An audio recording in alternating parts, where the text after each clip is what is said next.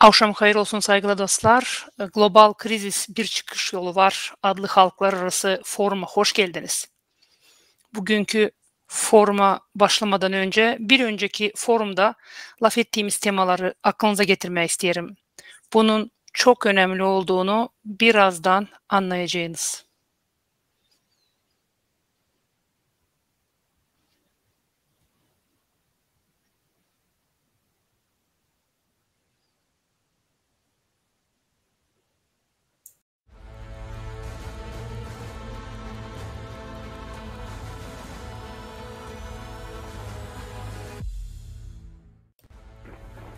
Международный онлайн-форум «Глобальный кризис». Выход есть. Онлайн-форум «Global Кризис». Çıkış var.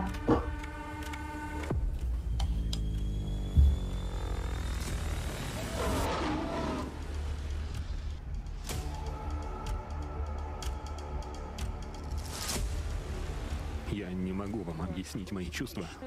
Yok önce size duygularımı anladım. Balkonlar birbirine girdi. Bu pek korkunçtu. Uşaklar oradaydı.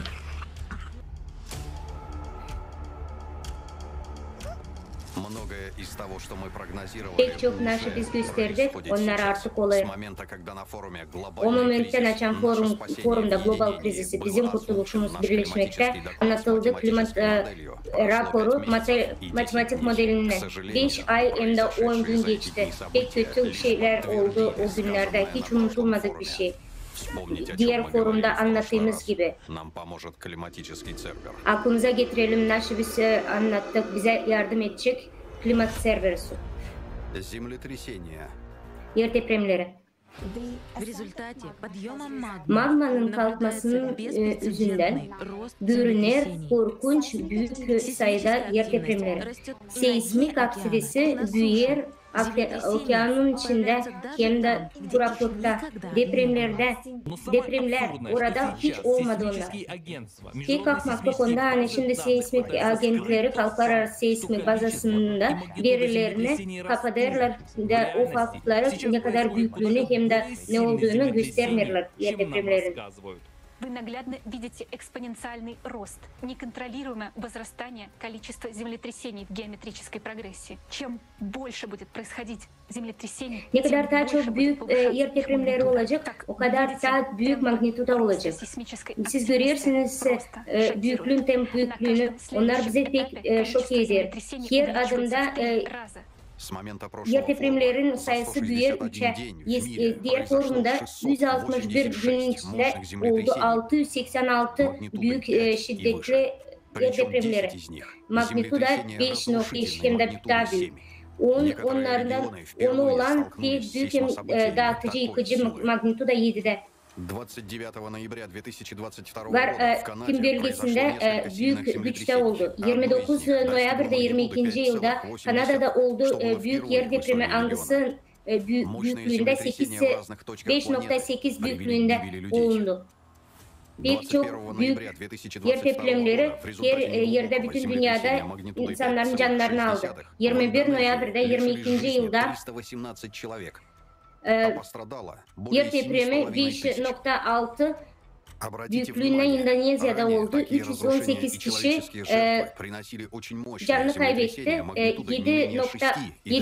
7500 kişi yaralandı. Şimdi görürsünüz hani seisma duruşları bugünkü günden çoğalır. Dünya pek korkunç içindeydi. İki büyük yer depreminden magnitudası 7.8 hem de 7.5 Türkiye'de hem de Suriye'de. Onlar tekrarlandı bir ay sonra. Mart'ın başında 11.000 yer depremi oldu. 2.500 depremi büyük magnituda da oldu. Birkaç minutun içinde yer depremleri insanların canını aldı. 50.000 kişiden daha fazla.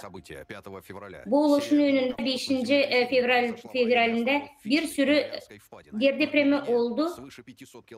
Fiji bölgesinde Marian Çukuru'nda 500 kilometre derinliğinde.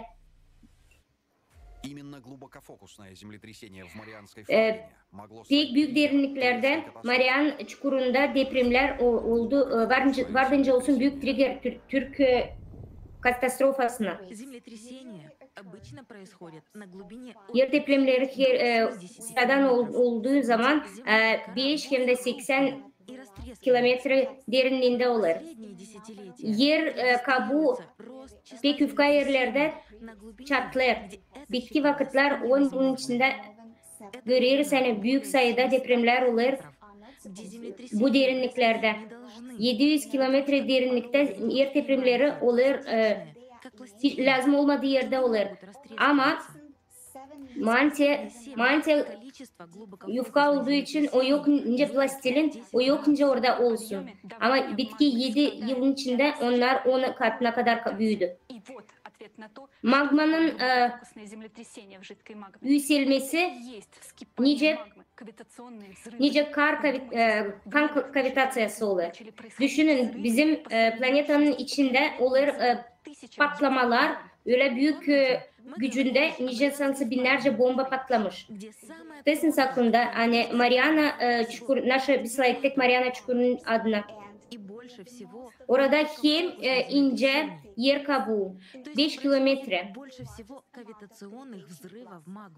Hem ince yer kabuğu 5 kilometre.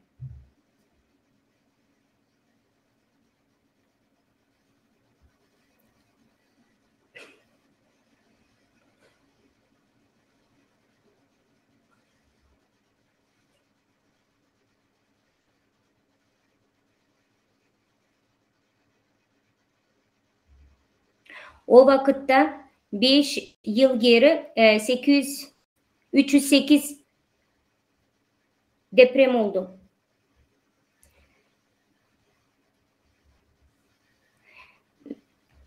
Magnitudo 5.3 magnitudo 5.3 33 kilometrenin derinlikliğinde depremler oldu. Hem derin 700-750 kilometre derinlikte 5 yer depremi oldu. Onların 4'ü Endonezya bölgesinde, birisi de Argentina'da. O periyotta da bir yıl geri daha 2 tane oldu. Pek prost hani bu prognozlar hem de onların büyüklüğü en güçlü 100%'lik olur. Magnet alanın anomalileri. Bu geolog verileri gördükten sonra 10-100 yıl geri biz görüyoruz hani direkt magnet alanların olur. Nasıl olur bizim planetalarda bizim planetada 1995. yılda başlar büyük çıkış, büyük dürtülme magnet alanında polisler dürtüler. Onlar 10 katına daha hızlı dürtüler ne kadar taylerden. Bitki vakit planetada fikse eder büyük sayıda anormal polar ışılları.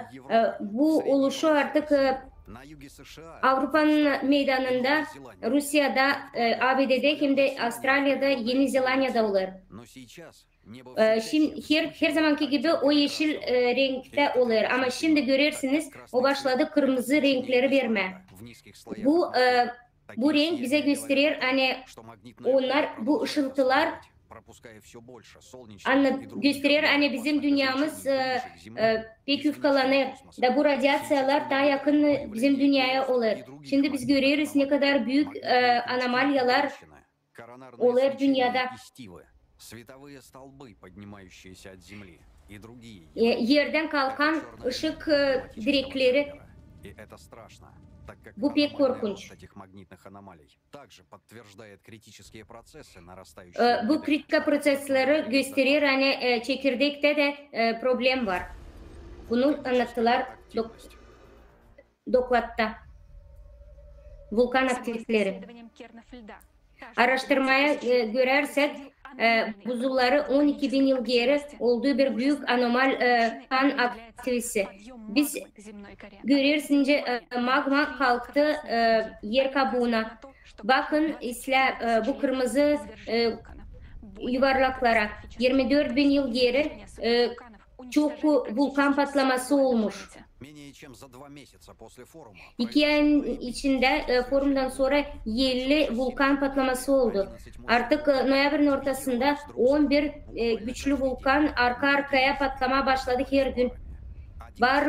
Bazıları çift olarak uyandı. 11 Mart'ta 23. yılda Endonezya'da uyandı vulkan Merali. Kimse bir şey bilmerdi, hani anlamadılar, yani bütün dünya vardınca yok olsun. Onların senkron seismik hem de vulkan aktivistleri büyüdü sayısı.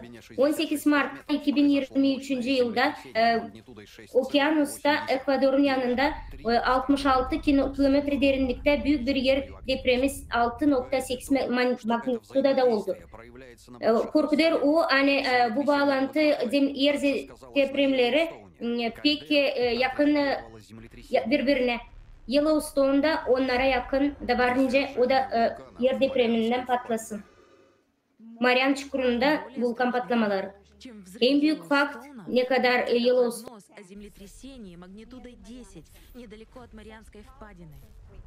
Таких мощных землетрясений еще не было на памяти нашей цивилизации. Это значит, что магма легко прорвет 5 километров коры. Марианский желоб представляет собой зону субдукции, зону, где одна плита наползает под другую. Но мы изобразили 3D-модель Марианского желоба именно так, потому что нижняя плита уже прямо сейчас растворяется магмой. Сейчас многие плиты размывает изнутри, они растворяются раскаленной магмой, которая поднимается от границы ядро мантия. Уже через 2 дня после форума, 14 forumdan sonra 14 Noyabr 22. yılda Geolog Komandası ABD'nin dediler, hani vulkan ahi oldu, vulkanların patlama parçası Mariana adalarında. Onlarla beraber Mariana Jelabu yükseldi de onun seismik aktivi büyüdü. 5 ayın içinde Mariana Çukuru'nda olduğu 33 yer depremi 5 magnitudasında. Birkaç yıl geri sadece 19'du. Sadece bir buçuk ay geçti forumdan. 16 Yanvar'da Japonya'da Mariana Padnan yakınlarında büyük bir yer depremi oldu. 6.3 magnitudasından. Patladı Nishinashima. Eğer olsaydı bu yer patlaması, yer depremesi Mariana Çukuru'nun daha yakınlarda biz hiçbirimiz olmayacak. Şimdi seismik hem vulkan aktiviteleri büyüyor. Onlar daha soğuk taraftan Mariana Jelob'tan çıkıyor. Hepsi bunlar pek büyük korkunç oluşlar, angları söyler, hani prosesler gelişir daha hızlı ne kadar biz sayarız. Ne yazık ki hepsi naşı biz söyledik ki raporda, forumda global krizisi bizim kurtuluşumuz birleşmekte oluyor. Daha bir prognoz biz veririz matematik modelini. Hidra vuruş. Biz gördük birkaç varyant nice gelişer olur. Da geldik ki o sonuca hani daha hem İslam vakitte olsa bu sıkılda bütün dünyada insan ölecek. Da bizim matematik modeline göre bu olacak 2026. yıla yakın. Bir daha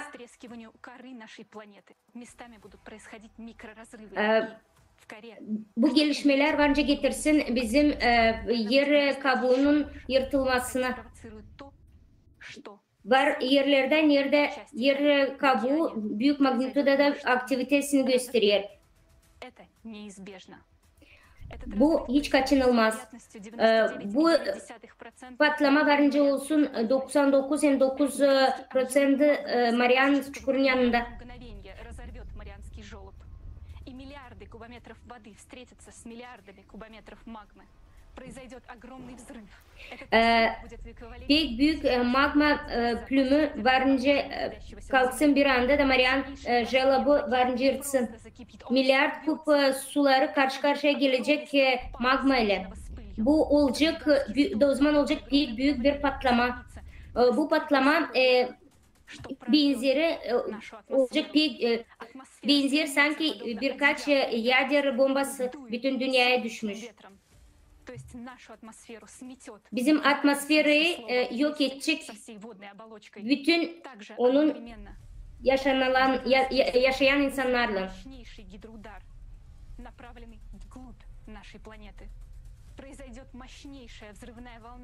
Hep öyle büyük patlamalar olacak, su hidrovuruşları olacak, büyük patlama dalgaları, angları yollanacak planetanın meydanına, magmaya. Da bu bizim planetamızın içten yok edecek. Magma bu vuruşa dayanamayacak da gazlar çıkacak ortaya. Hepsi vulkanlar patlayacak. Olacak büyük çatlaklar. Her bir litosferanın sınırında yırtılma olacak. Bütün dünya lavayla dolacak. O yüzden bu vuruştan sonra içindeki yer çekirdeği başlayacak dürtülme. Bizim planetamız hürülecek. Böyle olunca bu elektro alan getirecek ona, hani hepsi Sputniklerde düşecek bizim dünyamıza. Hem de Ay'da. Ve bu demek olur ona, hani hepsi insanlar ölecek. Siz görürsünüz kendi önünüzde sayıları, bu o moment hani bizim ne zaman bizim dünya da duracak hayatta. Bu fakt hangisinden biz şimdi yaşarız 10 yıldır. Ve bugünkü günden biz bundan yaşayacağız daha öteye doğru da.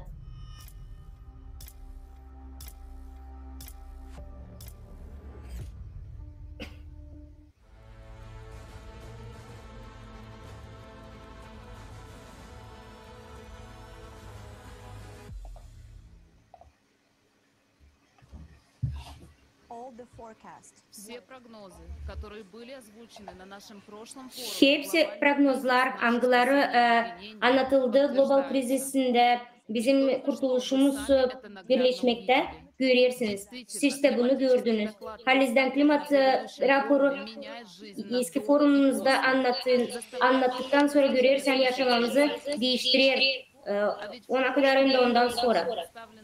Geçen dokladda anlattık sadece bir bölümü bu informasyon angısı 10 yılın içinde araştırmacılarla halklar arası bilim toplumundan, proje yaratıcı toplumunda bugünkü forumda global krizisi çıkış var.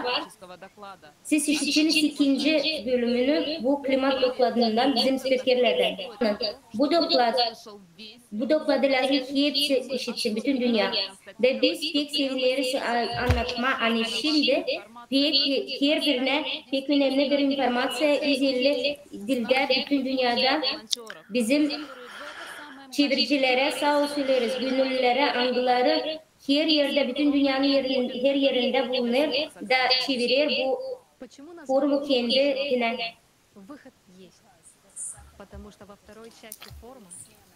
Çıkış yolu var adı bizim forumumuzun.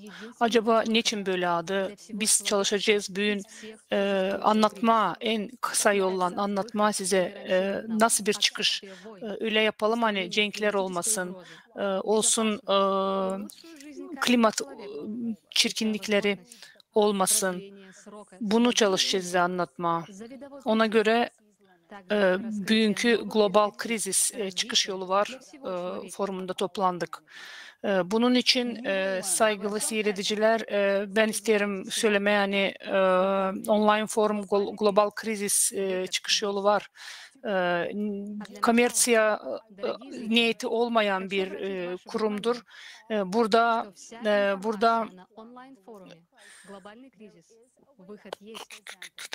ayrıca sizi bu yayını Rumble platformasından da var, nasıl sesleyesiniz bunu. Çalışın yayma bu informasyayı. çağırma, insanları sesleme bu informasyaya. Çünkü bu informasiya bizim geleceğimiz için pek önemli. Bu informasyayı yaymasak bizim geleceğimiz korku altında, ölüm korkusu altında olacak.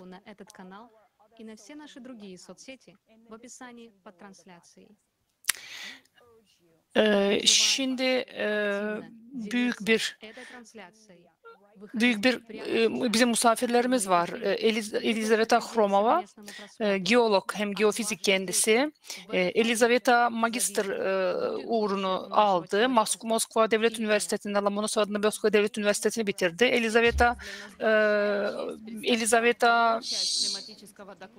Şimdi Елизавета Хромова, geolog hem geofizik. Elizaveta o aldı magister geologiya birinci Moskova Ana Üniversitesi'nde Lomonosov. Elizaveta alır informasyayı anlatır bütün global krizisin klimatının dokladığına strateji toplumda. Elizaveta anlattı New Global Monitoring katastrofalar olarak seismik volkanik aktivlerini bizim bütün dünyada. John doktor, büyük ekspert yeni teknolojilerin bilgisinde. Kimikal hem de bilimleri. John aldı magister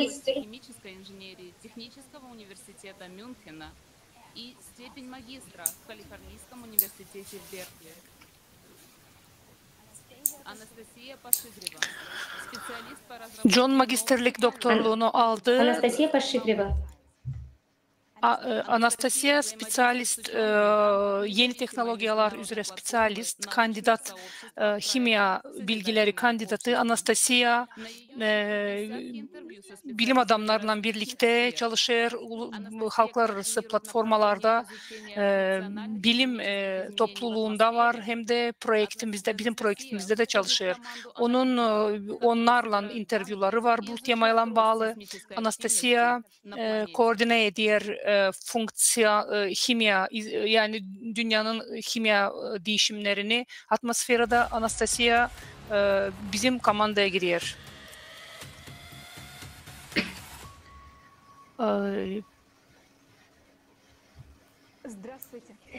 Selam, forumun seyircileri hem de paylaşıcıları. 12 Noyabr 2022 yılda size gösterildi.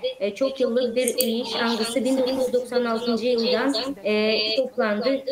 Bilim adamlardan hem de volontörlerden yaratıcı toplumun. Bizim topladığımız anladığı her yerden halklar arası disiplinanın araştırmacının problemlerini, klimat değişikliklerini hem de katastrofalarını. Dün size dokladığım devamını gösterme, daha derinden anlatman yoksa büyük korkunç durum bizim planetamızda hem de bütün insanlarda. Global krizisi bizim kurtuluşumuz birleşmekte bu forumda biz gösterdik matematik modelini, angisini halklar arası disiplinanın araştırmacıları bize yardımcı oldu. Yaptık sonuç. Her 12.000 yıl bütün güneş sisteması düşüyor öyle bir yere hangisi her 24 bin yılında bu akış daha da hızlı olur. Bu iş için kosmos vuruşu bizim çekirdeğimize 1995 yılda başladı. Geodinamik planetanın değişikliği artışı oldu. Büyük seismik hem de magnet aktivi büyüdü. Değişiklikler magnet alanında planetanın hızlı büyüklükte büyüdü. Planetanın dönüşü 1998 yılda gördük. Çekirdeğimiz fırladık yerinden. Bu destabilizasyon sıcaklık verdi. Mantianın hem de çekirdeğin arasında büyük sıcaklıklar oldu. Bu mantiyanın kalkışı getirdi ona hani magnet alanlarında Antarktida'da ya da Grenlandiya'da 1995 yıllarından başladı buzullar büyük sayıda yerime. Bunlar başladı büyük dünya okyanusunu ısıtma. Bu geoproseslerin sayısı getirdi ona hani dünyanın kataklizmaları arttı. Yangınlar, seller, anormal yağışlar, rüzgarlar, kasırgalar, kuraklık, anormal temperaturanın değişikliği. Matematik modeli gösterdi. Hani şimdi büyük geodinamika klimatın kataklizmalarında büyük değişiklikler olur. 6-7 yıldan sonra varınca daha da büyük katastrofalar gelsin bütün dünyaya. Model gösterdi hani bu cikl katastrofaların 24 bin yıl içinde onlar planetayı ta yufkalanır da o için planetanın katastrofaları günden çoğalır. 2036 yılda bizim planetada varınca olsun pek büyük magma patlaması Mariana Çukuru'nda. İlk nice Mars'taydı ama bütün dünyada insanlar varınca yaşamasınlar. Bugünkü dokladda biz daha derinden anlatacağız niçin 2036 yılında insanlık varınca görmesin. Hangi korkunç işler bizi bekler yakın vakitte. Nasıl destabilizasyon çekirdekte planetada olur. Magma büyür. Nasıl büyük yer dibinde depremler olur. Biz açız size nasıl bizim planetamıza dış kosmostan etkilikler gelir. 12 bin yılın içinde bütün çekirdeğimize nasıl etkinlik getirdi bu cikl. Hem de bu dokladda anlatacağız nice halizden öldü Mars. Niçin dünyada hep öyle bir sonuca gelir. Hem de anlatacağız size nasıl büyük rolünü yaptı bu cikl kataklizmaları bizim dünyada. Nice hem büyük mekanizm bizim planetamızın yapılışı. Niçin biz sayarsan her biri lazım bu informasyayı anlasın. Zerrecim her bir insan lazım bilsin. Bizim hem de sizin yaşamamızda. Sadece açan insanlar anlama başlayacak nasıl halizden olur klimattan bizim dünyada. Biz başlayacağız arama çıkış doğru yolda.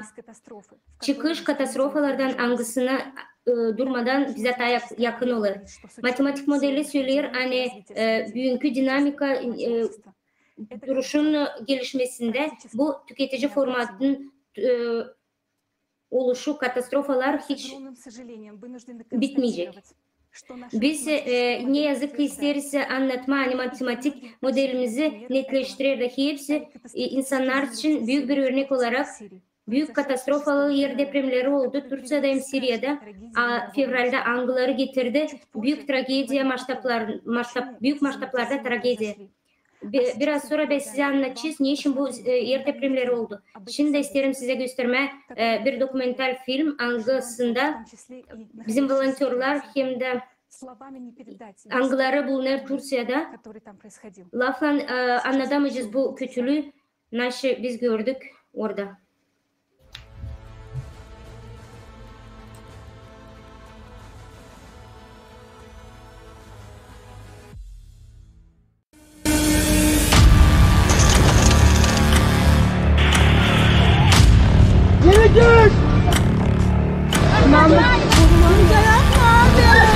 Türkiye hem Suriye 6 Fevral gecesi 7.8 büyüklüğünde yıkıcı bir deprem meydana geldi. Öğlenden sonra 7.5 büyüklüğünde bir deprem daha oldu. Biz Türkiye'deyiz. Bu tragediyi sağ kalan insanlarla laf ettik.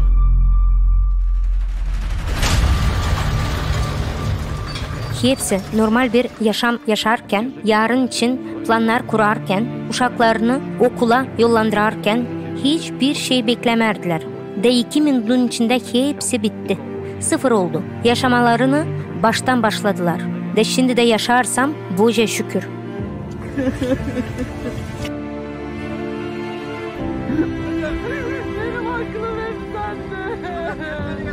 Birçok insan için yaşamak birden. Uyandım da ailemi uyandırdım. Merdivenler inerken beton çöktü üstüme. Pencere açtım. Böyle her taraf duman. Dedim hallelim biz yürüyeriz. Görmüyorum çünkü duman çat sesler geliyor. Evler gözümün önünde yıkıldılar. Sanki pek yakınlarda bir yerde bomba patlamış. Pek çok toz vardı. Bu insanlarla laf ederken güçlü bir iz içimde kaldı. Ve onlara saygı duymalıyız. Bunu sesleme zor. Psikolojik olarak bunu sesleme pek zor. Yine de onlar bunu yaşayabildiler. Evler yerle bir olmuştu. Dışarıda hepsi bağırır, yardım istiyor. Anaları, babasınları içeride bırakanlar var. Uşaklarını çıkaramayan var. Böyle bir cehennem içindeymişiz gibi. Görüştüğümüz bir adam 5. katta yaşardı. Ev birden çöktü. Deprem başladığında balkona gittim.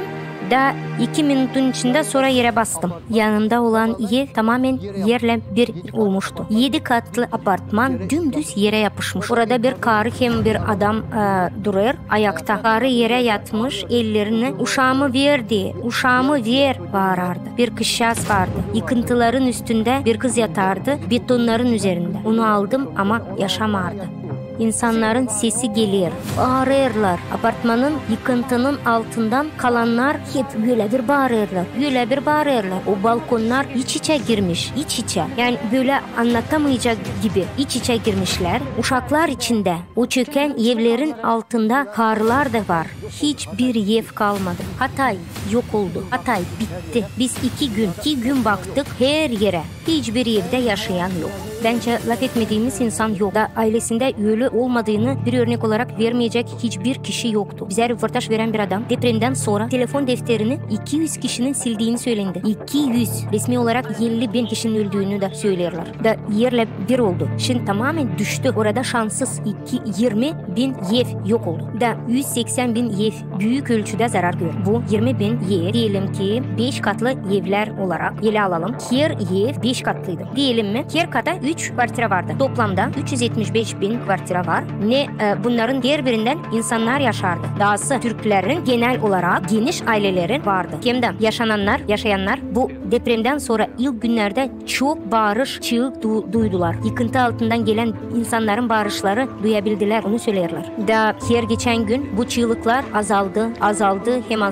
İnternette bir resim vardı. Bilirsiniz hepsini onu gördünüz. Bir baba oturmuş uşağın elini tutardı. Yıkıntıların altında kalan küçücük kızını daha sonra kendisine röportaj yapmışlar da elinin üşüdüğünü duyardım demişti. Demek ki bir lafla söyleyeceğim. Orada oturmuş kızının elini tutardı da onun güldüğünü duyardı. Bunu düşünün. Bir ana uşaklarını kurtararken bir karı yola çıkmış gidiyor. Her taraftan evler çöker. Dışarı savaşır çıkma. Uşaklarımı arabanın içine koydum. Bu setlikte yollar kapanmış. Örtülerden, depolardan taş, moloz dökülerdi. Yani bu arada ama biz onlara hiç bakmardık bile. Yani birdenbire çıkıp yola alayım uşaklarımı da gideyim buralardan. O benim amacımdı. Da ne yazık ki büyük üzüntü duyduğum bu tür istoryalar pek çok var. De böyle istoryalar ne yazık ki pek yazık. Hiç az değil.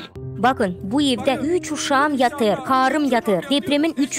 günü oldu. Ya bakın uşaklarım burada zaten sudan öldüler. Yazık değil mi? Seslerimizi kimse duymuyor. Bizim buraya yardım eden gelen yok. Çaresiz kaldık. Arayan bizim buraya yardım eden gelen yok. Çağırırız. Çaresiz kaldık. Arayanlar tamam geliriz diyorlar. Gelirler. Hiçbir şey yapmıyorlar. Sadece fotoğraf çekerler de giderler. Kurtarma grupları geldiğinde ne tür yardım size yapıyorlar? Hiçbir kurtarıcı görmedim. 5. gün olduğunca oradan ayrıldım ama hiçbir kurtarıcı görmedim. Yıkıntı altında kalan pek çok kişi ailelerine hem de dostlarına başlarına geldiklerini bildirmek için kurtarma gruplarının bulunduğu yerlerin hakkında bilgi vermek için videolar yazdılar. Yazılar, anlatılar da bunları sosyal bağlantılara paylaştılar. Ancak ne yazık ki bilmeyen nedenlerin dolayısıyla bu paylaşımlar sosyal bağlantılarda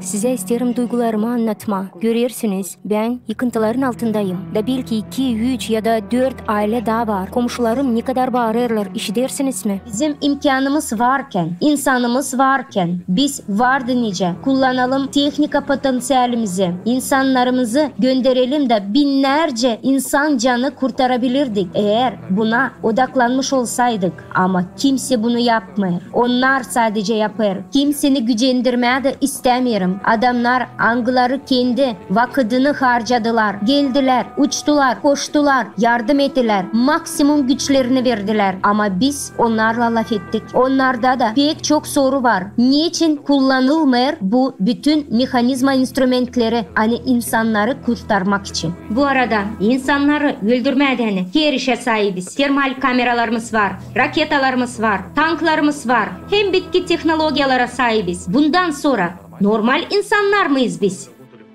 Gaziantep hem Nur Dağı kasabalarında tüm komandalar aynı anda işlemeye başladı. Tüm odalara, hepsi örtü altına, her boşluklara baktılar. Sürünerek içine girdim de birinin horlamasını duydum. Da aramaya başladım. Sürünmeye devam ettim. Sese doğru sürünerdim. Da bu ses tam önümde çıktı. Kazmaya başladım. Da sonunda bir insan buldum. Onu kazıp çıkardım da dayanamadım. Gözyaşlarım birden yakmaya başladı. Bu duyguları ince anlatacağım bilmiyorum. Hepsine bağırmaya başladım. Birini buldum. Herkes yanıma geldi. İnstrumentleri getirdiler. Onu biraz dürtmemiz lazımdı ama dürterken pek bağırdı. İnlemeye başladı, ona yüreğim parçalandı. Ezilmişti kolu, bilmem kaç ton ağırlığında büyük bir plita tarafından ezilmişti. Sonunda o plitayı oyduk da adamlardan biri içine baktı. Ve başka birinin elini tuttuğunu ortaya çıktı. Sonra biraz daha baktık, orada yatan başka biri daha vardı ama çoktan ölmüştü. Büyük sayıda işler yapıldı. Akustik bir instrument getirdiler. Bilirsiniz böyle sesleri işitmeden böyle bir şey. Da dinlemeden önce hoparlöre bir adam Türkçe bağırdı. Diri kalan var mı? Varsa cevap versin. Urun, tırmalayın. Şimdi sesi sesleyeceğiz. O vakit hepsi işler, ses çıkartan işler. İnsanlar da dürtülmemeli. Ayakları yere basmamalı. Hepsi lafın tam demesi gibi her iş döner da sadece o zaman başlarız sesleme.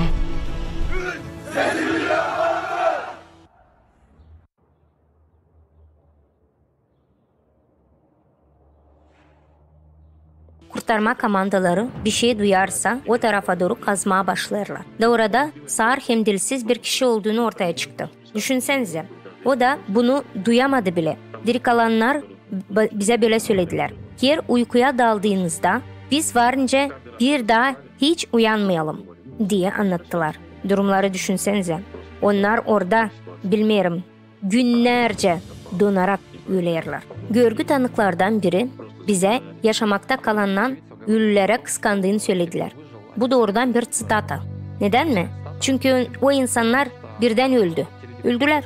Ve bir Türk seismoloğu Ahmet Ercan'a göre 181 kişi yıkıntı altında kaldı. 180 bin insan beton yığılarında altında kaldı. Güdeleri ezildi, hem kırıldı, iç organları patladı. Bunu laf etmeye de acı. Ama onlar haftalardır yardım beklediler. Var köylerde hiç yardım yoktu. 80 ülkeden 20 bin kurtarıcı görevlisi yollandırıldı. Bu ev başına bir kişi demek. Da nasıl olur da bir kişi yıkıntıların altından kalanları kurtarmak için bütün bir evi ortadan kaldırması lazım.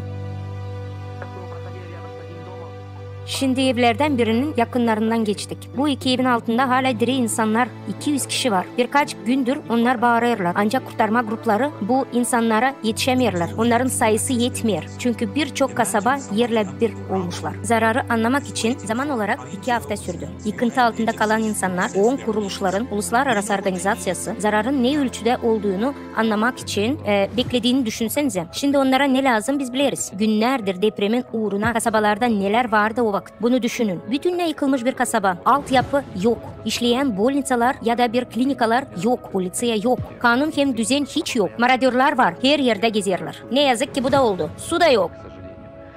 Ekmek bulamadık. Fırınlar açık değil. Hepsi kendi başına derdine düşmüş. Yaşlı bir çift vardı. Elimizden geldiğini yardım etmeye savaştık. Onlara sordum. Dedim neden dışarıda kalırsınız? Devlet size çadır vermedi mi? Onlar dediler. Yok oğlum. Hepsine verdiler. Burada her taraftaki bize hiç kimseye hiçbir şey vermedi. Biz bekleriz. Yağmurlar var. Hırsızlar var. Malatya'da bir insan ölmüş. Parmağından yüzüğünü almışlar. Böyle bir şey var mı? İnsanlar can derdinde. Şimdi ben bunları size söylüyorum. Siz de birileri oturmuş televizyonda bunları hepsini seyredersiniz. İster televizyonda, ister telefonda ya da dizüstü kompüterde olsun fark etmez. Ve sizin için bu sadece bir görüntü, bir film. Ama kahrolsun bunlar diri insanlar, tıpkı sizin gibiler. Eğer yakınınızda sevdikleriniz, sensörleriniz, dostlarınız varsa sola bakın, sağa bakın, gözlerinin içine bakın. Onlar da hep o türden insanlar. Seyrettiğiniz ama bunun sadece bir YouTube videosu, sadece bir görüntü olduğunu düşünün. O vakit siz farkı göremirsiniz. Ama bu insanlarla laf ettiğinizde YouTube'da gördüğünüz her istoriye tıpkı sizin gibi kaderinize bırakılmış bir insan yaşamasını olduğunu fark edeceksiniz. Bizim tarafımızdan bırakılmış. Biz diri kalanlar onları kaderin eline bıraktık. Neden? Çünkü yaratıcı toplum kurmuyoruz. Çünkü tüketici formatı tutuyoruz.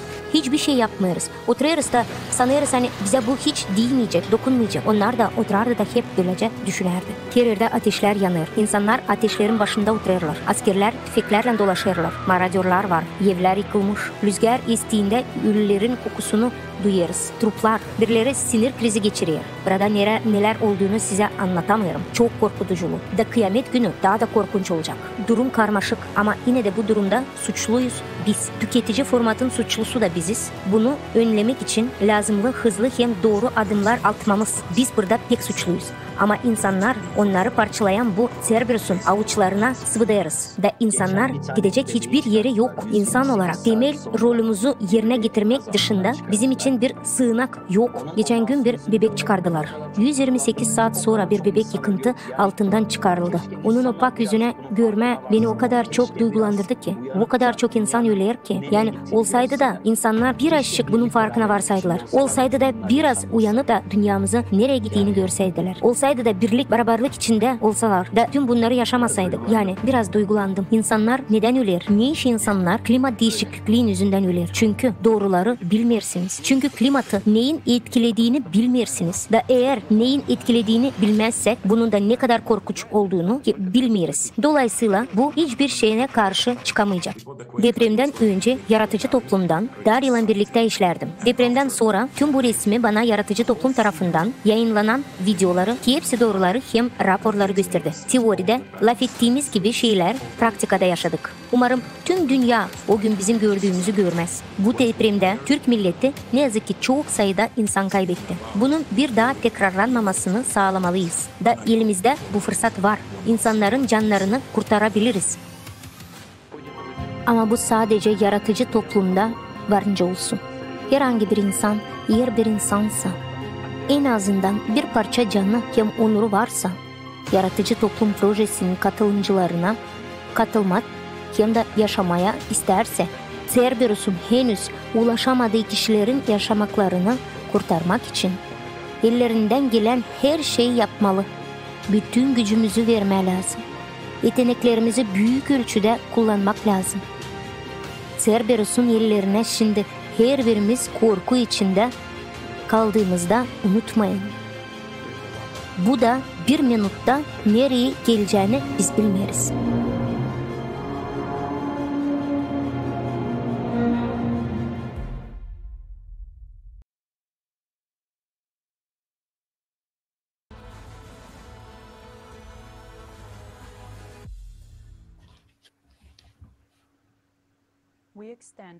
Мы приносим соболезнования. Biz hepsi için canım acıyoruz. Hepsi kim bu korkunç tragediyada canlarını kaybetti, yakınlarını. Bizim kalbimiz acıyor bunu gördükten sonra. Hiç pek zor anlamayın ne kadar çok insan gülmeye bırakıldı bu yıkıntıların içinde. Tüketici formatının içinde hiç kimse bu problemi çözmeyecek. Da korkunç korkuluk onda hani bu katastrofaların depremleri olacak her yıldan daha çok. Bu bugünkü günde büyük bir bugünkü günde bu forumun işi durgutma bu kötülükleri, katastrofaları, angıları oldu Türkiye'de hem Suriye'de. Bizim işimiz insanların canlarını kurtarma. Bunları yapma adına lazım ilkten değiştirme formatımızı bizim tüketici formatımızdan yaratıcıya hem de büyük ıslah edeceğiz onu nice varınca yapma. İkincisi de biz pek lazım anlayalım sebeplerin niçin klima değişir. Çünkü sadece o zaman biz varınca anlayalım nice onları durgutma. Ve sadece bu iki işe bugünkü günde bu forumun adı geçer. Ben isterim Elizaveta'ya söz verme.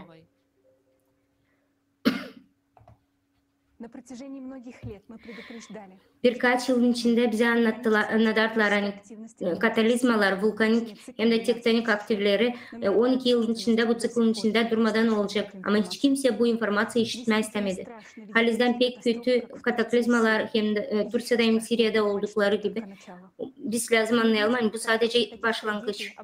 Bu tragediyalardan sonra bu klimatın görüşü kalkıyor. Süreci düşüyor. Ne kadar daha çok katastrofa lazım olsun hani bu anlama klimatın değişikliğini, hidrodinamikanın aktivini halklar arasında insanlara. Biz anlarız hani ülkecek hepsicek, hiç kimsecek bütün dünyada araştırmayacak halis sebeplerini klimatın değişikliğinde. O iş için bu yol çıkışını biz yaparız. Rejim kimseler yapsın. Biz bunu yapacağız bitki vakitlere kadar. Bu bizim sorumluluğumuz insan, angları ister yaşama. Biz de lazım bu tragediyaları tabi kere tekrarlansın bırakalım. Bizim elimizde hepsi isteriz yapma. Ama bu bize yeterince değil. Biz lazım bütün bu bilgileri her bir insana verelim. Lazım ki hepsi insanlar bilsin nasıl olur, nasıl sebepler bu katastrofaların bütün dünyada olduğu gibi. Bu problemleri çözme. İnsanlar lazım bunları öğrensin bir daha tragediya olmadıktan önce. Yoksa pek çok tragediya olacak bir şey yapmazsa. Matematik modeli netleştirecek ve biz hepsimiz görürüz nasıl olacak soracağım. Gelelim şu soruşa. Niye için oldu bu katastrofa Türkiye'de hem Suriye'de? Büyük magnituda da 7.8 hem 7.5. Anatolia plitaların kırıklarının sebebini.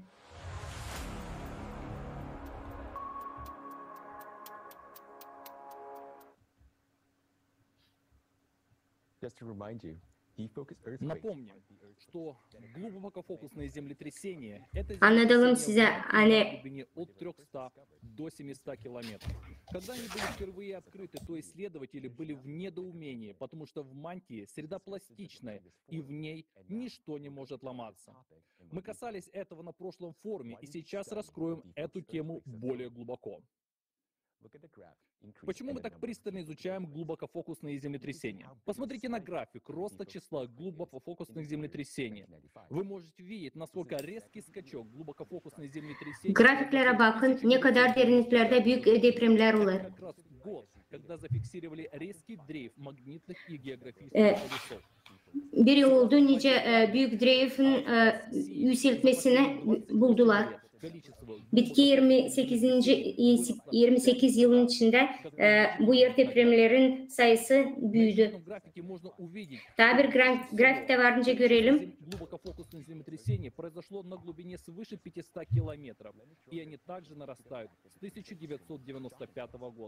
1995 yıldan durmadan büyüyor. Bu sorulara cevap vermediğini bir fakt isteriz size göstermeye. Angları şok etti bizi. 2021 yılda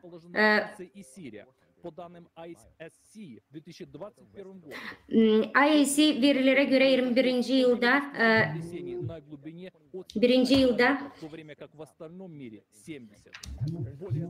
именно в 2021 году резко выделяется повышенным количеством такого типа землетрясений в целом. Никогда ранее не фиксировали столько одновременных глубокофокусных землетрясений. Мы приходим к выводу, что резкий всплеск глубокофокусных землетрясений в 2021 году стал катализатором серии трагических землетрясений, произошедших в Турции и Сирии 6 февраля 2023 года. Так как из-за землетрясения на большой глубине началось разрушение плиты, что и привело к беспрецедентному повышению опасной сейсмической активности в ближневосточном регионе, которая не утихает и по сей день. Теперь мы понимаем, чем опасны глубокофокусные землетрясения, но это только часть угрозы. Что же собой представляют глубокофокусные землетрясения? Каков их механизм? Fakt olarak derinlikte deprem derinlikleri bu magmanın patlaması 300 kilometrenin içinde. Onlar benzeri yader bombaların binlerce patlaması. Bu proses oldu 10 kilometrenin içinde. Doğdurmadan büyüyer büyük süpervolkanın varınca patlamasına neden olsun. Naş varınca olsun bu patlamadan sonra. 12 bin yılın içinde bizim çekirdeğimize büyük etkinlik verir kosmos radyasyası. Bu enerjiye bizim planetanın çekirdeğinden pek bağlantı. Çekirdeğimiz durmadan ısınır. Bu anormallere göre içteki çekirdek içindeki çekirdek olur demirin sıcaklığı gibi. Araştırmacılar gördüler hani 2000 yılında bu akış sıcak demirin akışı pek hızlı 3 katına kadar oldu. Şimdi okyanustan Kanada'dan Sibirya'ya doğru akıyor. Bu akış çekirdeğin içinde bir magnet dreifi olur bütün dünyada. Lazım anlayalım hani çekirdek yapır magnet alanını. Onun sıcaklığı balansı bozar. Ondan magnet alanı da yufkalanır. O zaman Atlantik anomaliyası olur. Hangisi büyüyer bitki 10 yıllarda 2 kerede. Nasıl olur çekirdekte Ercan'ı peki sınarsa. Schemada gördüğünüz gibi sıcaklıktan sonra çekirdek değil sadece mantiye ama yeryüzünde de varınca patlamalar yapsın. Yeraltı vulkanları Gavai'nin yer altında Samoa'da görüldüler. Bu demek olur hani bütün dünyanın historiasında bu periyotlarda böyle bir şey olmadı. Sıcak demir çıksın dene 2900 kilometre yukarı çıksın dene yakında biz göreceğiz bu lavalar. Sadece bir düşünün. Nice çekirdek mantıya içine düşüyor. Bunun probleması bu bölgelerde bu akış pek ısınır da getirir büyük magma akışını.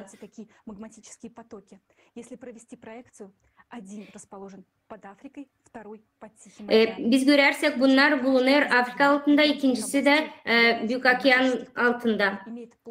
Her biri onun büyük bölgelerinde sıcak mantiyası, magnet akışları büyük alanda olunur. 100 kata kadar nice Everest Dağısı. Gavayan altında biz görüyoruz hani magmanın sıcaklığı daha çok ne kadar eskiden vardı. Onlar bu bölgelerde çekirdeğin her tarafında büyür. Bu zonaların magmanın akışı onların analizlerine göre binlerce seismik dalgaları bütün dünyada oluşmuştur. Birileri pek hızlı akıyor bu bölgelere, öbürleri de ultra hızlıdan akıdır magma sıcak demirini. Şimdi bakalım cevap verelim niçin bu magmalar patlıyor. Biz görüyoruz yani mantiyamızda bizim planette de var da sıvı magma sıcaklığı. Da o büyür. Şimdi görüyoruz yani yerin çekirdeğinde durmadan sıcak parçaları olur. Da bu akışlar kosmostan etkilenir. Biz görüyoruz yani magma sıcaklığı akışı hem de getirir büyük kavitasyon patlamalara. Nasıl kavitasyon patlaması? Bu pek güçlü yer patlamaları, bu magma gücü milyonlarca yer bombalarına gibi. Bunu varınca anlatmayınca su akışı efekti yapıyor.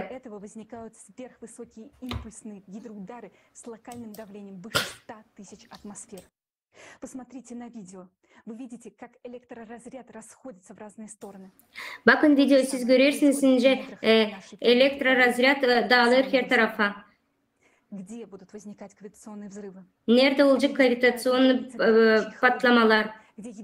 Açan haşlak hem de soğuk magmalar nerede yer çekirdeği ta ısıtmamış magmayı bu mantiyada okyanusun altında bu fonksiyonu da yapmamış. O litosferayı soğutması lazım. Ama bu fonksiyonu yapamıyor. İleriden okyanusta daha küçük, daha az kavitasyon patlamalar vardı. Magma yetiştiremiyor soğuma. Şimdi bu mekanizma kırıldı. Siz öğreneceğiniz niçin okyan başladı litosferayı soğutmama. Bu kavitasyon patlamaları hep öyle çekirdeğe de zarar verirler. Lazım anlama hani biz görüyoruz değil sadece kendi kavitasyon patlamaları ama onların görüyoruz nice tekrarlanır onlar bu zonalarda bütün dünyanın içinde. Onlar pek derinlikte olur. Düşünün ne kadar büyük güçlüğünde bu kavitasyon patlamaları yer içinde depremleri oluşturur. 8 magnitudaya kadar. Şimdi yer depremi yerin derinliklerinde olur birbirinden daha büyük. Ve onlar mantıyı dürtüyor. Bu zonaların içinde var koşullar angları bu dalgaları yürütüyor. Ama anladım bunlar varınca sadece birbirine tekrarlasın. Bu dalga patlamalarından varınca sıcak magmayı sıvı magmayı daha hızlı dürtsün. Sadece o için yani bu sulu magma olduğu için onlar getirir süper vulkanına. Ayrıca hem Yellowstone birbirine bağlı sıvı magmayla angları varınca kavitasyon patlaması yapsın. Kavitasyon patlaması pek korkunç, hani onların dalgaları yayılır bu magmayla. O varınca litosfera plitaların sınırında yapsın kırıklık. Da bunlar getirir çok yer depremi. Da bunu biz şimdi görüyoruz 6. Fevral'dan sonra. Kavitasyon patlamaları angları getirdi çok yer depremi yer derinlikte. Angları Marian çukurunun altında büyük tektonik plitleri 3 tektonik plitleri yerinden değişti. Anatolia, Arabia hem de Afrika plitleri. Pek lazım silah anlama hani bu yer depremleri hepsi değil. Biz görüyoruz daha çok ufak yer depremleri de. Angıları olur kavitasyon patlamalarının yüzünden. İsterim size söyleme hani yaratıcı toplum komandası analize etti hem de hazırladı verileri yer depremlerini Creative Society saytında. Şimdi siz görüyorsunuz web sitenin linkini. Peki isterseniz siz varınca onları yüklersiniz bu verileri. Bizimle bağlanma adına yazın bizim poçtamıza. Climate Society Creative Society.com. Bu prosesleri varınca analiz edersiniz. Tabii ki bakalım bu grafiklere. Angılarını biz görüyoruz başta. Şimdi hepsinden siz büyüğünü işittiniz. Bu informasyayı anlarsınız. Ne için? Büyük korkunç tedirginlikler çıkarır. Bizim Araştırmacılar anladır bize böyle bu tür yer depremleri. Yer depremlerin büyümesi anladır hani kavitasya patlamalarından planetamız her yerden ısınır ve her yerde yer depremlerini yapar. Varınca getirsin büyük katastrofa hem de vulkan patlamalarına. Biz anlattık hani kavitasya patlamaları o efektif, nice efektif yutkunlar. O sıvıdır çok enerjiye yutkunlar. O sıvıdır çok enerjiye da bu patlamalar arka arkaya birbirlerine zincirler. Bir kavitasya patlaması olduğundan onların hepsi yeraltı depremler birbirlerini zincirler. Bundan sonra da daha çok patlamalara yer alır. Şimdi bütün dünyada anormal yükselmesi, yer depreminin senkron oluşu hem de vulkanların patlaması gösterir. Yani kavitasya patlamaları olur daha sıkça hem de daha güçlü. Tek korkunç hani bundan sonra bu kavitasya patlamaların çoğalması varınca getirsin ona hani varınca patlamasın süper vulkanlar. Kavitasya patlaması anladır onu nice sansa şampanya probkası çıkar şişeden. Bizim de bir şişemiz Yellowstone gibi patlarsa hep olacak. Bunlar da olacak varınca olsun 2036. yıla kadar.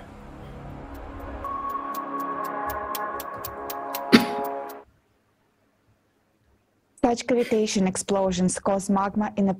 кавитационные взрывы приводят к тому, что магма Hangi kavitasya patlamalar getirir? Ona hani bütün bunlar yayılır. Onlar yer kabuğuna daha yakın olur da ona sıkıştırır. Bu magmalar angılar bitki vakitler biz görüyoruz. Bazıları söylerler hani bu yer depremleri olur o için hani magma kalkıyor. Ama halizden o değil öyle. Magma kendine yer açır, yol açır. O dürtüler her kere değil. O sirkülasyon olarak bir yükselir bir düşer aşağı. Ve o kendine yol açtıktan sonra onun davlenyasını kaldırır.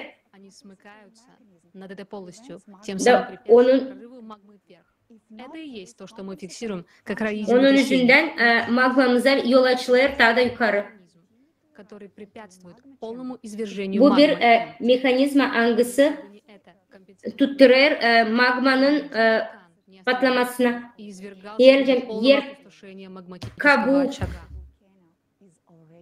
Yer kabuğu patlarsa hiçbir vulkan durgunamaz da zincir olarak patlar. Daha yakın yer kabuğuna olunca biz o zaman anlarız hani bu vulkan varınca patlasın. Bu yer depremlerin roylarını biz görüyoruz bugünkü günde. 22. yılda gördük pek çok yer depremi. Так как магма уже пропаливает себе путь. Примечательно, что последний раз этот мощный вулкан извергался приблизительно 2 12-тысячелетних цикла назад. С 1995 года, когда начались резкие изменения в ядре планеты. 1995 yılda oldu büyük değişiklikler planetanın çekirdeğinde. Hangisi çıkarır magma yukarı. 28 yıl geçti. Siz düşünürsünüz ne kadar vakit kaldı hani magma kalksın yukarı açan hani olsun katastrofa patlamaları. Varınca bilim işlerde görelim nice magma plumları geçer 2-3 santimetre yılda. Bu faktları bu sikl kataklizmaları nerede magma varınca birkaç günün içinde kalksın. Hadi bakalım tebriti. 2014. yılda vulkan Borgakrown patladı. Angısına 7-10 gün hani magma kalksın da patlatsın ortalığı. 24 kilometre üstüne. Biz görüyoruz. Şimdi 8 yıl geçti. Da örnek olarak magma lazımdı. Eski kanalından çıksın. Da o çıkıyor direkt 2019 yılında bu vulkanda Mayota'nın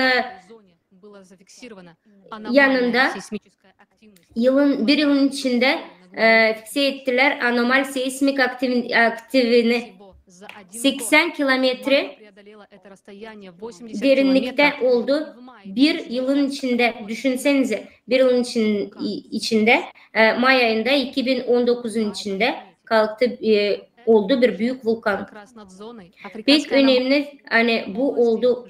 Teoti zonada Afrikan anomalyasının bölgesinde. Orada sıcak magma kalktı. Yukarıya diyelim ki bu magma pek hızlı kalktı. Bu hiçbir şey demek olmuyor. Şimdi olur pek büyük prosesler milyonlarca yıl olacak gibi. Bu hızla magmanın kalkışı şok eder vulkanologları. Şimdi hepsi değişti. O kadar hızlı bir magma kalkışı onun anormal sıcaklığı gider planetanın çekirdeğine doğru. Hangısına kosmos dalgaları getirir. Magma hangisi derinlikte sıcak ısınır da biz görürsem vulkan Fagra das Fjeld İslandiya'da hem de vulkan Cumbre Vieja La Palma İspanya'da 21. yılda patlama oldu. Geleceğim bakarsak hepsi bu anormal duruşları, hızlı magmanın kalkışı, nice lavlar çıkıyor. Biz varınca görelim bizim bugünkü günde vulkan anomalilerini olduğun o bölgelerin magma akışını sınırlarında magmanın hem de çekirdeğin arasında. Biz söyleriz o bölgelerde angıları varınca ultra düşük bir hızla büyük akustik dalgasını koyversin. Pek çok yerde magma oranı sıcak noktalarda magma plümünü kaldırır. Her yer, bütün dünyanın birkaç noktası pek ısındı. Bu sıcak noktalarda varınca Super Yellowstone da patlasın. Yakınlarda vulkan aktivleri büyüdü da bu yerlerde sıcaklık oldu. Hepsini siz işittiniz. Daha bir kere gösteriyor. Hani matematik modelini forumda global krizisi bizim 12 Noyabr 22. yılda. Şimdi biz görüyoruz nice pek prost olacak varınca daha ileri biz varınca görelim daha da kötü vulkan aktivitelerini. Yellowstone da hazırlanır kendi patlamasına. Bu da Yellowstone vulkanı.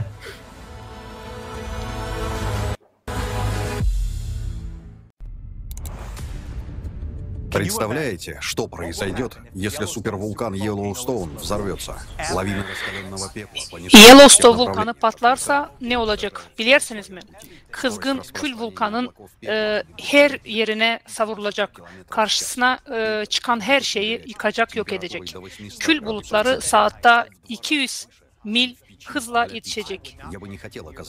Kül çok sıcak olacak. 815 gradusa kadar yetişecek. Pizzayı düşünün.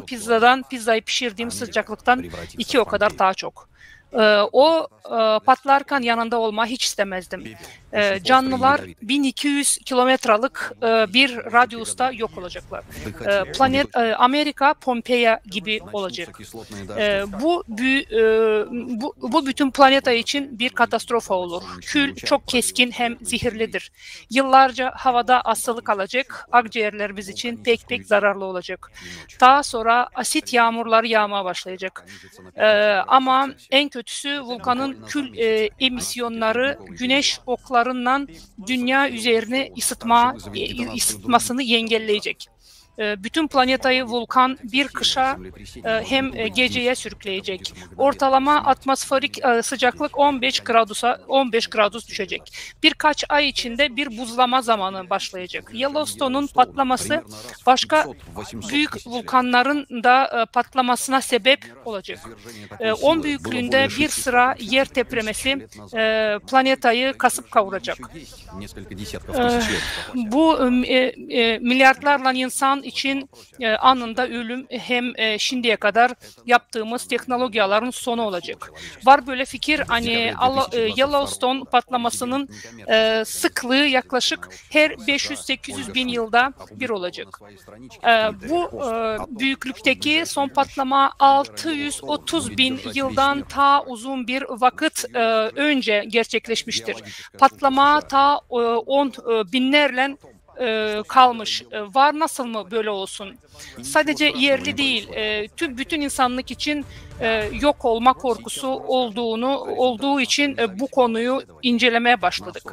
Dekabr'de 2022 yılda Yaratıcı Toplum Amerika Birleşmiş Devletleri'nin kar niyeti gütmeyen kuruluş başkanı Olga Schmidt Twitter sayfasında Yellowstone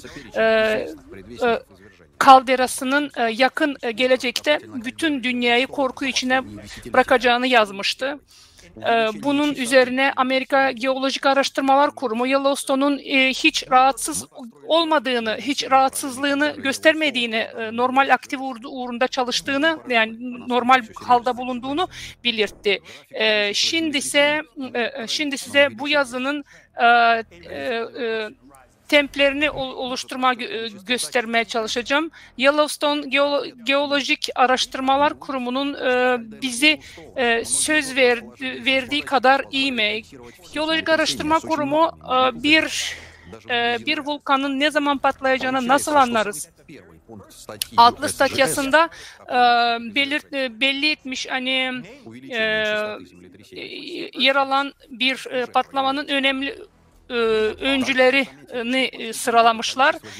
Bunlardan birinci punkt duyulan yer depremesinin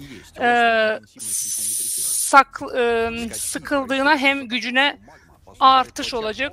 Geoloji Araştırmalar Kurumu verdiğine göre Yellowstone'a kaldera bölgesinde yer depremesinin bir grafiğini oluşturduk. Durumun seryoz olduğunu gördük. Yer depremesi gösterilen grafik artan bir mailli var. Bu soruyu ortaya çıkarır. Belki de seryoz sayısı artar. Sensör sayısı artar. Cevap yok. Uzun yıllar Yellowstone kalderasındaki seismik sensörler kurumunun sıfırın üzerinde bulunuyor. Geolojik Araştırmalar Kurumu bir patlamanın öncelerin hakkında statyanın ilk noktasında, daha doğrusu yer depremesinin sıklığını bir artış gözüküyor. Son yıllarda 4 hem altında büyük depremler sayısında sıçramalarla arttığını denedik. Bu depremlerin gücüne bir artıştır. Sıçramalar magmanın mantosunu derinlikten gelen basınç altında bölünüyor. Artmalar halına ocağa girmesi sebebinden meydana geliyor. Daha sonra yer depremelerinin derinliğine göre bir davranış dinamiği olup olmadığını görünce karar verdik. Daha 2010. yılda en çok yer depremesinin 11 kilometre derinliğinde olduğunu, 2022'de ise 5 kilometre derinliğinde olduğunu gördük.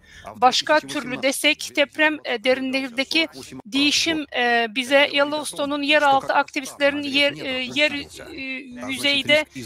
yüzeye yani üste yaklaştığını söylüyor.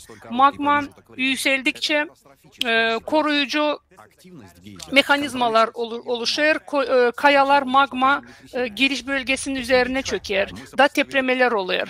Depremlerin artık 5 kilometre derinlikte meydana gelmesi, bu derinlikteki magmanın dünyanın olduğunu, dünyanın kabuğunu çoktan yiyip bitirdiği manasına geliyor. Sıradan da bir matematik örnek vereceğim. 12 yılda magma 6 kilometreyi geçti. Daha doğrusu yolun yarısından çoğunu. O zaman magmanın yolun geri kalanını kat etmesi ne kadar sürecek? Çok daha hızlı, çünkü olaylar katlanar gelişir. Dolayısıyla bu şu anda ilk noktaya uygun olarak depremlerin sayısını hem gücüne bir artış görüyoruz. Geolojik Araştırmalar Kurumu kendi verilerine dayanarak bir korkulu durum göstermemesi meraklı, yani bu durumun korkulu bir durum olduğunu göstermiyorlar. Bu meraklı değil mi? İkinci punkta baksak, gözle görünür buğulaşma ya da fumoral aktivlik. Geyzerler vulkanlar için bir soğutma mekanizması işini yaparlar. Aşırı ısıtılmış su buğusu salımı yoluyla fonksiya gösterirler. Yellowstone bu vulkanı bölgede 10 binden çok aktif termal özellikler bulunmaktadır. Geyzerler bu bölge için yangınlar, ancak Yellowstone'da son yıllarda anormallikler görüldü. Dünyanın en yüksek, en güçlü geyseri olan Norris Vadisi Steamboat geyseri eskiden yılda bir kere patlarken 18. hem 20. yıllarda arasında 48 kere patladı. Bu da bu tam olarak o bölgede yeraltı ısınmasında bir artış olduğunu gösterir ki bu da Yellowstone patlamasının riskini 50 kat arttırır. Geyser aktivliği magmanın yükselmesinin kontrol ediyor. Ondan sonra depremler olabilir. Verileri toplasak da Horris Vadisi'ndeki geyserlerin bulunduğu güçlü depremlerden sonra aktif hala geldiğini gördük. Bu da yeni magma dalgalarının depremlere yol açtığını, depremlerin de Steamboat'da onlarla birlikte üzere geyserin harekete geçmişini sebep oldu. Şu anda Yellowstone'da depremler hem geyserler açısından en aktif bölge Norris Vadisi'dir. Yellowstone'da 640 bin yıl önce son süper patlamanın Norris Vadisi'nde başladığı bilinmektedir. Depremlerin hem geyser aktivliklerin arttığı yerde tam da burası. Bu insanı düşündürüyor. Parkın başka bölgelerindeki geyser aktivliğinin ne durumda olduğunu sorabilirsiniz. 2018'de geyser aktivliğinde bir sinkronik olduğunu, geyser aktivliği hala hep yükselmeye devam ediyor. Geyser aktivliğinde son yıllarda yaşayan değişim korkutucu. Geyserler şimdiden kaldera boyunca hep dolaylarda sinkron olmaya başladı. İkinci nokta doğrulanmıştır dedik. Üçüncü punktta böyle yer üzerinde biraz şişme. Normal koşullar altında Yellowstone'daki yüzey yükselmesi ya da açılması oranı 2 ile 4 santim arasındadır. Ancak 2013-14 yıllarında yükselme hızına 5 katlık, yani yükselme 5 kat zeyedelendi. Norris Vadisi bölgesinde 15 santimetre kadar yükselme oldu.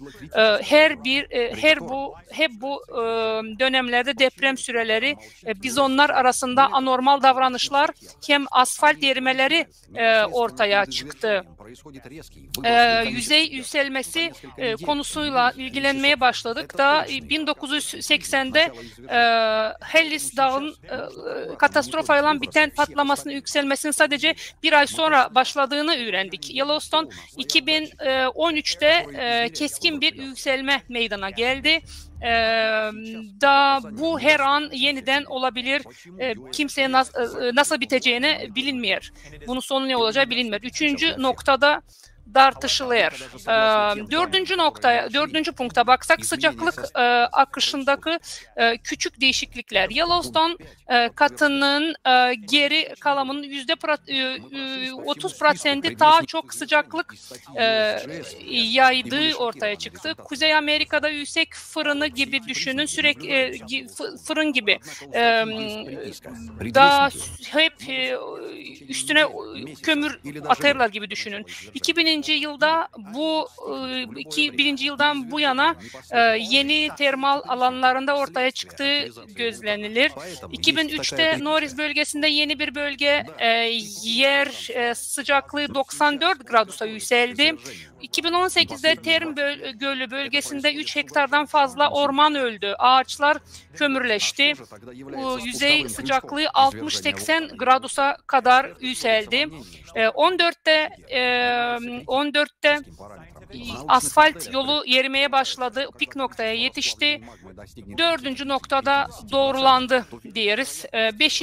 punkta baksak Fomalik geyserler birleşmesine veya göreceli bolluklarına da değişiklikler. Burada Helyum-4 Yellowstone bölgesinde çok bulunduğu andan meydana çok şişti, çok şişirildi. Medyada daha doğrusu çok şişirildi. Ancak patlamanın datası için başka bir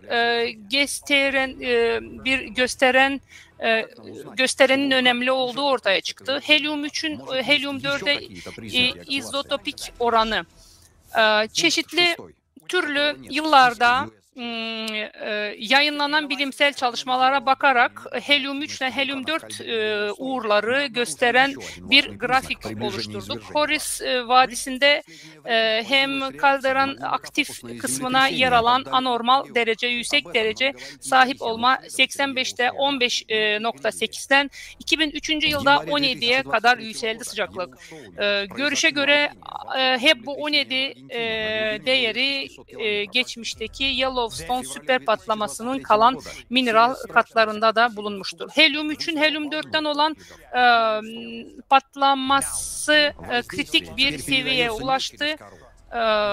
Patlamanın hemen önce volkanik gazlarla keskin bir şişme oldu, salıverme oldu. Olaydan birkaç hafta sonra gün ya da saat önce bu bir patlamanın başlangıcının kısa zamanlı olduğunu gösteriyor.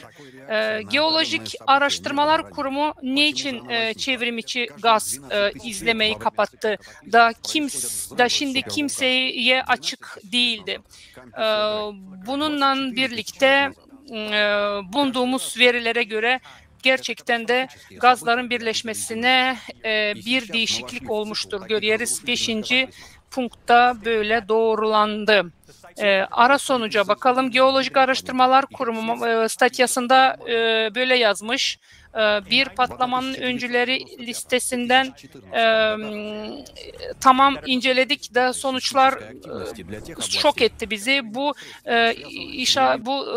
znakların hepsi Yellowstone'da görülüyor daha doğrusu. Ancak statyada bir dipnot yok. Tüm bu işaretler yanardağın faaliyetine, geçmişine sonuçlanır. Onun için böyle bir dipnot vardır. Vulkan binlerce yıldır uykuda ama şimdi patlamaya hazırlanıyor. O artık 20 yıldır endişe yani korkutucu bir yoğunlukla gerçekleşir. O halde Yellowstone yanardağ patlaması tetikleyen şey nedir diye soracağınız bize uzmanlar bu ocakların eriyerek fonksiyasını miktarın kritik bir patlama olduğunu konusunda bir türlü düşünüyorlar. Kimi 2022'de olan prognozlara göre bu oran yaklaşık 20%'tir. Ancak 2010 prognozuna göre yerik oranı 32%'tir. Sıfralar oldukça önemli ölçüde, bilirsiniz. Erime miktarının prognozu olayı ortak. 6. noktaya baksak, burada da Geolojik Araştırma Kurumu listesinde olmayan bir şey görüyoruz. Yellowstone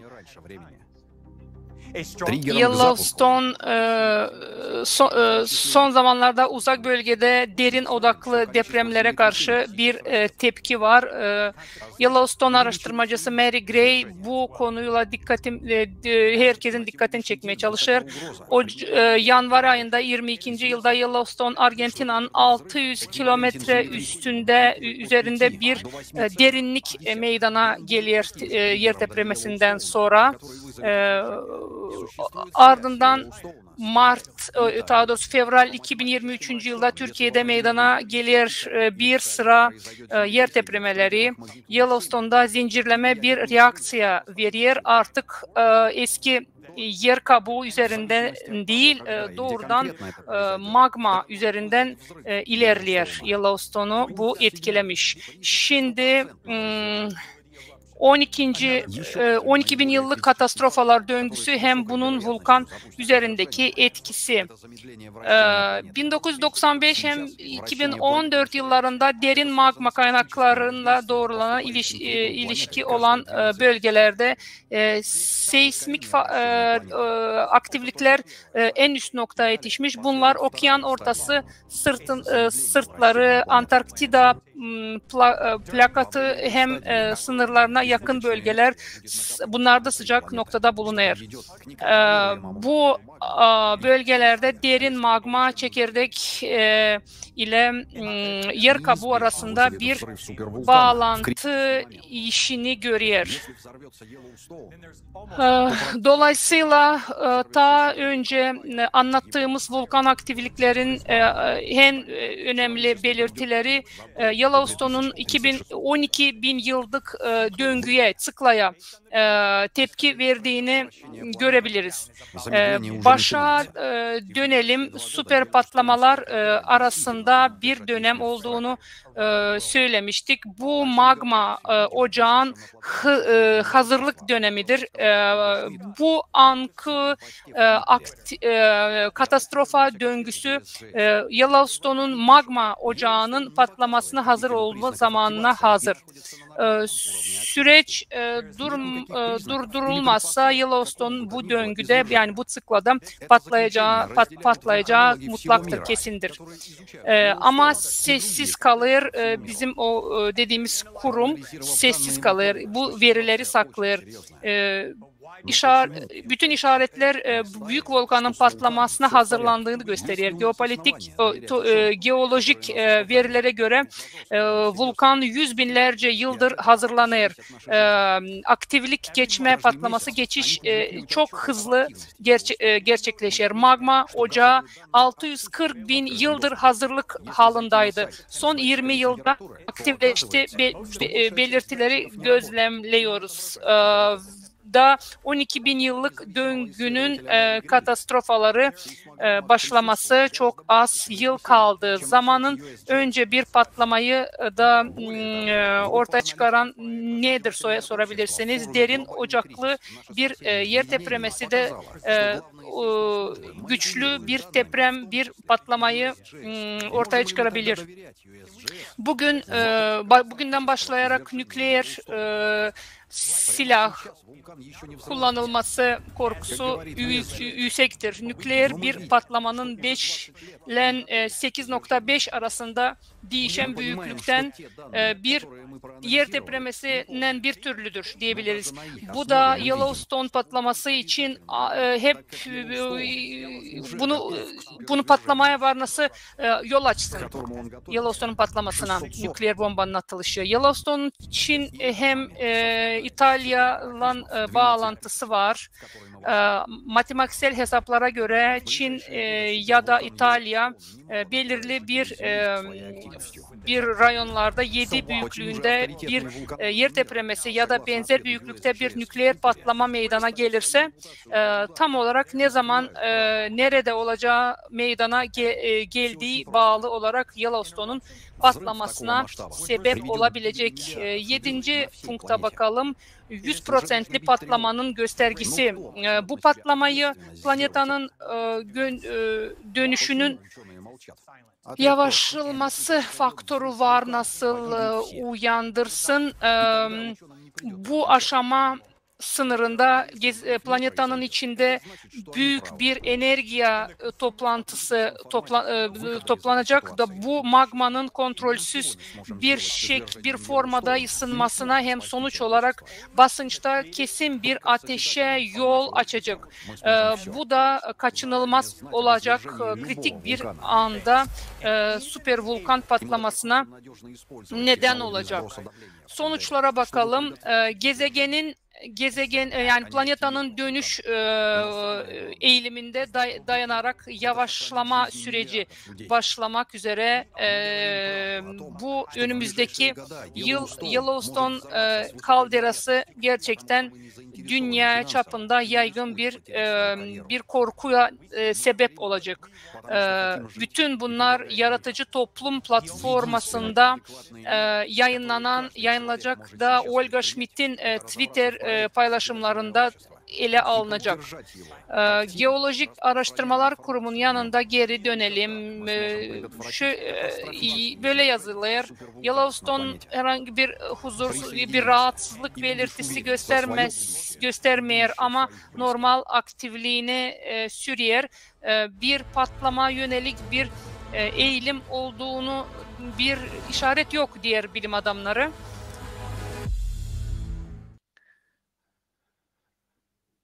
Риск взрыва супервулкана Йеллоустоун огромен. Мы, по сути, живем на пороховой бочке. Такой взрыв будет означать гибель всего человечества. Но кто из нас знает об этом? Теперь вы знаете. O halde Yellowstone'un tüketici formada değil sadece saklasınlar bu informasyoyu ama bunun akışında olmasın. Siz düşünürsünüz ne politikalar böyle yapar? Sadece onların yol çıkışı yok olduğu için.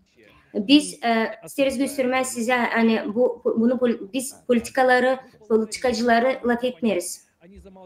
Onların durumları varınca anlama. Onlar susturayla bu informasyoyu anlatmıyorlar zerrecim panika olmasın diye. Onlar görmüyorlar yol çıkışını. İnanın biz de susacaktık Ercan bilmeyecektik halizden Newsweek bir çıkış var. Ama yaratıcı toplumun gönüllüleri söylüyorlar bütün doğruları. Biz biliriz Newsweek çıkış var. Halizden çıkış var. Bu yaratıcı toplum. Da biraz sonra siz göreceğiniz daha derinden bu formatı, yaratıcı formatı. Biz insanlar varınca onu kuralım. Kimse sanırım kataklizmalar bugünkü günde olur bir dil sıkıl gibi ama öyle sıradan. Ama ne yazık ki bütün bu değişiklikler planetamızda olur pek kanuna göre ince da bu başka bir sıkıllar 12.000 yıllık sıkıllarında katastrofaları. Getirelim aklımıza bu sonuçları her 12.000 yılın içinde büyük katastrofalar, büyük maçtaplarda olur. Ama 24.000 yılın içinde olacak daha da büyük.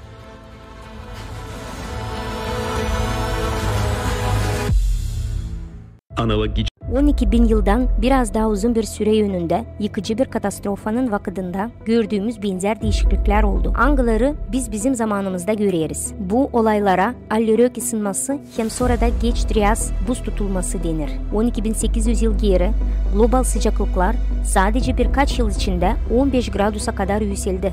Birden buz parçaları çoğu yerde de dünyadan bir buzun periyoduna çıktı. Da sıradan aşırı sel hem katastrofalar, büyük deniz seviyesi yükselmesi yaşandı. Bu sırada Gulf Stream'de şimdi olduğu gibi durdu.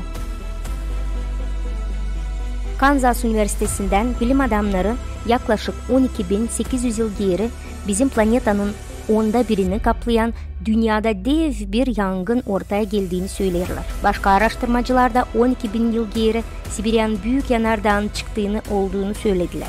Hem de şimdi söndürülemeyen daha da büyük ölçüde yangınlar var. Sputniklerin görüntülerinin analize göre bilim adamları 10-13 bin yıl geri bilinen en büyük kum tepelerinde Sahara çölünde hem bölgelerde oluşmuştu geç Trias sırasında rüzgarların büyük gücünün gösterdiğini bulmuşlar. Grenlandiya'da gelen buz çekirdeğin özleri hem Alaska'ya işlemelere göre bu vakitte rüzgarlarda kısa süresinde bir artış da belli edildi. Şimdi Trias'ın bitki zamanlarda olduğu gibi dünyada da hep öyle oluyor.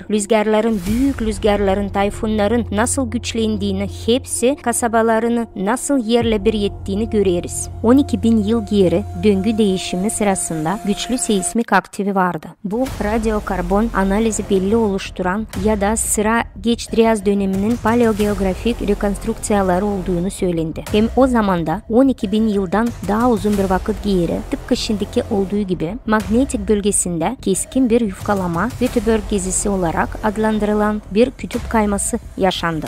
Bu birden değişikliklerin sebebi çekirdeki değişikliklerin sebebi olduğunu anormal magnetik aktivisi. Bu bilim adamların geç Trias'ın buzul çekirdeklerinin toz hem asit yağmurunun izlerinden not alındı. Büyük ölçüde volkan patlamaları göründü. Kol mağarasında bulunan katlanma analizleri yaklaşık 13.000 yıl geri volkanik kısa sebep olan bir volkan patlamalarını hem dünya büyüğünde buzullaşmasını gösteriyor. Trias bitkilerinde bir ısınmadan sonra hep öyle temperaturada keskin bir soğuma oldu. Bu olay megafaunanın büyük bir yok olmasına yol açtı. Sibirya'nın soğuk yamaçlarında buzla binlerce donmuş mamont hem başka hayvanlar bulundu. Kramanyonlar ölmelerine sebebi olduğu hem insan nüfuslarının keskin bir düşüş oluştuğunu gösterildi. Hepsi bu korkunç olaylar sadece birkaç 10 yıl içinde oluşmuş. Aynı felaket olayları planetamızda sadece 12.000 yıl önce değil, daha önce de meydana geldi. Dataların yanlışlıkları dikkatine alındı. Bu döngü geolojik verilerin pek iyi izlendi. Bilim insanları arasındaki kıyametler için kitaplarında hem işlerinde birbirlerinden bağımsız olarak bu konu hakkında yazmışlardır. Vladimir Bubnenkov, Vitaliy Bushuyev, Alexander Baturin, Igor Kopylov, Nikolay Petrov, Douglas Vogt hem başka birçok bilim adamları yaklaşık 12.000 yıllık bir periyoda dünyadaki global felaketlerin döngüsünü anlamaya başladılar. Geologiya, paleontologiya hem arkeologiya bu döngünün geçmiş felaketlerini çok sayıda kanıtladılar. Bu felaketler olayların her biri sadece klimat durumundaki birden değişiklikleri değil. Hep o vakitte geodinamika yeniden yapılması da karakterize edilmiştir. Magnetik alanı zayıflaması hem değişmesi, yaygın korkunç volkan patlamaları, tektonik yeniden yapılma, atmosferik sıcaklıkta 10-15 gradusluk değişimler hem dünya okyanusun seviyesinde 20 ile 50 metrelik değişiklikler de ardından büyük ölçüde buzuluşmalar. Her döngüye magnetik alanı bir değişiklik hem güçlü volkanik patlamalar eşlik ettiğinden bu durum sıklım planetanın çekirdeğindeki değişikliklerle bir olduğunu açıkça görüyoruz. Tıpkı şimdi olduğu gibi. Felaketler sıklının aktif aşamasına giriyoruz.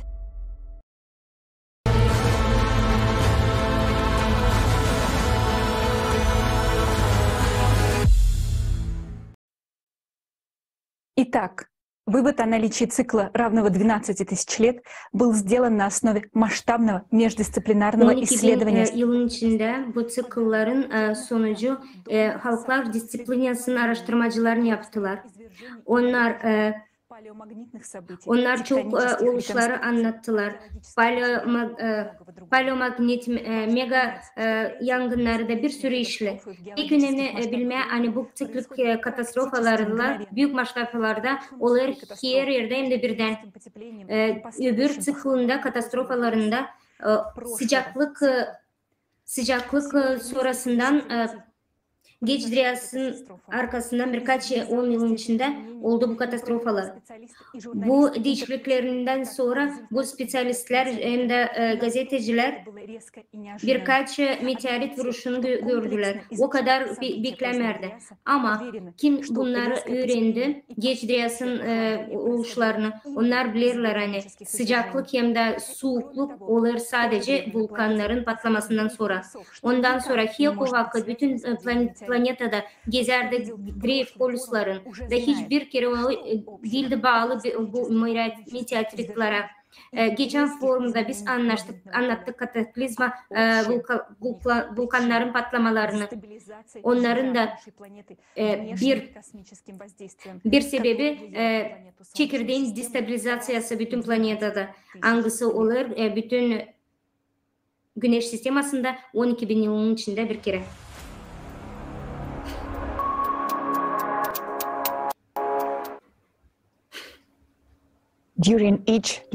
Каждый цикл катастрофы. 12 тысяч лет происходит дрейф. Katastrofaların 12.000 yılın içinde olur. Dreyf magnet poluslarında nasıl biz şimdi görürüz.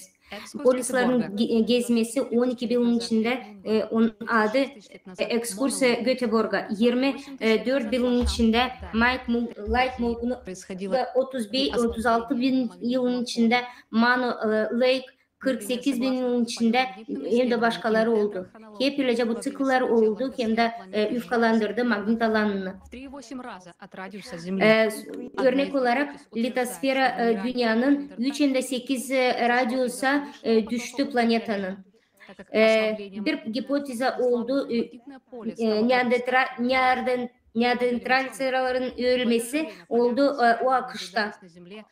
O vakitte açan bu ışıkları görerler insanlar bütün dünyada o zonalarda. Biz görürüz hani magnet alanını çoğalır. Siz görürsünüz ne kadar büyük parametrelerde katastrofa olarak değişiklikler olur. Da yok eder bütün canlı işleri bütün planetada. Hadi bakalım nice magnet alanı bu tıklı 12.000 yılın içinde anormal olarak değiştirir hem de bizi korkutur. Tekrar edelim. 1995 yılda çekirdeğin değişikliğinden sonra magnet polusları soğuk tarafından değiştirdik. Başladı hızlı gitmeye. 15 kilometre yılda 3,5 kerede daha çok. Bu sonuç sıcaklık bütün çekirdek içinde yaptığı bir akış demir sıcaklık lavası. Şimdi görüyoruz yani magnet alanı pek yufkalandı.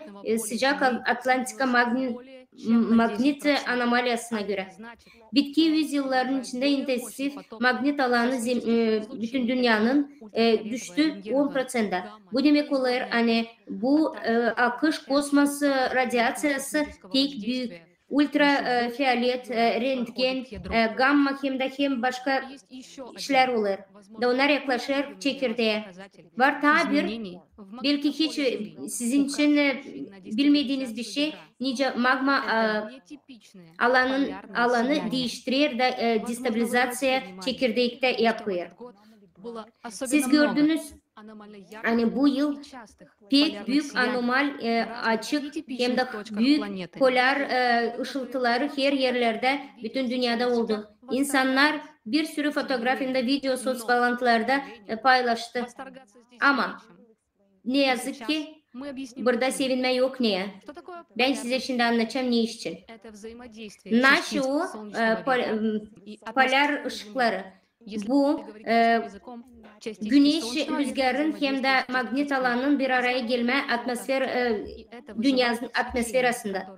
Biz görüyoruz hani bu azot hem de kislorodun parçaları bir araya geliriz. Biz görüyoruz ondan sonra biz görüyoruz polar ışıntıları. Açan bu derinlikler, atmosferin derinliklerinde bu oluşlar oluyor, bu parçacıklar giriyor. Biz görüyoruz birkaç renk gökyüzünde. Dünyada, yerde biz sınıştık görme polar akışlarını yeşil renkte. Bu polislarda yeşil renk oluyor, o zaman açan 100 ya da 200 kilometre yerin üstünden de onlar bağlı birbirine parçacıklarından güneş rüzgarından beraber bu enerjilerle.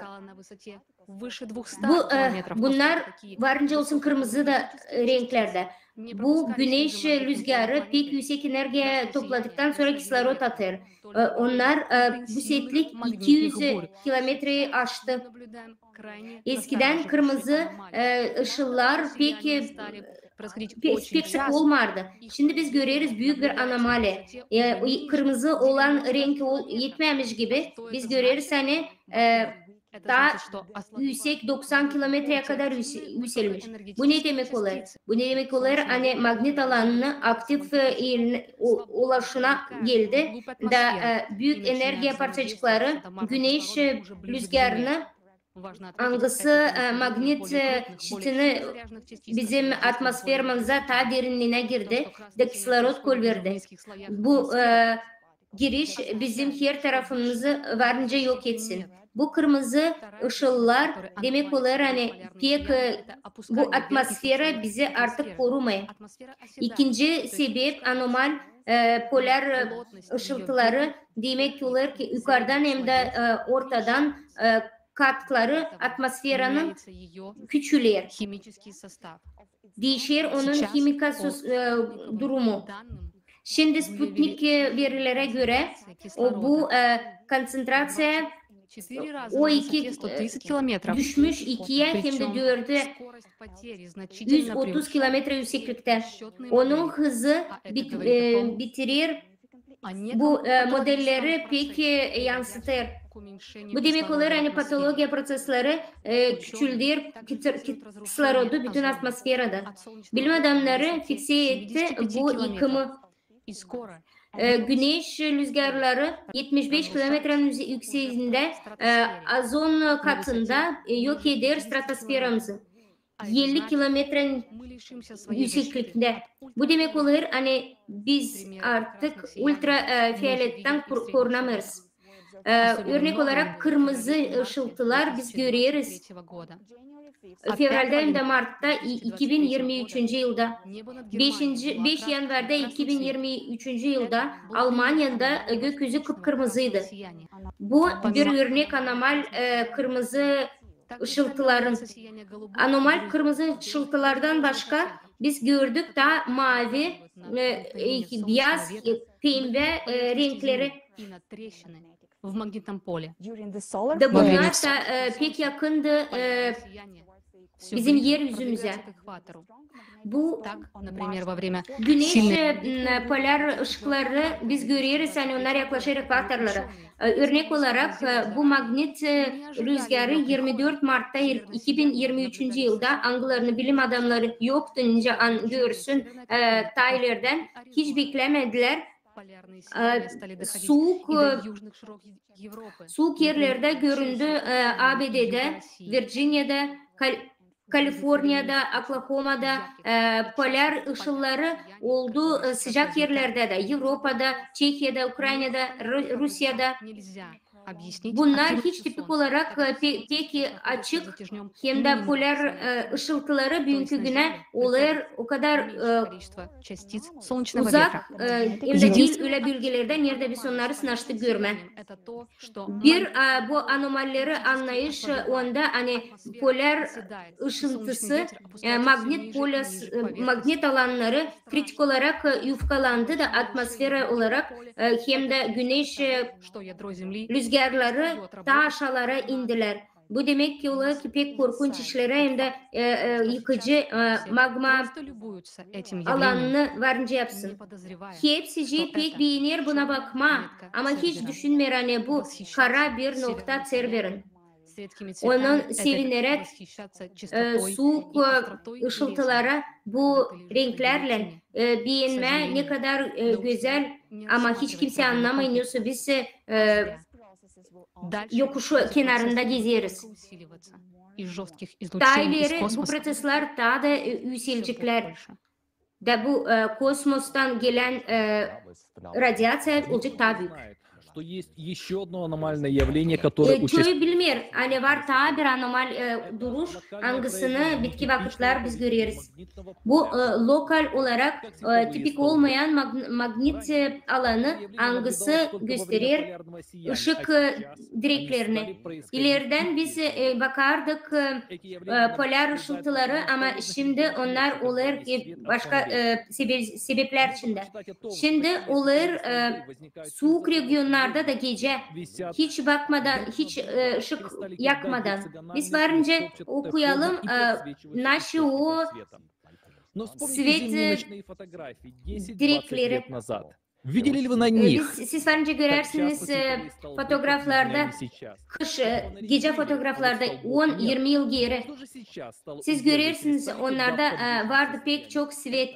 Şimdi nasıl oldu da bu kristal buzullar optika olarak oldu daha efektif.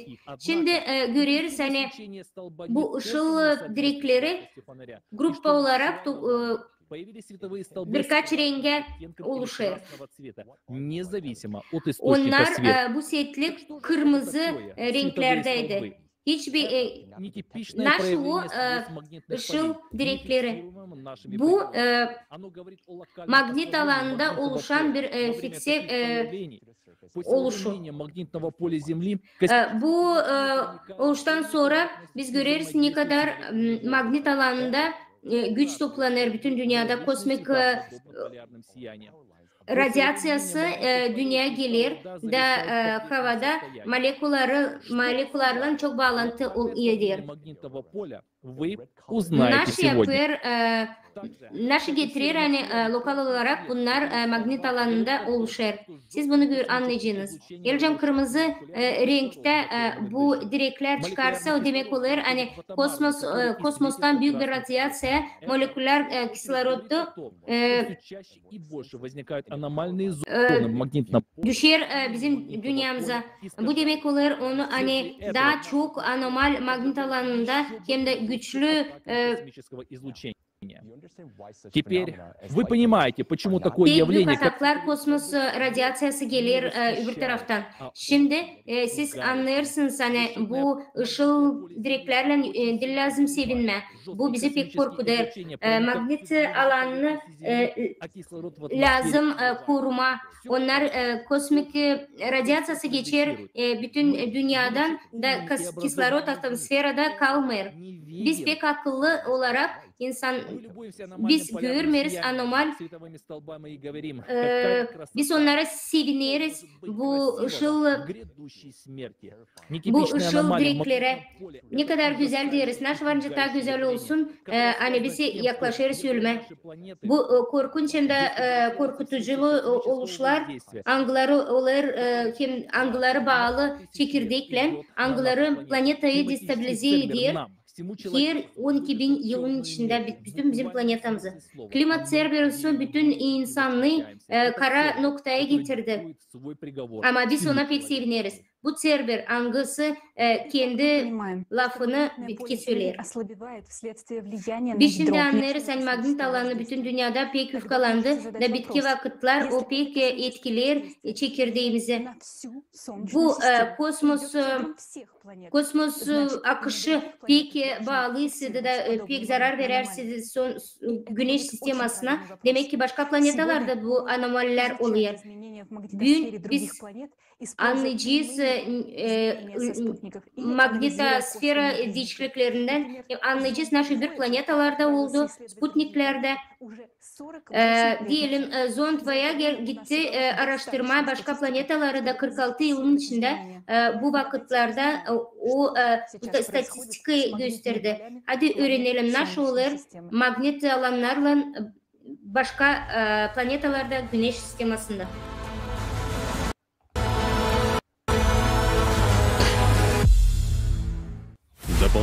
Yardımcı enerji angısı gelir kosmosdan 12.000 yıllık sıkılına göre Güneş sistemanın planetaların çekirdeklerine, nasıl çekirdeklerden peydalanır planetanın magnet alanları. Kosmosun belli etmesi yerin çekirdeğine, onun için hani 1995 yıldan olur değişilmeler bizim planetanın magnet alanından. Onlar belli olurlar kutup ışıklarında, anomaliyalarda hem polislerin zayıflarında. Dışınki belli etmeler olurlar başka planetalarda da hem onların sputniklerinde. Hadi bakalım nasıl değişilmekler biz varınca görelim magnet alanlarında, Güneş sistemanın başka planetalarında da. Venera'da 2006 yıldan ilk kere belli edildi magnet alanı. Hangisini daireleri belli etmezdiler. Sebep gibi Venera'da şimdi belli ederler kutup ışıklarını. Onlar belli olurlar şav gibi hem değişirler türlü formaya. Kim erkeği dağılırlar bütün planetayı. Bu süreler onun için 2006 yıldan büyük değişilmekler oldular Venera'nın çekirdeğinde. Ne çünkü magnet alanı yokunca peydalansın kendi kendisine. Şimdi Mars'ta yok global magnet alanın değişilmekleri. O kadar ki onlar belli olurlar o parodalarda anglarında yok magnet. Ya da onlarda magnet pek yufka hani yokunca belli olsun. Peydalanarken kutup ışıkları. O kadar ki bitki yılların içinde lokal zonalarında anglarında yok magnet peydalanır kutup ışıkları. Mars'ın Öğlen tarafında 2014 yılın Ağustos'un 11'inde ilk kere gözlettiler Marsiyan kutup ışığını. Hangisini daireleri belli etmediler Güneş sistemasında. 2004 yıldan 2014 yıllardan belli edildi 19 kutup ışığı. Angıları bulundular anomal zonalarında. 2022 yılın April ayında Mars'ta belli edildi pek büyük kutup ışığı. O belli oldu nice şılak yol gibi angısı kapladı planetanın yarısını. Böyle kutup ışıkların peydalanması Mars'ta söyler onun için Mars'ın çekirdeği angısı işlemir, değişilir. Mukabele eder yardımcı enerjiyi de varınca değiştirsin kendi magnet kolaylıklarını. Jüpiter'de magnet alanı 20 kerede ta kahve ne kadar yerde. Kutup ışıkları da olurlar. Röntgen diapazonda 1000 kerede ta kahve ne kadar yerde. 2017 yılda Yunan Sputnik'den haberlere göre gösterilen magnet alanı Jüpiter'de geçti büyük değişilmekleri. Bunu belli ettiler. Ondan sonra nice Voyager zondu yolladı haberleri. Hangisi araştırdı Jüpiter'i 1980 yıllarda. En büyük değişilmekler magnet alanında oldular. Yakın Jüpiter'in ekvatoruna. Hangisi belli nice büyük Голубое пятно. Bu olayı varınca araştırma Öğlen Atlantik magnet anomaliyasının hangisi şimdi büyür bizim yerde. En büyük Jüpiter'in sputniklerinde hep öyle olur kutup ışıkları. Ama meraklı Callisto kutup ışığı belli edildi ilk kere sadece 2021 yılda. Bu süreler onun için olur magnet değişilmekleri çekirdekte 12.000 yıllık sıkılına. Değilse de büyük planetalarda hem sputniklerde ama başka planetalarda da.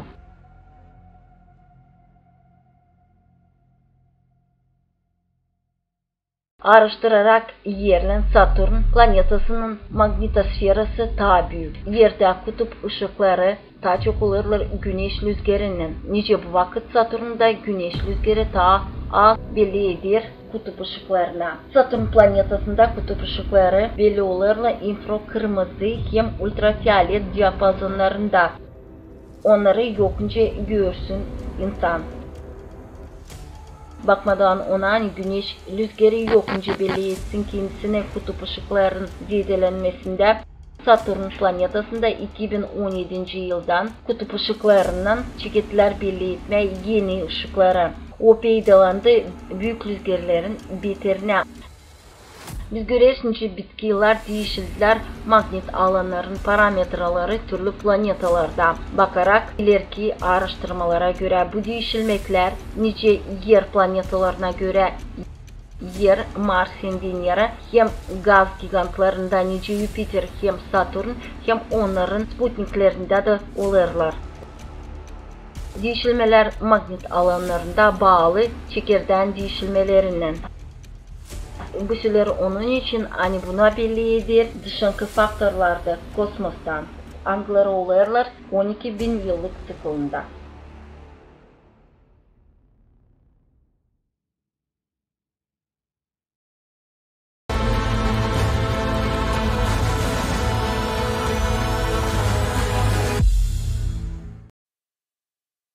Сделаем краткие выводы. Как мы с вами только что Yapacağız kısa sonuç. Biz gördüğümüz gibi anormal olarak olur hepsi planetada hep öyle nice de bütün dünyada. Bu demek olur hani şimdi güneş sisteması sadece kosmos radyasyasından bütün çekirdeklere etkinlik yapar. Niçin sadece çekirdeklere bu etkinlik olur? Nötr destabilizasyon çekirdeklerine oluşur. Şimdi biz gördük nice fiziksel olarak bu oluşlar yok eder çekirdeklerini. Varınca görme dünyada da hep her bir kosmosta. Ama dünyada isteriz tabii ki gösterme nice bir başka planetalarda olur. Bu anormal magnet alanında işleri. Bütün canlıları varınca yok etsin. İnsandan mantarlara kadar. Demek olur hani magnet alanı değiştikten sonra o varınca değiştirsen bizim de yaşamamızı. Bütün eksperimentlere, biyolojik efektleri magnet alanların değişiklikleri o kadar önemli. Hani biz görüyoruz onların ne kadar korkunç faktörleri hem de radyasyonları ciddi olarak bize yansıyor. Magnet alanları elektrika oluşlarda bu organizmaların içinde olur.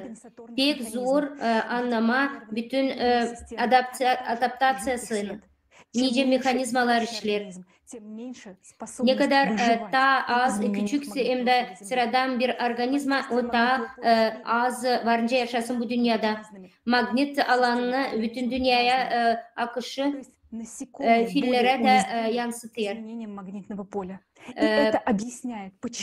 Hayvanlar daha da varınca daha çok yaşasın varınca bu magnet alanların değişikliklerinden sonra onların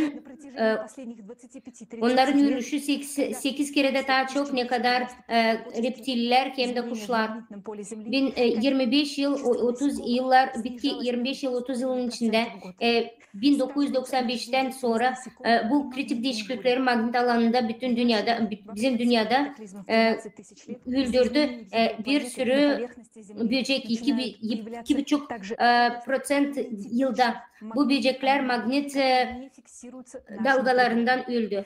Bizim günlerde bu cikl kataklizması 12 yılın içinde değişiklik planetanın çekirdeğinde getirdi. Planetanın yüzünden oluşları anormal magnet duruşlarını.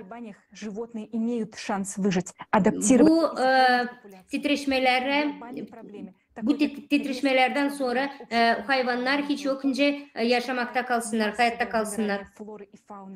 Onlar bütün flora ve fauna varınca ölsün. Bu şimdi olur bizim dünyamızda. Milyonlarca hayvan, bitki hem de mantar varınca ölsün. Nasıl olur? Bunlar hepsi olur klimatın değişiklikten sonra. Ekoloji kirliliğinden. Bu doğru ama sadece değil. Bunun faktörleri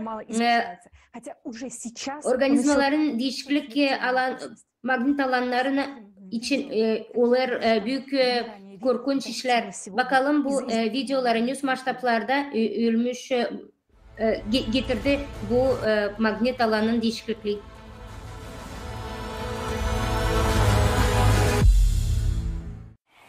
В настоящее время мы находимся на грани шестого массового вымирания видов. Многие существа исчезают с угрожающей скоростью. Еще более тревожно то, что это было спровоцировано не только деятельностью человека, но и аномалиями магнитного поля, которые происходят в последние 3 десятилетия.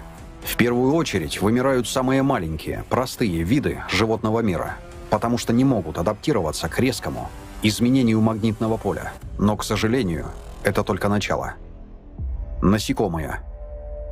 В 2019 году в журнале Biological Conservation было опубликовано исследование о том, что сейчас снижается численность 41% видов насекомых, а треть из них уже находится под угрозой исчезновения.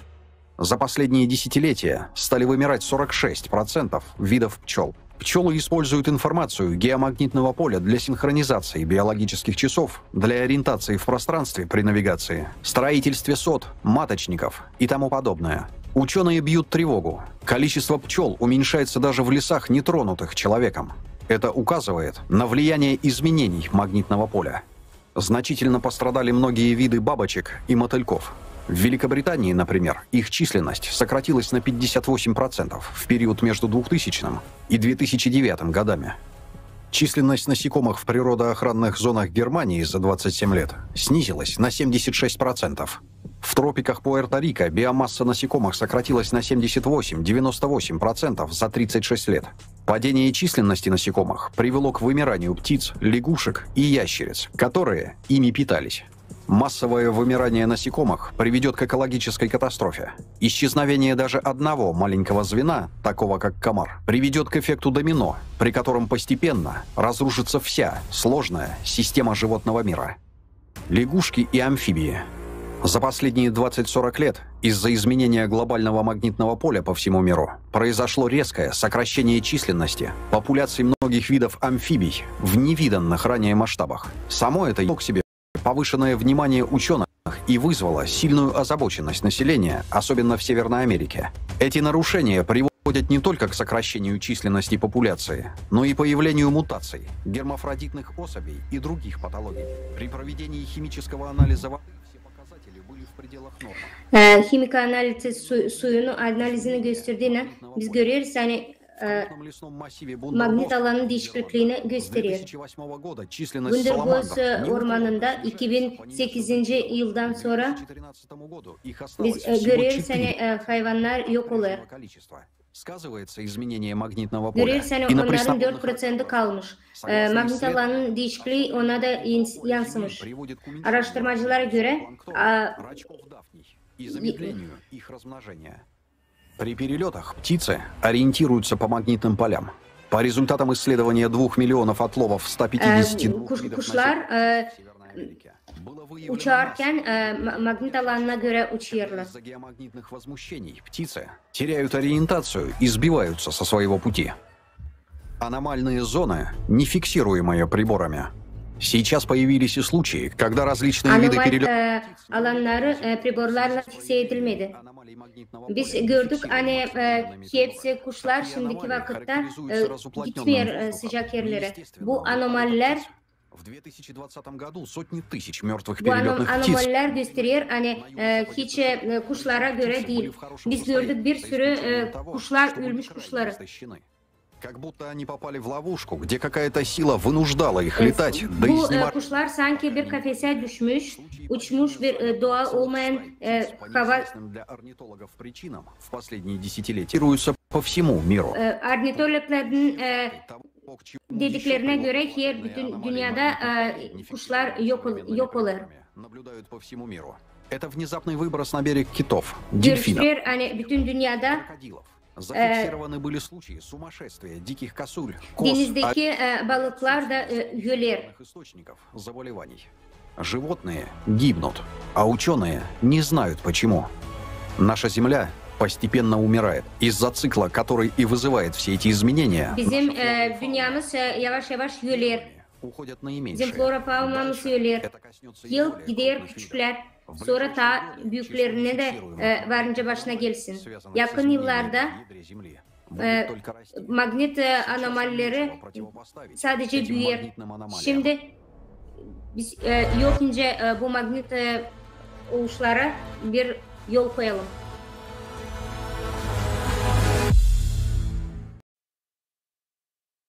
У вас может возникнуть вопрос.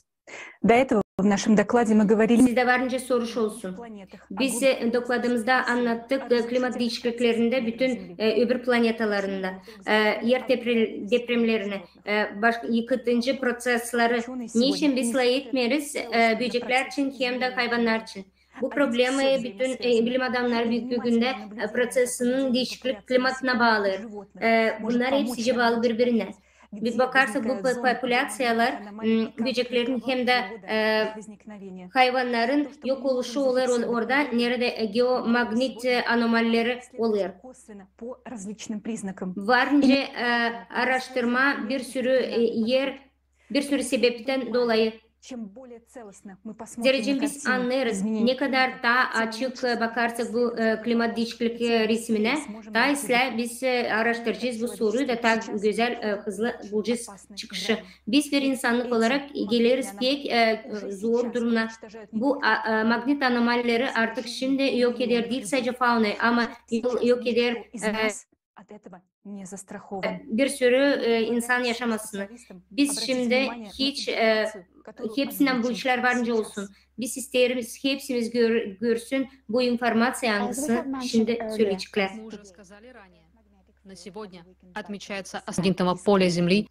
Önce biz söyledik daha ileriden. Bugünkü günde pek yufkalandı. Magnet alanı 10%'da onun tendansiyası da büyür. Onun sonucu da insanlar, onlar hiç korumalı değil bu kosmik radyasyasına. Sadece bugün biz görüyoruz ne kadar hızlı dinamika büyür, onkolog, virüs hem de başka hastalıkları.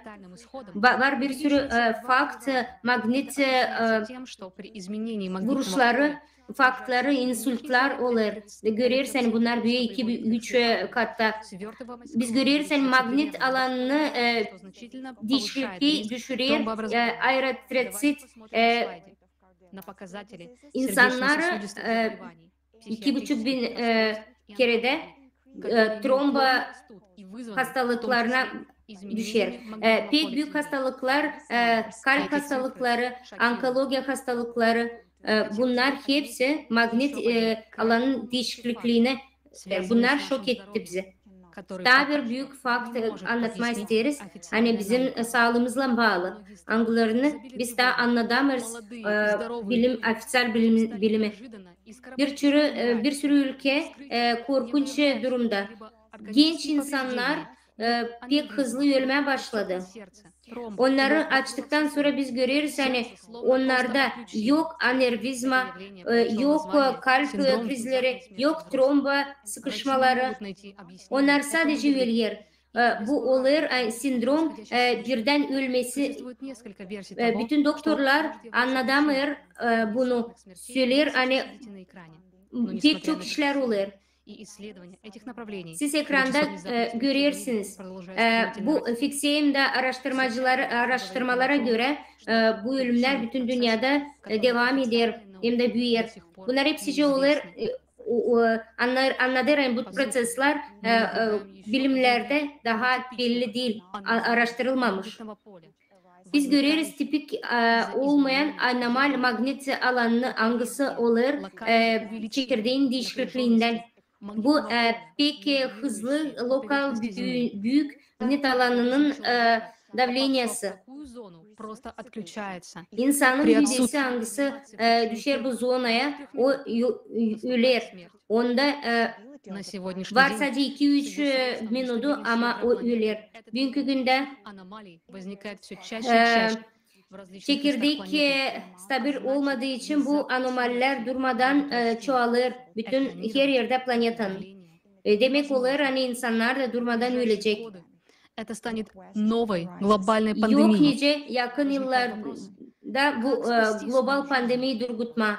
Soru böyle nice kendi yaşamını bence koruma. Bugün insanın yaşaması, canı hiç önemli değil. Çünkü bizi tüketici formatta bu soru hiç açılmayacak. Biz lazım tüketiciyi yaratıcı formata değiştirelim. Nerede pek kıymetli insanın yaşaması. Bilim adamları fikse ettiler araştırmalarda bir sürü anormal sebepleri.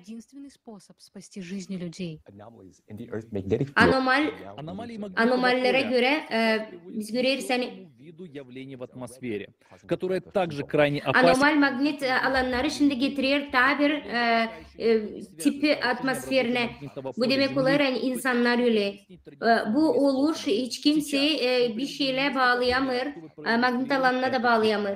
Şimdi birkaç örnek size göstermek isterim bu anomaliyle. Bir sürü klimat katastrofalardan sonra yarım yılın içinde hangisi insanların üstüne geldi. Suudi Arabia'da 29 Dekabr'de 22. yılda hızlı soğuk oldu.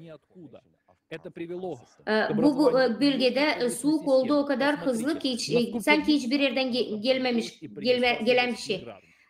Bu güç sistem aslında bir parça vakitten büyük bir yağmur hem de toğlu düştü. Bu yağmur getirdi soğuk temperatura.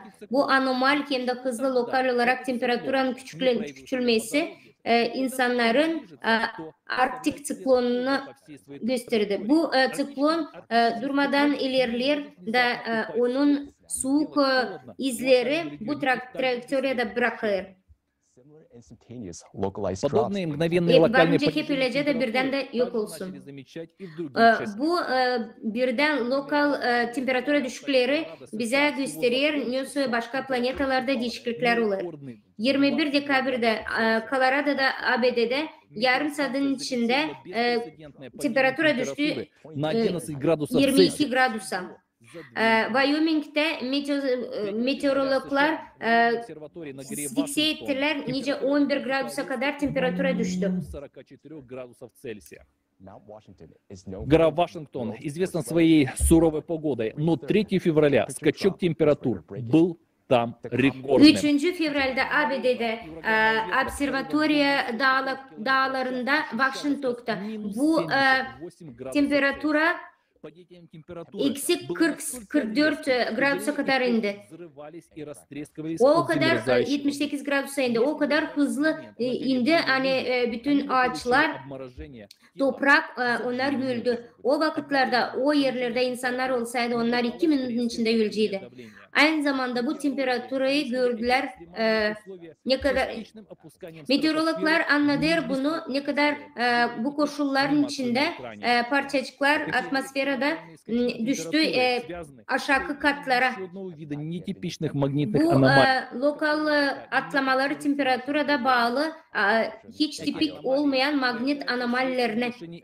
Bu anomaller oluyor. Atmosferin moleküllerine iyonizasyasını yok ediyor. Magnet alanları da atmosfere pek bağlı. Bu zonalarda magnet anomalleri bu molekülleri atmosfere içinde değişiklik yapıyor.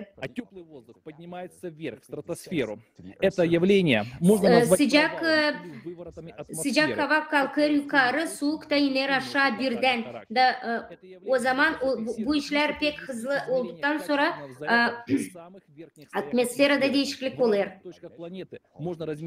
Yüksek katlarda atmosferde biz görüyoruz değişiklikler.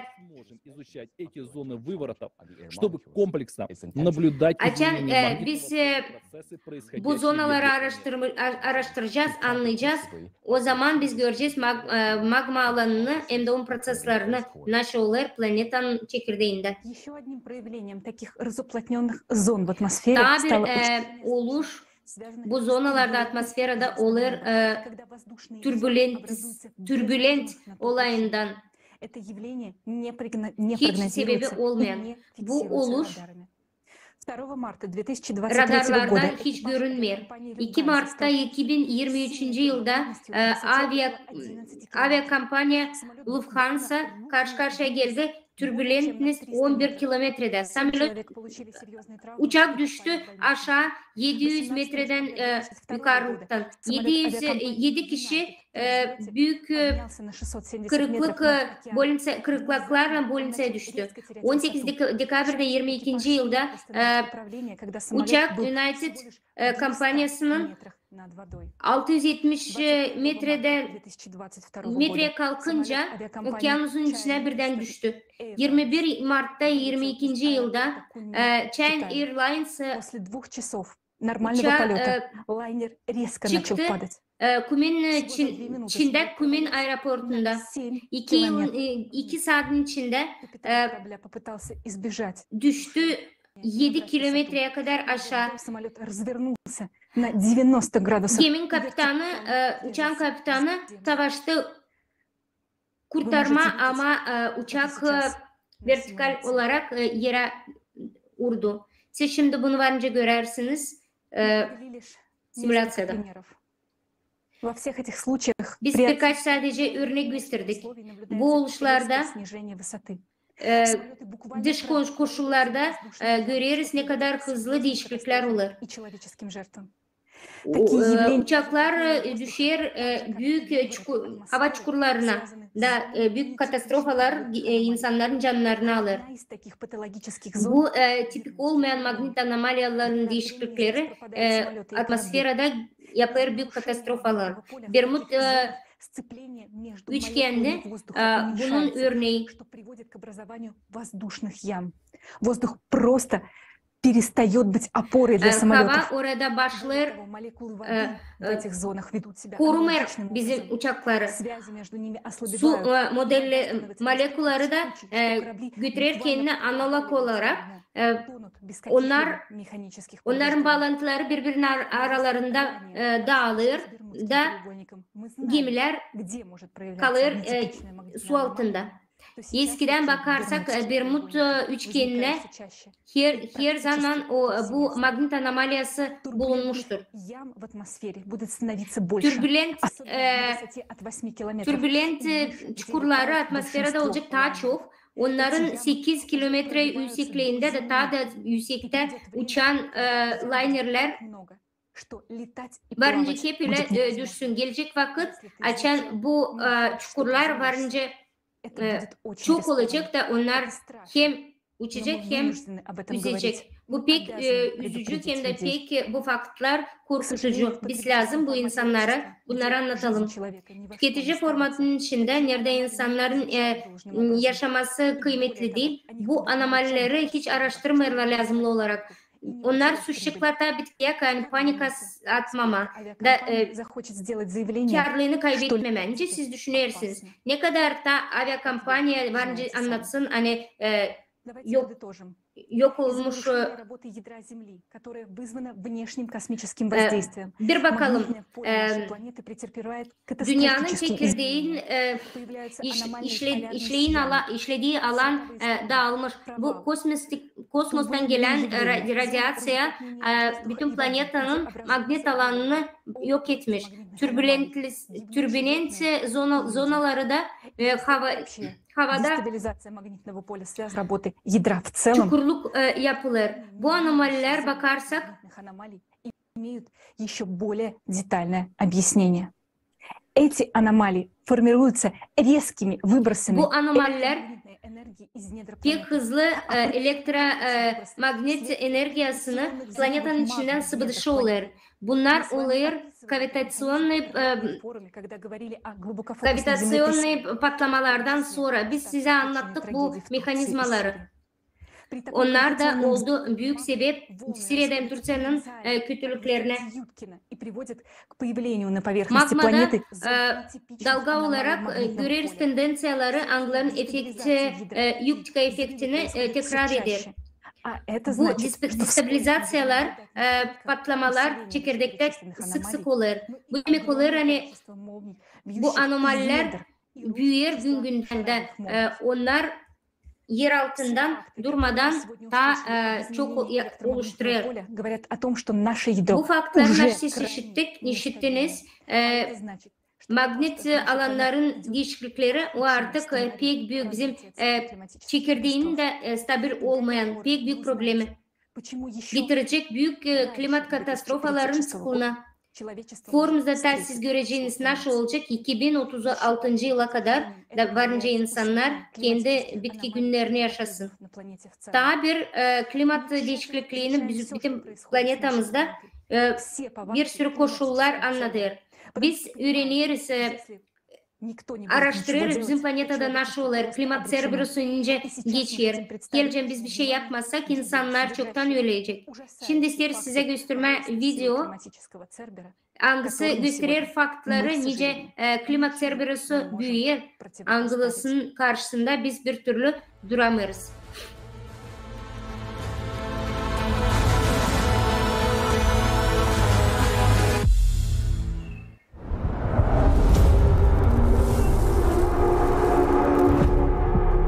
Катаклизмов такой силы и масштабов наше человечество еще не видело. Bu büyüklüğünde güçler doğal felaketlerde insanlığın daha önce hiç görmemiş. Dünyanın içinde fırlayan Cerberus gibi. Biz klimat Cerberus'un araştırmasını yaptık. Bu binlerce volontör klimat komandasında yaratıcı toplumunda Angloları bütün dünyada 24 saat 7 gün işledi de bu informasyonu topladı. Обработать такой объем данных не под силу даже нескольким исследовательским институтам. Bu büyük verileri işleme lazım pek büyük güçlü hem de büyük araştırma enstitüleri. Ama bu insanların bir amacı var. Cerberus'un ardına bakarken biz anlarız hani o büyüdü da o çıktı ortaya. O artık bizim planetamızı yok eder, paramparça eder, yerlerimizi yerle bir eder, yaşamamızı alır. Ve bir sürü insan da hiç bilmiyor ne kadar korkunç nasıl olur bizim bu klimattan. Ama biz anlarız hani klimat Cerberus'u kendisi durmayacak. Hani onu tutmadan lazım öğrenme hepsi onun yaptıklarını. Her biri onların bütün bizim yaşamamızın varlığı. Şimdi Cerber bizi ilerler çok adıma da biz de gideriz onun arkandan. Onun yaptıkları hangisini biz gördük. Biz var size anlatalım. Bu videodan sonra yokunca kimse söylesin, hani yokunca söylesin hani size kimse bunu söylemedi. Цербер атакует внезапно и молниеносно. Когда вы меньше всего... Cerber birden gelir de orada neredeyse onu hiç beklemezsiniz. Bir hızlı vardığınca hissetme. Hiçbir şey yapınca çıkarma. Biz kaçardık. Pek çok yangın vardı. Pek kötüydü. Hiç yoktu çıkış. Biz çıktık, atladık pencereden. Bu bir kinodaki gibi. Hepsicik düşer. Biz kaçıyoruz hani kendi yaşamamızı kurtarma. Biz kaybettik evimizi. 28 Mart'ta Gruzya'da insanlar gezerdi kendi şehrinde. Bir momentin ardından onlar kaldılar bir yıkıntı altında. Конструкцию так трясло от ветра. Я подумал, что это землетрясение. Bu konstrüksiyon o kadar bu rüzgar o kadar sallardı onu. Deprem olduğumuş gibi. Burada bakın rüzgar yok etti maketleri. Japonya'nın Miyakatsuna şehrinde oldu pek büyük yağışlar. Biz görüyoruz hani insanlar yağmurdan korunamıyor. 3-4 minutun içinde su kalktı 2 metreye. Oldu o kadar hepsi hızlı. Onun içinde sanki nekire dönüştü ortalık. Bu sanki tsunami gelmiş.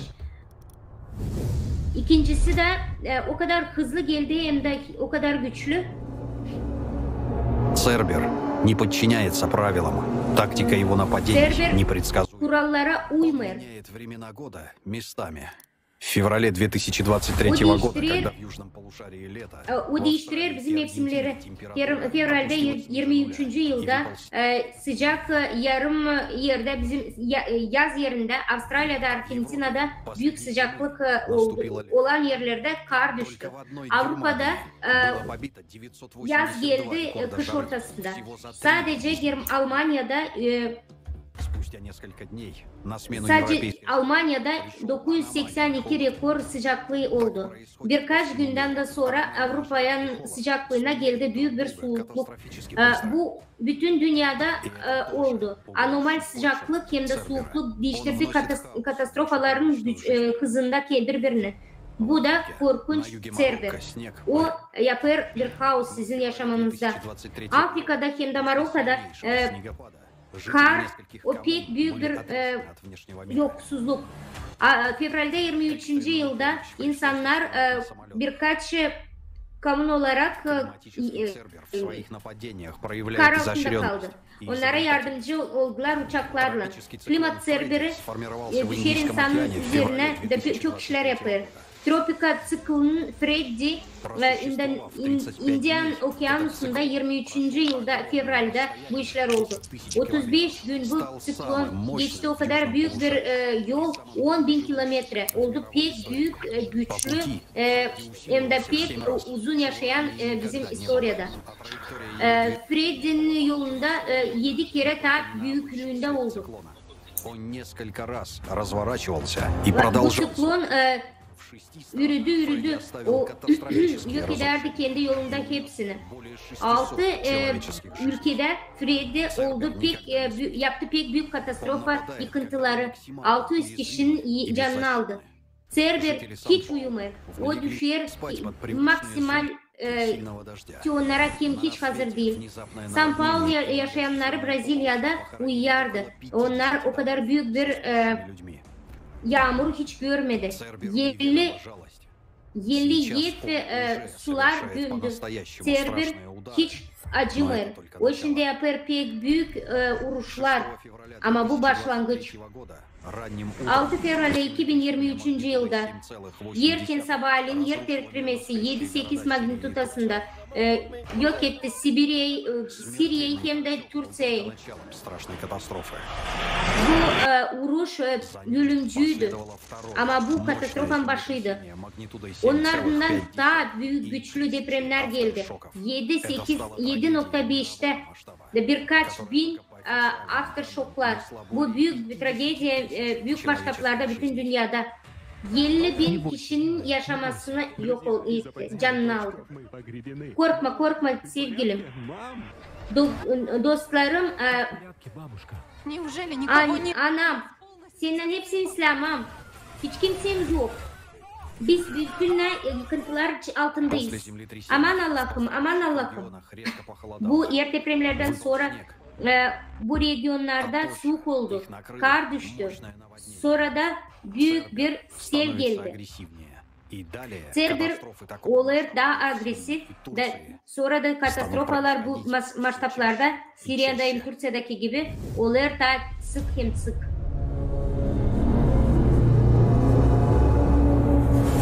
Аппетиты Цербера постоянно растут. Он пожирает все больше территорий. Цербер bir türlü doyamar, hep ister. O yer bir sürü teritoriya, yok eder bir sürü bizim yerlerimize. Пожары разрастаются, горят миллионы гектаров. Их очень сложно. Yangınlar yayılır da bir sürü milyonlarca hektar yokunca söndürme. Seller büyük teritoriyaları almış. Bütün Avrupa'da 2000. yıldan beri 30 kerede anormal yağışlar oldu. Daha eskiden Cerberus daha da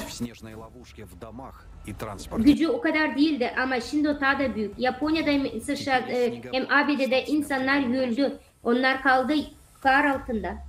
Şimdi kar da oldu insanlara bir ölümcül. Kuraklık oldu artık koparılmayan bir proses. Hem de büyüdü yıldan. Şimdi Mart Lambda çok su olsun, kar yerdikten sonra. Çünkü burada her yıl, bütün yıl böyle kuraklık. 3 ay her yıl yok bizde yağmurlar. Kuraklık bu yıl oldu ekstra. Geçen yıllar 2 yıl onlar da oldu pek kuraklık. Ama bu sefer pek çok toprağımız kurudu. Рекордные плюс 40 Sıcaklık dalgalar oldu daha büyük hem de gelir daha erken. 40'ın üstüne derece India'da, Pakistan'da fevralde sıcaklıklar oldu. Asya'da ilk kere historiada bu iş oldu. У Цербера много голов, и они все ненасытны. Cerber'de pek çok gol vardı, onlar hepsi pek çok kafa vardı, onlar hepsi yemezdi. Onlar üstümüze gelir, bizim teritoriyamıza katastrofalar yaratır birden. Fevral'in bitkisinde 23. yılda Madagaskar'da Mozambik'te büyük bir siklon Freddy geldi. Hep o vakitte ABD'de büyük kış rüzgarı, historiada büyük bir tornado oldu. Avustralya'da hem Çile'de büyük yangınlar oldu. İndonezya'da, Brezilya'da hem ta 17 ülkede ekstra yağışlar, seller. Filipin'de, India'da, Peru'da bir sürü sel hem de yer akışı oldu. 5 büyük magnitudada 6 şiddetli depremler oldu. Da bunlar hepsi değil. Kataklizmalar senkron olarak büyür hem de güçlenir. İleriden hiçbir kere böyle iş olmadı ama şimdi bunlar her kere olur.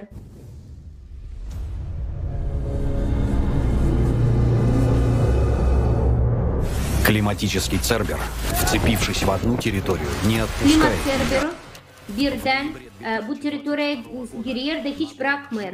Noyabr'da 22. yılda Cida kasabasında Suudi Arabistan'da geldi büyük bir yağmur. 6 saatin içinde o kadar çok yağmur yağdı. İncesası 3 yıl yağmur. Diğer 5 yılda 5 ay bu kaskat durmadan çoğaldı. Kar, tuğlu, kum tozu, tornadolar, çok yağış, seller. 3 ay Kaliforniya'da, ABD'de bomba siklonu vurdu. Atmosfer bir sürü yer depremi, selleri, yer akışı. Bu insanlar karşı karşıya geldi bu katastrofalarla. Klimat katastrofaları birden gelir bir teritoriye da her yeni dalga daha da yıkıcı olur da insanları daha zor durumda bırakır. Cerber anlamır sen zenginsin mi, fukari misin? Sen milletin, sen senin, ona hiç önemli değil hangi ülkedensen, hangi milletten, o herkese gelir. En kötüsü de hani o ne kadar daha alır bizim canımızı, daha o kadar o istiyor bunu. Daha da çok da yapacak.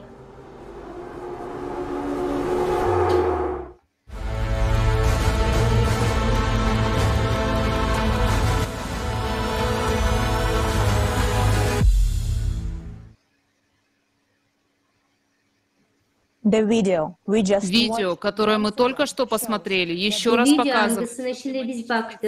Это тревожная реальность. Klimat Cerber'u büyük bir korkunç bizim günde. Onun hiç önemli değil. Sizin statüsünüz, rasanız, hepsimiz biriz. Bu kötülük hem de ölümcü korkulukta. Şimdi biz varınca ona karşı çıkalım, varınca. Bunda da, bu da varınca yapsın ki hepsi. Bizim doğruluk sesimiz.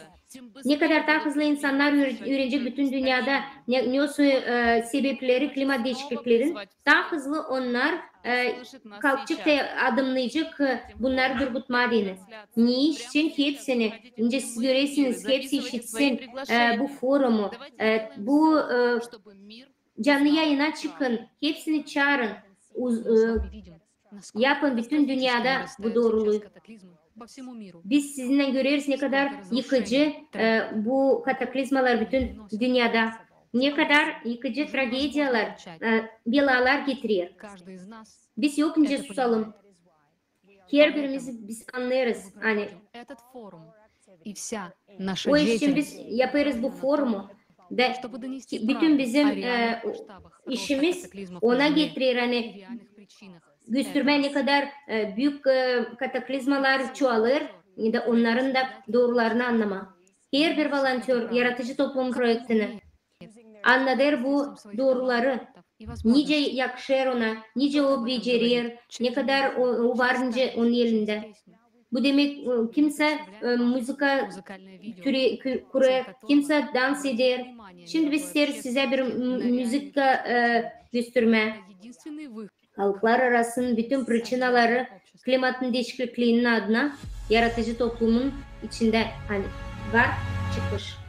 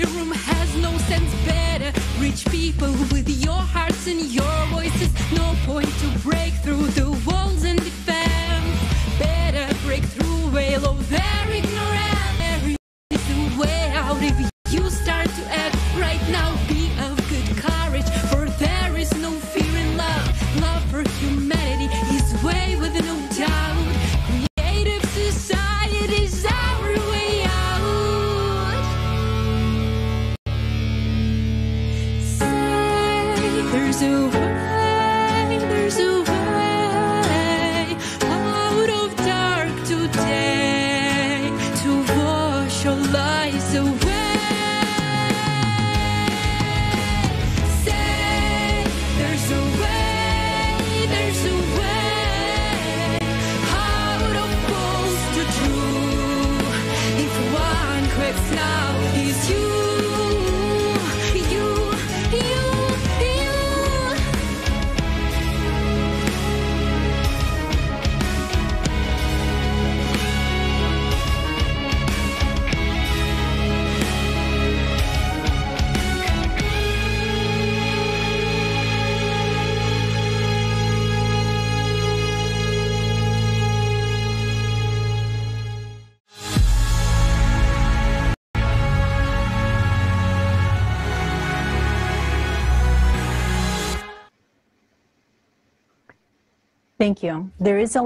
Спасибо. В этой песне есть такая Sağ строка. olasınız.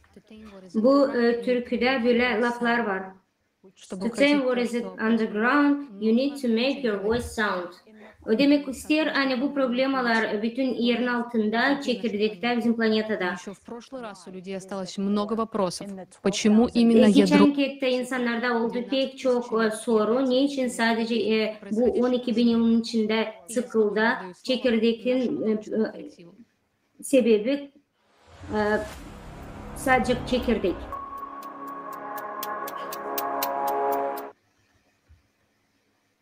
Да, ядро на данный момент является основным дирижером всех катаклизмов. Çekirdeğimiz bugünkü günde bu büyük bir dirijör kataklizmaların.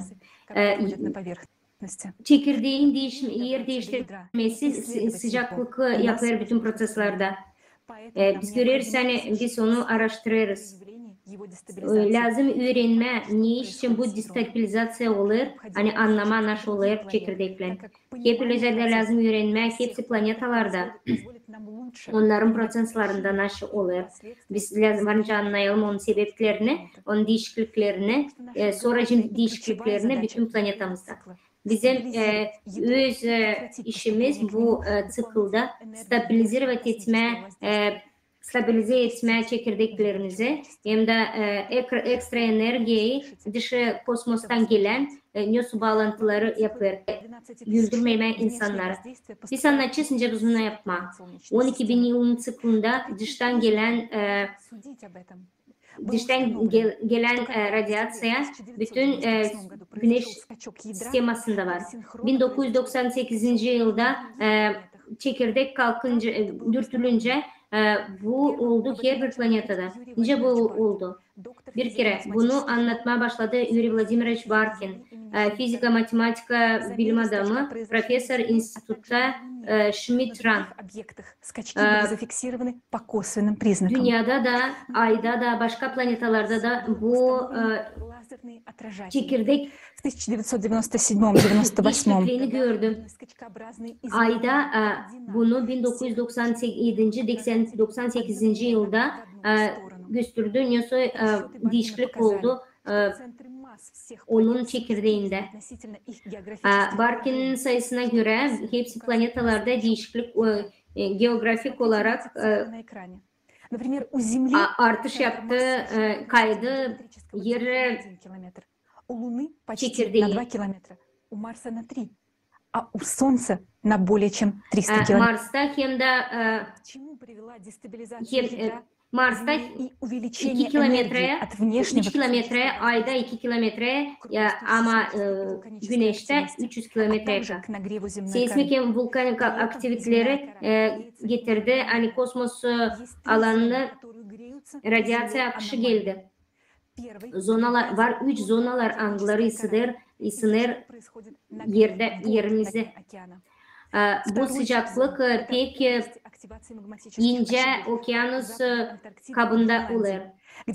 İkinci zona bu Grenlandiya'da hem de Antarktika'da olur. Onlarda kalkış magmanın hem de mantim plümünü gösterir.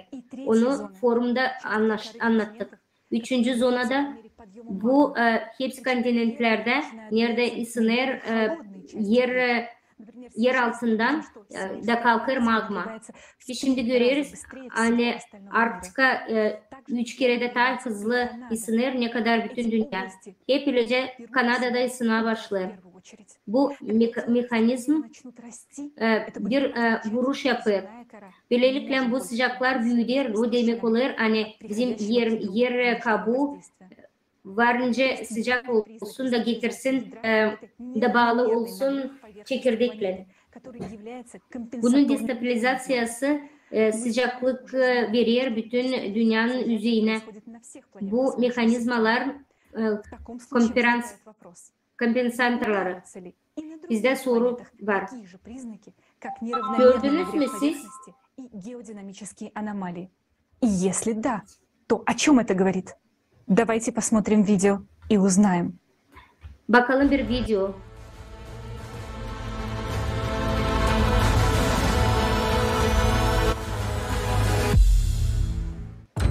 ...12 yıllık sıkıl sırasında Güneş sistemadaki tüm planetaların çekirdeklerine dış kosmos bir etkin ulaşır.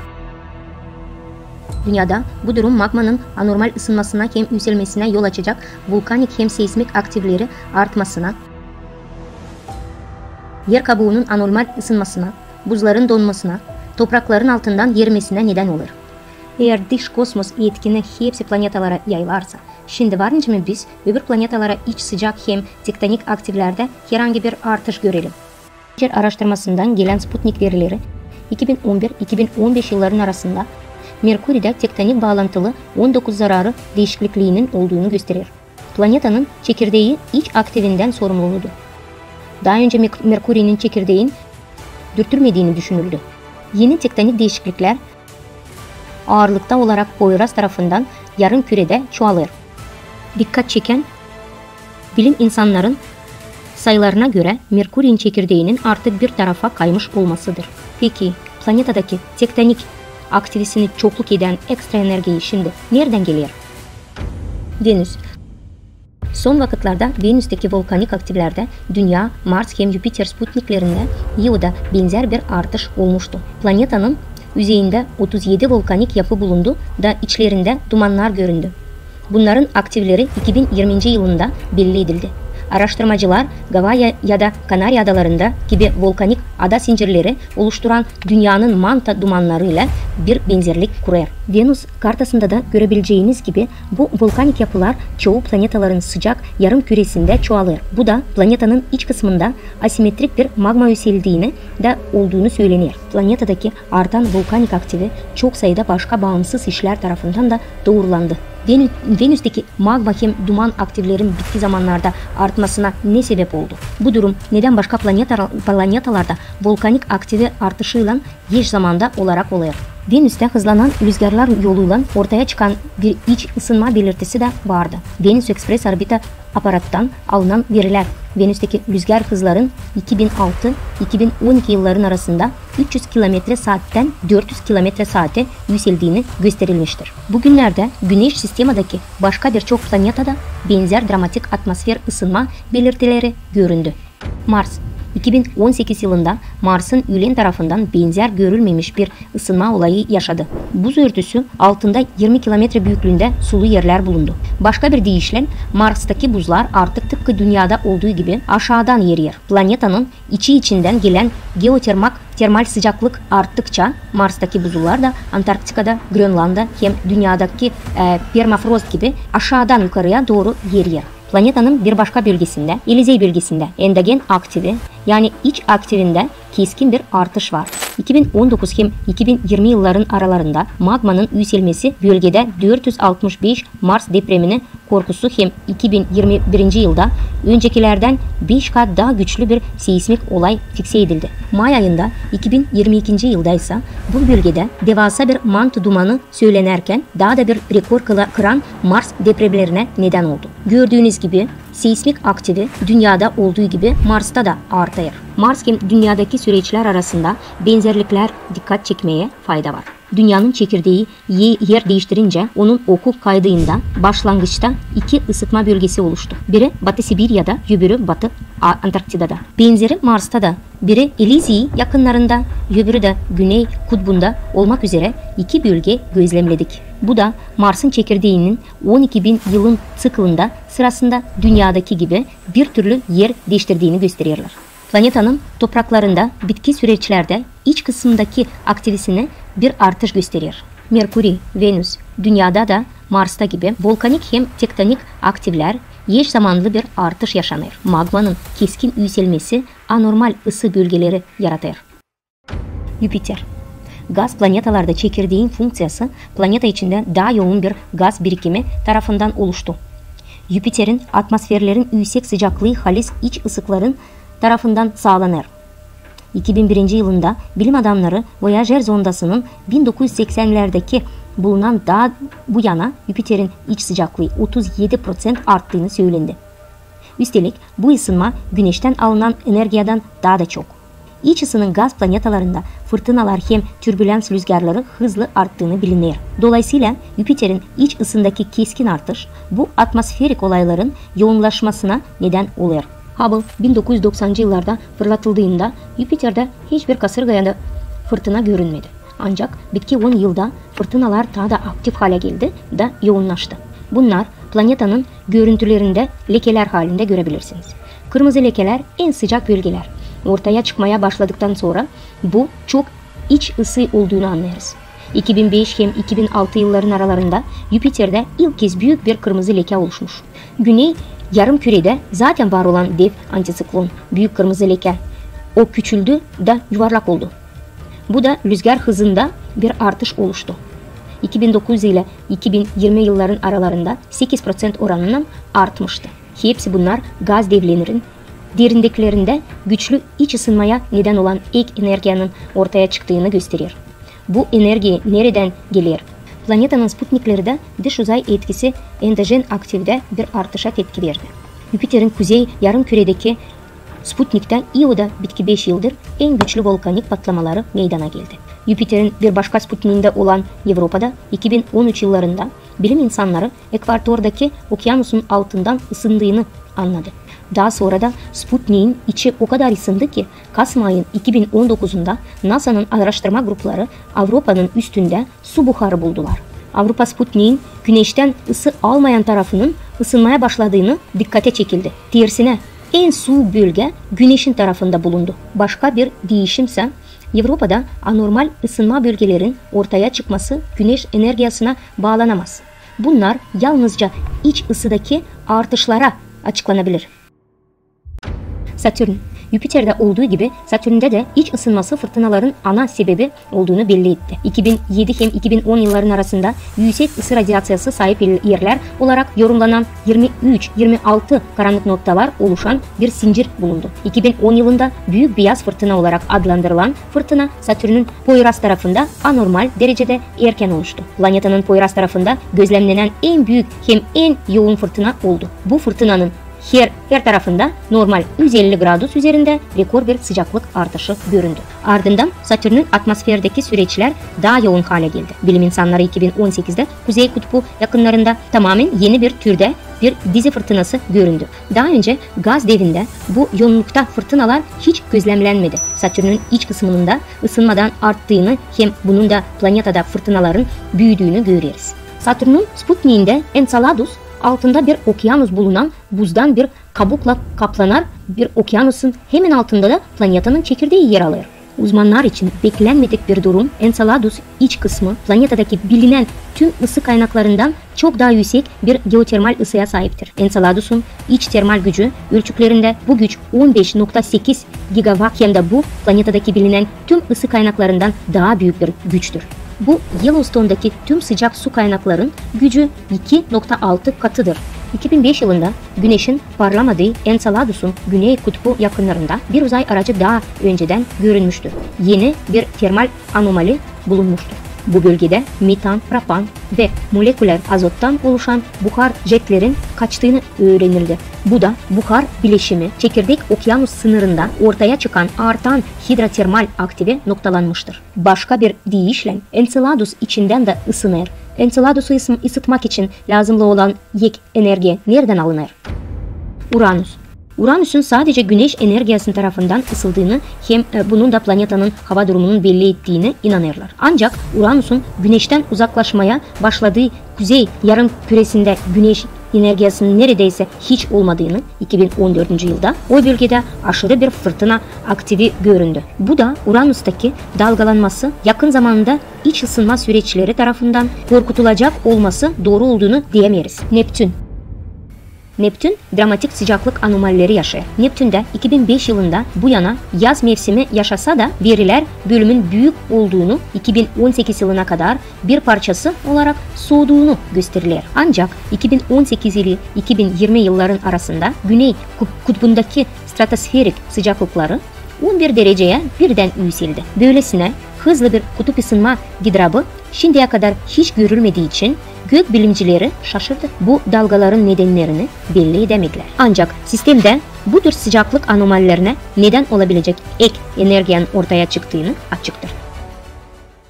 Plüton hem Sputnik Charon en küçük hem Güneş'ten en uzak planetalar. Büyüklüğü nedeniyle iç ısı toplanmadıktan sonra bunlar dürtülemez hale geldiler ve düşündürdüler. 2015 yılında Plüton'daki buz hem amonyak püskürten 1000 kilometre uzaklığında büyük bir kriovulkanı alanını buldular. Planeta bilimcileri bu bulduklarından şok oldular. Çünkü kriovulkanlarımızda planetanın içten ısınması sağlayan bir mekanizma lazım. Plüton'un Güneş'e olan uzaklığı nedeniyle Güneş'ten gelen ısıtma dışlanır. Araştırmacılar planetada gözlemlenen aktivin gelen ısı kaydı modellerin yardımından açıklayamadı. Plüton hem Charon üstünde açıkça bir iç aktivini göründü. Bir şey buz kabuklarını parçalıyor. Yine de planetanın hem Sputnik'in bitki zamanlarda içeriden ısınmaya başladığını görüyoruz. Plüton hem Charon iç kısımlarında bu ısınmaya enerji ekleyen şey ne olabilir? Öyleyse şimdi Güneş sistemindeki bütün gezegenlerin iç kısmındaki etkileyen şey nedir? Her 12.000 yılda bir planetanın çekirdeğine giren bir ek enerji kaynağıdır.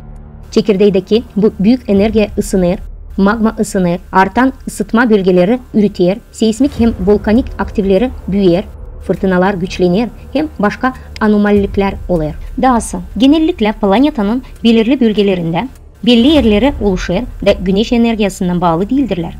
Şimdi gördüklerinizi hem karasal planetaların hem de büyük dev gaz planetaları onların Sputniklerinde de iç kısmındaki ısınmasının eş zamanı olarak arttığını görürsünüz. Da bu halizden yalnızca küçük bir kısmıdır. Hepsi bu anormaller sadece bitki yıllar dünyanın içinden gelen felaketlerin sayısı hem gücü artmaya başladıktan ortaya çıktı. Sadece 5-7 yıl içinde başka planetaların tüm bu süreçleri 10 kat arttığını göreceğiz. Eğer biz bizim planetamızda yaşamaya devam edersek.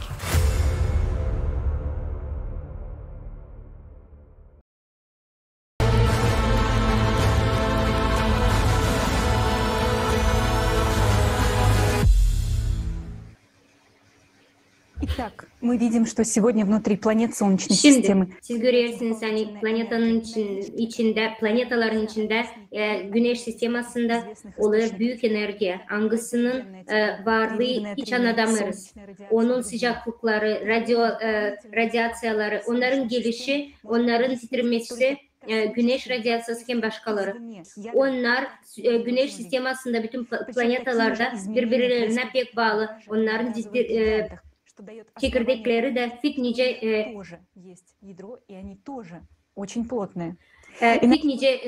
dünyadaki çekirdek. Ve biz görüyoruz hani onlarda da bütün her bir planetada da var çekirdek. Şimdi biz isteriz göstermek size bu klimat katastrofalarının anomalilerinin çoğularını başka planetalarda. Şimdi biz anlarız. Hani Сегодня, как и предыдущие циклы, 12 дестабилизация çekirdeğini yapıyor bütün bu oluşları. Ведь кто-то считает, что такую дестабилизацию могли вызвать ядерные испытания, большие сейсмы. Kimse sanır hani bu destabilizasyon Но ни один из этих фактов не может стать причиной дестабилизации ядра. И сейчас bu fakt getirme ona hani Земли задает тон всему на планете. Оно не просто массивное, но центром гравитации и практически центром масс. Ядро очень стабильно, и его вращение является той самой системой, благодаря которой нашу планету невозможно вывести из строя. Вы уже знаете, что по структуре ядро разделяется на внутреннее и внешнее. Внутреннее ядро вращается немного быстрее. Ядro İç çekirdeği. Şimdi iç çekirdeği daha hızlı gezişe ne kadar dış çekirdeği. То есть, по сути, ядро выполняет функцию гироскопа. O bütün planetada gösterir. Большая часть массы планеты. Посмотрите, когда пытаются наклонить вращающийся гироскоп в ту же Юлу, то она сама возвращается в исходное положение. Кстати, если бы ядро развернуло свое вращение в другую сторону, bu çekirdeği bir tarafa çevirersek bu enerjiler akışı yok edeceği bütün planeti. Büyük sayılarda bu mekanizmalar o kadar güçlü olur, hani onlar varınca çıkarsın bütün planetanın mekanizmasını işten. Milyonlarca yıl не могли вывести планету из строя. Все это гасилось за счет стабильности ядра. Однако сегодня, будучи в тысячелетнем цикле самого ядра и всей системы его вращения, 4000 yılın içinde bu yer çekirdeğin destabilizasyası döndükten sonra sistemasına olur. Bu mekanizma kırılır. Bu demek olur hani bütün yadro, bütün çekirdekten gelir dıştan bir akış. Büyük bir enerjiye üstüne alır. O destabilizasyon yapar, büyük güçlen bütün sistemi hem de çekirdeği. Bunu anlamak yerine dıştan kosmos etkileri gelen bizim çekirdeğimize lazım anlama. Hani bizim çekirdeğimiz hiç bağlı değil. Bütün yerin üzerine. Bizim hipotezatiyonda hani yer çekirdeği bütünle, o büyük de o bütünle nöronların parçalarından oluşmuş. Bunun için de söyler de Igor Mikhailovich Belozerov. Onun işinde o dedi ki hani bu nöronlar çekirdek içinde nasıl yapıyor hem de onlar gelişir. Bunların kalınlığı 100.000 kerede kadar daha büyük dış çekirdeğinden. Bu demek olarak dış çekirdeği atomlardan ama iç çekirdeği nötronlardan oluşmuş. Bunların büyüklüğü 12 parçacıklar daha küçük kendi atomundan. Nötronlar bu elektrik nötral parçacıkları angları birbirlerine yaklaşırlar hem de itirişirler. Bu sıradan nötronlar onlar hiç stabil değil parçacıkları. 16 minutun içinde onlar bence dağılsın. Nötronlar stabil parçalar. Bu hipoteze göre nötron yer çekirdeğinde anladır nereden alınır bu nötronlar bütün dünyada, dünyanın meydanında. Bu akışlar lokal zonalarda varınca görelim.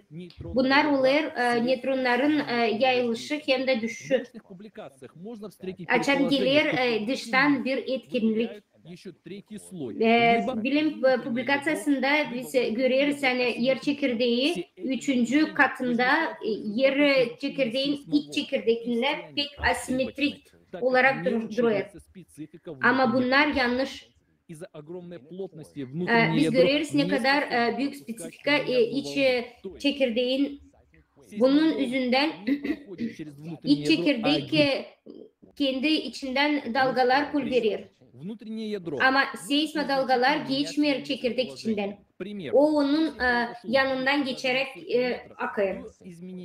Gerileceğim dürtülerse de bir dürtülür olarsa da birkaç metreye o zaman seismo dalgalar değiştirir yolunu. Da bu noktalar getirir hani bizim planeta svişer. Однако, если специалисты учтут, что крайне плотная структура... Eğer spesialistler anlarsınlar hani bu sıkı struktura nötronların yer çekirdeğinde seismik olarak dalgalarından sevişir. Lazım biz anlayalım nasıl şimdi olur seismik dalgalarında. Biz görüyoruz hani bizim yer çekirdeği nötronla yapılı. Da onun sebebi ne için sadece onunla o bağlı. Bu kosmos etkinlikleri. Pek az olur bu atmosferin içinden mantık hem de başka etkinlikler birbirine bağlı. Biz anlarız hani dışarıdan gelen kosmos radyasyon etkileri. Biz bu etkileri yokunca durgudalım. Ama biz lazım bütün planetamızı kurtaralım hem de bütün insanlığı. Мы не раз говорили, что это внешнее космическое воздействие не фиксирует наши... Hani bunlar bizim priborlar fikse etmiyorlar. Ne için böyle çıkış, böyle sonuç yaptık? İlkten aklımıza gelelim nasıl o kosmos etkinliği.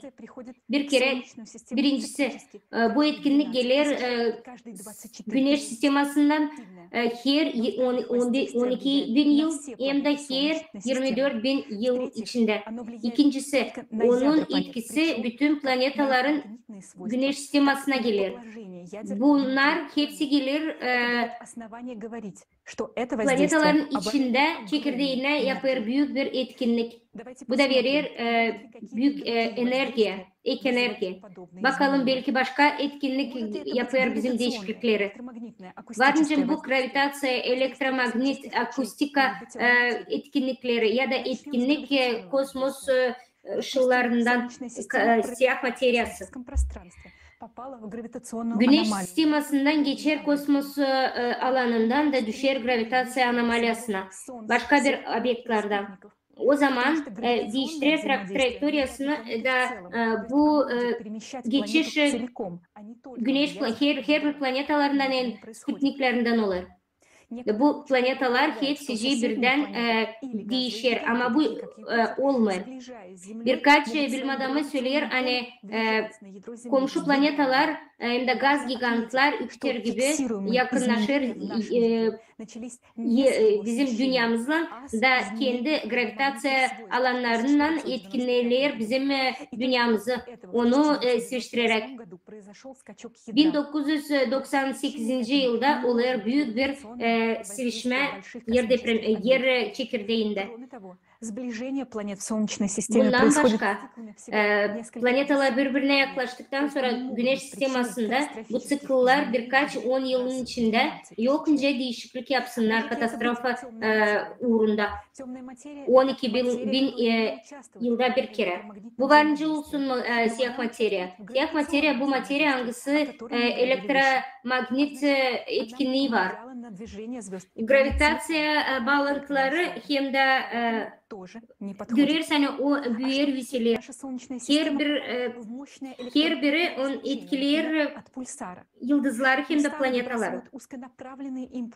Pulsarlar atar bir sürü impuls enerjisi her taraftan. Güneş sistemasının galaktikasında yok pulsar angları varınca periyot olarak değiştirsinler birbirlerini 12.000 yılın içinde. Her bir atışta büyük akış. Belki Güneş'te büyük güçlü bir sıvıdılma elektromagnet radyasyası.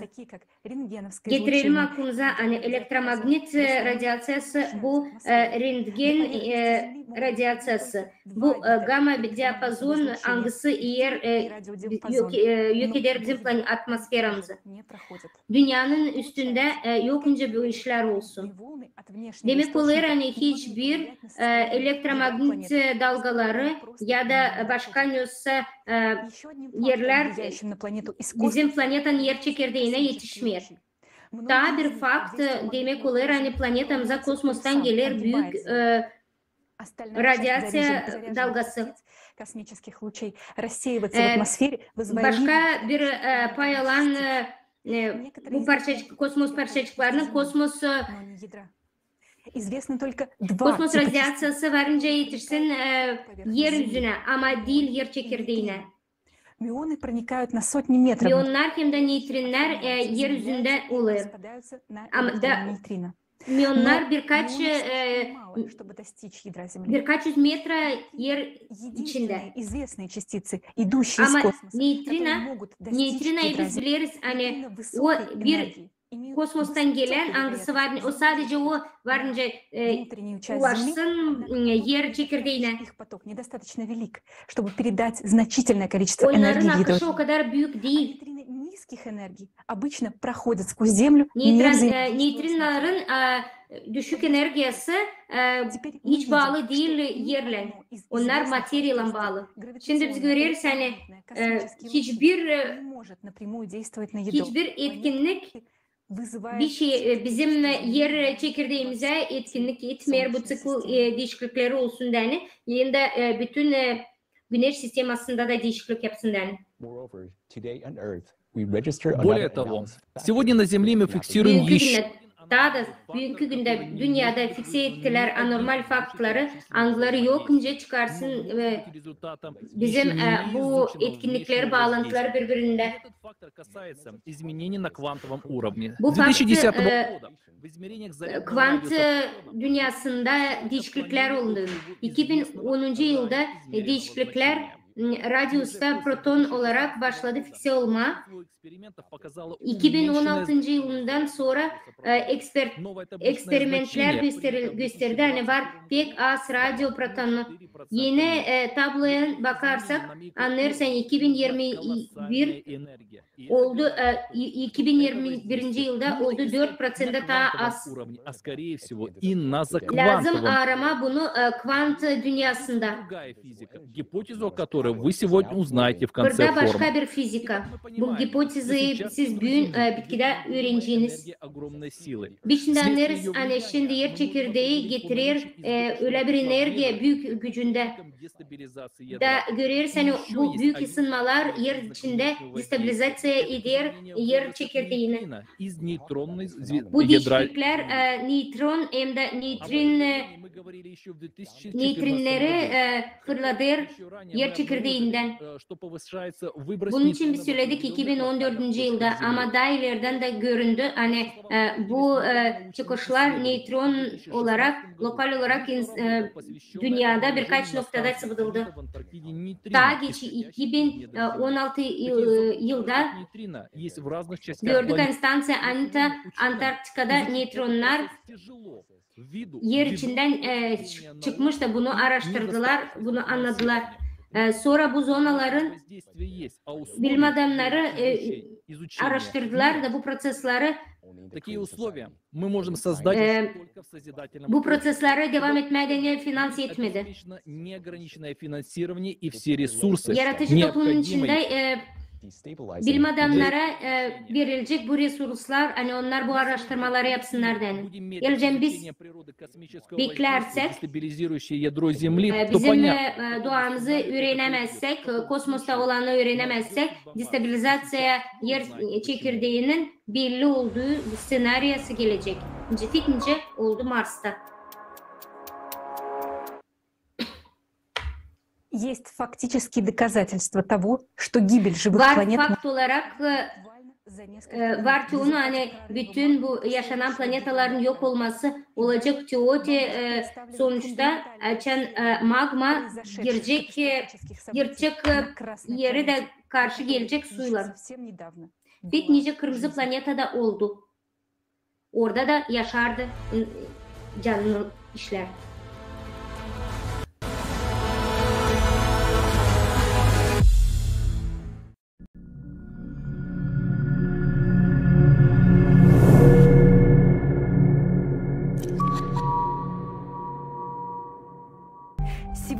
Bugün insanlığa kırmızı planetanın sırrı açılacak. Size şimdiye kadar bilmediğiniz Mars'ı anlatma isteriz.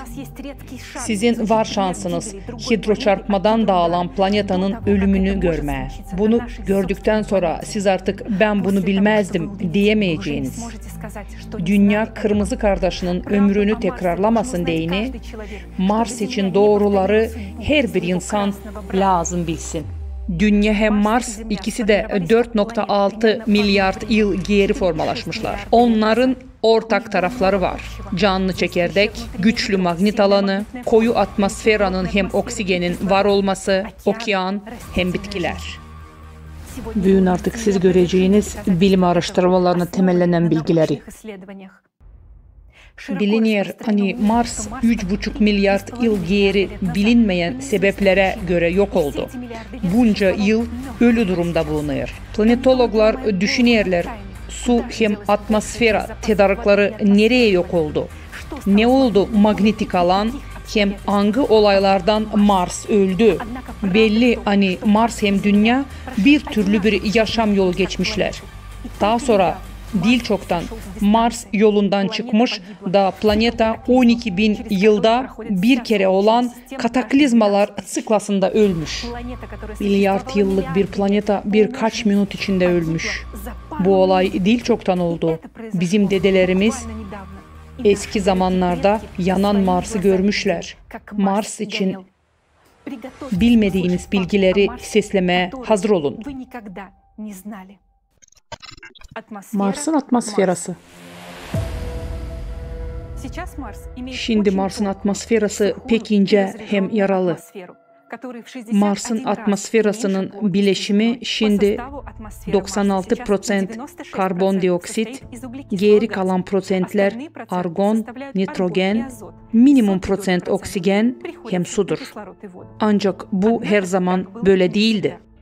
Oktabr'da 2022'de Arizona Üniversitesi'nden bilim adamları hidrogenik izotopik bileşiminin bir analize dayanarak Mars atmosferasının milyonlarla yıl nemli olduğunu açıkladılar. Planetamızın atmosferasından bir koyulukta olduğunu kanıtladılar da bir statya tiparladılar. Ofisyal teoriye göre Mars koyu atmosferasını 3,5 milyar yıl önce kaybetmiştir. Ama aşağıdaki gerçekler buna zıt geliyor. Mars'ta bulunan meteorları inceleyen araştırmacılar, kimilerinin koyu bir atmosferada üst kata düştüğünü vurguladı. Bu meteorların trajektoryasını inceledikten sonra bu durum kesinleşti.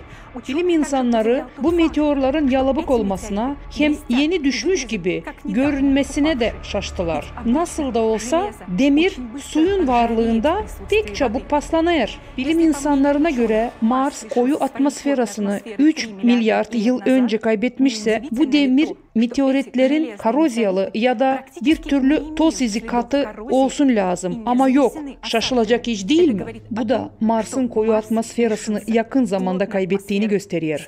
Ama araştırmacılar böyle bir sonuca gelmeye korkardılar. Bilim adamları Mars'ın atmosferasında geçmişte hangi maddeler olduğunu merak ediyorlar. Çünkü artık o CO2'den oluşuyor. Oxford Üniversitesi'nden bilim adamları Mars'ın bir zamanlar Dünya atmosferasına benzer bir oksijen atmosferasının bir türlü olduğunu söylerler. Bu açılışı Mars'taki minerallerin oksitleşme üstüne yapılan bir çalışmaya dayanarak yaptılar. Geologiya hem mineralogiya bilimler doktoru Profesör Fortanov da hep bu sonuca gelmiştir. Atmosferanın koyuluk hem oksijen bakımından zengin olduğu Mars kayalarının renginden anlaşılıyor. İnsan kanı gibi kırmızı. Planetanın renginle kan arasındaki benzerlik hep bu sebepten kaynaklanıyor. Bol sayıda demir oksit var. Kırmızı toprak, kayaların ayrışması, başka türlü desek kimyasal hem fiziksel yıkım prosesinde oluşuyor. Bu türlü topraklara dünyada da sık sık rast gelinir. Bunlara kırmızı ayrışma kabukları denir.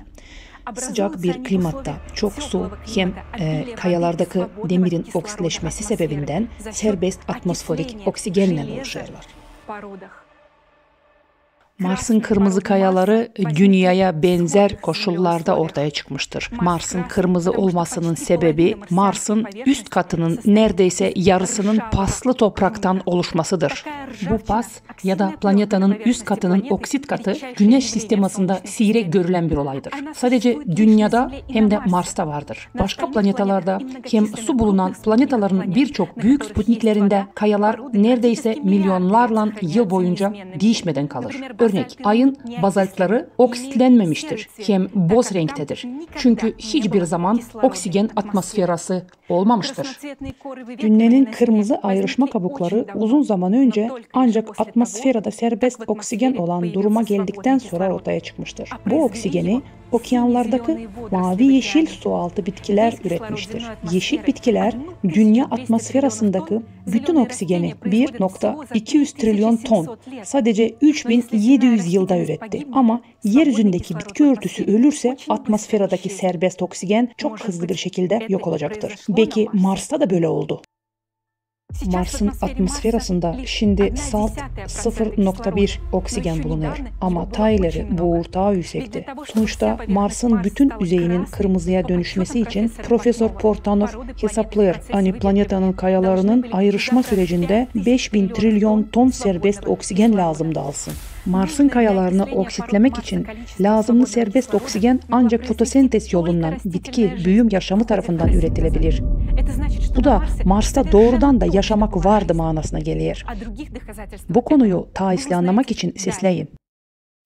Ta bir sırlı hem açıklanmayan gerçek. Mars'ın kırmızı renginin kimi yerlerde, yüzeyde sadece ince bir kat halında bulunmasıdır. Marsohodlar çeşitli bileşimleri olan Mars kayalarının yüzeyinde çok kere delmişler. Da görüntülerde içerideki kayaların kırmızıdan başka boz olduğunu kendiniz de görebilirsiniz. Kırmızı rengin sanki dün oluşmuş gibi boz toprağın üzerinde sadece ince bir kat halinde bulunması şaştırıyor bizi, değil mi? Sadece bütün planetayı kaplayan büyük bir patlama Mars'ın yüzeyini bu kadar hızlı hem bu kadar geniş bir şekilde oksitleyebilirdi. Böylesine güçlü bir patlamaya ne sebep olabilir? Cevap için bizi seyredin.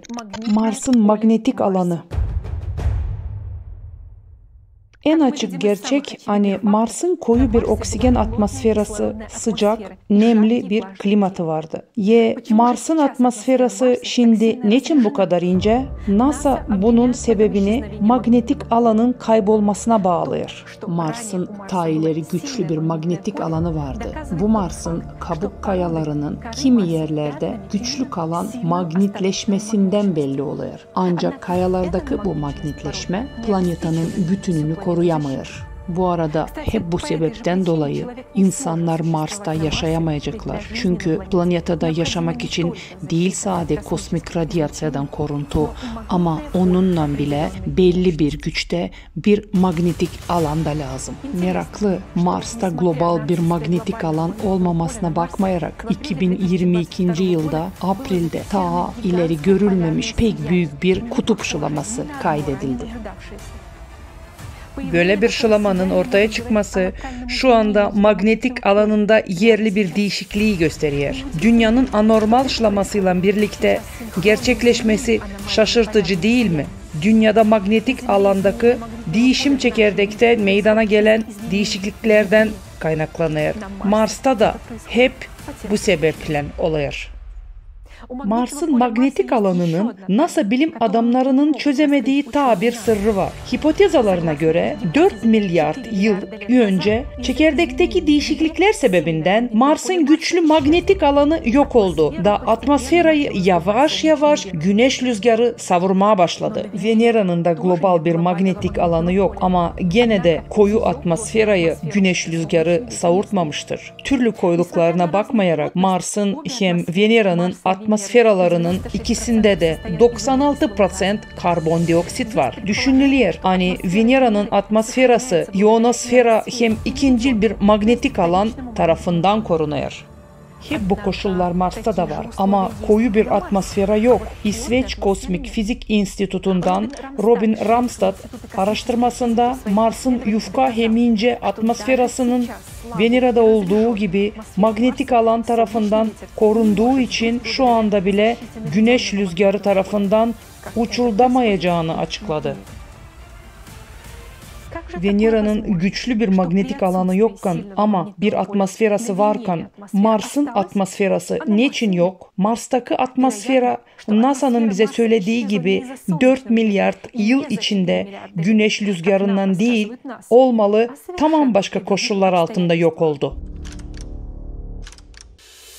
O zaman Mars'ta ne oldu?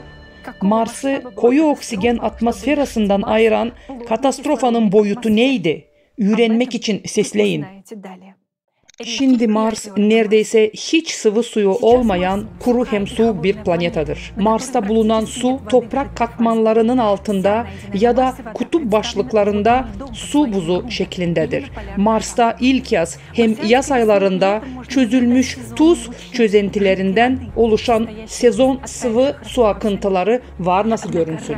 Bununla birlikte geçmişte Mars'ın hidrosferasında sıcak hem nemli bir klimatta akan çok sıvı su vardı. Bunu biz iyi korunmuş dere yataklarından hem göl çökeltilerinden görüyoruz. Gerçekten de Mars'ın geçmişinde sıvı sudan oluşan derelerin varlığı bir zamanlar atmosferanın çok daha koyu hem sıcak olması lazımlığını gösteriyor. Marsahodlar bir kanıt olarak dere yataklarında dünyadakilerle bir türlü olan dalgalı kıvrıntı izleri olan teksturalı kil, dere çakılı hem kum taşı buluyorlar. Bu arada göl tortularının ritmik katmanlaşması Mars'ın bir zamanlar şu anki uyduları Sputnikleri, Phobos hem Deimos gibi değil, büyük bir uydunun olduğunu gösteriyor. Ancak büyük bir uydunun varlığında su kıyılarında katmanların ritmik bir şekilde değişmesini gösteren su gitgelleri hem çekilmeleri olabilir. Mars'taki göller dünyadaki birçok göl gibi relyefin çöküntülerinde,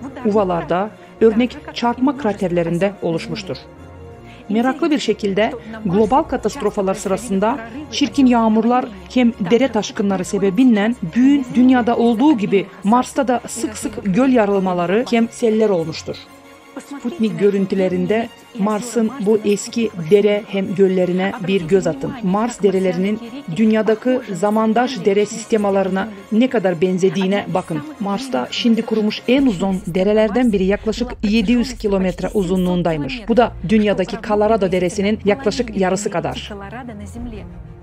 Bu Reol Villas Deresi 1500 kilometre uzunluğunda, 7 kilometre genişliğinde hem 300 metre derinliğinde bir kanal bıraktı. 2019 yılda Chicago Üniversitesi'nden bilim insanları tarafından yapılan bir çalışmada Mars'taki 200 kuru dere analiz edildi. Mars'taki derelerin dünyadaki derelerden daha geniş hem daha derin olduğu ortaya çıktı. Kırmızı planetada 1 milyar yıl geri inanılmaz uzun bir süre boyunca derelerin var oldukları bilindi. Bu durum planetanın bilimciler için derelerin ortadan kayboluşunu daha da sırlı hem açıklanamaz yapıyor. Araştırmalar sırasında Mars üstünde bulunan çok sayıda olan kuru göl hem nehir sistemasını gösteren kartaya bakın. Bu bize her şeyden önce Mars'ta eskiden dereleri ve gölleri suyla dolduran yağmurların yağdığını açıklıyor. Bu ancak tabiatta sürekli bir su döngüsünden var nasıl olsun. Bu hem de bir okyanın varlığını gösteriyor. Bilim insanları bu derelerin hem göllerin 3,5 milyar yıl önce Mars'ta kuruduğuna inanıyor. Ama gerçekten öyle mi? Bu kanalların hatlarını hem kıyılarını hep bu kadar ıslah görebilmemiz sizce fasıl değil mi? Milyarlarla yıl boyunca aşınma süreçleri bu evvelki kanyonları hem kanalları aşındırmış hem gömmüş olmalıdır. Sonuçta Mars'taki eski kraterlerin aşındığını görebiliriz. Ama nedense dere yatakları hiç yıpranmamış. Bunlar bu derenin Mars yüzeyinde oldukça yakın bir zamanda aktığını gösteriyor. Mars'ın okyanı. Mars'ın Poyraz düzlüklerinde büyük bir su gölü olup olmadığı konusunda bilimsel tartışmalara bakmayarak binlerle uzman Mars'ta bir okyanın varlığını gösterirler. Mars'ta bir okyanın varlığını gösteren en sade hem en açık kanıt Mars'ın bugünkü görüntüsüdür. Mars'ın topografik kartasına bir bakın. Kartadaki mavi renk alçak bölgeleri, kırmızı ise yüksek bölgeleri gösteriyor. Kimi bilim insanları ta Mars'taki bu mavi uvaların büyük meteorların düşmesinden olduğunu düşünüyor. Şimdi hep o renklerle yapılmış dünyanın topografik kartasına bir bakın. Dünyanın alçaltılmış bütün teritoryaları bugün gördüğümüz okyanlara dönüşmüş. Bu iki kartadaki mavi alanlar arasında benzerlikleri görüyorsunuz mu? Mars'ta niçin sadece bir okyan hem bir kıta olduğuna bir soruşunuz varsa bunun bir cevabı var. 300 milyon yıl önce dünyada tek bir kıta vardı. Örnek Pangeya. Bu dünyada birkaç kere olmuştu. Meraklıdır. Dünyadaki kontinentlerin toplam teritoriyası yaklaşık olarak Mars'ın toplam yüzey alanı kadardır. Eğer Mars biraz daha büyüseydi, Dünya'ya tıpkı bir almanın iki yarısı gibi benzeyecekti. Mars'taki okyan temasına geri dönelim. Planetanın yüzeyi iki kısma ayrılıyor. Birinci kısım, meteorlar kraterlerinden dolu üyülendeki yüksek kontinenttir. İkinci kısımsa Vastalis Borealis formasyası adında olan geniş Poyraz ovalardır. Uvaların üstü sansın çakmalardan korunmuş gibi meteorlar tarafından neredeyse hiç dokunulmamış. İnteresli bir şekilde kıtayla uvayı ayıran sınır hep o yükseklikte. Yaklaşık minus 3900 metre. Dünyada böyle bir çizgi dünya okyanlarının sıfır uğrunda bulunuyor. Relyefin topografyasına dayanarak 1989 yılda Amerikalı geolog Parker hem onun kolegaları Mars'ta bir okyanın olduğu gibi sade hem açık bir sonuca yetişen ilk kişiler oldular. Parker hem kolegaları girgin bir hipoteze ortaya attılar. Vastitas formasyasının sınırı bir kıyı şerididir. Formasyanın kendisi de bir zamanlar Mars'ın Poyraz düzlüklerini dolduran okyanın dip çöküntüleridir. Okyanın dip çöküntüleridir. Mars'taki kıyı şeridi dünyadaki kadar çok türlüdür. Kimi yerlerde yumuşak bir çıkıntı, kimi yerlerde ise yüksek kayalıklar hem uçurumlar vardır. Ama bu kanıt şüphe edenler için yeterli değildi. Bakalım Vastitas'ın Poyraz düzlüklerinde bir okyanın varlığını gösteren başka hangi gerçekler var? Mars'ta binlerle dere olduğunu hem bunların tıpkı Dünya'da olduğu gibi yukarıdan aşağı doğru Mars okyanına doğru aktığını biliyoruz. Dünya'da dereler okyana sadece suları değil ama çakıl, kum hem kil gibi türlü çöküntü materyalları da taşırlar. Dereler bir denizle ya da okyanla buluştuğunda hem kuruda hem de suda türlü formalarda deltalar oluşturuyorlar. Örnek Hind, Ganga, Amazonka, Mississippi, Nil, Volga, Lena hem dünya üzerinde başka dereler deltalar oluşturmuştur. Şaşılacak iş ama geniş deltalar Mars'ta da günümüze kadar korunmuş. Araştırmacılar Kırmızı Planeta'da 6,5 kilometreden çok kurumuş dere deltası ya da Mars okyanına akan sualtı kanal kuşakları buldular. Bu deltalar okyan kıyısında en az 900 metre kalınlığında çok sayıda çöküntü bırakmış. Bu çöküntüler eski okyanın kıyıları boyunca yüz binlerle kilometre kvadrat bir alanı kaplamaktadırlar. 2021 yılda Perseverance roveri Jezero kraterinde sel izleri taşıyan Weir formasında bir delta buldu. Derenin yaşamanın son döneminde su akıntıları birkaç ton ağırlıktaki kayaları büyük bir hızla onlarca kilometre boyunca taşıdı. Araştırmacılar deredeki bu türlü katastrofalara neyin sebep olduğunu söyleyemiyorlar. Mars'ta Mariner bölgesi dolayında korkunç sellerin izleri bulunmuş. Bunun hiçbir kolu olmayan saatte 100 kilometre kub hızında anlık bir korkunç su boşalmasından oluştuğu biliniyor. Dünyada ta ileri böyle bir şey yaşanmadı. Araştırmacılar bunların kimi katastrofa olayları olduğunu söylüyor. Mars'ın Poyraz düzlüklerinde bir okyanın varlığını gösteren bir ilginç olgu, meteor çarpmasından oluşan çarpma kraterlerinin şeklidir. Gerçek şu ki meteorlar nemli toprağa düştüklerinde etrafına fırlayan sıvı çamurlardan bir iz bıraktılar. Soldaki resimlerde kuru toprakta, ortada nem toprakta, hem sağda sulu toprakta meteor çarpması sonucu oluşan krateri görüyorsunuz.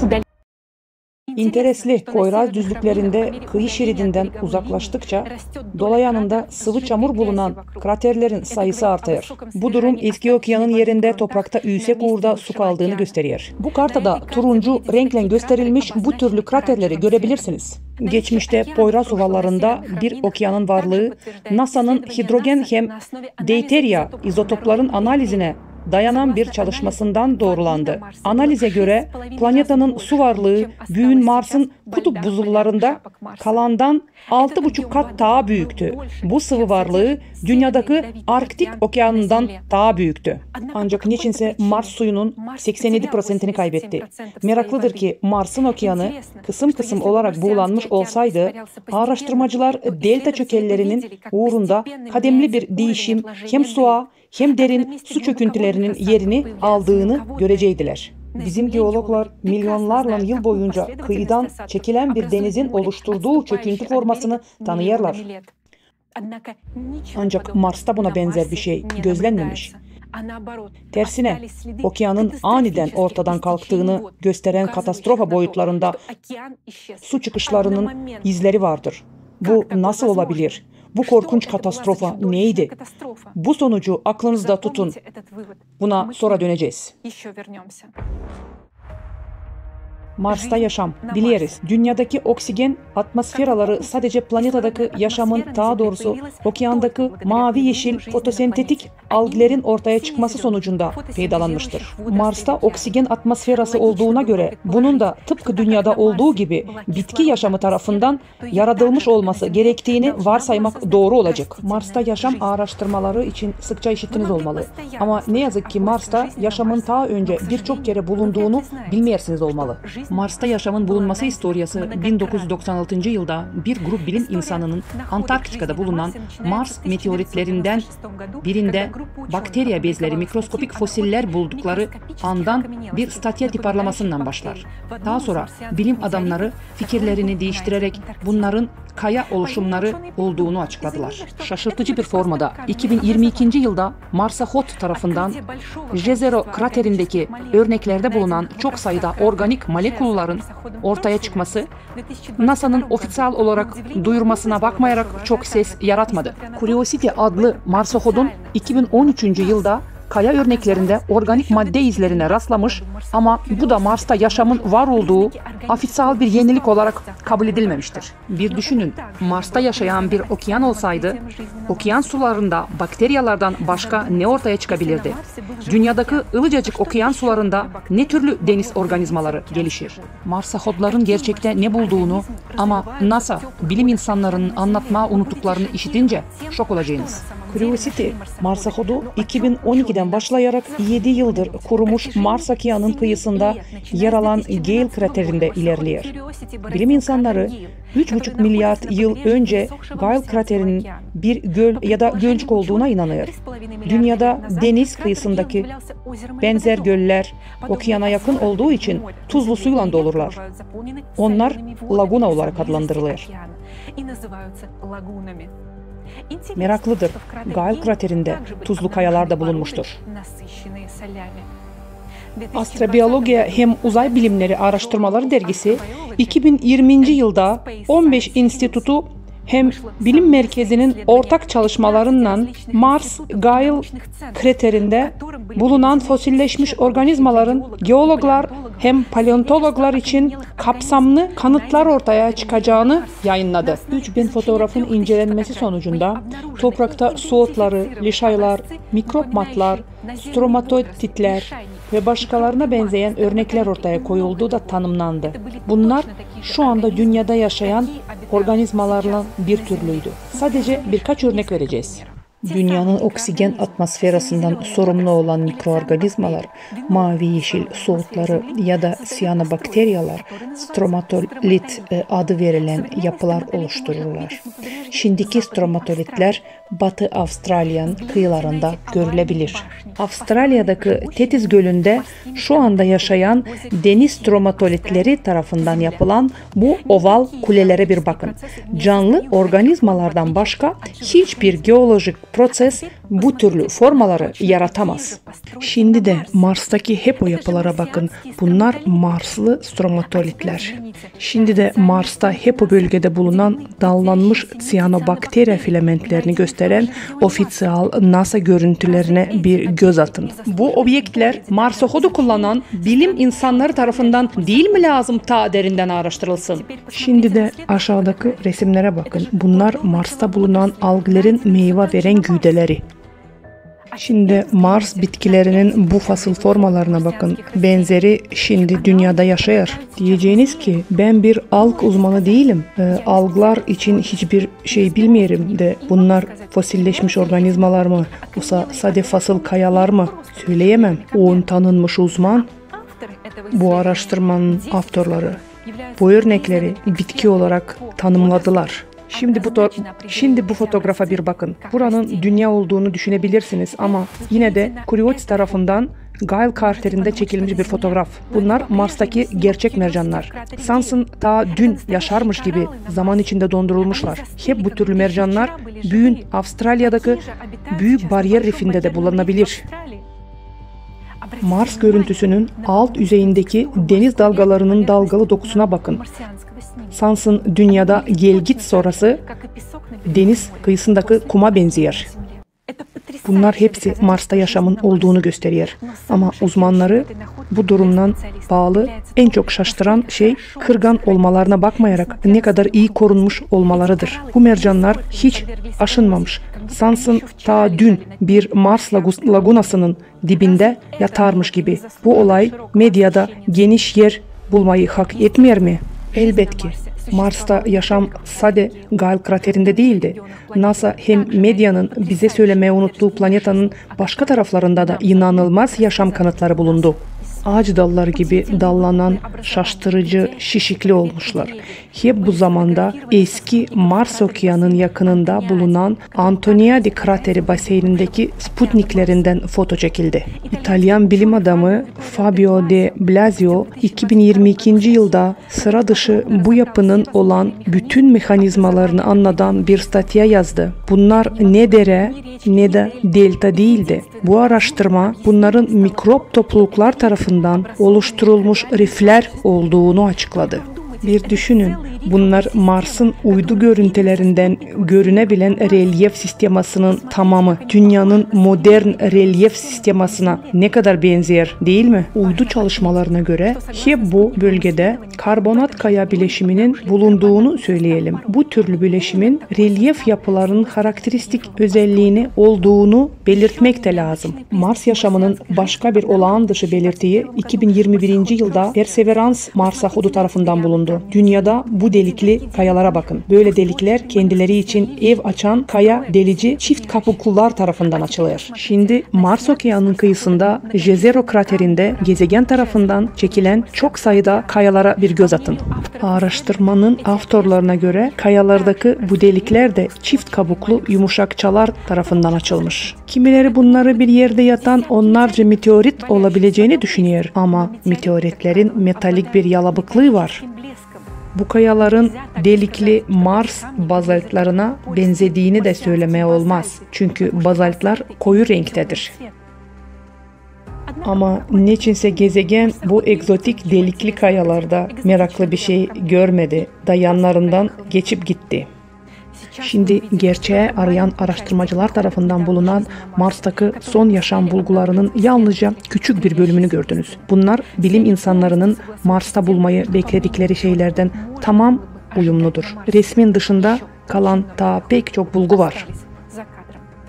Bu bilgiyi ilk gördüğümüzde şok olduk. NASA bu konuda niçin sessiz kalıyor? 10 yıl önceki bulgular niçin hep daha derinden araştırılmadı? Bunların bitki hem mikroorganizmaların, paleontolojik bulguların izleri olduğu inkar edilerse niçin ofisyal bir yalanlama yapılmadı? Mars üzerinde neredeyse 50 yıl süren araştırma misyalarından sonra birbirini tamamlayan çok sayıda apaçık olguya bakmayarak nasıl olur da yaşam belirtilerini hiçbir zaman ofisyal olarak bulunamayırlar?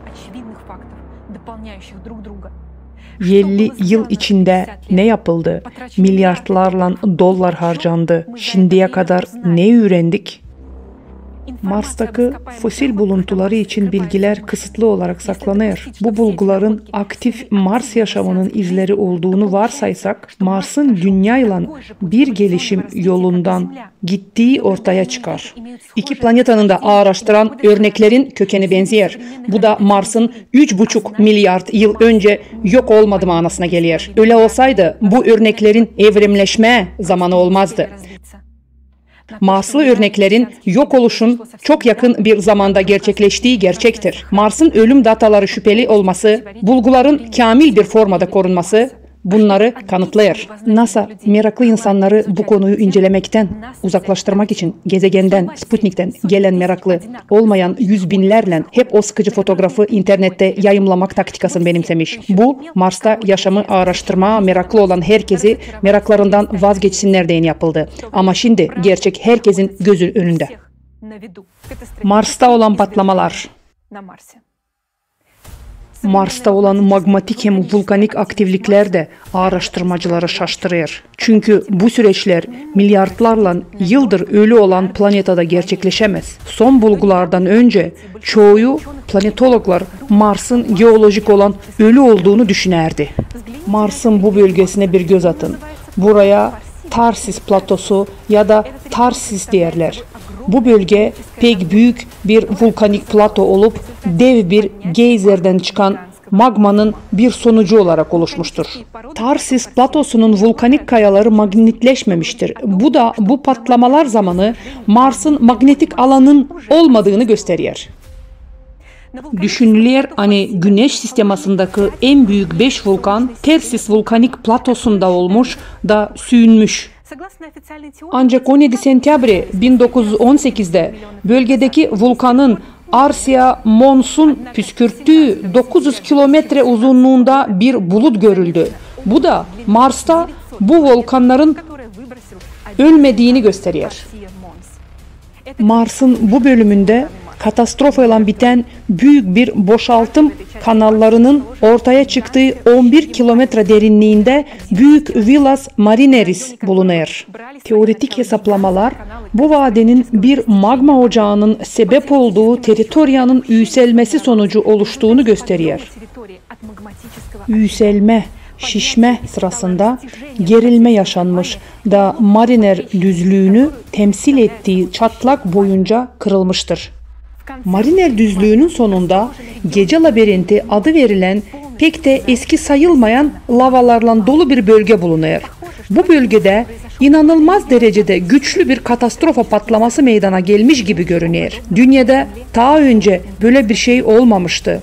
En azından şimdiye kadar. Burada ne zaman ne oldu birkaç minut sonra laf edeceğiz. Mars'ta sadece Tarsis platosunda değil, yarım kürenin karşı tarafında da Elysium Plania bölgesinde de büyük vulkanlar var. 2018. yılda NASA'nın InSight Mars landeri bu bölgede canavar yolu adı verilen bu fayın yakınlığında binlerle Mars depremi için bilgi almaya başladı. 4 May 2022'de Mars'ın bu bölgesinde 5 büyüklüğünde bir yer depremesi kaydedildi. Başka bir planetada şimdiye kadar görünmeyen güçlükte bir deprem.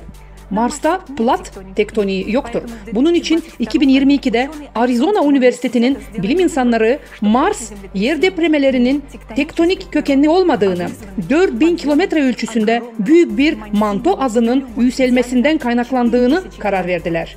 Mars'ta Amerika Birleşmiş Devletleri teritoryası kadar bir alanı deforme etmeye başladı. Meraklı, hani bu bilim ekibinin daha önceki çalışmaları magma ocağının şu anda yükseldiği yerde 53 bin hem 12 bin yıl önce vulkanik bir patlama olduğunu kanıtlamış. Bu Mars'ta bilinen en son patlamadır. Bunlar Mars'ın derinliğinde dinamik süreçlerin bugüne kadar durmadığını gösteriyor. Bilim insanlarına göre planeta 3,5 milyar yıl önce çekirdeğin yok olmasından manyetik alanını kaybettiyse bu magma sıcak noktası niçin milyarlarla yıl boyunca sertleşmedi hem kristallaşmadı? Derinlikte onu ne yükseltiyor? Ölü Mars'ın içinden magmayı yükseltecek ekstra enerjiye nereden geliyor? Çekirdeğin ölü bir planetada artık bir iç sıcaklık kaynağı olmadığı için bütün iç süreçler lazımdı dursun. Ancak şimdi Mars'ta magmatik aktivlikler artıyor. Hem önümüzdeki yıllarda komşu kırmızı planetada büyük patlamaları görebiliriz. Elbet bundan önce buna benzeyen patlamalar bizim planetamızı yok etmese.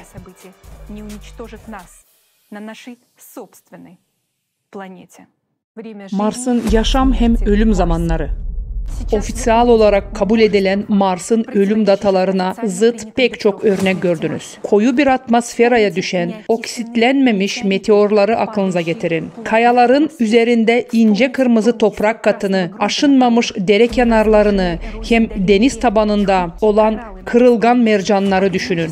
Bilim der ki Mars 3,5-4 milyar yıl önce ölü bir planetaya dönüştü. Ancak bütün kanıtlar Mars'ta yaşam, okyan, atmosfer hem manyetik alanın oldukça yakın bir geçmişte birkaç 10 bin yıl önce var olmasını göstermektedir. Eğer planeta koyu atmosferasını hem okyanı 3,5 milyar yıl önce kaybetseydi, rüzgar hem kimyasal erozya süreçleri derenin oyuklarını uzun zaman önce düzleştirirdi, doldururdu. Mars'ın rüzgarları kum hem toz fırtınaları da teritoriyadaki oyukları düzeldirdi. Ama Mariner Vadisi bölgesinde akan suyun oluşturduğu dev kanallar sansıntığa dün yapılmış gibi dereler hem relyefler sel izlerini gösteriyor. NASA bilim insanları Mars'ın geolojik historiası konusunda niçin bu kadar yanılmış? Bir bakalım. Başka planetalarda olan kayaların yaşı üzerine düşen meteorların sayısına göre biliniyor. Yüzey ne kadar eskiyse o kadar çok krater vardır. Eğer az sayıda krater varsa bu bölgedeki kimi proseslerin eski kraterleri düzelttiğini manasına geliyor. Örnek, lava akardı ya da okyan suyu dalgalanardı. Şimdi Mars'ın topografik kartasına göz atın. Ta bir kere görün hani Vastitas formasyonun Poyraz tarafında ne kadar çok krater var ama Ülen tarafı kıtasında ne kadar az krater bulunuyor. Bunu nasıl açıklayabiliriz? Poyraz düzlüklerinde bir okyan varken meteorlar suya düşmüş da krater bırakmamışlar. Kıtadaysa türlü hem türlü yaşta kraterleri görüyor. Dikkatli olanlar Poyraz düzlüklerinin çarpma kraterlerinden az olduğunu deneyecekler. Tarsis'in vulkanik platosunu hem Elizi vulkanik bölgesinde de öyle olduğunu deneyecekler. Bu da bize bu patlamaların geolojik açıdan oldukça yakın bir zamanda meydana geldiğini açıklıyor. Daha önce de söylediğimiz gibi Elizia'da vulkanik patlamaların sadece birkaç 10 bin yıl önce meydana geldiği belli edildi. Ülen tarafında olan kıtada bu kadar çok krater olmasını nasıl açıklayabiliriz? Meraklıdır ki dünyanın kıtalarındaki toprak katmanlarını kaldırsak, dünyanın geologiya historiası boyunca pek çok krater görürüz. Planetologiyada krater sayımı için bir matematika analiz alanı vardır. O alan statistika modellerine dayanarak kaya üstlerinin yaşını hesaplıyor. Bilim insanlarının Mars'ın ölümünü 3,5 milyar yıl gibi yanlış bir şekilde hesaplayan da hep bu matematika analizidir. Ama bilim insanları hesaplamalarda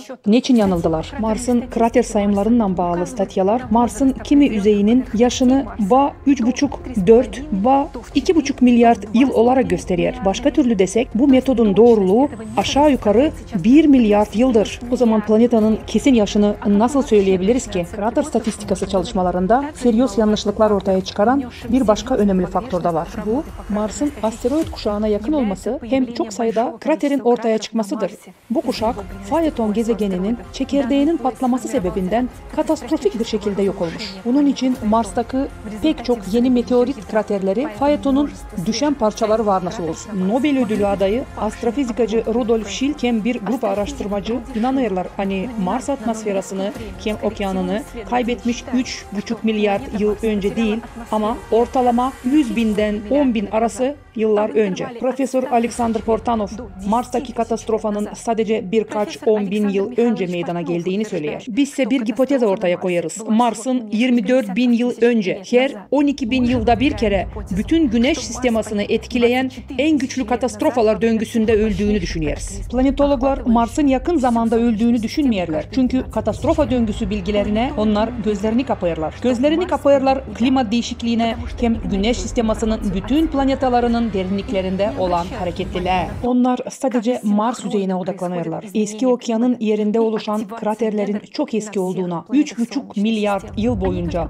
orada toplandığına inanırlar. Bu kraterlerin forması doğrudan da pek eski, kimileri yıpranmış oluşumlara benzer. Bu bilim adamlarını biz kabahatli bulmayarız. Çünkü Mars'ta ne olduğunu anlamak için 12.000 yıllık katastrofa döngüsü sırasında kendi planetamızda neler olduğunu ıslah bilmeleri lazım. Bu da başka planetaları inceleyen araştırmacıların işi değil. Bir katastrofa döngüsü sırasında dış uzaydan gelen etkiler gezegenlerin çekirdeklerine ek enerjiye verir. İç kısımları ısınmaya başlar da çekirdeklerin yer değişmesine sebep oluyor. Planetanın çekirdeğinin dengesinin bozulması magnetik alanında anormallıklara hem kutupların kaymasına sebep oluyor. Planetanın ağırlık merkezi hem dönüş hızı değişmeye başlıyor. Gezegenin içine giren enerjiye hem merkez kuvvetinin değişiklikleri sebebinden Sans'ın şu anda magmanın kabuğu en ince kısımlarından yarıp geçmeye başladı. Dünyanın olduğu gibi magma planetanın içinden yükselmeye başlıyor. En ince kısım okyanın kabuğudur.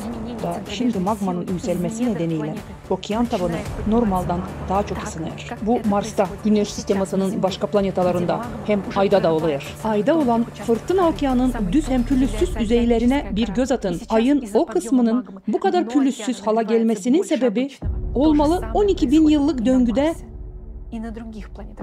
derinlerden gelen magmanın o bölgedeki kabuğu içeriden eritmesidir. Hep bu süreç Mars'ta da gerçekleşir. Katastrofa döngüsü sırasında magma eski okyanın dibini ısıtır da kraterler aşınarken yüzeyin altında buzu eridir. Bunun için bilim insanları bunların milyarlarla yıl önce ortaya çıkmış antik krater olduğuna inanırlar. Mars'ın yakın geçmişindeki çok sayıda krater iyileşmesi, sel hem de mega tsunami izleri var. Bunlar planetanın iç kısmının endogen olarak ısındığını, suya doymuş toprakların çözüldüğünü hem eski okyanın tabanının aşındığını göstermektedir. Katastrofaların 12.000 yıllık döngüsü için bilmeyen bilim insanlarına bu fenomenler bir sır olarak kalıyor. Uzmanlar modellerin hem dataların yanlış olduğunu düşünmeyerler. Çünkü sade bir soruşa cevap veremeyerler. Mars yakın zamanda öldüyse atmosferası hem okyanı nereye kaybeldi? Şimdi size dünyalılara en önemli bilgileri anlatacağız. Mars'ta gerçekten neler oldu? 13 yıl içinde dünyayı neler bekliyor? İşitmeye hazırsınız mı? Mars'ta su çarpması. Mars birden öldü. Aklınıza getirin, okyanın kısım kısım geri çekilmesinin izlerini görmeyeriz. Bu, okyanın birden yok olduğu manasına gelir. Mars'ın koyu oksijen atmosferası NASA modelleri tarafından açıklanamayan sırlı koşullar altında ortadan kaybedildi. Mars'ın bütün yüzeyini kaplayan oksitleşmiş kırmızı tabaka sadece bütün atmosferanın yanmasından var nasıl olsun. Bu ani beklenmedik katastrofa pek büyük su boşanması izleri oluşturdu. Yaşayan planetaların ölümünü sal bir senaryo bütün bu doğruları tek bir korkutucu tabloda bir araya getirebilir. Şimdi bu katastrofanın Mars'ta nasıl gerçekleştiğine bakalım. Her şey Güneş sistemasında her 12 yılda bir olduğu gibi başladı. Dışarıdan gelen ekstra enerji planetaların çekirdeğine girmeye başladı. Mars'ın çekirdeği de bu enerjiyi aldı da Mars'ın içi ısınmaya başladı. Tarsis platosunun altındaki magma ocağı yükselmeye başladı. Sans'ın şu anda dünyada Greenland hem Antarktika buzullarının altında olduğu gibi. Mars'ın nemli hem sıcak klimatı değişmeye başladı. Planetada olan global sıcaklık birkaç derece yükseldi. Okyan dipten ısınmaya başladı. Planetada tabiat katastrofalarının sayı hem gücü artmaya başladı. Poyraz Okyan'da Mars kasırgalarının sayısı hem gücü artmaya başladı da kıyıları yıprattı. Mars'ın kıyı şeridinde kasırga sonucunda kuruya dokunması alanları pekisler görünüyor. Yer tepremeleri Tarsis hem Elizi plato bölgelerinde sayı hem büyüklük olarak artmaya başladı. Büyüğünde ölü Mars'ta bile depremler arttı. Bilim insanları tarafından izleri bulunan anormal derecede yüksek tsunami dalgaları ortaya çıktı. Sonra Mars'ın manyetik alanının yufkalanması hem kutupların kayması sonucunda Sans'ın büyüğünde Mars hem dünyada olduğu gibi anormal şılamalar ortaya çıkmaya başladı. Planetanın iç kısmındaki destabillik artmaya devam etti. İki platoda Tarsis hem Elysia'da vulkanlar patladı da katastrofik patlamalar başladı. Dolayanını her yeri sıvı aşlak lavayla doldurdu. Bu durum lava akıntılarının kapladığı çok büyük bir alanla kanıtlanmıştır. Atmosfera küllen doldu. Hem birden bir buzlanma zamanı başladı. Kasırga rüzgarları aşındırıcı parçacıklar taşıyarak yollarına çıkan her şeyi toza dönüştürdü. Bunlar şimdi Mars'ta meydana gelen toz fırtınalarından bir türlüydü. Sadece rüzgar yüzlerle kat daha güçlüydü. Yer tepremeler kat kat arttı. Ta ki bütün Mars 10 büyüklüğünde yer tepremesinden sallanmaya başlayana kadar. Tarsis platosunun altındaki magma püskürmesi bir noktada magma iç kısmındaki yeraltı suyuyla karşılaşana kadar bölgeyi yükseltmeye devam etti. Bu noktada yükselme korkutucu bir görüntüyle patladı. Bu Poyraz Okyanı'nın soğuk sularının içine aktığı Mariner Vadisi'ni oluşturdu. Tarsis platosunun orta kısmında, şimdi Gece Labirenti platosunun bulunduğu yerde, geyserde korkunç bir yırtılma oldu da Mariner Vadisi'ndeki soğuk su anında patlayarak Mars atmosferasını bir buğu direğiyle parçaladı. Bu milyonlarla nükleer bombanın gücü gibi hidrolik bir çarpmaydı. Bu patlamadan kaynaklanan şok dalgası planetanın içinde tanjansiyonal olarak ilerledi, magmayı her yöne doğru genişletti. Çarpma iç çekirdeğe geri çekti hem durguttu. Mars'ın manyetik alanı birden yok oldu. Mars'ın uydusu Sputnik olmalı Güneş'e doğru uçtu. Mariner Vadisi'nden gelen su okeana geri akarak korkunç akış kanalları oluşturdu. Mars püskürmelerden patladı. Atmosferası yanmaya başladı. Elektromanyetik deşarjlardan aliflendi. Mars yanardı. Bizim atalarımız bunu gördü. Aliflenmiş planeta kırmızı bir oksit katla kaplanmaya başladı. Bu anda birkaç minut içinde Mars'ın yırtılmış atmosferası bir tomar gibi kıvrıldı da bütünlüğünü bozduğu için okyanla birlikte yanan planetadan koptu. Mars'ın yırtılan atmosferası hem okyanı uzayın soğukluğunda birden dondu da Güneş sistemasında kuyruklu yıldızlara dönüştü. Birkaç 10 yılda bir kere bu kuyruklu yıldızlar çıktıkları yere geri dönerler. Kuyruklu yıldızlar Mars'ın yanından geçerler. Bu türlü hidrolik çarpmadan Mars manyetik alanını, ayını, atmosferasını, okyanını hem yaşamını sadece birkaç minut içinde kaybetti. Bu olay 24.000 yıl önce gerçekleşti. Vulkanlar planetada birkaç 10 yıl daha patlamaya devam etti. Ta ki katastrofa döngüsü tarafından belirlenen iç kısımdan gelen enerji kaybını tüketene kadar. Püskürmelerden çıkan lavalar manyetik alan ortadan kalktıktan sonra sertleşti. Kayalar magnetliğini korumadı. Bu patlamalar sırasında boşalan karbondioksit Mars'ın seyrek hem soğuk yeni atmosferası durumuna geldi. Suya doymuş tortular toprakta dondu. Mars'ın tek yaşayanları küfler hem bakteriyalar oldu. Mars kırmızı oldu. Geçtiğimiz 24.000 yıl boyunca Mars'a Phaeton planetasının bulunduğu yerden asteroid kuşağından bir sürü meteor düşmüş. Ancak 12.000 yıl önce bir önceki katastrofa döngüsü sırasında Mars'ın bozulmuş iç kısmı yeni bir enerji çıkarma gücü aldı. Vulkanlar yeniden patlamaya başlarken eski okyanın tabanı ısındı da eridi. Poyraz düzlüklerinde olan kraterler antik oluşumlar görünümünü aldı. Bu, bilim insanlarının Mars'ın ölüm datasını belirsiz bir 3,5 milyar yıla kadar geri çekti. Niçin binlerle bilim insanı Mars'ın gerçek ölümü datası konusunda yanıltıldı hem aldatıldı? NASA neden 50 yıldır Mars'ta yaşam arayır da kendi görüntülerinde hiçbir açık gerçek bulamıyor? NASA'da ancak ahmakların çalıştığına inanmıyoruz.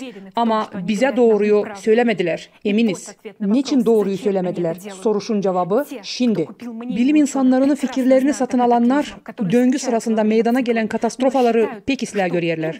Ama insanların bunu bilmemesini isterler. Çünkü dünyada işlerin o kadar da kötü olmayacağını, hem bunu bir sığınakta bekleyebileceğini sanıyorlar. Ama bu kere değil. Mars'ta hiç kimse bir sığınakta sağ kalmadı. Mars, ölü hem soğuk. Yaşayan planetalarda seyrek görülen bir fenomen. Hidrolik çarpmanın en canlı örneği. Mars, hidrolik çarpmanın korkunç bir tragedyanın ölü bir anıtıdır. Onun bu durumu belki bizim için bir şanstır. Gezegenlerin ölüm gerçeğini hep bu senaryoda planetamızda doğruyu görmek hem anlamak şansımız. Şimdi dünyada da Mars'ın ölümüne benzeyen bir katastrofa sıklasına girdik. Mars'taki olayların planetamızda, dünyada tekrarlanacağı data artık biliniyor. Bu data 2036. yıl. Hidrolik çarpmanın yeri belirlendi. Mariana Çukuru. Mars'ın ölümünün Mariner adı vadide gerçekleşmiş olması ironik değil mi? Bunun bir şaka olmadığını anlamak için yeterli bilgimiz var mı? Hiçbir şey yapmamaya devam etsek, 2036. yılda okyan, atmosfera hem planetamızdaki bütün yaşam yok olacak. Ama biz hem uşaklarımız daha da erken yok olacağız. Katastrofanın artan gücünden hem sayısından sağa çıkamayacağız. Şimdi bu olayların olup olmayacağına karar vermek her birimize bağlı. Dünya insanları, size danışırım. Yaşamayı hak ederiz. Bu senaryonun tekrarlanmasına izin vermeyelim. Elbet Mars öldü ama onun korkunç örneği planetamızda böyle bir şeyin olmasına, buna izin vermememiz için bize bir takazadır. Bu katastrofanın önünü alabiliriz. Toplumun yaratıcı formatı, insanlığın şu anda düşünemeyeceği bile uğurda teknolojiyalara yetişmemizin önünü açıyor. Bilim insanlarının potansiyelini birleştirmek, planetaların çekirdeklerine ek enerjiye veren etki için bir buluş yapmamıza yardım edecektir. Bu, bilimimizi yeni bir gelişim uğruna taşıyacak. Çekirdeğimize gelen enerjiyi durgutabileceğiz. Bu enerjiyi bile başka işler için kullanabileceğiz. Vulkan patlamalarının kontrolünü edebileceğiz. Mariana Çukuru'ndaki hidrolik çarpmanın yönünü alabileceğiz. Ama bunu ancak birlikte yapabiliriz. Tıpkı Mars'ta olduğu gibi dünyanın ölüm korkusu gerçeğini anlatmak için her biriniz lazımsınız. İnsanlığa bir çıkış yolu olduğunu, bunun yaratıcı toplum olduğunu anlatmak için her biriniz lazımsınız. Yaratıcı toplumu düzmeye şansımızı kaçırmayalım. Yaşamayı seçelim.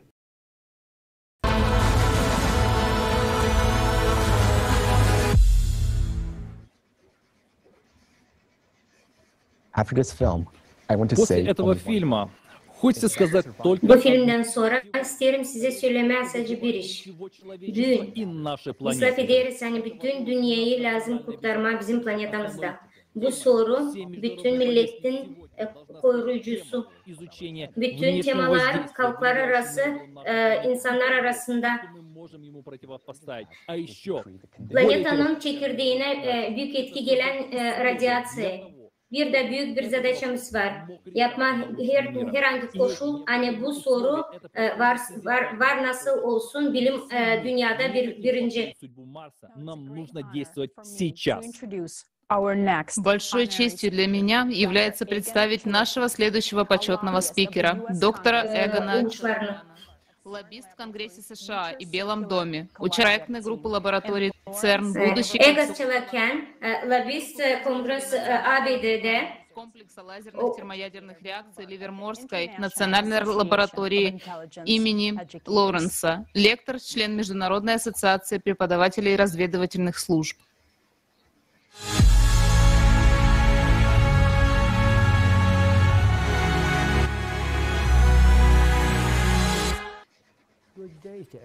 Добрый день всем. Меня зовут Эгон Челакян. Zaman hayır Я olsun. специалист в области Benim adım Egan международного Çalakian. права. Ben halklar arası vergi hukuku uzmanıyım. Şimdi ben pensadayım. Ben bir fizik niketli bir temel parçaların fiziğiyim. Ben ABD'de Massachusetts'te oturuyorum. Yaşıyorum. Burada ben öğrendim. Bu bilimlerine bakar da ben pek sevindim. Hani ben bu kariyerimi yapabildim. Kanun olarak ben dün isterim sizinle laf etme. Geofizik değişikliklerini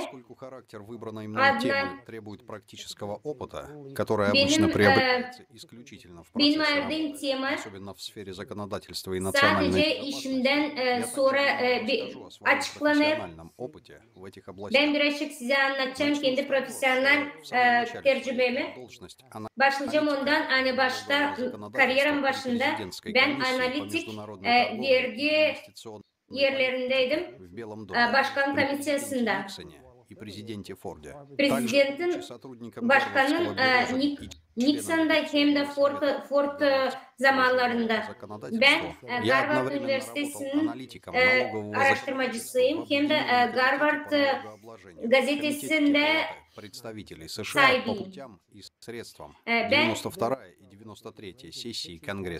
Затем я работал в кухонном кабинете Рейгана и Белом доме. Непосредственное участие в проекте президента Рейгана. Nerede ben pay aldım projekte başkanın strateji inisiyativa korumasında. Ben Cambridge'de yaşıyorum, Massachusetts ştatında. Округ Колумбия, где я недавно начал специализироваться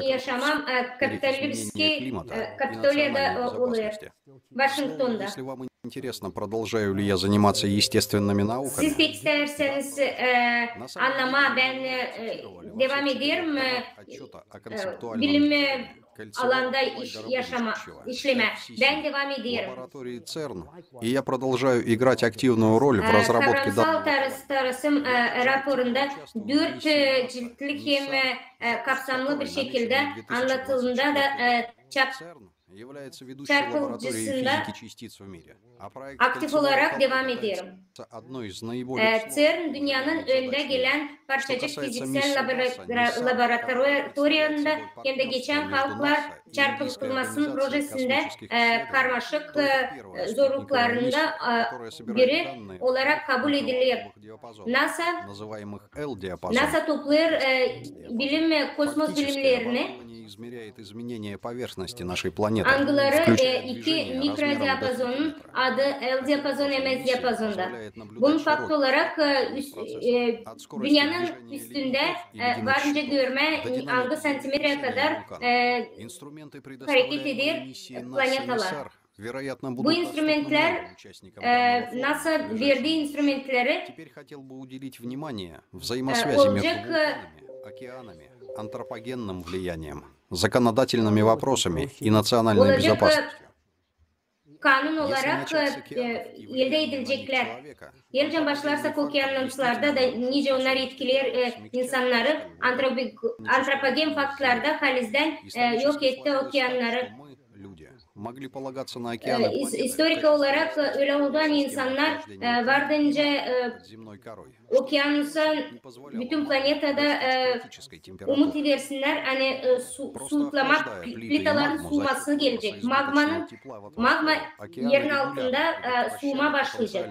Ama plitanın magmanın soğumasına atmosfere sıcaklık veren magma büyük katastrofaları karşıtırır. Şimdi görürsen insanlık lazım durdursun okyanusun bu oluşları. Büyük faktörler getirir ona hani sıcaklık, suyun sıcaklığı okyanusların içinde moleküler seviyesinde getirir kirlilik mikroplastlara.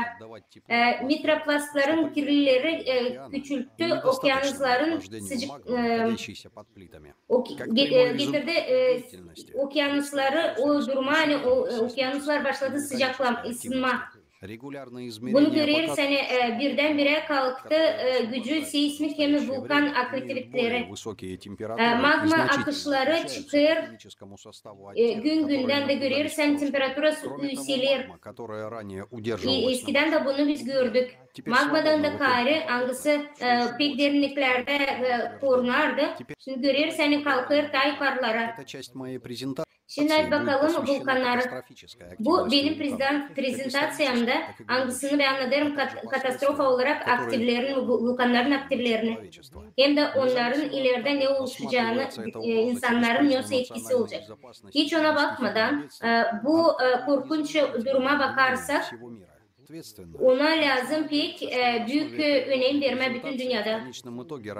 Varınca umutlanma hani bu prezentasyaya göre varınca plan kurma, bu problemi durdurma denir. Ama 12.000 yıllık tıklında vulkan aktivasında görürüz hani bir sürü fark var, angıları durdurmuyor bunu. 12.000 yılın faktı yapıyor bu geologiya analizlerini. Повышенная частота аномальных геофизических событий указывает на выраженную нестабильность. Anormal geofiziksel duruşları yükselir de stabil olmayan bir yer çekirdeği görüyoruz. Bu da ısıdır bütün magmayı dışarı atar. Bir lazım unutma hani seismik oluşlar var bizim dünyada büyük. Yer depremleri angıları oldu Türkiye'de hem de Suriye'de. Onlar getirdi yola vulkanları uyandırdı.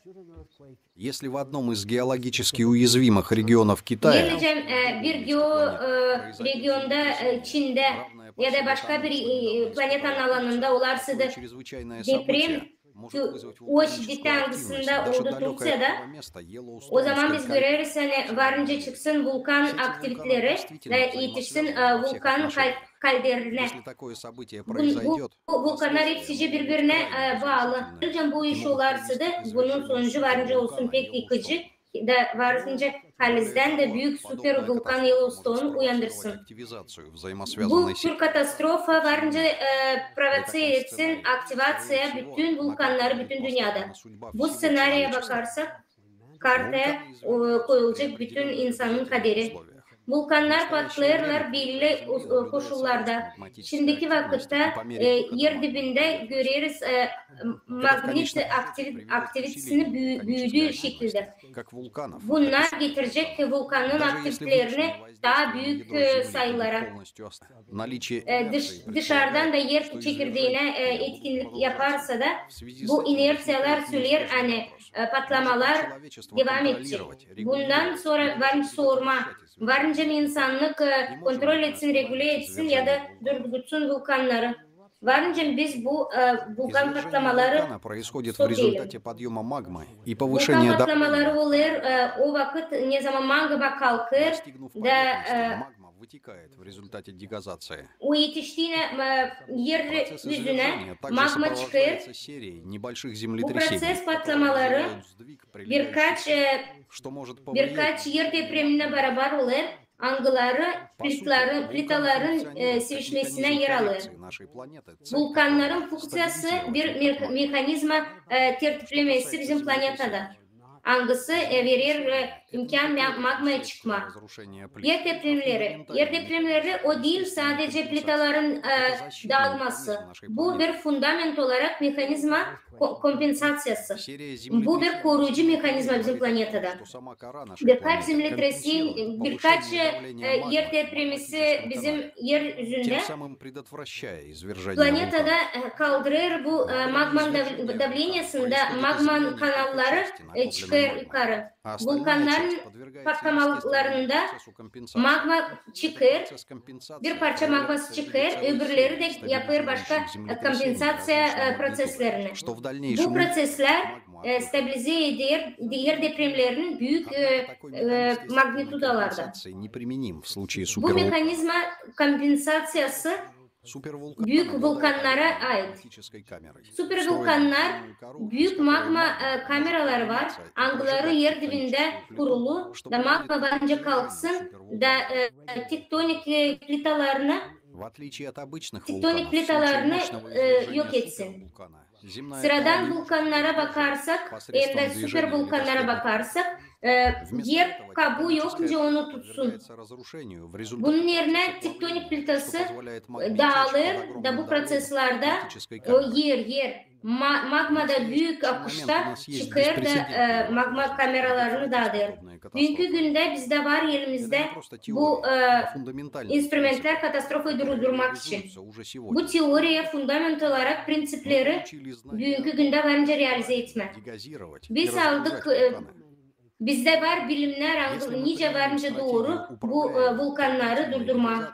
Yerine biz kullanırsak bu stratejiyi, önlem stratejisini varınca biz küçültelim süper vulkanların davranyaların çoğunu bu bize verecek rahatlık da katastrofaları durdurma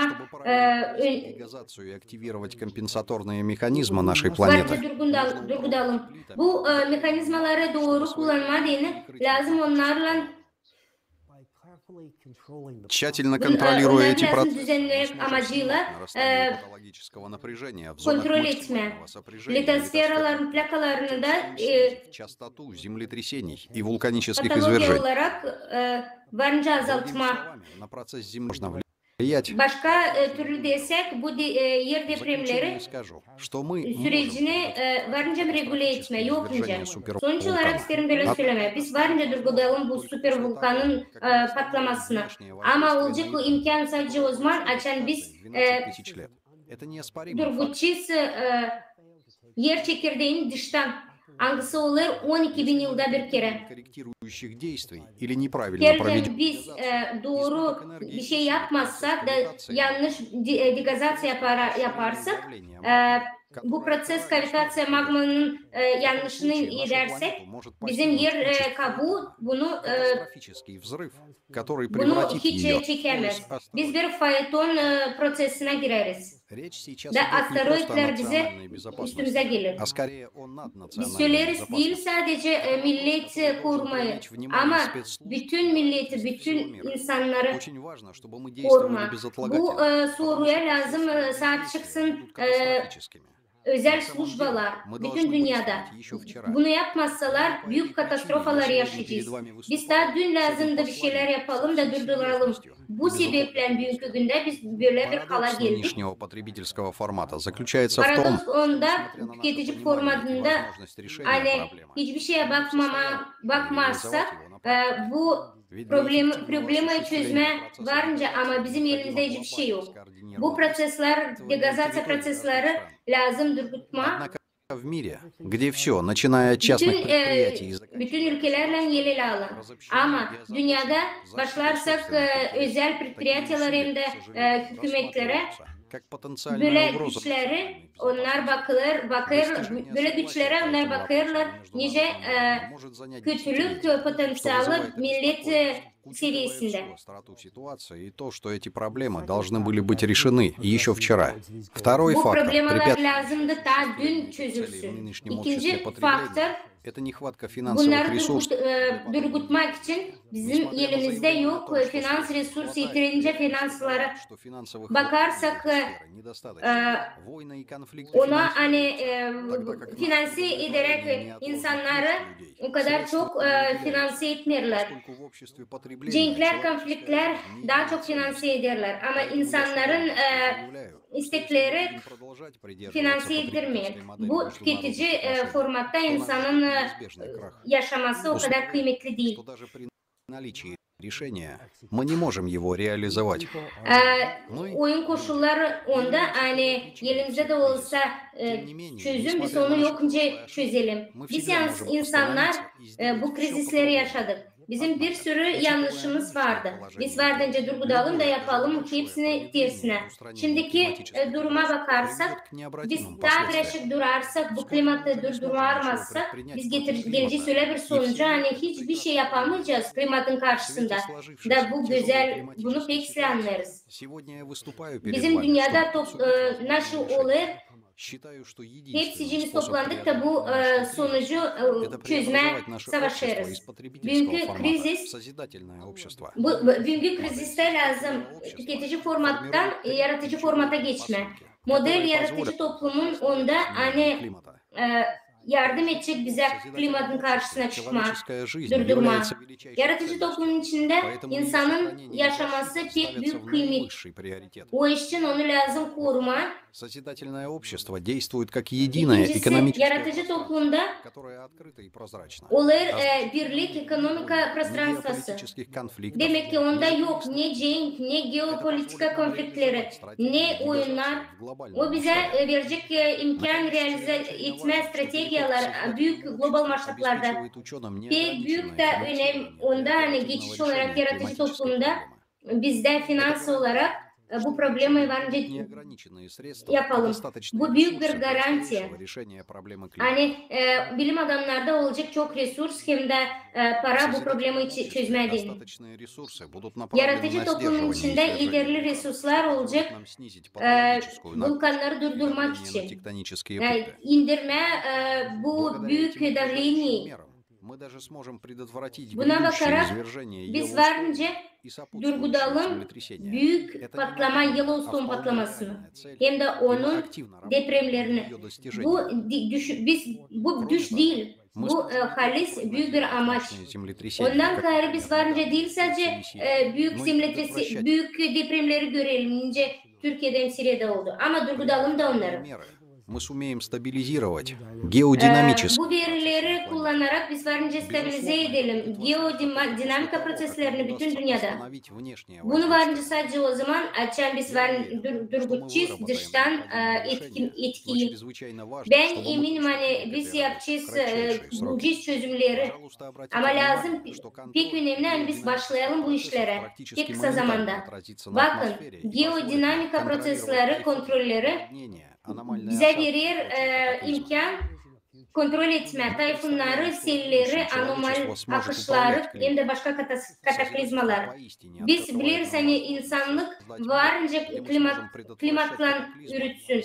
Yaratıcı toplum Такая перспектива очень давно была. Korusun insanın her bir insanın yaşamasını. Bu perspektiva çoktan benim aklımda. O için ben Washington'da prezentasyaya yaratıcı toplumu yaparken ben anladım hani bu teori naşı bize lazım. Ben anladım hani yaratıcı toplum bu bizim bir büyük çıkış yolumuz. Bu bir mutluluk. Hani bizde var öyle bir çıkış. Böyle formatta bilim adamları varınca çok işler yapsın sınırsız. Durgutma bütün kötülükleri bizim planetede. Ben görüyorum bu en güzel aspekt. Ben bence bu problemi değiştirme. Benim elimde geleceğin anahtarları. Bugünkü günde bende var imkan onu kullanma. Bu imkanı bence versin sadece yaratıcı toplum. Yaratıcı toplum kurduktan sonra biz varınca açalım bütün bizim potansiyelimizi da klimatın değişikliğin katastrofasını durgudalım. Ben hepsine sağ ol söylüyorum. Hani siz beni seslediniz de benim laflarımla kabul edersiniz.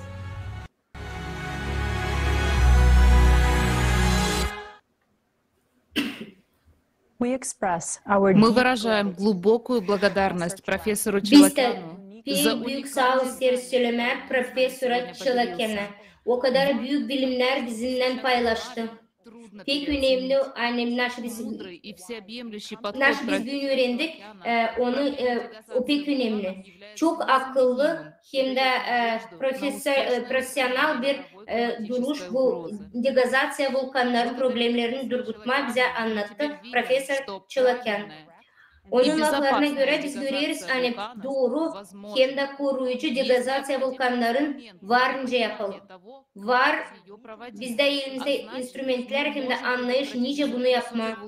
Demek ki biz varınca bu patlama volkanın patlamasını durdurma, insanları koruma, bir sürü can kurtarma.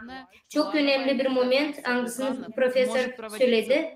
Maçta plan olarak degazasya volkanın varınca yapma sadece o zaman açan biz durgutçuyuz dıştan etkiyi bizim dünya çekirdeğimize. Pek önemli anlama hani durgutunca bu dışı etkiyi lazım durgutma bir sürü deprem hem de volkan patlamaları. Bu iş için degazasya olacak pek büyük olumlu bir instrument bu etapta. Ama onun realizasyasına pek lazım önemli koşullar. Öyle hani her yere her bir resursu elde etme. Bunu pek doğru söyledi Çalaken. Bir format, sadece bir format bu. Yaratıcı toplum bize varınca versin bu imkanı. Daha ileri biz forumda anlatacağız size. Nasıl o format yaratıcı toplumun adına da niçin o bize bugün pek önemli.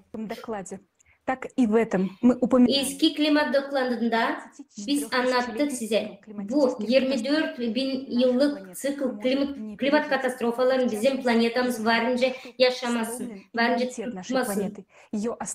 Çünkü onun imuniteti pek yufka. Onun kompensatör mekanizması bozuk. Bunun için bu imunitet yüzünden bizim planetamız yufkalandı da nasıl rol aldı insanlar.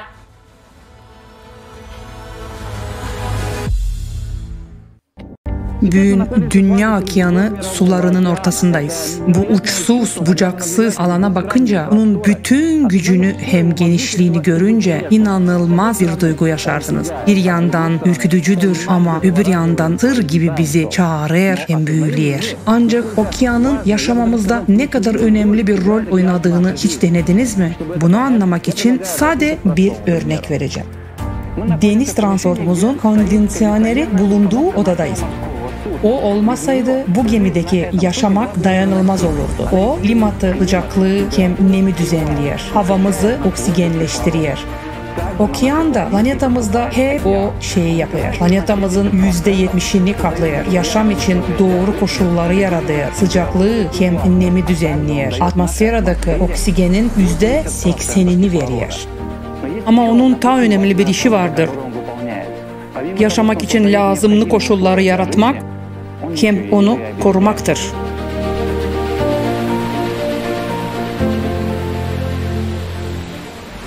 Okyanın işi nedir? Planetanın yaşayanlarını neden koruyur? Okyanın yaptığı en önemli iş toprağın altını soğutmaktır. Okyan dev bir kondisyoner gibi iç sıcaklığı atmosfera yardımından uzaya, kosmosa dağıtır.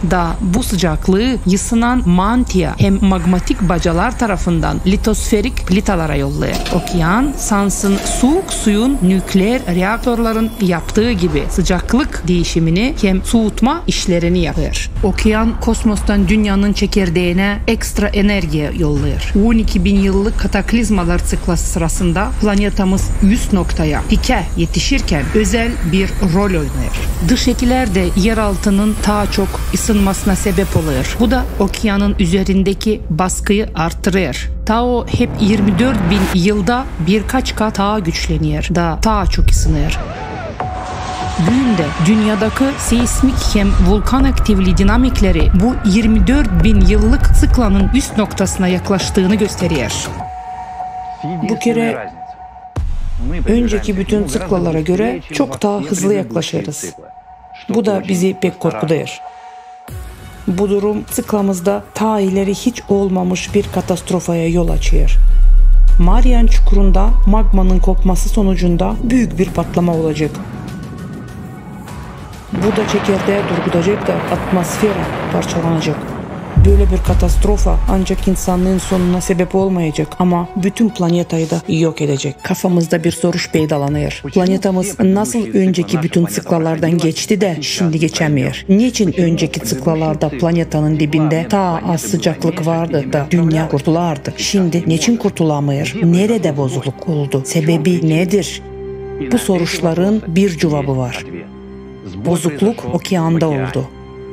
Sebebi de biziz. Okyanın sıcaklığı yollama işi fonksiyası artık bozulmuştur. Artık atmosfera lazımlı kadar sıcaklığı çıkaramıyor. Bu şimdi gerçekleşti. Çünkü milyonlarca yıldır okyan sularında daha önce mikroparçacıklar hiç yoktu. Okyanı öldüren biziz.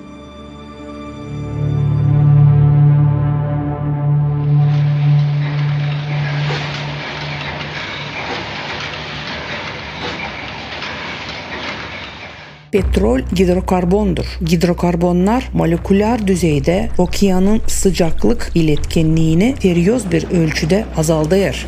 Okeandaki temel kirleticilerden biri olan plastiğin üretimi için ham madde petroldür. Gerçi bu suya girdikten sonra ayrışmaz. Ancak mikro hem nanoplastikler olarak adlandırılan makro parçacıklara ayrılır. Plastik bir hidrokarbon türevi olduğundan mikro düzeydeki parçacıkları okyan suyun kimyasal bileşimini hem asitliğini değiştirir. Suyun sıcaklık kapasitesini hem termal iletkenliğini bozar.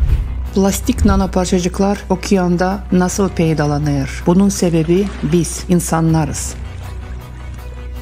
İnsanoğlu 1950. yıllarda plastika üretimine başladı da şimdi bu zaman içinde ürettiğimiz neredeyse her şey okeanda bulunuyor. Plastik adalar okyanın üstünü kaplıyor. Bunların toplam alanına baksak neredeyse Amerika Birleşmiş Ştatları hem Avustralya'nın büyüklüğü kadardır. Ama işin en kötü tarafı bu bizim gördüğümüz plastiğin sadece 1%'idir. Plastiğin 99%'i okyanın sularında bulunuyor. Nano hem mikroplastikler şimdiden bütün okeana yayılmış durumda. Ne kadar plastik orada toplandı bir düşünün. Bugün mikroplastik okyanın artık her yerine yayıldı. Okyanın en derin noktası olan 11 kilometre derinlikte Mariana Çukuru'nda bile mikroplastikler var. İşin korkutucu tarafı mikroplastiklerin en çok bulunduğu yerde burası. Bir katastrofa yaşanmaması için sıcaklığı dağdan en önemli yerdir burası. Planetamızın en çıplak, en yufka yeri gübürlendi artık. Petrol okeana birincil formada da girmektedir. Her yıl 30 milyon ton kadar petrol çıkarma, taşıma hem avariyalar sonucunda okeana karışıyor. Bunun ne kadar olduğunu anlamak için sadece bir hesaplama yapalım. 1 ton petrolün okeanda 12 kilometre kvadrat bir alanı kapladığını saysak, bu 30 milyon ton petrolü okeana bir kere dökecek olsaydık 360 milyon kilometre kvadrat bir alanı petrol plonkasından kaplayacaktı. Okyanın büyüklüğü ise 361 milyon kilometre kvadrattır. Başka türlü desek bu kat okyanın bütününü kaplayabilirdi. Şimdi dökülen petrolün kapladığı su alanını ne kadar büyük olduğunu anladın mı? Petrol ama sürekli olarak okeana akıyor. Petrolün bir kısmı buğulanıyor. Büyük bir kısmı 60% dibe çöküyor. Petrol okyan yüzeyinde bir kat oluşturuyor. Havadan çekilen bir fotoğraf gösteriyor. Okyanın 20% neft plonkasından kaplı.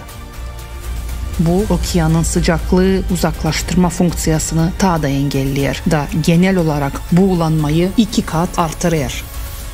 Hidrokarbon hem plastik kirliliğin bir sonucu olarak okyan sıcaklığı uzaklaştırma becerisini kaybetmiştir. Bunun yerine sıcaklığı içinde toplar da bu planetanın içinden gelen endogen sıcaklık sebebinden daha da ısınmasına neden oluyor. Böylece biz insanlar işimizle bizden önce milyonlarca yıldır işleyen bu sistemayı bozduk da onun önemli bir halkası olan okyanı öldürdük. Okyan artık soğuma hem daha az sıcaklığı kaybetmeme konusunda işleyemiyor. Dipte ısınmaya başlıyor. 4,5 kilometre derinlikte 0,04 gradusluk bir ısınma not edilmiştir. Ufak bir şey gibi gözüküyor. Odada böyle sıcaklığın artışını duyamayacağız. Ama bunun planeta ölçeğinde, milyonlarca kilometre kup okyan ölçeğinde ne olduğunu bir düşünün.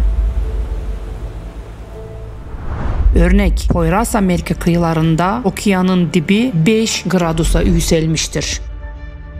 Yükselen dip suyu sıcaklıkların bir sonucu olarak blob olarak bilinen büyük ölçüde ısınmış su üste çıkıyor. Bu alanların sıcaklığı çevre suların 6 santigrat gradusa kadar üzerine çıkabilir. Bu damlacıklar, bloblar, Amerika Birleşmiş Devletleri'nin Texas bölgesinin teritoriyası kadar büyüktür. Bu türlü dev damlacıklar giderek daha çok ortaya çıkıyorlar. Bu türlü anomaliyalar okyanı ölmekte olduğunu, sıcaklık rejiminin seriyoz şekilde bozulduğunu gösteriyor.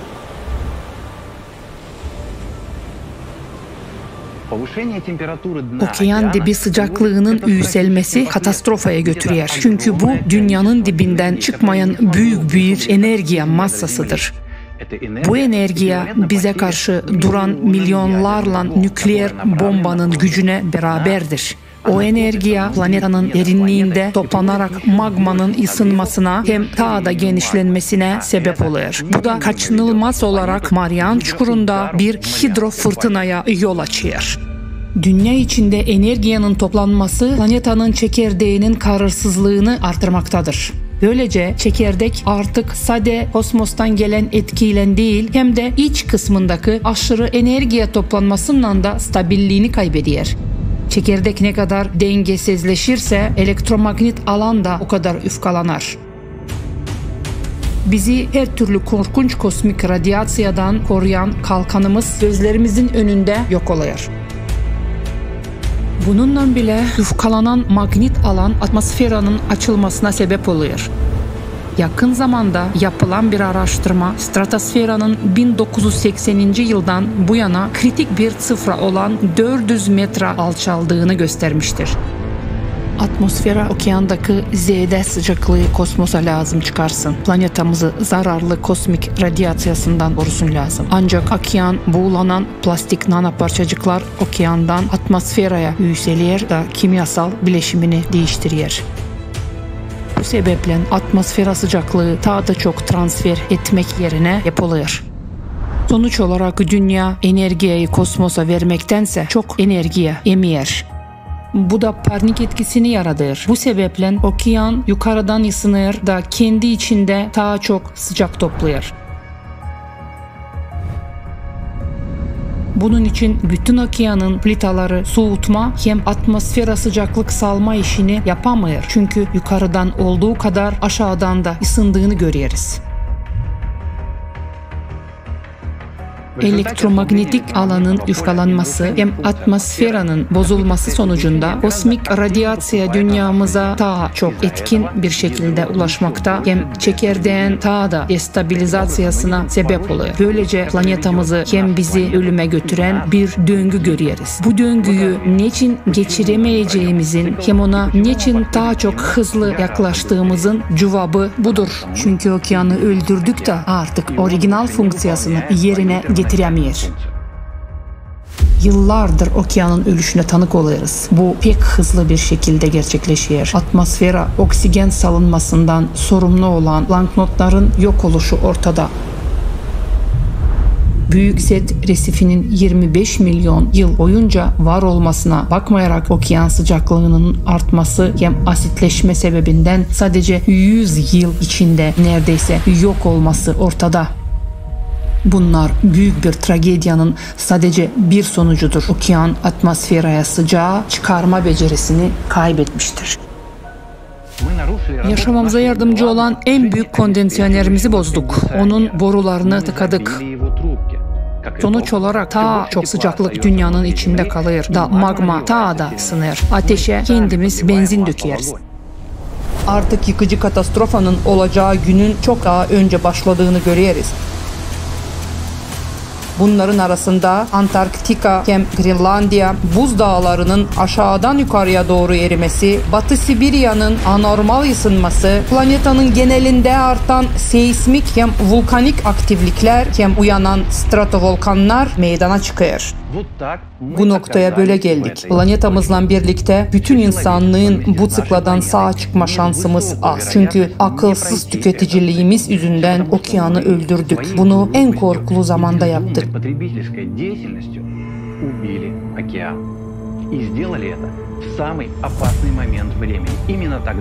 O bizden yardım beklerken bunu yaptı. Klimat katastrofası sıklasındayken bunu yaptı. Milyonlarla yıl boyunca okyan bizi korudu da tek koruma mekanizmamız oldu. Şimdi biz onu öldürdük.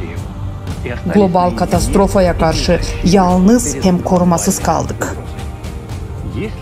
Bütün bunlardan kurtulma şansımız var mı? Var. Ancak bunun için bizi kosmik radyasyondan koruyacak hem okyanı hidrokarbonatlardan temizlemeye yardımcı olacak bir teknoloji lazım.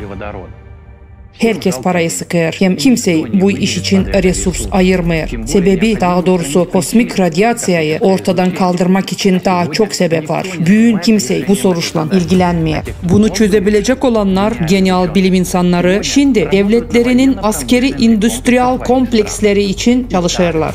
Bu durum tüketici formatında hep böyle olacak. Bunun için başka koşullar lazım. Bu türlü koşullara ancak yaratıcı toplumda kavuşuruz. Yaratıcı bir toplum düzmek için bir şansımız daha var. Yaratıcı toplumu kurmasak ne olacak? 2036. yıldan çok önce ölürüz. Milyonlarla nükleer bombayı düşünün de kendinize bu soruşu sorun. Yaşamamız için, insanlığı kurtarmak için biraz çalışalım mı? Hangisini seçeceğiniz? Planetanın yok olmasını mı, yoksa yaratıcı toplumu mu? Bu seçimi siz şimdi yaparsınız.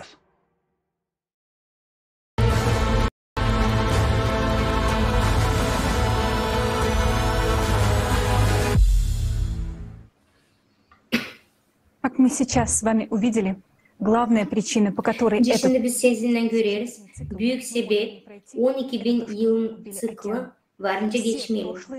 Biz yüzdük okyanusu. Bitki vakitler, o zamanlar okyan diriydi. Doğu bütün dünyayı kurtarardı. Şimdi bizim için okyanlar bütünle yürüdü. Doğu kendi fonksiyonunu yapamıyor. Ne demek oluyor? Demek oluyor hani biz bir insanlık olarak bulunuyoruz bir kötü durumda. Bizde yok vakit hani yanlış yapma. Var sadece bir çıkış. Hangisine lazım seçelim de bu sıkıntıları geçelim. İlk naş işlem yapalım. Durduralım kosmos radyasyasını bizim planetaya. Disbalansı yer çekirdeğin düzleyelim. Biz kosmos radyasyasını durdularsak magmanın temperaturası soğuyacak. Temperaturanın magması küçülecek. %1'i o kadar çok okyanusu ısınmayacak. Okyanus kendi başına göre varınca soğusun.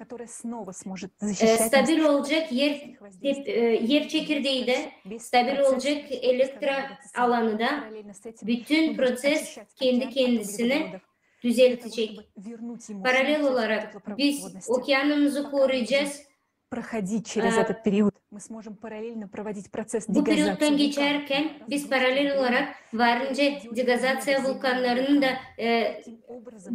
davlenyasını geçiririz.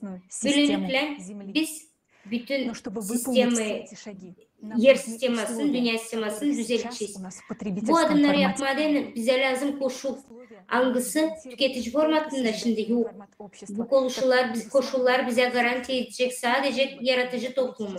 Hangisi gösteriyor hani olmasın geopolitik konfliktleri. Olsun birlik ekonomika kuruşu. En büyük de amacı her bir insanın bir amaç olsun. Bu amaç her bir insanın yaşamasını kurtarmak hem de koruma. O kadar lazım bize bu yaratıcı toplum. Şimdi ben büyük onurum isterim size spikerinizi sunma. Saygılı Igor Mikhailovich Danilov.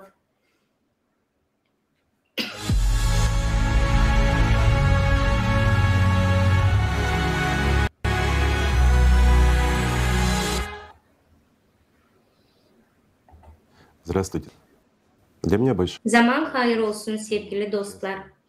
Benim için pek büyük onur, pay alma, global krizisi bir çıkış yolu var forumunda.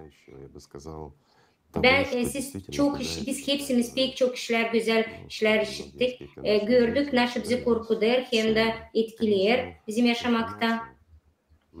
Bu informasiya bugün işittiğimiz pek korkudur. Herkeste varınca soruş olsun. Nerede bizim bilim adamları? Niçin onlar bunları söylemiyorlar? Dostlar, isterim söyleme hani. Şimdi burada onlar pek çok bilirler hem de çok bilirler.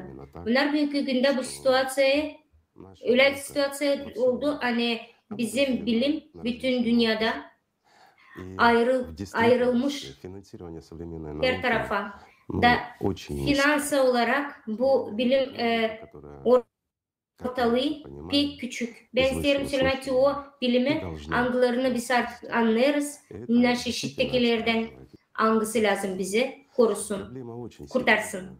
Bu bizi korkutur isterim söyleme. Problema çok serios, pek ciddi. Ama biz onun çözmemiz lazım. Ya da hiç çözmeyelim. Bizde bugünkü yaşamamızda bütün dünyada insanda var varyantlar. İlk varyant hiçbir şey yapmama. Önce de siz işittiniz. Bize lazım Mars'ın kaderini tekrar etme. İkinci varyant. Bu birleşme her yerde birlik bütün liderler olsun. İlkten niçin ben bunu söyleyeyim? Çünkü bu probleme klimat problemasını çözmediğini hepsi bilim insanları bir araya toplamamız lazım. Bu praktika olarak teori bilim adamları angları işler hükümetin her bir yerinde. Onlar lay etmiyor ama biliriz nasıl onlar yapıyorlar. Onlar yapıyorlar ki onu nasıl gider bize aykırı hem bizim yaşamamıza. Geldi o da vakit o da bilim adamlara birazcık hizmet etmek insanlara. Böyle bilim adamları ne yazık ki hiçbir hükümet vermeyecek. Demek ki bu soruyu global olarak çözmemiz lazım. Zira şimdi insanlar yaşayamayacak. Global olarak çözümler bu sorulara çıkış öyle hani insanlar lazım toplansın. Biz birleşelim lazım çünkü turgutma cenkleri küçücük bir cenk korkusu getirecek ki ona hani lazım herkes bilsin. Praktika bilimi hem onların dalları, onların yolları fizikler, yeni fizikler, teofizikler angılarına biz daha sınlaşmadık. Ama o artık işler. Yeni fiziksel prensiplerde yaratırlar ki onu nasıl bizi öldürür. Öldürür cenklerde, konfliktlerde, kavgalarda, hükümet arasında. Bizim en büyük krizis hangisini lazım çözme, bize lazım bilim adamı. Ama biz onları toplarsak bir masaya, demek ki hepsi cenkler lazım bitsin. İstersiniz bunu, istemiyoruz mu?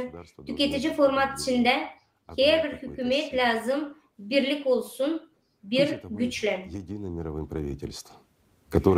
Bu olsun birlik dünya gücü, hükümet. Hangisini seçecek insan? Bu lazım insanlar karar verecek. Burada bir problem var. Ben şimdi size söyleyeceğim. Niçin? Niçin birlik güç, dünya gücü? Bu bir çıkış bu situasyada. Bu çoğundan bağlı. Hani her bir güç kendi pozisyasına gelir.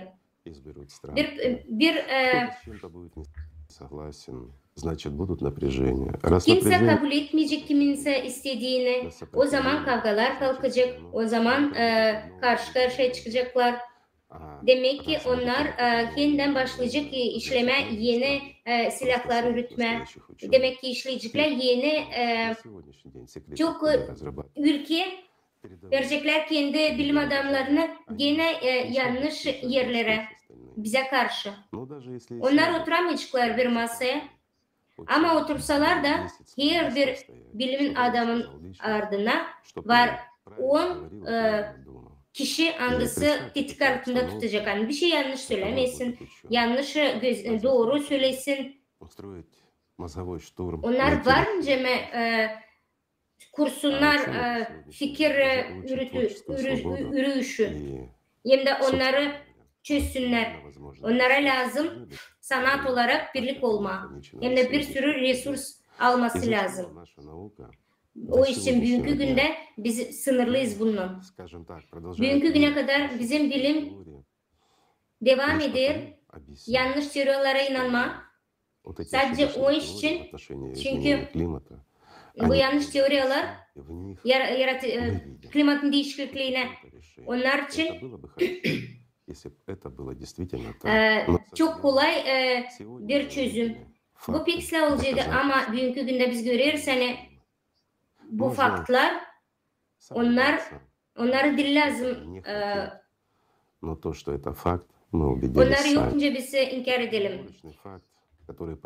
Bence düşünelim her türlü. Ama siz gördünüz bu faktları da anladınız. Hani bizim geleceğimiz böyle. Sonunda hani her bir insanın bütün dünyada canını kurtarma lazım. Bu problema her bir ülkede, her bir insan için. Bugünkü günde geleceğim biz bırakarsak tübülence var. Bizim kaderimiz Mars kaderi olacak. Ama biz ikinci varyantı seçersek birlik hükümetle beraber bu pozisyonla demek ki uçanlar bilim adamları da yetmiyor, resurslarımız da yetmiyor. O zaman hep bu kadar biz tekrar edeceğiz faytonun kaderini. Bugünkü güne düşürme birazcık korkulu. Biz lazım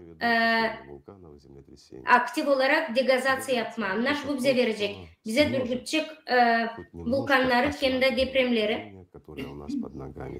Degazasyon bize yardım edecek ufkalama çok güçlü. Hangisi bizim ayaklarının altında.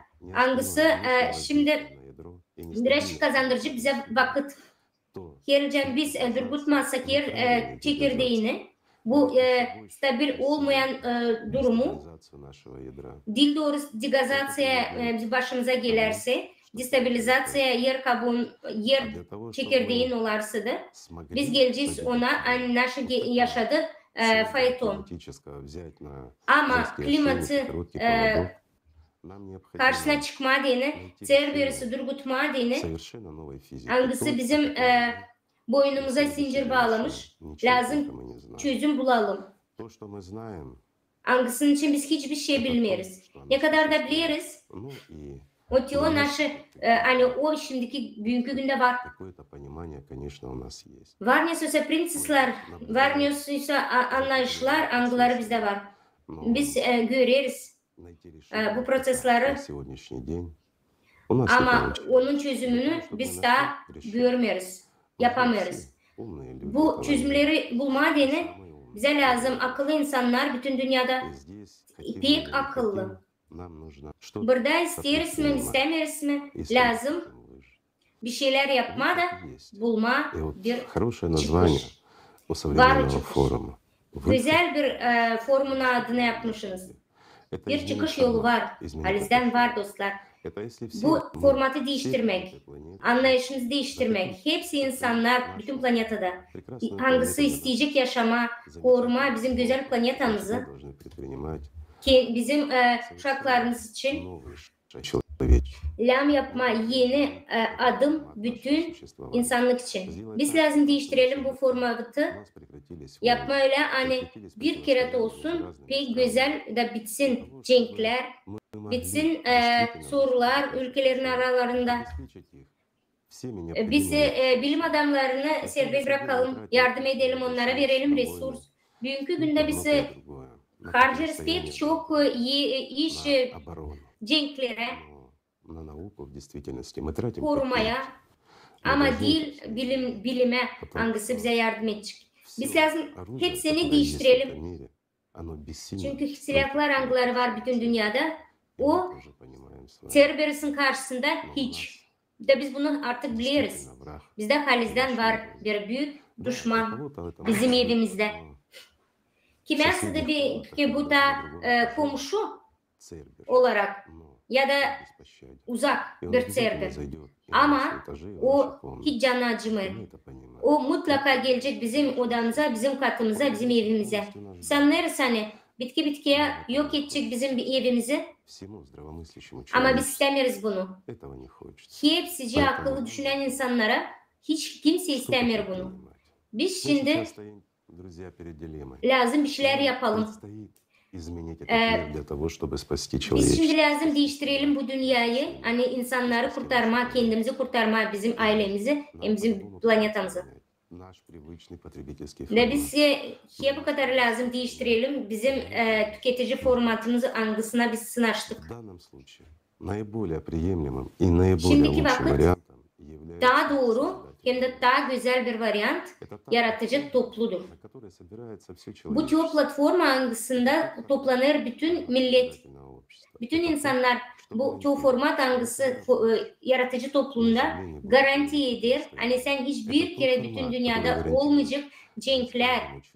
O tür format hangisi garanti eder her bir insanın yaşamasını korumaya, güzel hem de ilerlemeye. Bu tür format yani İnsan yaşaması pek kıymetli bir numara. O tür format hangisi verecek imkan bütün bilim adamlara yapma büyük işlerini. Bu büyük bir şans sevgili dostlar. Biz şimdi öğrendik hepsi değişikliklerin, progreslerini klimatta. Biz gördük faktları.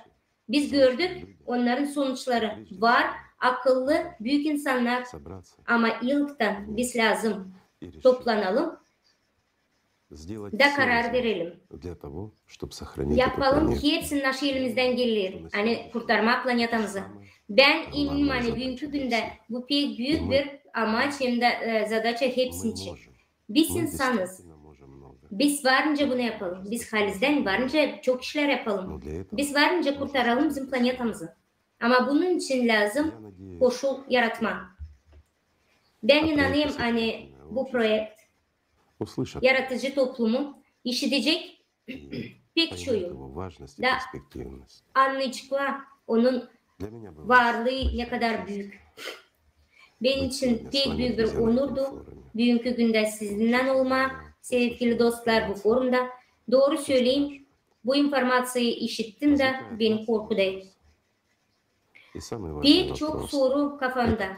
Hem büyük de önemli soru o. Niçin? Biz akıllı büyük insanlar niçin biz kendimizi götürürsünüz uşak? Niçin biz bekleyirsen kimse neredeyse bizim için karar verecek? Açan biz elimizde küçücük vakit, çok az vakit var da sadece bir çıkış. Pek güzel bir soru. Pek inanayım hani. Bütün insanlık cevap verecek buna. Çok sağ olasınız dostlarım.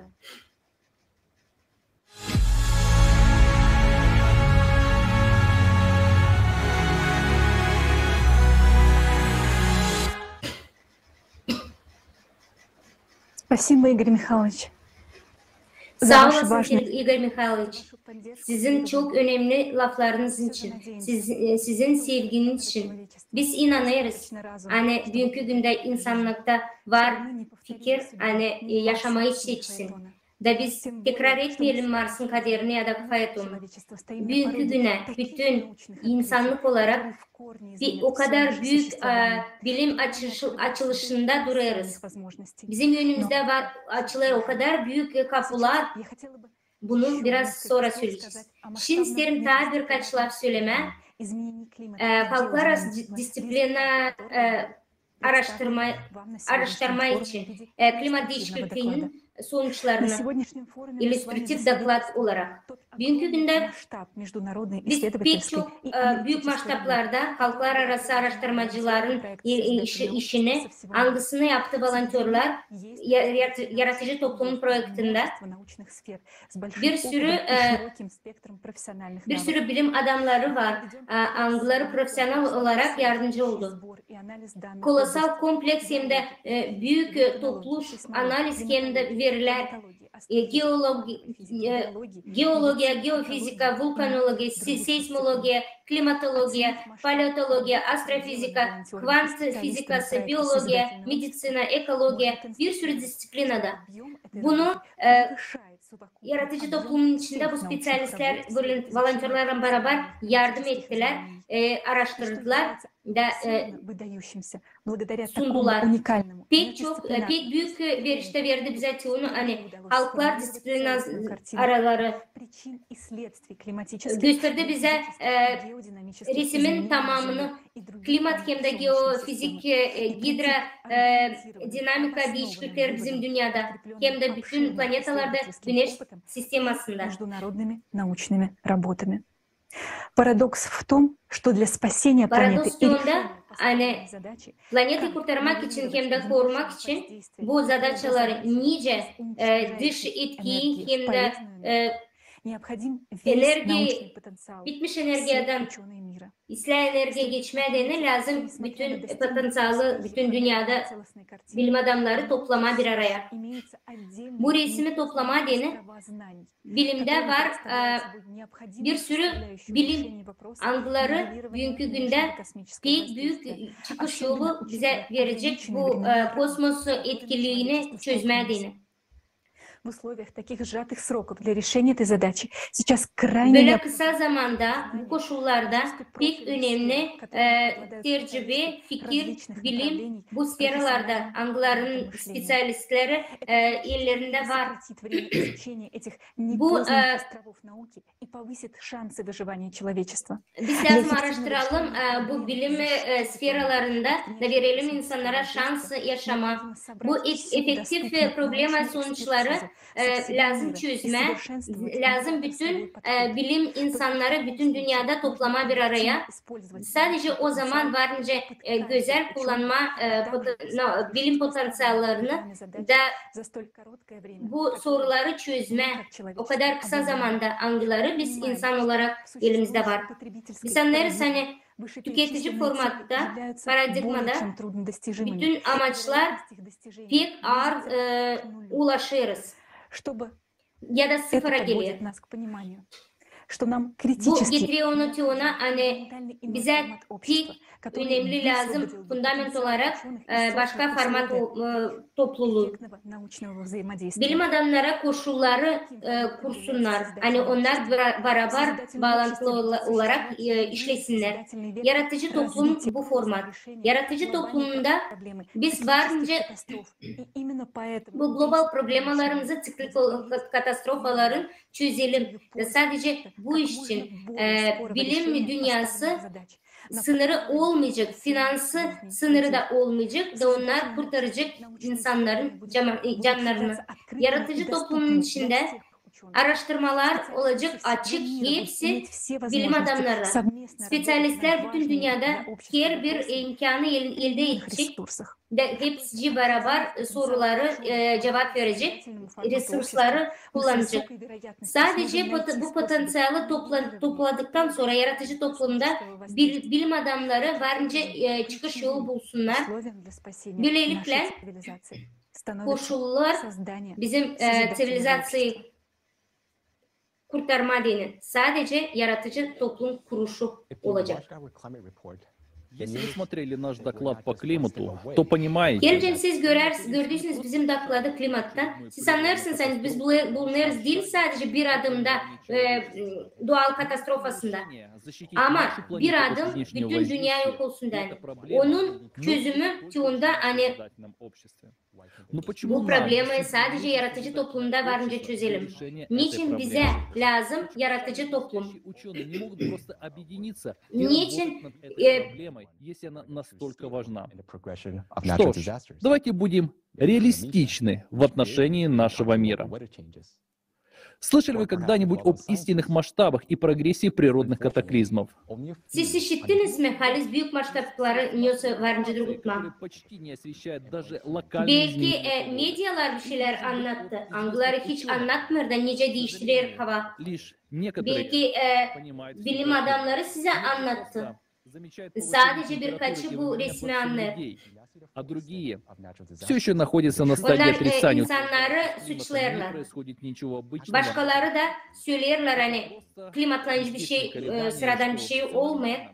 Bu sadece В этой ситуации öyle dalgalanmalar всех масштабов природных bu катаклизмов, normal. а их истинные Bu причины situasyada до сих açan пор biz являются предметом görmeriz спора. bunun bu kataklizmaların Позволит своим ведущим ученым сотрудничать с конкурентами и потенциальными врагами. Именно на этих ученых рассчитывают главы государств при разработке нового оружия и bu обеспечении bilim доминирования adamlara страны. pek çok önem verirler başkanlar. Bu problemleri çözmeye değine dıştan etkiyi lazım kısa sırada teknolojiye açılışları. Обмениваться знаниями и Bu обсуждать bilim идеи. adamların bir amacı lazım olsun da onlar lazım kendi bilimlerinden paylaşsınlar. Ama tüketici formatta onlar ne kadar da akıllı olmasa da bu işe izin vermiyorlar ve onlar ayrı kalırlar. И эффективно проводить мозговые штурмы.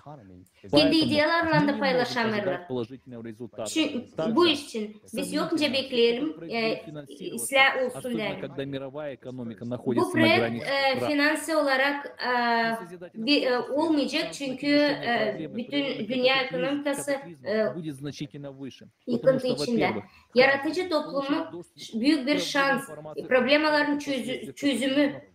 Çünkü bu doğru informasyayı anladıktan sonra anlama verince sebepleri, doğru sebepleri klimat katastrofaları lazım insanlar yönelsin kendi fikirlerini, akıllarını, kendi bilgiçlerini. Hepsi büyük bilim adamları da serbestlik alacak, açık işleyecekler. Onların bir amacı olacak da hepsi bir arada işleyecekler. Her bir lazım anlasın ne kadar situasyon seriyoz, ciddi. Yani onlar bizi koruyor. 8 milyar kişi. Onlar lazım açıklık yapsınlar. Bilirsiniz ben de bilim adamı. Açan ben kendi yolumu seçtim. Ben isterdim yapma büyük gelişim. Ben bilirim her bir insanda var bu ambitsiyalar. Da yapsınlar bunu. Bu задача onun seçimi. İnsanlar hiç unutmayacak ki o insanları, angıları korudu hem de kurtardı bizim planetamızı. Üçüncü, bilim adamları sıfırdan başlamayacak. Bizde artık var bir sürü anlayış, nice durgutma, dıştan etkiyi. Biz yokunca bunu bir yalnız yapalım. Bize lazım fikir alma. Kendisiyle bilinç adamlarından. Bizde var sadece 2 yıl. Bakın bu которая поможет ученым понять, как остановить внешнее воздействие на планету и, следовательно, спасти все человечество. Наконец, важным аспектом является то, что в созидательном обществе все ресурсы принадлежат человечеству, поэтому этим ученым будет yaratıcı toplumdaki hepsi resurslar insanlara ait. Hepsi bilim adamlara küçükler yardım edecekler. Это экономически возможно, вы узнаете сегодня более подробно. Но одно важное bu ekonomiyi verince kurma. Ama bir önemli bir duruş. Ki o bilim adamları kim işleyecek ki klimat terbiresini durmadığını klimat terbiresini durmayacak. Var çıkış yol. Он продолжит пожирать и уничтожать многие города и даже страны. Нашим потребителям... Biz bulana kadar bu çözümü klimat terbiresini bize yok edebilir. Tüketici dünyada bize varınca o 12 bin yılın içinde bu tıkılda bunkerde koyalım. Ama biliriz hani bu varyantlar birkaç sadece yıl için. Ama hep kadar hepsi ölecek. Zerrecin bütün planeta ölecek. Gitmeyince Mars. Yaratıcı toplumun içinde kötülükler büyük kontrol altında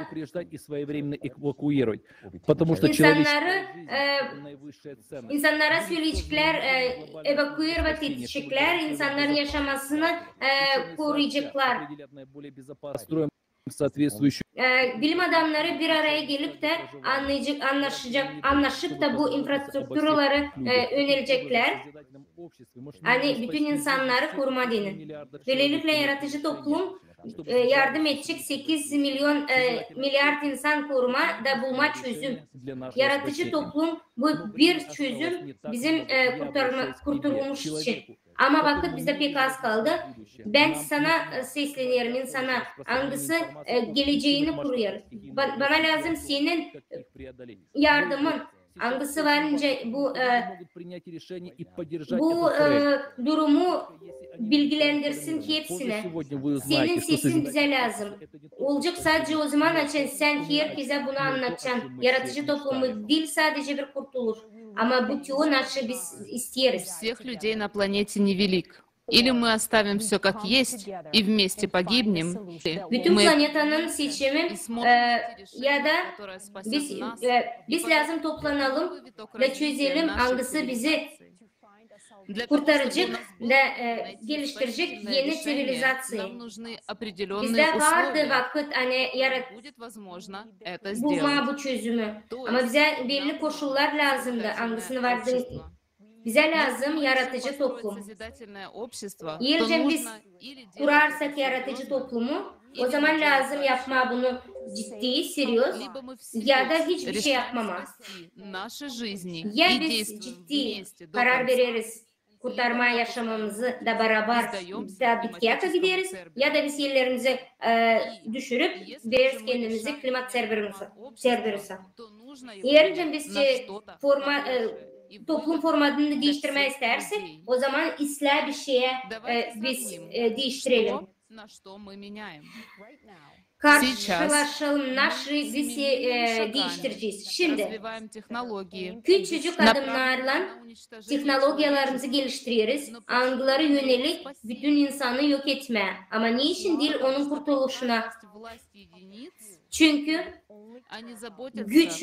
güç varsa onlar ister sadece kendi kârlığı için. Da o hakları и решение принимало бы само общество. Yerlicem güç insanların elinde olsaydı da hepsi kararları onlar yapsaydı biz ıslah yaşayacağız. Çünkü insanlar bir kez kabul etmeyeceğiz o kanunları, anguları yok etmez ister onların yaşamalarının canlarını. Bugünkü günde dünya enflasyalı hem de cenkler içinde. İnsan da hiç kimse kendi hiçbir şey. Biz hepsimiz beraber bence değiştirelim. Tek güzel koşullara güzel yaşamaya her bir insan için. Мы должны иметь уже просто потому, что мы люди. Böyle koşullara anglarını biz yazmak elde edelim çünkü biz insanız. O dünya yerine, nerede bizim yaşamamız hiçbir şeye gelmiyor. Жизнь любого человека будет являться самым ценным. Сегодня вы много услышите о созидательном обществе и о тех перспективах, которые оно... Siz çok işitsiniz yaratıcı toplumun adına. Perspektivalarına, algılar her bir insana ait olur. Oyun kartlara, nice siz eskiden yaşardınız hem de nice siz varınca yaşarsınız yaratıcı toplumunda. Kendisi ailenizde, sevgilinizde hem de yakınlarınızda.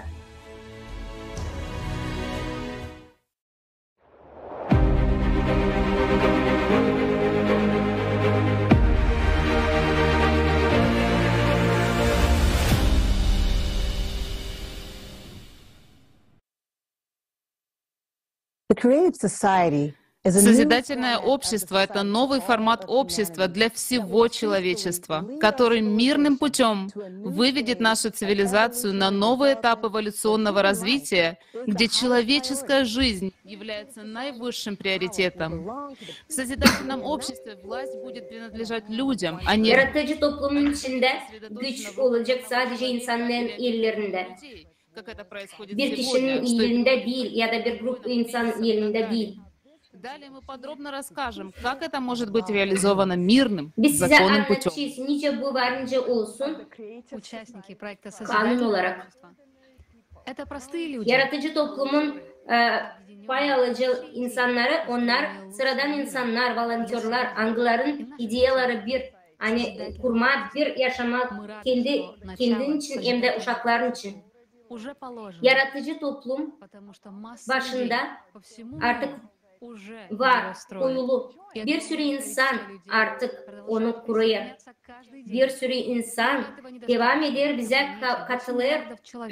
Ama bu yeterli değil. 8 milyon insan bizim planetamızda da sadece bizim gücümüz yetmeyecek.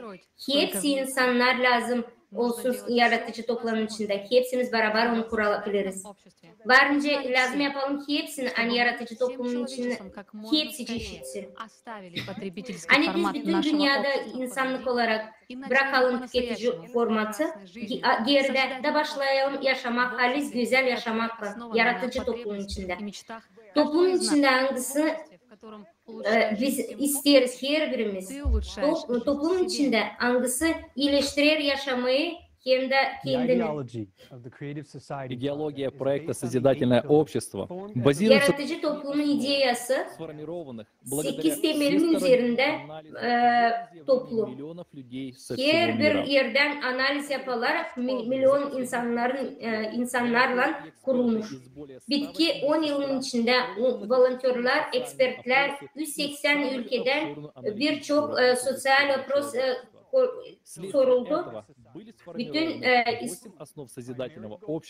Bütün insanlığın historiasında. Bundan sonra toplandı 8 temel yaratıcı toplumun. Hangisinin amacı insanın yaşamasını korumak hem de kurtarmak. Dün size pek çok anlatacağız. Nice yaratıcı toplum değiştirecek her bir insanın yaşamasını, perspektivaları açacak bütün sivilizasyaya. İlkten bakalım nasıl kârlı getirecek yaratıcı toplum ki hepsi insanlara.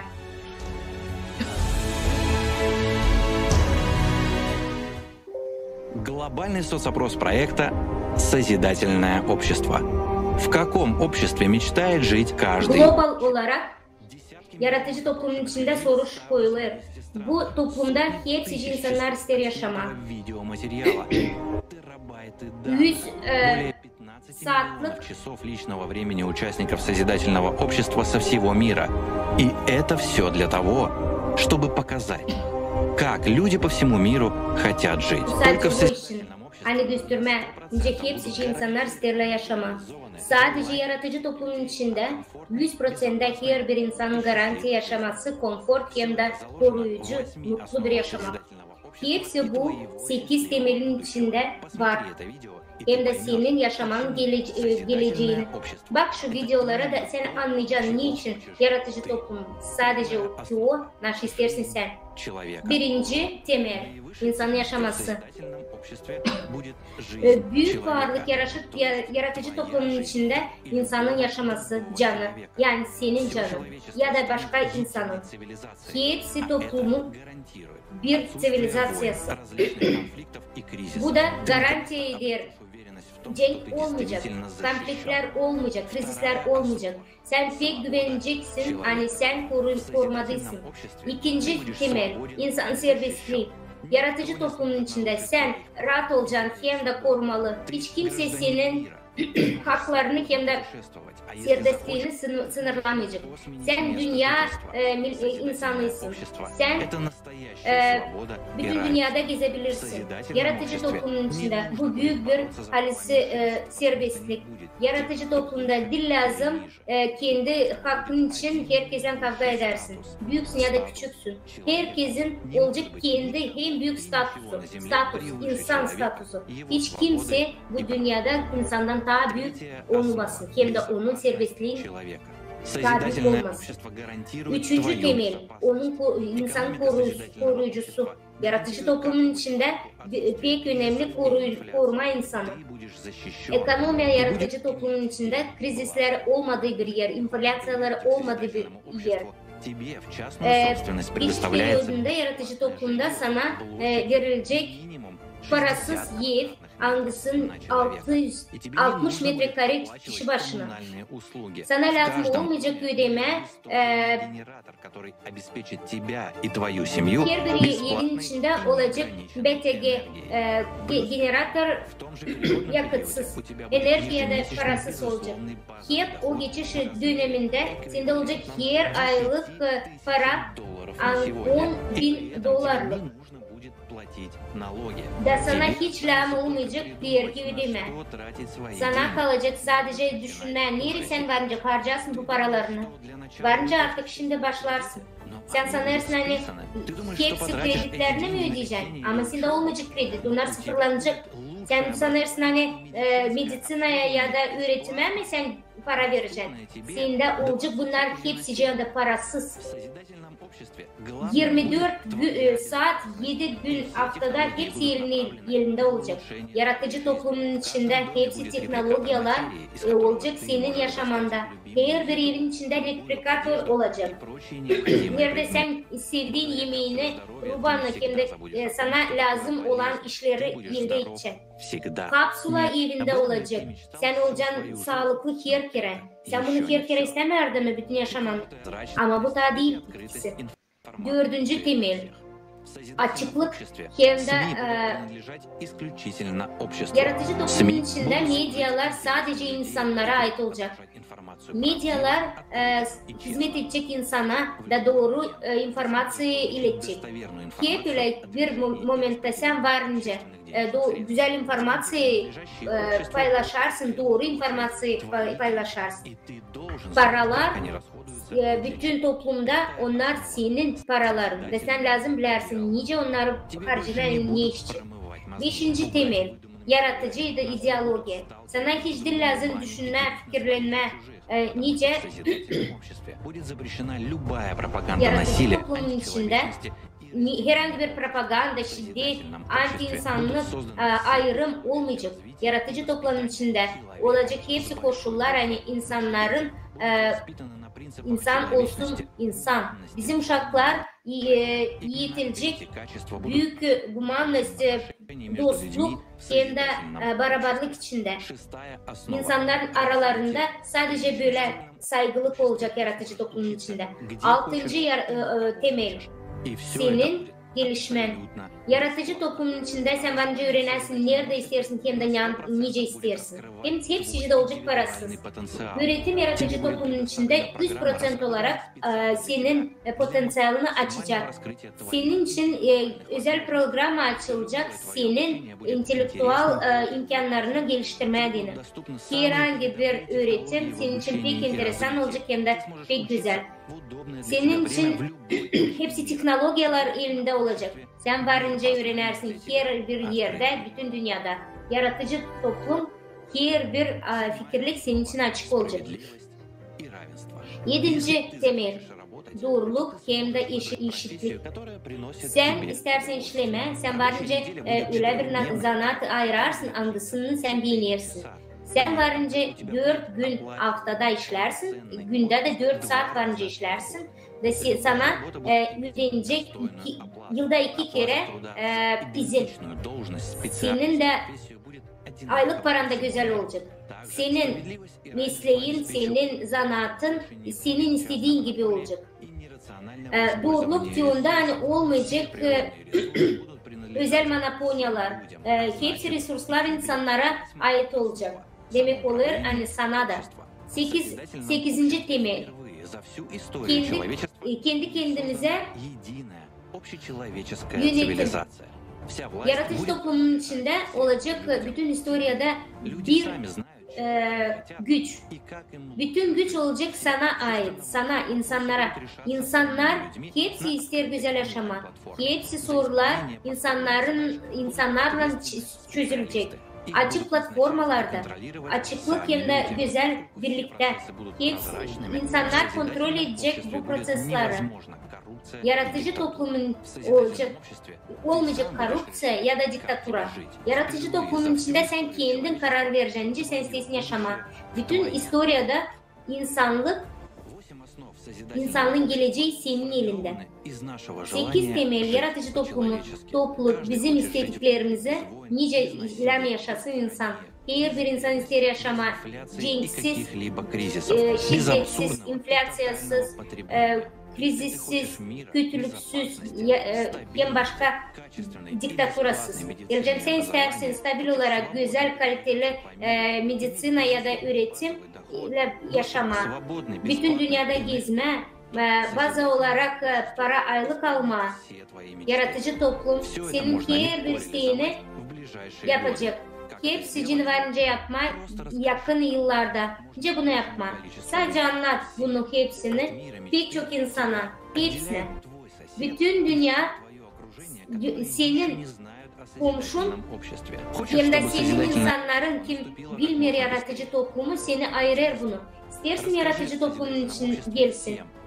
Bir şeyler yap. Anlat yaratıcı topluma hepsini.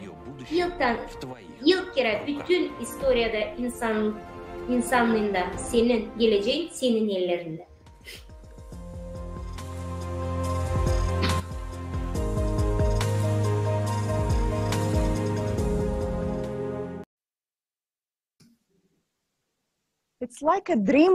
Это же просто мир мечты. Бесплатная медицина высшего уровня гарантирует отличное здоровье. Каждому гарантируется бесплатное достойное жилье и никаких коммунальных платежей. Больше никаких инфляций и кризисов. У тебя будет стабильный ежемесячный... Olacak güzel yaşama, hiç kimsenin de olmayacak inflasyon, hepsi kreditlerin silinecek, hepsi. Sen hiç kimseye bir şey değil lazımsın. Hiç lazım olmayacak düşünme para için. Denen de bu finans serbestlik, yaratıcı toplumun içinde. Sonunda sen varınca görersin dünyayı ve bütün dünyada gezersin. Sen artık soğuk alacaksın, bütün büyüdenle de yaşayacaksın, ölünce sen hep kere isterdin. Sadece psikik hasta bir insan istemeyecek böyle dünyada yaşama. Sen Olga doğru söylersin. Biz şimdi gördük karlılık, yaratıcı toplumun karlı angısı garanti eder her bir insana. Bunun etapları yaratıcı toplum kurmak için layıkçız biraz sonra. Şimdi geçme bu formattan öbür formada yaratıcı topluma biz yokça yapalım. Yıldan olacak bir geçiş dönümü, periyodu yaratıcı topluma. Biz artık bu geçiş periyodunda her bir insanda garanti olarak olacak karlılık. Anısını şimdi siz işittiniz. Все, что вы говорили, будет доступно всем. Hepsini siz söylediniz. Hepsi cine ait olacak. Her bir insana. Который разобрался в том, что такое созидательное общество. Anladı nasıl yaratıcı toplum. İsteyecek onda yaşama. Hepsimiz ayrıyız. Ama hepsimiz bir isteriz. Yaşama insan olarak. Serbest, mir içinde, hiçbir şey düşünmeden. Bu bizi bir araya getirir. Hepsi ister güzel koşullarda yaşama. Niçin bizde şimdi yok? Soruya cevap böyle. İnsanlarda yok bu. Çünkü tüketici formatının içinde hangisinde şimdi yaşıyoruz. Güç insanların ellerinde değil, başkalarının ellerinde. Küçücük bir grubun elinde. Siz anlarsınız mı nasıl yaşamakta yaşarsınız? Bilirsiniz, sen hiç bilmezsiniz. Bilirsiniz ne demek oluyor? Sizin elinizde gücü yok kendi yaşamanı yönetilme. Demek ki kimse sizinle yönetir. Bütün güç sizin elinizde olsaydı siz kaldıracaksınız mı vergileri ya da cenaları? Siz elektrik ya da gaz ya da suyu parayla verecektiniz mi? Siz alacaktınız mı kredi, hani iyileşme, öğrenme ya da nasılsa? Siz gideceydiniz mi, yapacaktınız mı cin? Hepsi insanlar isterler güzel bir stabil yaşamak. Onda olsaydı bu imkan, o bu yaşamayı kuracaktı. Ama şimdi insanlarda güç yok. Demek ki bizde yok gelecek. Bu demek olur hani lazım seçelim. Güç gelir sadece o grup insanlara. Da sadece o grup insan işleyişi. Demek ki bu tüketici formatta. Kayılı olarak yaratıcı toplumun içinde bütün güç her bir insana ait olacak. Sana da. İnsanlar kendileri bilirler naşınlar isterler ince isterler yaşama. Hepsi önemli sorular insanlar çözecek. Açık online platformada. Bu zadaçaları yapma adına onların sorumluluğu olacak. Angıları seçecek hem de kontrol edecek insanlar. Hepsi prosesler açık olacak. Hiç kimse kendi kafasına göre bir şey yapmayacak. Bu küçük grubu yerine olacak karar verecek insanlar. Sen kendi yaşamanın koşullarını düzeltirsin. Doğru dostlarım. Bizim geleceğimiz bizim elimizde. Hiçbir kere historiada olmadı. Böyle yaratıcı toplumda. Bizde yok böyle bir opet. Çünkü her yerde kuruluşlarda, hangisi bizim historialarda oldu. Liderler her kere bırakardı gücü kendi arkasında. Ama yaratıcı toplumun içinde insanlar vermeyecek hiç kimsene bu gücü. Kendileri karar verecekler. Bu demek olur kendi görün. Yönetim olacak. Nice praktikada bu olacak? Bakalım.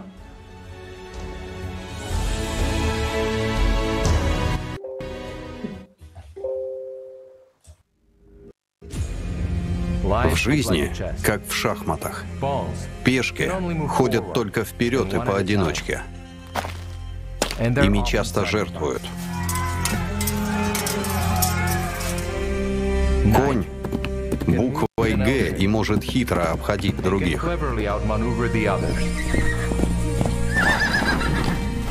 А ферзь обладает властью передвигаться по доске как угодно.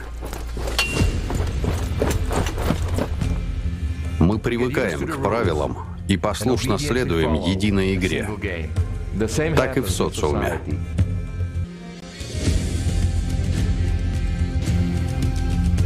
Нам предлагают на выбор несколько политиков. Мы думаем, что сами выбираем. При этом голосуем только за предложенных. Наделяем их полной властью над нашими жизнями. Мы же становимся пешками. Придя к власти, политики устраивают войны, кризисы, жертвуя нами.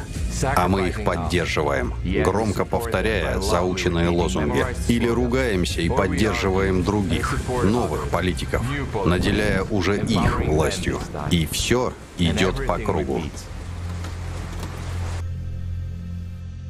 Нас убеждают в том, что не существует жизнеспособных моделей самоорганизации общества без власти. Но разве такой модели действительно не существует? Или просто те, кто так утверждают, не знают о ней и хотят знать? Но что, если изменить условия, перестать играть и начать жить?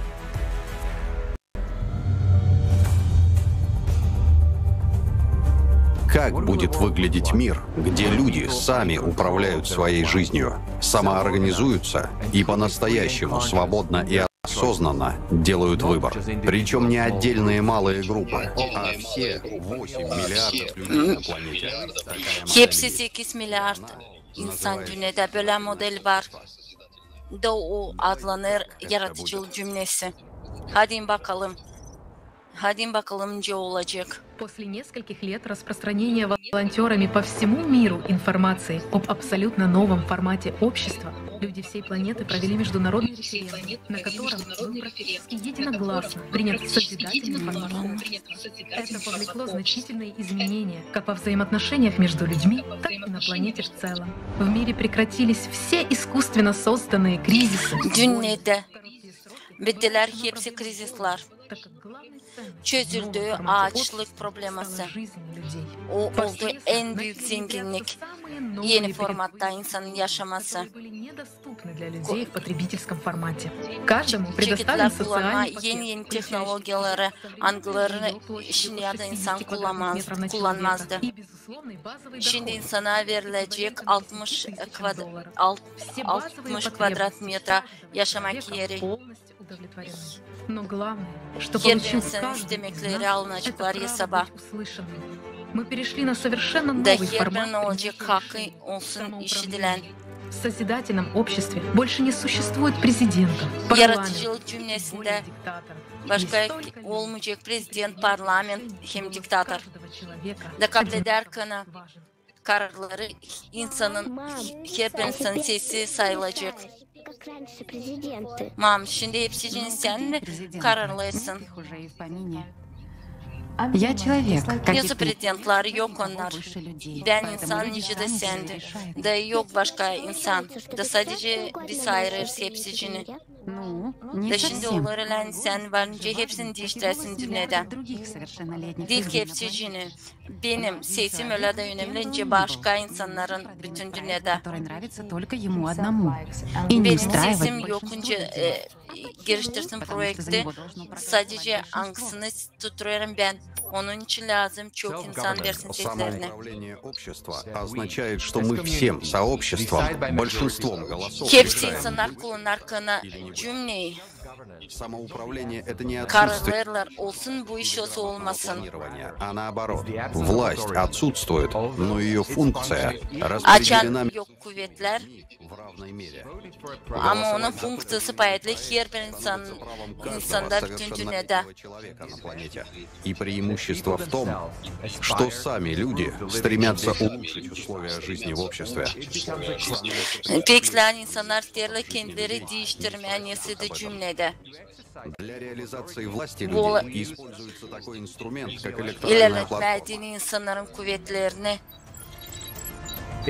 kullanılır bölence elektoral platforması, sayt, и оперативно принимать решения. insanlara açık kabul etme kararları.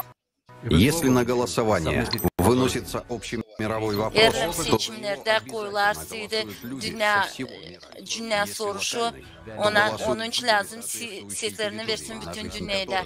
Erlim bir devlettensiydi o zaman onu kabul etmediğini seslerini verir o devletin insanları. Örnek gibi Erlim köy soruşuysa o zaman ayrılır köyden insanlar, Erlim dolaydan dolay insanları. Erlim lokalsıydı. Ya da global, o zaman her bir kanun projekti yazılı kolay dilde, hani her bir insan anlasın. Uzmanlar lazım onu hazırlasınlar da anlatsınlar insanlara onun çıkışları için, plusları hem kötü tarafları için, ne değişilecek insana dini. Neyse o belli olacak onun yaşamasında. İleri doğru kanun projektini çıkarırlar insanların seçilmesine. Что это? Не bu.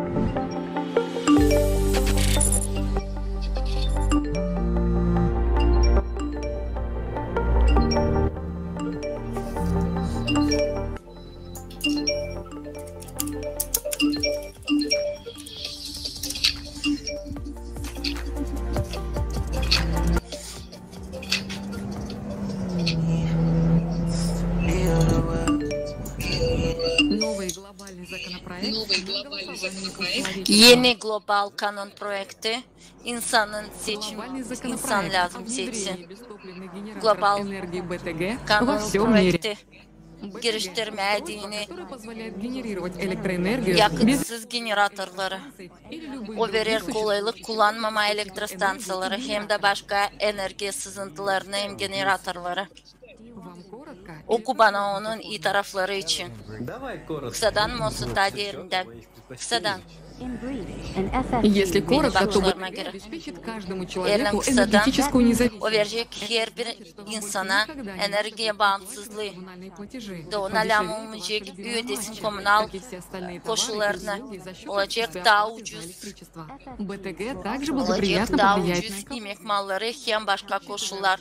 Hangisi belli edecek kendilerine ekologiyada. Bakarak sizin bakışlarınıza onun geliştirmesi verecek size kolaylık. Hani siz maşınınıza koymazsınız petrol malları. Eğer siz sizlemezsiniz sonra bütünden siz yokunca sesinizi verersiniz. İşitmediğinin onun iyi taraflarına hem kötü taraflarına. İyi tarafları energetik katarından bağımsızlık. Her bir insan lazım ilkten bütünden onu anlasın. Da sonra kabletin karar versin sesini. Onun için o karşı dursun. Çünkü bu karar belli olacak onun yaşamasında. Kanun sayılır o zaman kabul edilmiş açanını tutturacak insanın daha çoğu 50%'dan ziyade. Pek meraklı. Плюсы, понятно, Global минусы. projekte iyi hem kötü taraflarını anladım. Kim onun inisiatörü? Энергия uğrunda uzmanların grubu. Область энергетической промышленности потеряет свою актуальность. Закроются все электростанции, заводы. Onun kötü tarafları bu kapanacak hepsi elektrostansiyalar, türlü şahtalar, AZS'lar, çoğu sferalar kapanacak. Ama onlar bence değişilsinler. Da peydalanacak yeni zanaat yerleri. Так, инженер, биотехнолог, БТГ. О, смотри, предлагают... Biyotehnolog, injener verirler kolaylık, yeniden öğrenme, aerokosmik sistemaların injeneri. Ben burada 8 yıl işledim. Tüketici formatında çekildi. Hepsi prosesler açık. Сможешь проконтролировать любой процесс голосования. Var Правильно kontrol ли edersin her bir seçimlerin prosesini, her bir orada. что электоральная Pek платформa önemli удобна? anlama. Hani elektoral platforması pek yakışıklı kullanmakta. Teknika uğrundan И обработки данных. Успешно проходит процесс глобального голосования, а İyi geçir. Global seçimleri giriştirmediğini yeni enerjiyi.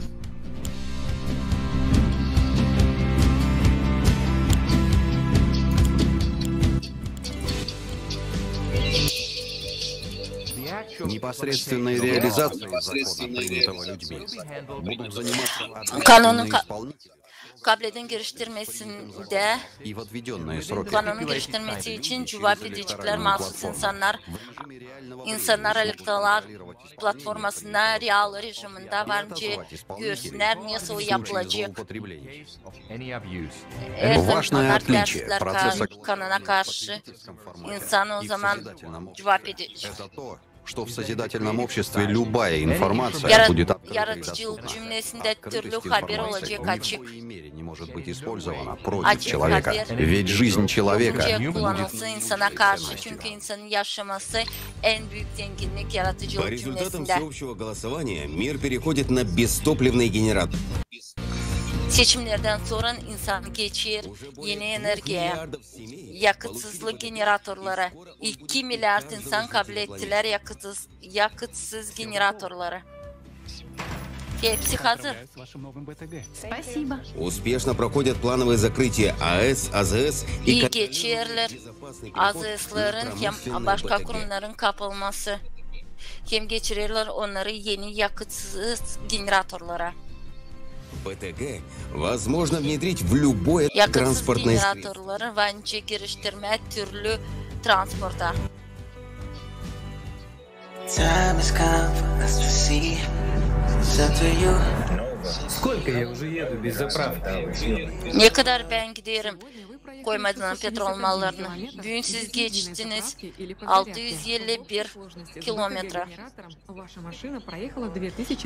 Yakıtsız generatorla siz geçtiniz 2000 kilometre. 13 kilometreden, 13.000 kilometreden sonra varınca koyarsın son zaryadkaya.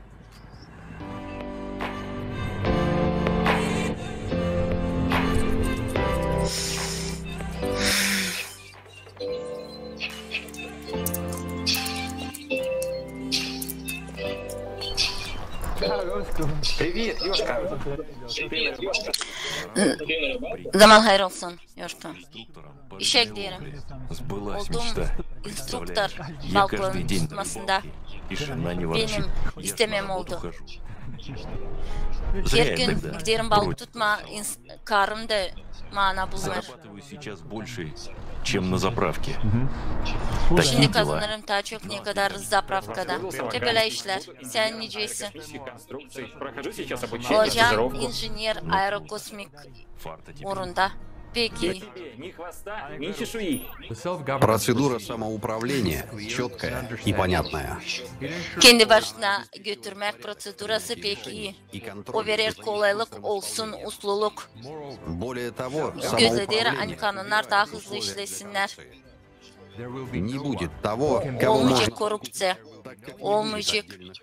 O insanlar haklarını verdiği satın alma. В равной мере сможет принимать участие в управлении делами общества. Bir türlü kabul edecek, Привилегий и неприкосновенности. Люди сами будут решать, на реализацию чего направить ресурсы. Onlar kendileri kararlayıcılar, nereye yollama resursları hem bir yerde onları kontrol etme. Her bir insan varınca kolay versin kendi inisiyatifasını çözmediğini soruşangısı bağlı yaşamakla. И выносится на общее рассмотрение. Если люди поддерживают, çıkaracaklar bakılmaya yerlim insanlar onu tuturarsa uzman katlarla uzmanlar anıkları onu bakacaklar. Zaman hayırlı olsun çocuklar. Tuturacakları beni. Giderim değiştirmeye dünyayı. Sen söylerdin hani parkadan gitmeye uzakken kaçeli pek az sallangaçaz. Ne düşünüyorsun? Evin yanında yaparsaydık. Или этот? Wow. Я да Сложно выбрать. Ничего себе! Здорово. И когда это ты успела переквалифицироваться с дизайнера интерьера на архитектора? А это не я. Ne zaman sen önce interior dizaynerdan oldun arhitektörden. Ben verdim ideyi dünkü Так что подам на ben verdim платформу ideyi оба. arhitektörler de Люди yaptılar выберут, bunu. за какой проголосовать. Bu insanlar ayırsınlar hangisi için ayırma. Ну, тогда нам надо голосовать за Ben isterim hani parkta olsun daha çok kafe nerede satacaklar dondurma. А в этом Olacak daha az yol nerede gezinlerle ispetli. дорожек, зато кафешек меньше. Birinde olacak daha çok yerler sportla donatlanma, öbüründe kafe.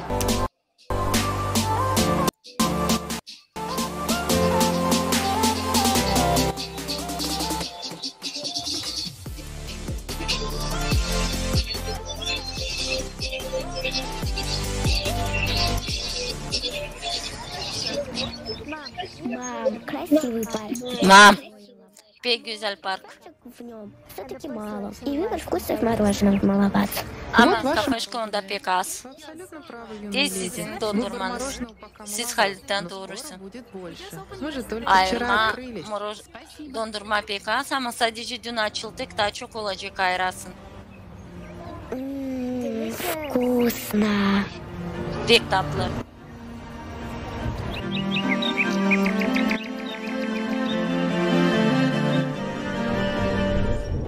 сегодня в потребительском обществе отдельная страна или даже союз нескольких стран Tüketici не смогут formatında реализовать концепцию devlet самоуправления ya в da полной мере. birlik yok önce kendi başına kullansınlar. Neyse var geopolitika, var konkurensiya, kim güreşmek resurslar için. Devletlerin ekonomikaları bağlı birbirine. İnsanlar bir devletten yokunca kabul etsinler bağımsız kararları. Kendi başına götürme cümleyi varınca sadece yaratıcılık cümlede. Bugünkü güne yok. Tüketici formatında kanun koruyor sadece onları kim onu kurdu. Ama açan insanlar kendileri kurarlı kanunları hem seslerini verelim bu iş için. Açan insan kurar projeleri de ilerlettirir onları. Yokunca olsun kavgalar halkların aralarında. Çünkü insanlara dinleyen pahalı yaşamak. Bu perspektivalar hepsi insanlara dini açır yaratıcılık cümlesi. У нас еще есть много над чем работать. Путь к счастью всегда тернист.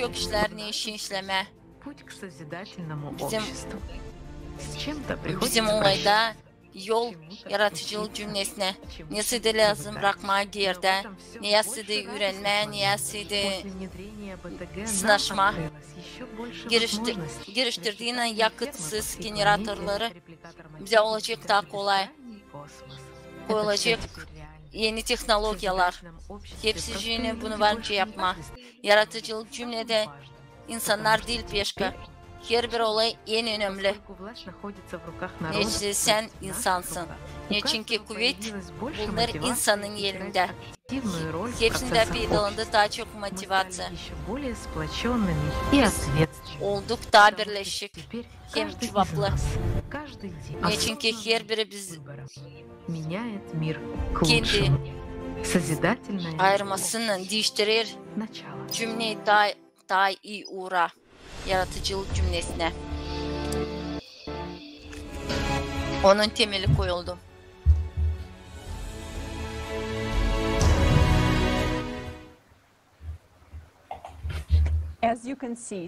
Как вы видите, самоуправление... Siz görüyorsunuz. Ünleminde bu pek güzel. Bu proses orada nerede hiç manipülasyon olmayacak. Biz herkesle kendi sesimizi verirken anlarız nerede varınca olalım, nerede yokunca olalım. Bu özenelim, bu dil kaos. Bu pek gрамотный menajer olarak hem de planlamak. Голосовать за тот или иной проект, закон... Sesini verme o ya da bir proje için kanun herkesin 18 yaşını aşmış insana bütün planetada lazım. Onun da bağlılığında hani her bir insan lazım toplumun içinde yaşam koşullarını düzeltsin. Bugünkü günde yokunca bütün konsepsiyi gösterme bir dünyada bir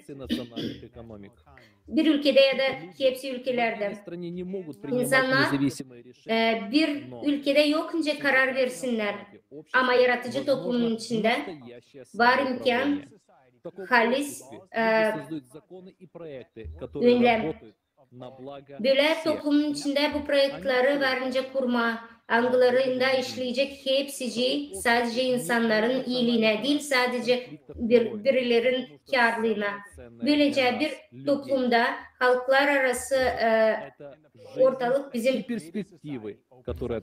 yaratıcı toplumun içinde pek önemli yaratıcı insanın yaşaması algısını bize verir imkan yaşama.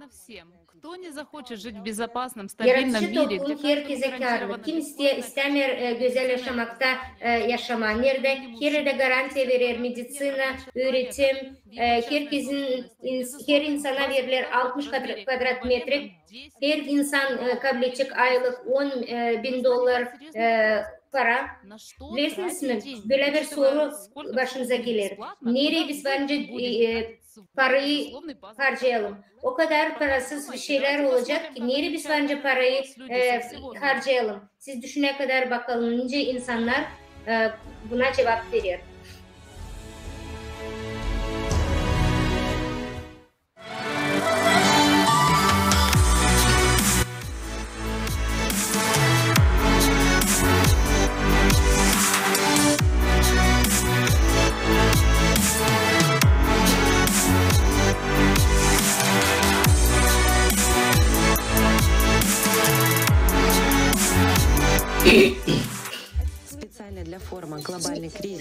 Global krizisi çıkış yolu var.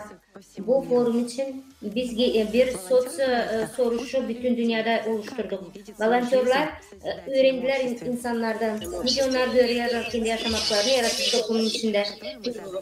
İlk soruş, hangisini biz verdik onlara? Hangisini biz verdik insanlara? Yaratıcı toplumun içinde insanlar nice varınca yaşasın. Medisina hem de öğretim parasız. Biz para ödemeyeceğiz ki hepsi krediler yok olacak. Her bir ay sizin kartınıza gelir koşulsuz $10.000. Nereye siz harcayacağınız o paraları, nasıl siz onlarla yapacaksınız? Ben kendi projektlerimle varınca olayım. Я бы создавал какие-то проекты, развлекательные шоу, например. Проектları, şovları, pek yetenekli insanları ödeyecektim. Ben yapacaktım bir şeyler yaratıcıydım bütün dünya için. Вау! Algıları faydalı olacak bütün dünyaya. Bu büyük bir soru. O pek önemli. Ben isterim bütün dünyada gezme. Ben isterim hepsinden tanışma. Her bir milletten insanlarla doğaya gezme. Büyük benim ücretim payı gidecek benim rahatlığıma. Şarkı söyleme. Yeri ben harcayacağım paramı. Yapacağım hepsini nasıl isterdim yapma. Sonra da başlayacağım yapma onlardan uçar. Bu benim en mutlu minutalarım olacak. Hiç bilmiyorum niçin sana para. Стоимость и ценность денег абсолютно другая в таком обществе. İnsan ben isterim gitme, bütün dünyada gezme, güzel tatlı yemeler. O varsaydı.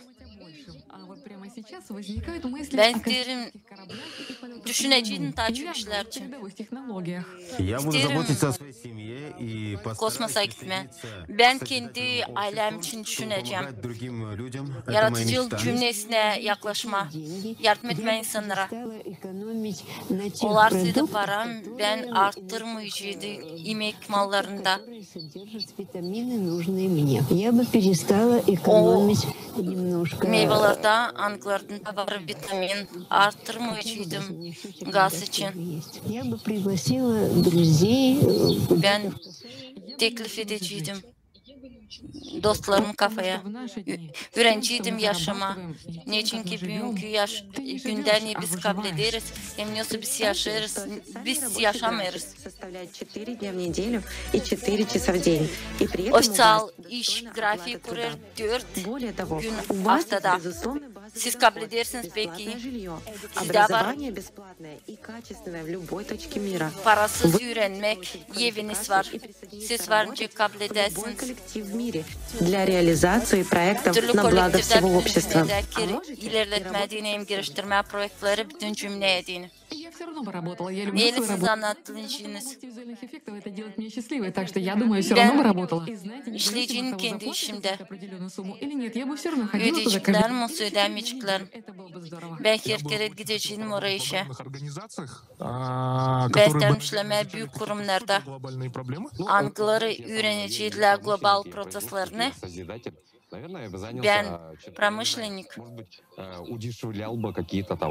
Я думаю, что если бы у меня было время, olaydı ben de serbest vakit потратил на ben daha çok волонтерство. kuvvet vereceğim volontör işine. Bakmadan paraya ben hep kadar öğreneceğim hem ilerleyeceğim. Bana lazım benim fikrimi daha ilerletme. Ben oturmayacaktım işsiz. Ben isterim işleme volontörle götürmek kendi biznesimi. Ben isterdim yazıcılık uğrunu ilerletme. Ben bileydim de varınca yaşayayım işlemedim. Ben ilerleteceğim öğrenme insanın güdesine. Yardım etme insanlara, değilse de yardım etmek hepsine. Çıkma tayyüse kura insanlara. Ben Ben işleyiciydim, hepsi insanlara dini. Ben işleyiciydim, insanlara dini. Bu psikolojiya uğrundan lazım cümleyi değiştirme. Ben türlü projektlara yaklaşıcıydım ki getirme iyilik bizim cümleye. Yaratıcılık cümlesi bu dünya nerede her bir insanın var finans tarafından stabil uğru. Bu dünya nerede var hepsi cümle bir söylerdikleri. İsterdiniz siz bu cümlede yaşama. İsterdim yaşama. Ben pek isterim. Bu kadar ciddi iyi benim güdeme hem sağlığıma. İsterim. İsterdim yaşama uslulukta. Ne çünkü bu pek konfort. Her ben sana dini. Değilse bana dini. İsterim. Yerlim olarsaydı bazı gelirleri olacak bütün dünyaya din peki ki olsun usluluk ki kurma iyi yaşamayı hepsi insanlara din. Bu yaşamada olmayacak. Было бы очень хорошо. Korupsiya olacak peki. Ben isterim yaşama yaratıcılık cümlesinde. Я думаю, что это было бы здорово. Безусловно, не было бы конфликтов Ben между düşünüyorum людьми. hani bu olacaktı, olmayacaktı kavga insanların aralarında. Politikanın da olmayacaktı kuvveti. Bir politika grupası kavga etmeyeceğiydi birbirinden. Devletle. Ben inanırım hani o olacak. Pek isterim. Ben savaşacağım yapmayı hepsi cini yapmak ki o geliştirilsin. Kim istemeyeceğiydi yaşama onda. Ben isterim olma o cümlenin bir payı. Ben umutlanırım hani yaşayacağım mutluluk yerde. Hepsi düşünüyorum hani hepsi isterdi yaşama onda. Korumak kendi ailelerini. Doğru mu? Ben isterdim yaşama. Böyle dünya için pek düşünüyorum. İsterdim yaşama bu yaratıcılık cümlesini. Ben isterim yaşama onda. Bilmezdim hani var böyle projekt.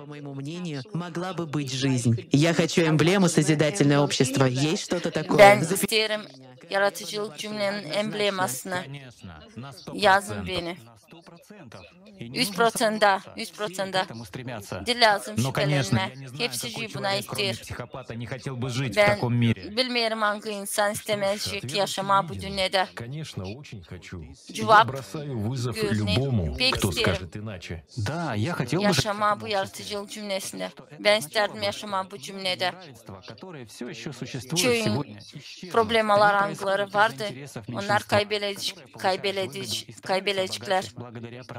Которые происходят в мире. Хотели бы вы жить в созидательном обществе? Конечно, я бы хотел. Pek isterim. İsterim. Bu her bir insan istemesi. İnsan uyarkanı düşünür, olmayacak. Bakınca insan yaşayıcı uslulukta, harmoniyada. Hepsi gülecek, pek isterdim. Ne söyleme? Bu her bir insan istemesi. Ben isterdim böyle yaşama. Ben düşünüyorum, hani her bir insanın cevabıyla olacak. Kim bunu istemir? Söyleyin kim? Yaratıcılık cümlesi bu peki.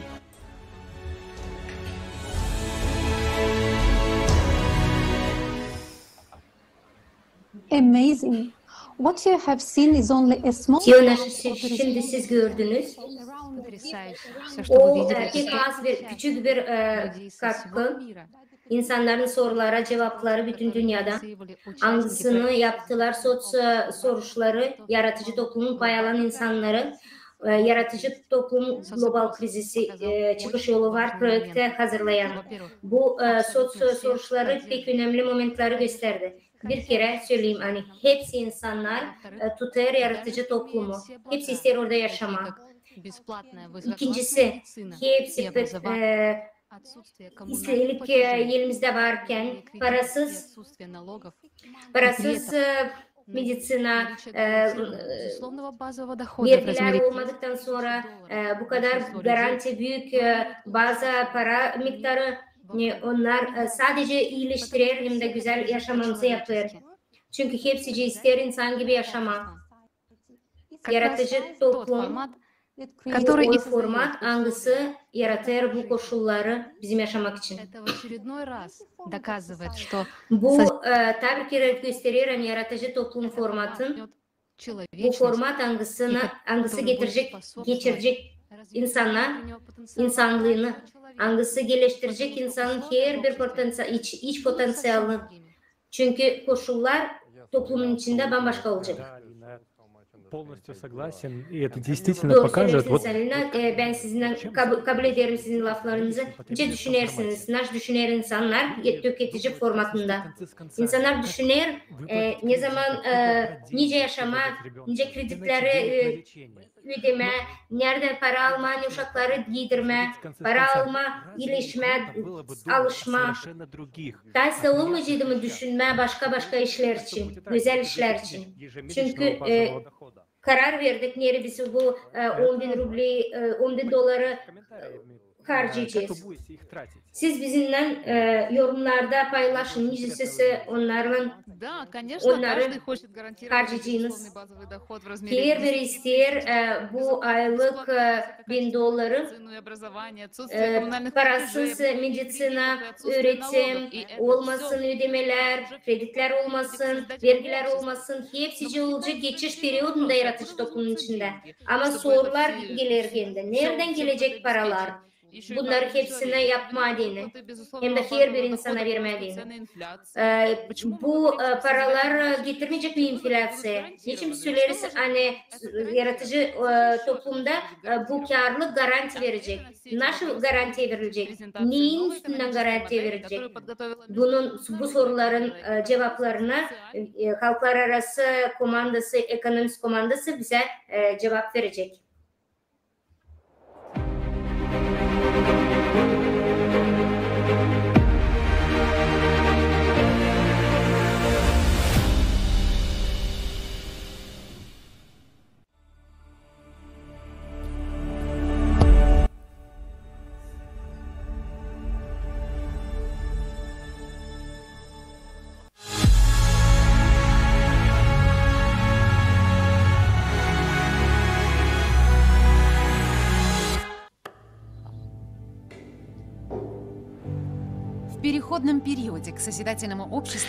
Yaratıcı toplum geçiş periyodunda her insanda olacak 10.000 dolara denk gelen bir aylık gelir.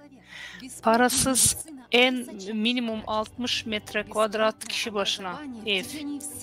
En yüksek kalitede parasız ilaç. Büyük yaşamana parasız üretim, dünyanın her yerine güvenlik, haftada 4 gün sadece 4 saat iş, yılda 2 ay paralı izin, dünyanın her yerinde bir türlü yüksek aylık para uğru, küçük hem orta ölçüde işlemler için vergi olmayacak, hepsi mallar için sabit pahalar olacak.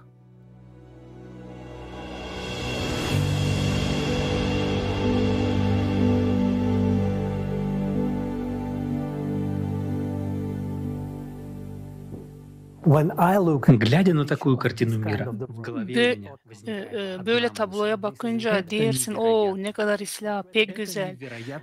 Bu güzel bir yaşamak. Ben böyle isterim. Ama benim içimde bir skeptik oturuyor. Bu yok nasıl olsun, bunu yok nasıl yapma. Bu olsa da benim yaşamamda olmayacak.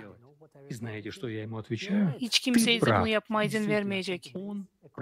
Современной экономики потребительского формата, в которой мы существуем doğru, o doğru, o haklı, o doğru. Bunu yok nasıl yapma, böyle tüketici modelde, formatta yok nasıl yapma. Şimdi ben size yeni bir format göstermek isterim. Эта модель разработана. Bu bütün insanların yüksek uğraşkırıcı yaşamasını. Она учитывает экономические потребности каждого человека, технологический прогресс. İnsanların ekonomik isteklerini hepsini göz önünde tutar. Изменит нашу жизнь уже с первого дня ее внедрения. Bu model ilk günden değiştirecek bizim yaşamamızı. Возможно, только при смене формата общества с потребительского. Bu var nasıl olsun ancak format değişince. Yani tüketiciden yaratıcıya formata geçince var nasıl olsun. В новой модели будет другая цель — обеспечить Modern ekonomikanın modelinden başka, yani onun niyeti planetede her bir insan yüksek uğurda yaşasın. Yeni ekonomika Новая экономическая модель может быть реализована только в масштабе всей планеты. Она не может работать. Birinci koşul, yeni ekonomika modern ancak global ölçüde uygulansın lazım.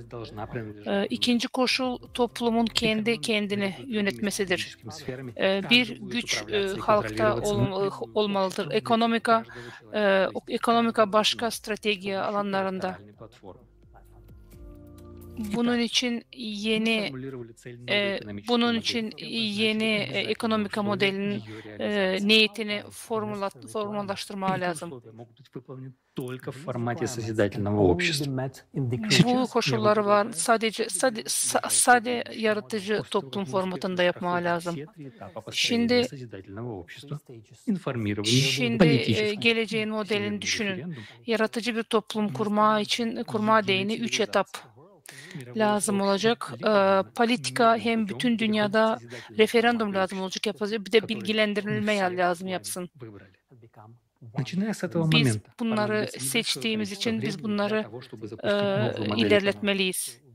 Şimdiden sonra yeni bir ekonomika modelin başlanması kısa bir süre yetecek.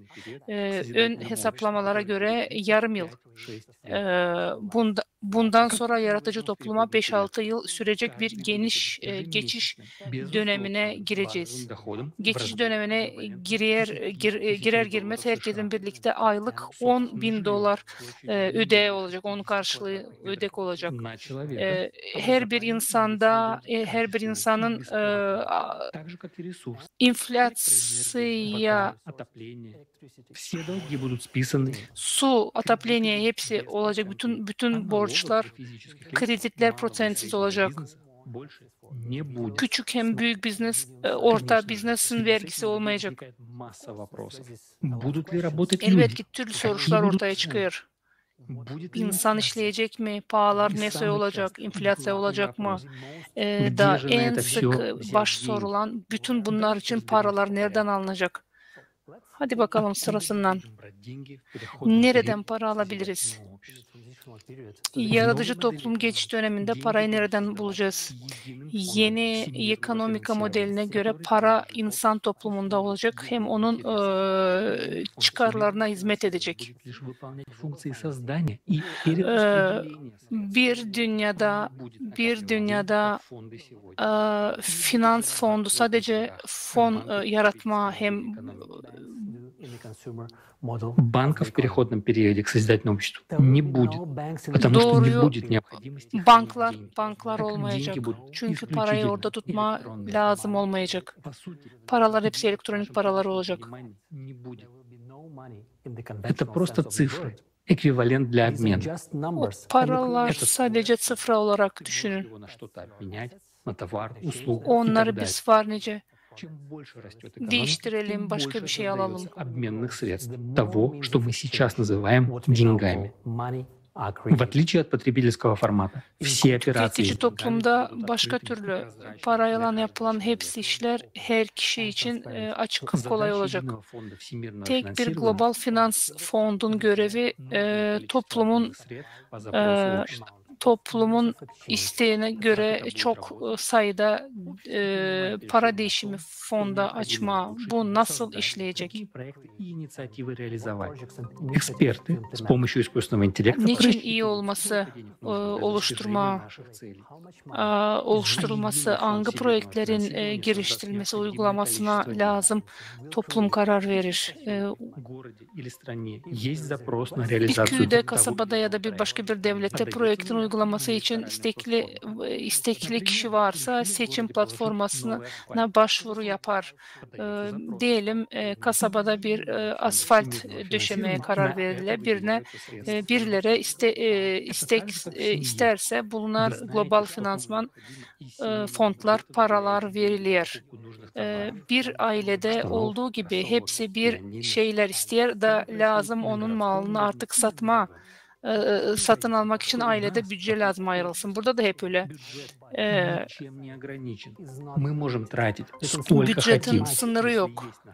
Ne kadar isteriz var, nasıl alalım? Böyle bir yaklaşım ekonomikanı kesmiyor.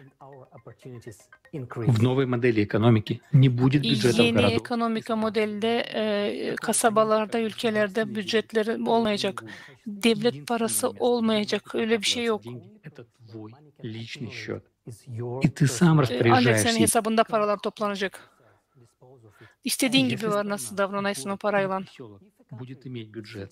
То Köy, обязательно kasaba будут ya da те, кто bir пытается hep нажиться на onların этом бюджете. bütçeti olacak. Чиновники и так далее. Ama bütçet olmadığına o zaman alma da bir şey olmayacak. Da bu yolsuzluk, hırsızlık, bürokratlık ardından kalkacak. А в этом Olmayacak меняют yani geçen yıl yaptılar asfalde ama şimdi yeniden yaparlar da bundan parayı cebine koyarlar. Böyle olmayacak çünkü sistema buna garantiye olacak. контроль за тем, чтобы выделенные деньги были использованы по назначению, Hepsi будет görünecek осуществляться с formada помощью olacak. технологий, уже существует. Например, таких как многоцелевой Ayrılan para doğru kullanıcı kontrol edilecek. Diyelim Oxford SS gibi hazır kullanma olan teknolojiler kullanma oluşturacak. как воровать, если Herkes сразу видно, когда и что ты покупаешь, herkes что продаешь. Денежные потоки прозрачны. Любой человек видит, куда тратится paralar, каждая копейка. herkes görüyor para nereye gidiyor. Эта информация закрыта. А в переходном периоде Şimdi создатель bunlar görünmüyor. Bu bilgiler kapalı. Ama ileride bunlar açık olacak. Herkes görecek paralar nereye gidiyor. на что были потрачены средства в любой точке мира. Потому что Senin olacak kolayın bakma. Dünyanın istediğin bir noktasında para nereye gitti? Nasıl harcandı? и полной прозрачности будет введена новая, единственная денежная единица, которая может Bir para использоваться olacak. Bir banknota olacak. Bütün dünyada hep o para işlenecek. посредством единого фонда всемирного финансирования. Она будет электронной. Ее невозможно будет изъять или Elektron para olacak. Она не будет Onu yokunca alma ya da onu dondurma. Ты не сможешь потерять. Их не смогут украсть. И их Bunlar dijital передвижение. paralar. Onlar yok nasıl çalma, yok nasıl kaybetme. С первого дня переходного периода к созидательному обществу произойдет обмен существующих валют на новую денежную единицу. Sonra tek para birimi neden elektronik olacak bilirsiniz mi? Çünkü Будут сконвертированы. ilkten hepsi finanslar işlenmesine açıkta Единая валюта olmasın. будет именно электронной, потому что, во-первых, это гарантирует прозрачность всех финансовых операций, а во-вторых, при Bu современных bütün технологиях operasyonlar нет açık tutacak. никакого смысла в бумажных деньгах и документах. Hiç de lazım Elektronik kağıt para olsun böyle teknolojiler için. Человеку не нужно носить с Elektronik собой para ekolojik hem de pek rahat taşımak değil lazım. Ne kese taşıyasın yanında, ne pasport, ne bilet, uçak bileti. может происходить по сетчатке Bunlar bir глаза или çipte, отпечаток çipin ucunda olacak hepsi. Вся эта информация будет храниться в единой базе данных, которая будет Bir контролироваться, bazada olacak bütün bu informasyon. а не Bütün отдельными dünya странами. o bazayı görecek. Bütün dünya için o baza açık olacak. Все разрознено. Bütün bu bilgiler parçalanmış halde исключает bugün любую olduğu нелегальную gibi деятельность. Невозможно будет bir заниматься devletler de воровством, прихованием özel hizmetler tarafından değil, bütün toplum tarafından kontrol В edilecek. созидательном обществе человеку нечего бояться. Yaratıcı скрывать. toplum kişinin korkacak, yok neden korkma, yok ne saklama. С чистого листа. Hepsi bir pak sayfadan başlayacak. Sıfırdan başlayacak.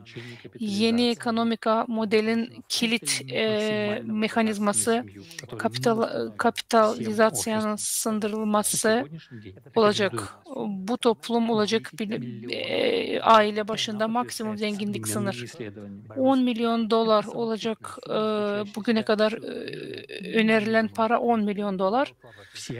Bu belli toplam para hem bir ailede kişinin varlığı olacak. Bu sayıda para rahat hem güvenilir bir yaşamak için yetecek. Ancak sınırsız güç kazanmak için elbette yetmeyecek. Bu kişinin kapitalizmaya sınırları aştığını bu süper fondlar öylece ortadan kalkıyor. Kimsenin hesabına gitmezler. Onlar silinirler. Tüketici formatın ekonomiyasına göre düşünme sanıksız açan topluma para lazım. O zaman global finansman fondu dolaşıma giriyor, lazımlı sayıda parayı veriyor, ne kadar lazım topluma sınırsız finanse eder.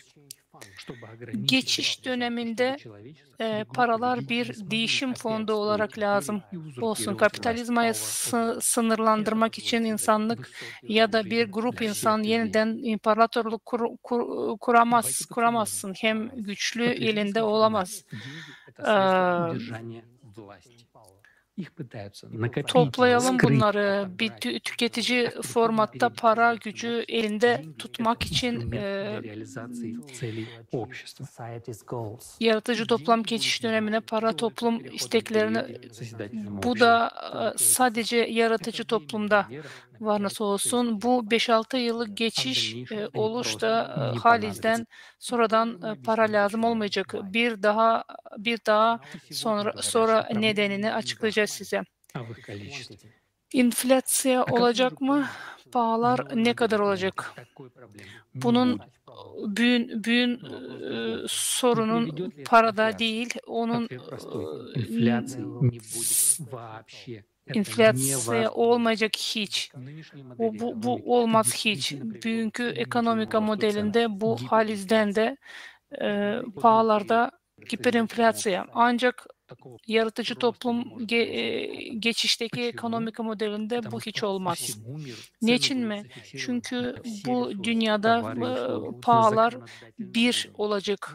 Resurslar, mal hem hizmetler için fikse edilecek bütün pahalar, bütün dünyada. Bu da enflasyonu yapamaz. Ancak başka bir soru ortaya çıkar. Pahalar hangi düzeyde fikse edilecek? Ekmek $1000 mı olur? Bu kadar verilecek o zaman olabilir çünkü toplum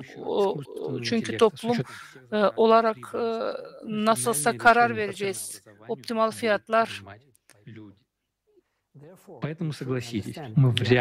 Bu nedenle diyoruz ekmeğin $1000 mal yapması istememiz pek lazım.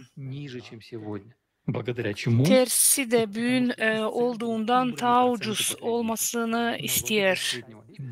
Çünkü kredi potansiyel orta hem küçük biznesler için vergiler pahalarını kaldıracak. Elektrik, su, gaz parasız olacak. Yaratıcı toplumda bir yer olacak da sınırın olmaması, export hem import vergilerin olmayacak. Robotik yakıtsız, jeneratör, akıllı lojistik, hepsi bunlar malların pahalarını düşürecek. Örnek bugün Amerika'da $6 hem Romanya'da da $1 mal olan bir hamburger örnek bütün dünyada 40 cent olacak diyelim. Yani bir yerde $6, bir yerde $1 olmayacak. Сейчас в экономике потребительского формата 8 миллиардов людей – это много. Şimdi 8 milyar insan var tüketici toplumda. Toplumda 5 milyar olsa da bu yeterli olmayacak. Ancak geçiş döneminde bile sonuçlar böcek hem başka böcekleri yiyeceklerimize ekleme isterseydim uzaklaşacağız. Çünkü çevre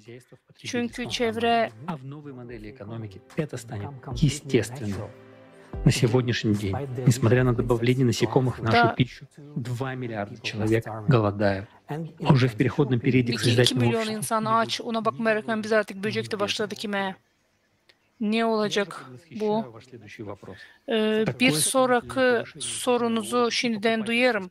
10.000 dolarlık koşulsuz temel gelir. Fiyatın indirimleri, pahasız kamu hizmetleri insanların yaşam standartlarını hem satın alma gücüne bu kadar hızlı bir artış bunlar kıtlığa yol açacak mı? Açmayacak. Ama doğru söylesek dostlar her şey o kadar tatlı olmayacak. Yeni bir baş acımız olacak. Bu 10.000 dolar neredeyse harcayacaksınız. Çünkü ne hizmet seçimi büyük olacak. Yaratıcı toplum geçiş döneminde neredeyse birden ekonomikada büyük bir büyüme göreceğiniz. Çünkü insanlar yeterli fonda sahip olmayacaklar. Koşulsuz bir temel gelir olacak. Su, gaz, elektrik hepsi parasız olacak. Onlar için daha çok yaratmak, geliştirmek için yeni bir model, ekonomika, tüketici için hem girişimci için halis bir cennet gibidir.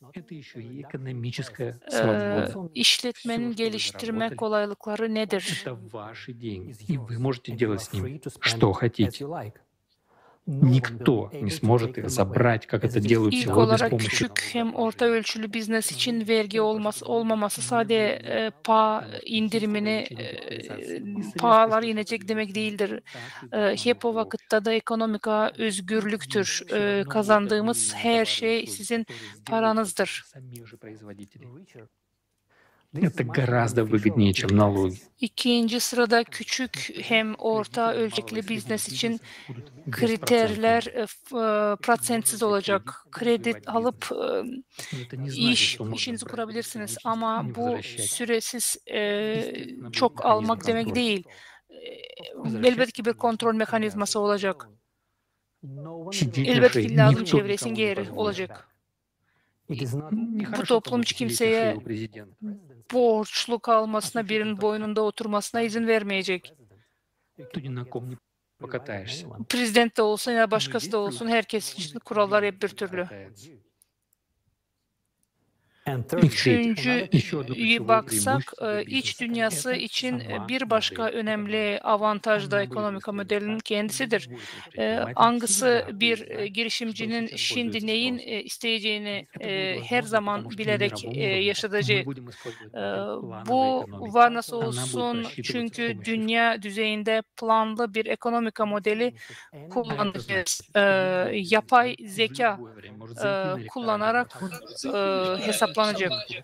Da bu ne soysa bir iş adamın seçim platformasını istediği gibi zaman her yapay zekayı kullanarak belirli bir alandaki mal hem hizmetleri olan isteği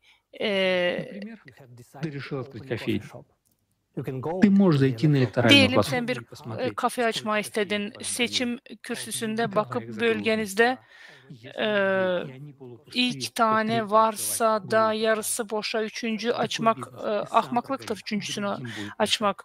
Böyle bir kendi kendine tüketecek hem başkasını köstekleyecek. Var nasıl açma ekmek fırın. O zaman sen anlayacağın faydalı olan hem sana hem topluma biznes olan nedir? Bundan başka biznes açarken aynı hep yapay zeka size yerler için yer ayırmanızı seçecek. Logistika pahaları azaltmak için en yakın yerleri size gösterecek. Remontların ne kadar parası tutacağını söyleyecek. Yapay zeka lazım olursa kendi tutarını hesaplayarak hem ayrıca evi lazım olan onu yaptıracak, hesaplayacak. При этом ты Her сам şeyi выбираешь koşacak oraya.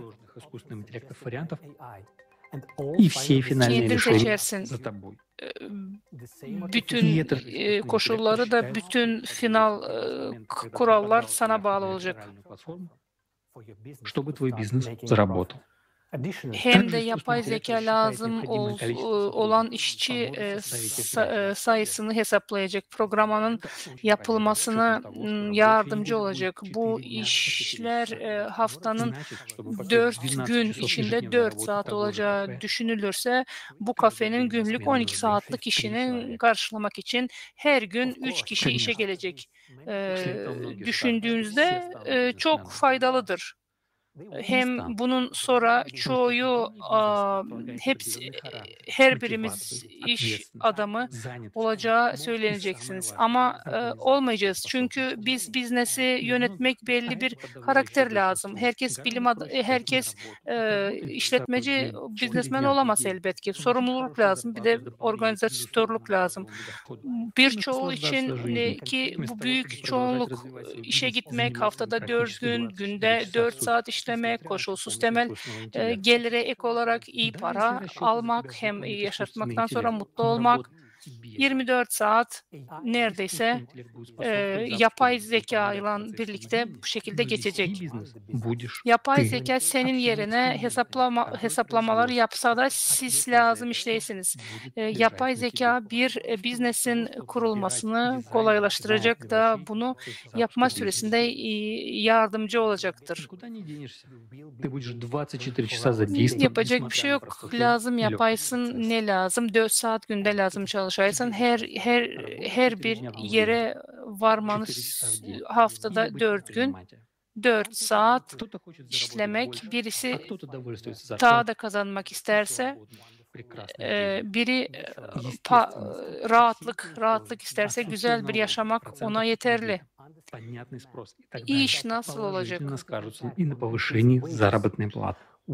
А повышать ее придется регулярно, потому что предприятиям нужны будут квалифицированные сотрудники, чтобы покрывать растущий спрос на товары и услуги. Так как безусловный базовый доход уже дает возможность тем, кто в потребительском формате был малоимущим, приобретать хорошие товары. Чтобы покрывать этот спрос, будет прирост предприятий, где нужны будут сотрудники. Например, давайте рассмотрим средний бизнес. Örnek orta ölçüde bir biznese bakalım. Bir kişinin 200-300 bin işçisi olan birkaç milyonlarla dolarlık mal dönen olan bir işletmesi, bir biznesi var. Vergi ödemeye değil lazım. Bütün kazanan paralar onun, hem aylık parası da büyüyecek. Elbette ki o zaman ödeyecek, insanlar ödeklerini de silah ödeyecek. Modern dünyada işsizlik arttıkça o zaman yaratıcı bir toplum tam tersine iyi işçiler için rekabet olacak. Onlara çok aranacak. Sık sorun başka bir soruya geliriz. 10 bin dolarlık koşulsuz temel gelirse sağlanan rahat bir yaşamanın insanlar işlemeye isteyecek mi? İnsanlar işleyecekler. Çünkü koşulsuz temel gelir kişi başı 120 bin dolar. Ortalama yaşamayı sağlamak için yetecek. Çok az insan orta sınıfta olmak ister. İnsanlar daha iyi yaşamak için çalışacaklar. Kimileri belki araba almayı ister. O zaman onlar biraz daha para toplamak için daha çok işleyecekler. Peki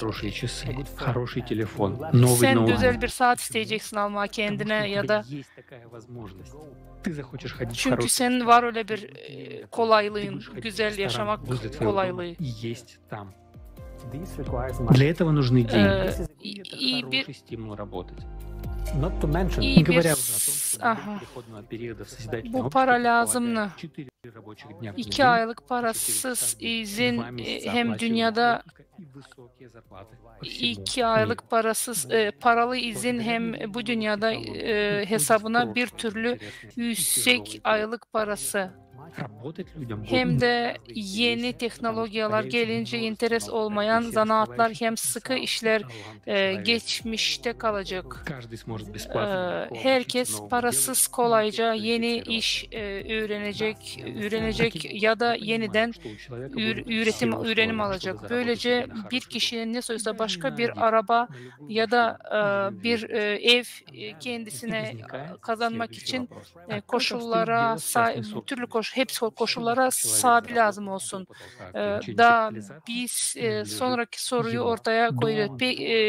Ya özel malımız bir kişinin büyük kapitalizmasının sınırlandırılması tavanına kadar kazandığı her şey onun kalacak. Bir ev, bahçe, bir araba hem başka, bir fabrika, bir restoran, bir kafe hem buna benzerler. вода и газ. Таким образом, Su, новая gaz, экономика создает elektrik, все условия для максимального развития. Как бизнеса и предпринимательства, su hem gaz, parası da olacak. каждого человека. Böylece yeni ekonomik model hem dünyanın hem de girişimcilerin maksimum gelişimi. К созидательному обществу мировая экономика станет в разы эффективнее. Это используя Planlanmış ekonomika, yaratıcı ekonomika geçiş sürecinde dünya ekonomikasının kat kat verimli hala gelmesinin bir başka sebebi de global düzelmenin planı bir ekonominin kullanılmasıdır. Sadece geri kalanların kıymetini arttırmak için artık aşırı üretime, bitmiş mallara yok edilmesine ne kadar çok para, resurs harcanırsa bir düşünün. логистика будет просчитываться специалистами с помощью искусственного интеллекта, чтобы эффективно перераспределить Yeni товары, ekonomik model чтобы у каждого человека Gramo'da bilen bir planlama hem akıllı logistika yaklaşımı kullanarak bu sorunu çözebileceğiz. Yaratıcı toplumda geçiş dönemde modeline insan yaşamanın güzelleştirmesine bir sınır yok. Yaşamayı iyileştirmek o var nice lazım olacak. Ancak bu kanunlarla жизнь человека и его блага. kanunlarla birlikte olacak. En önemli insanın yaşaması hem onun faydaları olacak. Sona bakalım. Dostlar, özete geçelim. Artık yaratıcı toplumu geçişin ekonomik modelinin nasıl işlediğini anladınız. Herkes yüksek bir yaşam standartı yaşar. Bu $110.000 para aylık koşulsuz temel gelir. Tüm mallar için fikse edilen pahalar, yüksek ödemeler, parasız hem kaliteli ilaç, parasız ürenim, iş gelişimine için güzel koşullar. Modern ekonomikaya göre avantajlı sadece bir kısmı, tüketici biçimi. Cenklerin enflasyaların, krizlerin olmaması, stabil bir gelir, bunlar toplumu iyileştirir.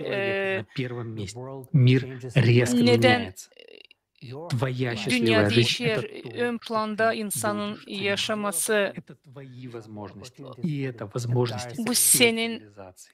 bu senin kolaylıkların, sivilizasya. Bugün insanlık materyayı kontrol etmeye eşliğinde bugün doğruları buluyor. Bunlar sadece küçük anlayış, boşluklar bizi materyadan, kontrolden ayırıyor. Bu bütün bilim adamlarının bu yönde işleri hem onlara sınırsız fon yaratıyor. Da bu yaratıcı toplumun geçiş dönemine ilk günlerinden hemen var nasıl olsun hem en önemlisi klimat güvensizliği ortadan kaldırılacak. Çünkü günümüzün en önemli yaşam sorunudur. Onsuz da bu aşamada planetamızın klimat çöküşünden kurtulacağız, hem de yerde sorunlara çözme süreçleri başlayacak. Geçiş dönemi yaklaşık 5-6 yıl sürecek. Tamamlığında yaratıcı topluma gireceğiz. Yaratıcı toplum en son teknoloji elimizde olacak. Rahatlık dünyasıdır. Her insanın ömrü için sınırlı ötesinde uzanmanlar sağlığına sağlıklı bir geç. Sağlık kapsulası, replikatörler, maddeyi kuantum düzeyine manipüle edecek en küçük parçacıklar her evin içinde. Sозидательное общество решает Teknolojiler, yüksek teknolojiler olacak. Para lazım olmayacak sorusuna cevabı da bu.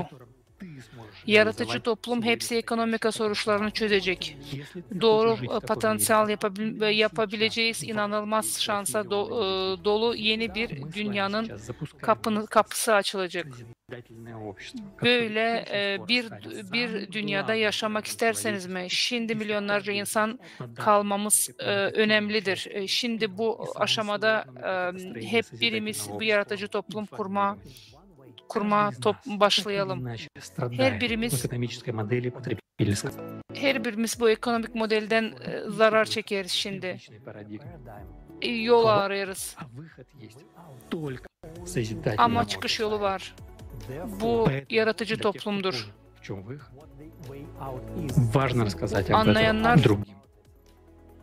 Anlayanlar başkalarına da anlatsın.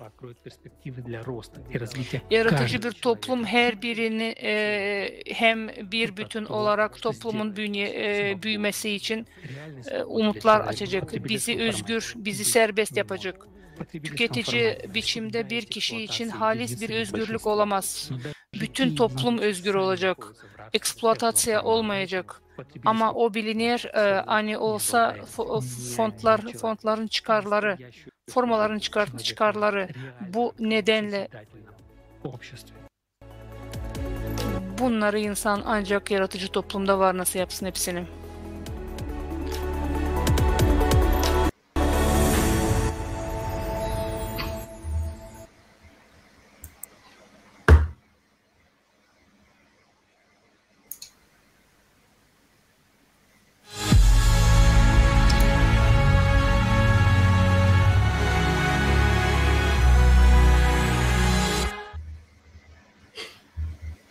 Wasn't that amazing?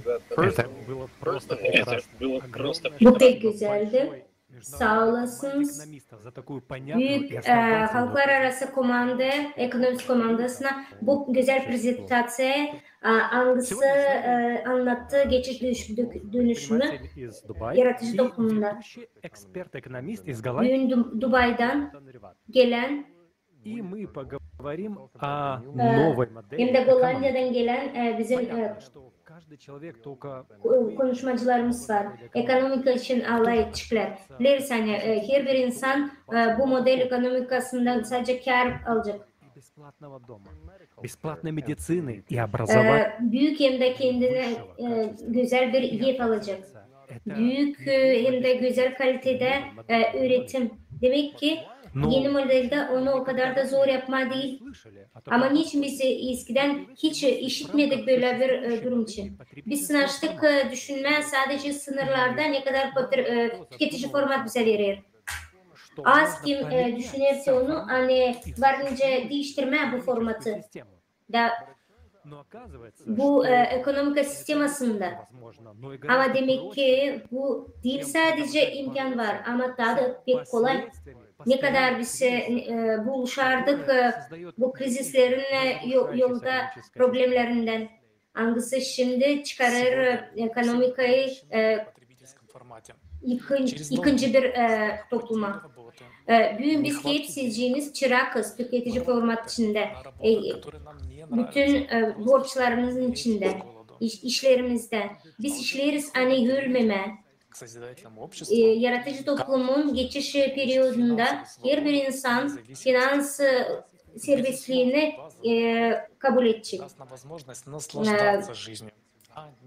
Koşulsuz gelir alacak da yaşayıcı güzel yaşama. Bu yapacak büyük bir soruş hangisi ödenebilecek. Düşünün hani her ay ekonomiye girecek o kadar çok para, ne kadar şimdi bütün dünya ekonomikası bir yılın içinde üretiyor. Para her kere olacak, stimüle edecek ekonomikayı. Onlar yatmayacak öyle mal gibi. Çünkü kapitalizasyonun sınırlanması olacak. Olmayacak, korkmayacağız. Hani birilerinde o kadar çok para olacak. Hani varınca onları kullansın, gücü elinde tutmak hem de cenk yapma. Pek önemli yani bu model, ekonomik modeli verecek bizim elimize finans koşulları bilim adamları için. Yani Angıları klimat problemlerini çözecek. Bakın bugünkü günde ekonomikamız bizim bu isteğimizi getirmeye yerine. Yaratıcı toplumun içinde hiçbir sınırlama yok. Finans toplumunda bizim gelişimimiz hiç sınırsız. Hiç enflasya yokça yapmaz. Senalar fikse olur kanun seviyesinde. Biz yılda ederiz ekonomika modelini hangisinde yok kriz hem enflasya. Dünya ekonomikasında işleyecek nice bir birlik, dil ayrı ayrı. Herkes kendi sırtına çekmeyecek organı da yapmayacak kendine karlılık. Да, и сегодняшняя экономика очень... Bugün ekonomimiz pek güzel anladır kendi kitaplarında John Perkins. O anlattı kendi kitabını adlandırdı ekonomikanın bölümü. John Perkins spesyalist hangisi bilir tüketici formatın sistemasını içten. O pek güzel anlayır hani bugünkü günde ekonomika götürür bizi kötüle. Biz peki seviniriz hani biz onunla tanıştık da o bizimle beraber. John size söz. Добро пожаловать на форум «Глобальный кризис. Выход есть». Hoş geldiniz. Global Forum'a bir çıkış yolu var. Forumuna hoş geldiniz. Ben burada olmaktan çok mutluyum. Benim adım John Perkins. Büyük bir danışmanım firmada. Ekonomistim ama bana daha çok ekonomika killeri de diyorlar. Dünyanın dört yanındaki insanlar olan sistemanın işlediğini anlama başladı. Neredeyse her kontinentte başka devletlerde konuşma şansım oluyor. Gittiğim her yerde insanlar klima değişikliklerini anlayırlar. Bunu biz anlayırsan lazım bir ekonomik değiştirelim ki bizim elimizde yok nasıl deme yani bizim gücümüz yok. Bizim kuvvetli değiliz, yok. Politikacılar hem reklam ederler bize hani kiminse elinde kuvvet var. Çünkü onlarda güç var. Onlar diyorlar hani bu kuvvetlerin yardım bekleyelim lazım. Bizim elimizden bir şey gelmeyecek. Onlar öyle düşünüyorlar ama historia akışı gösteriyor hani her yerde insan kuvvetli olmuştur. Onlar kahraman değildi. Senin gibi hem benim gibi insanlardı. Yolculuklarına başladıkları zaman kahraman olacaklarını düşünmezdiler. Belki de hiç bilmezdiler. Belki de hiç olmayı da istemezdiler. Dünyayı tanıyacak ama bütün dünya onları tanıyacak onları. Siz belki de dünya tanınmış olmayacağınız, belki de istemersiniz. Ama değişim yapma becermemizi görünce uygulama başladığımızda her zaman bir dirençle karşılaşacağız. Bu bir fakt. Мы можем благодаря ему становиться сильнее. Мы осознаем, что они сопротивляются, потому что Biz знают, anlarız. что мы Hani onlar direniyerler. Çünkü onlar bilirler biz yenisiyiz. Hangi ülkeden olduğunuz, hangi milletten, hangi kültürden, yüzünüz hangi renkte onun yok. Biz hepsimiz bir durumdayız. Hepsimizin ölüm ekonomikasının karşı karşıyayız. Korkulan karşı karşıyayız. Bunun için biz lazım birleşelim. Da yaşamak ekonomikasını kuralım. Sizin gibi insanlar, ben, sen, hepsimiz bu prosesin bir parçasıyız. Bu çok güzel bir zaman. Katılmanız için şükür ediyorum hepsine. Biz güzel bir zamanda yaşıyoruz. Bu global sistema birbirine bağlı. Çok sağ olun. Yaptıklarınız için çok sağ olun. Sağ olasınız John. Hani siz bizimle paylaştınız kendi görüşünüzü ekonomikada. De söylediniz hani insanlar bütün dünyada. Очень радует, что люди, которые реально разбираются в экономике, понимают, что нам необходимо созидательное общество, в котором улучшение жизни каждого человека, и она создаст условия, чтобы мы могли жить, а не выживать. Yardım edecek bize yaşama koşullarını. Чтобы достичь этой цели, мы будем использовать планирование на мировом уровне с помощью новейших технологий искусственного интеллекта. Сегодня планирование в экономике применяется повсеместно Zeki Yapay'ın serisinde и дает колоссальные результаты. kuracağız teknolojiler. Bugünkü günde pek güzel, efektif planlara göre birkaç komparasya olur da çok ne kadar мы достигнем, когда планирование будет на глобальном уровне с использованием искусственного интеллекта. Plan yaparak global tarafından yapay zekanın yaptığı gibi o olacak insanlar, her bir insanın yaşaması için. Bizim elimizde hepsi teknolojiler, ankları yardım edecek, bize güzel realize etme. Bu teknolojiler verecek bize yönetim, güç insanların ellerine verilecek. Elimizde güç varken o getirir ona hani varınca kötülük düşünsün insan finansı durumlarda. Yaratıcı toplumun geçiş döneminde hepsi finans informasyası olacak açık hem de sadece insanlar için. Biz bunu yapacağız. Yeni teknolojileri kullanarak algıları kontrol edecek hem de bakacak her bir kanunsuz para alışı. Dediğim gibi korupsiya olmayacak.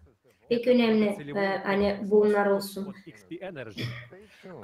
Kompleks Vashod bize anlatacak. Bugün bu teknolojiyi anlatacağız size. Bizde var hepsi bu ekonomika yaşalsın. Başka türlü. Sadece bir naş bize yetmiyor. Bu yaratıcı toplum. Удивительно думать о том, какой... Ben düşünüyorum ne kadar çok büyük bir bilirsiniz mi? Оказывается, не только цены будут идти вниз, на самом деле и Değil sadece cenalar olacak ama kaliteler de olacak daha çok. Bu faktörlerin, cenaların küçüklüğü bu yaratıcı toplumun geçiş periyodunda parasız enerji olacak. İkinci faktör vergilerin olmaması demek.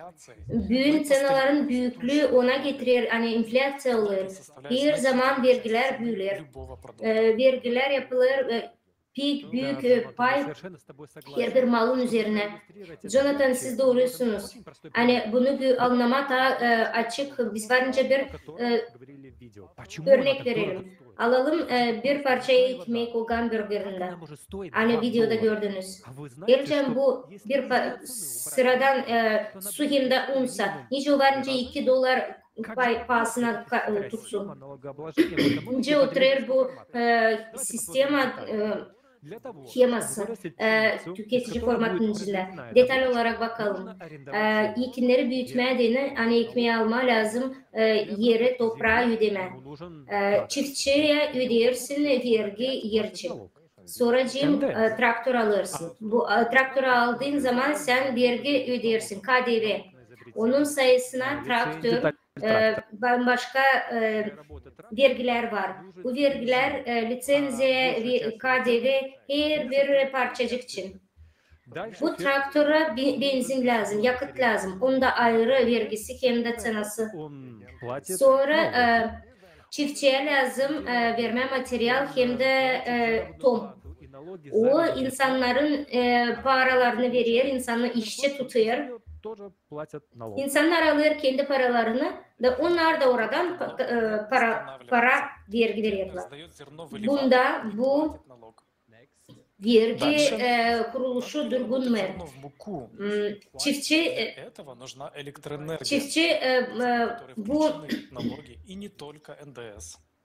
bu ekinleri lazım yapsın un.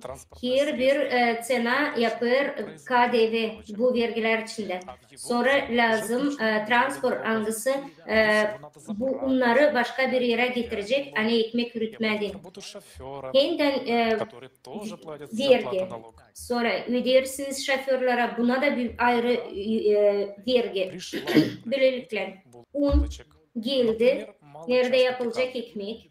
Diyelim küçücük bir pekarne. Eğerse bu pekarnenin içinde kendi evinse hep kadar sen lazım ödersin vergi, toprak için, para için, gaz için, enerji için. Biz biliriz hani bunda da var pek çok vergiler. İnsanlar işlerler bu işte anglarına para verirler. Onun da aylık parasının vergisi var. O insanlar da kendi aylık parasından da vergi verir.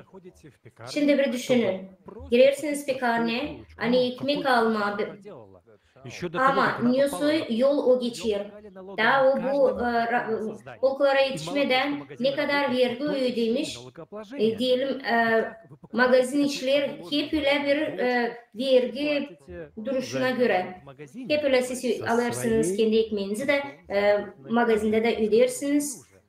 Vergileri kendi paranızla anglarına siz artık ödediniz o vergileri. Bakın ne kadar karışık bir vergi sistemi. Olmasın öyle yani bu ekmek de ekmek geçmezse dış sınırlarını o zaman bambaşka vergiler. Desinde şimdi soruş olur. Bu halis mi bir parça ekmek mi yoksa bu kocaman bir büyük beygir, vergi beygiri. Ne kadar büyük bir yol geçti bu parça ekmek. Bu tüketici formatta böyle vergiler. Demek ki insanlar ki bütün gün işlerler hamurla ve hiçbir şey kalmıyor hani ödeme onun vergilerini. Ben sanırım hani hepsini siz kabul edeceğiniz hani ekonomi modelini lazım değiştirme. Nerede hem kişisel insan, küçük biznes hem büyük biznesler olacak kurtarılacak vergilerden.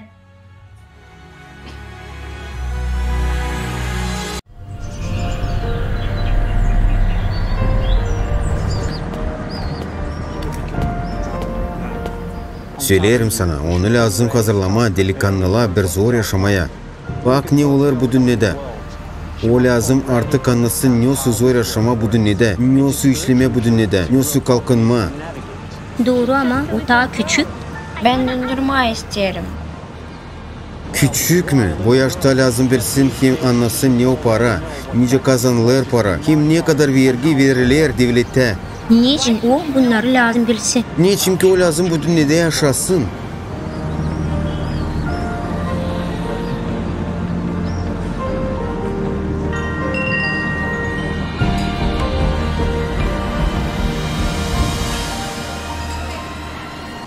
Bak kızım, sen lazım bilersin, hem anlarsın bu yaşamayı. Sizle ne o vergi devlete?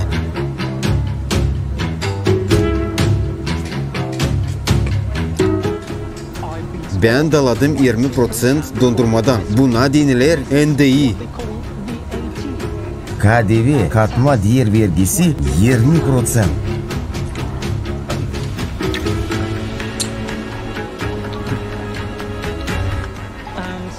Şimdi daladım.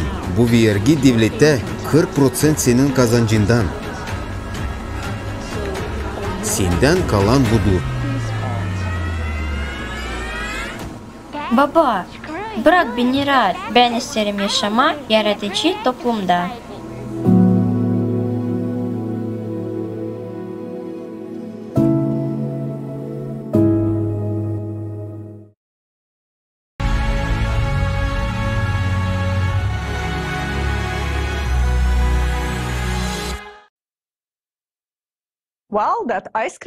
Что ж, эта аналогия с мороженым действительно дает нам представление. Bu analogiya dondurmayla halizden gösterir bize nasıl dünyada biz yaşarız.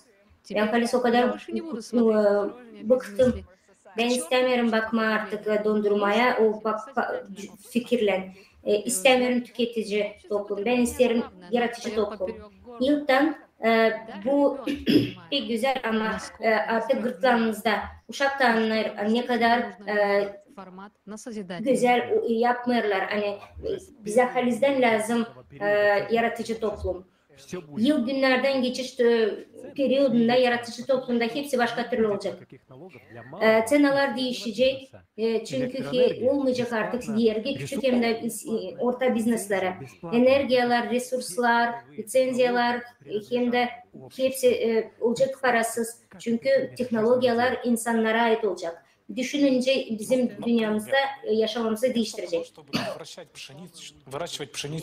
Diyelim, ekinleri yapma, büyütme dini bu çiftçi verince bunları büyütsün vertikal çiftçilerde. 600 kerede daha çok bereket verince alsın. Ve sizin için daha ucuz olacak. Çünkü yer toprak siz arenda almayacaksınız, traktör lazım olmayacak, yakıtlar lazım olmayacak, su da lazım olmayacak. Çünkü onlar kapalı bir sıkılda olacak. Nasıl biz varınca ödeyelim? Bu sadece onların udobrenyaları, ekim fondları hem de işleyenlerin paraları. Düşünsenize ne kadar değiştirecek bizim yaşamımızı hem de fikirlerimizi emeğinin gelişmesine.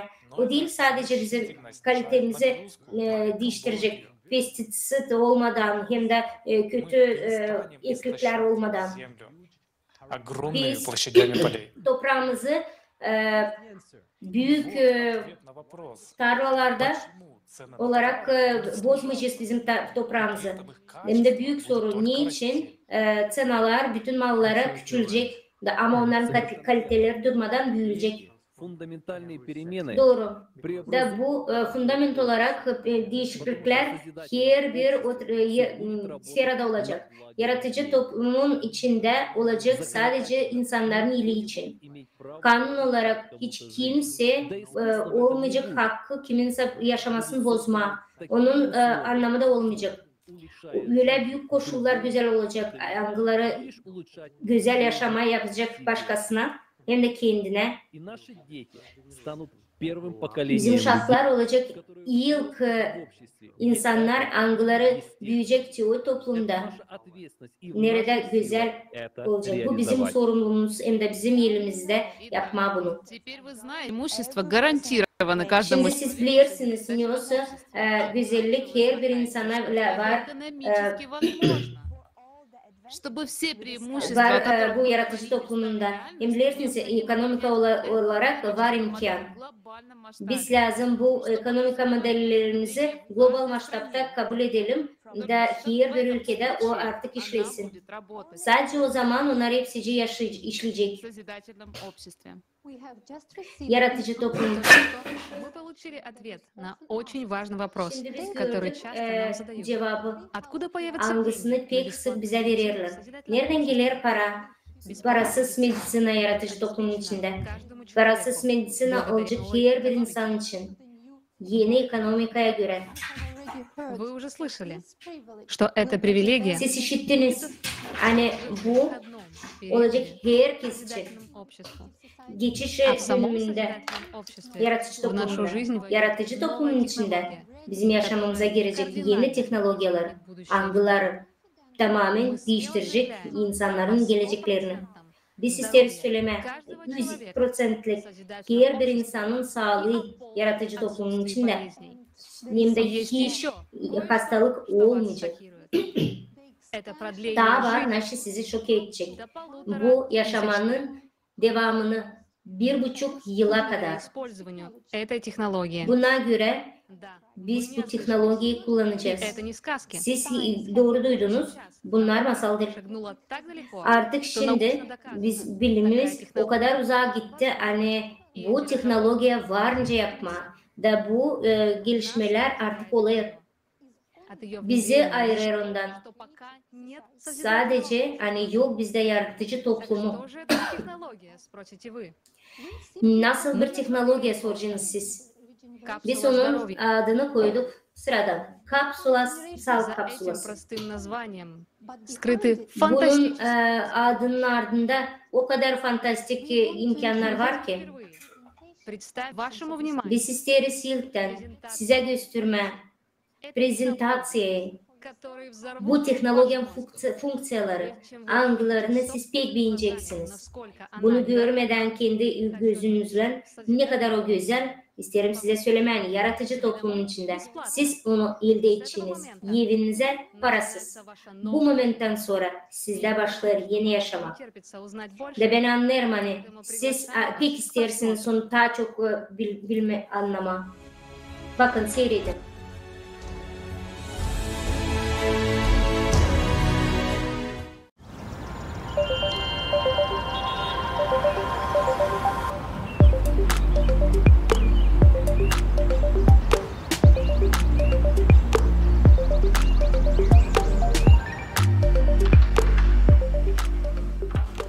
Cody, benim için ne soysa haber var mı? Yenilenme kapsülü kuruldu da yapılandırıldı. Ayrıca kişisel medisine asistanınızla da senkronize edildi. Süper. Cody, çikolatalı kokteyl isterim. Gabi Kotzak'ın yaptığı gibi mi? Da, o kokteyl pek güzel. Tamamlandı.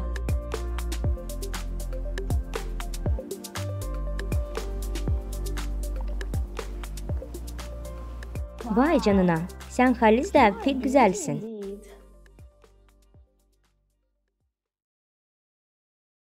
Görüyorum ki tüm dizayn isteklerimi yerine getirdiniz. Süper. Selam, ben birinci kuşak bir yenileme kapsulasıyım. Güğde yenileme proseduralarından geçmeye istersiniz mi? Bana lazım mı? Sizin medicina asistanınızdan gelen verileri analiz ederken 10 yaşındayken bir yerinizi kırdığınızı anladım. Kemik kaynamış ama ekleminizi deforme eden küçük bir çıkık kalmış. Spor yaparken acıdır. Hem kemik kıtırdağında potansiyel çatlaklara sebep oluyor. Apendisitinizi aldırmışsınız. 16 yaşında geçirdiğiniz operasyon derinizde bir yara izi bırakmış. Sık sık yanlış beslenmeniz de organizmanızı kötü hala getirmiş. Bu sonuçları ortadan kaldırabiliriz. Hem de güdenizi güzelleştirebiliriz. Proseduraya başlama istersiniz mi? Da, sanırım. Ama önce seni daha yakından tanımayı isterim. Tanıtım videosunu başlatalım mı? Da, devam et. Birinci nesil yenilenme kapsülü 1.0. Yenilenme kapsülü, güdedeniz için aşağıdakileri içinde benzersiz bir günlük genel bakımıdır. Güdedenin diagnostikası. Psikik rahatsızlıktan kare, her türlü hastalığın profilaktikası hem alıştırılması, kayıp güde parçalarının hem organların eline getirilmesi, isteğinize göre güde forması, hijyenik prosedürler hem kozmetik giyde bakımı. Bu yenilikçi inovasyaya göre sadece güdenizi canlandırmakla kalmayacak, daha da ömrünüzü 1500 yıla kadar uzatabileceksiniz. Yenilenme kapsülü bilgi hem fiziki seviyelerde işler.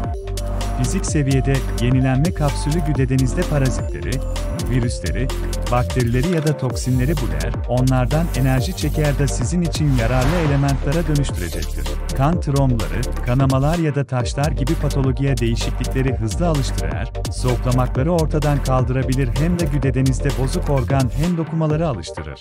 Bu teknolojiye göre artık duş alma ya da diş paklama gibi hijyenik prosedürlere yapmayacaksınız.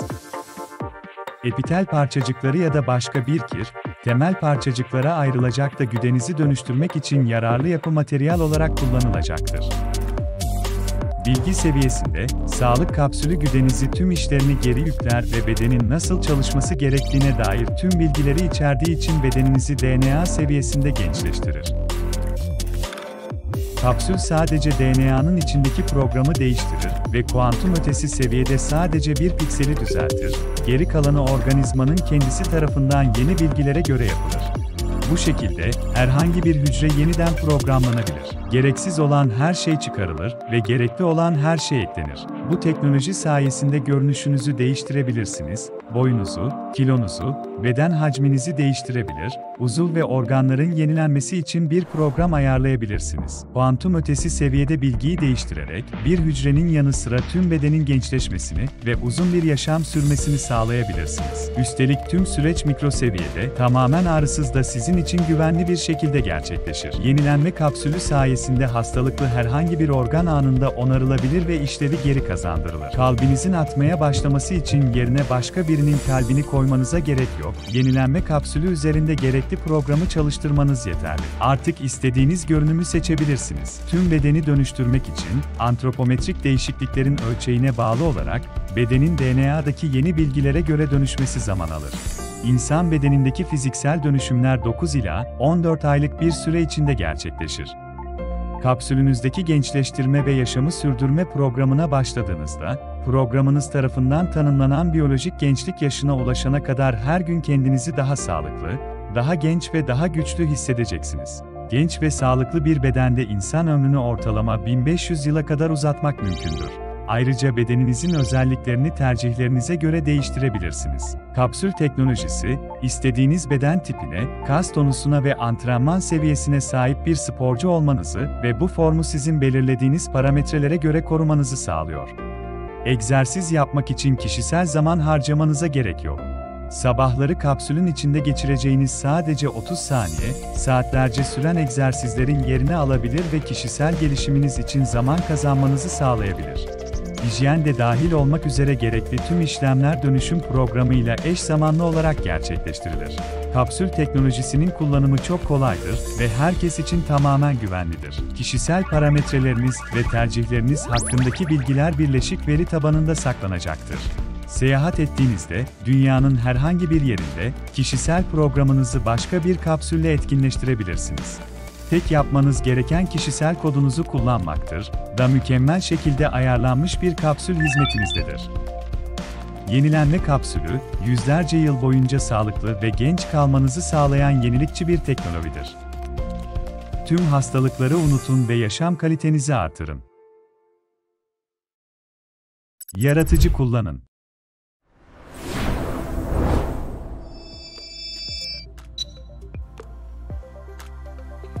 Vay, bu süper.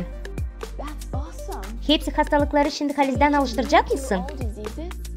Elbet, bütün hastalıkların kökünde infeksiyalar duruyor. Onları çok hızlı bir şekilde ortadan kaldırabilirim. Diyelim, Alzheimer hastalığına parazit infeksiyası sebep oluyor. Bu mikroparazitler kendi dolayanında kalsiyum kılıfı oluşturarak aksonlarda aşırı kalsiyuma toplanmasına sebep olurlar. Bu da nöron bağlantıların bozulmasına da immün hücrelerin ölümüne yol açıyor. Bundan başka bunlar yaşayan mikroorganizmalar. Bu yüzden onlardan enerji alabilirim. Toplanmış çok kalsiyum askorlardan çıkarabilirim. Başka yere taşıyabilirim. Çok kalsiyum daha sonra organizmadan uzaklaştırılabilir. İlgili bütün nöronlar bireysel DNA programınıza göre restorasyon edilecektir. İmmün fonksiyasını arttırmak isterseydiniz aktif nöronlar da oluşturabilirim. Sayılarını arttırabilirim. Zaman geçtikçe artan immün fonksiyasına yavaş yavaş ulaşacağınız bir insanı iyileştirme programının bütünü 30 yıl sürer. Da kişi kapsuladan sağlam çıkar.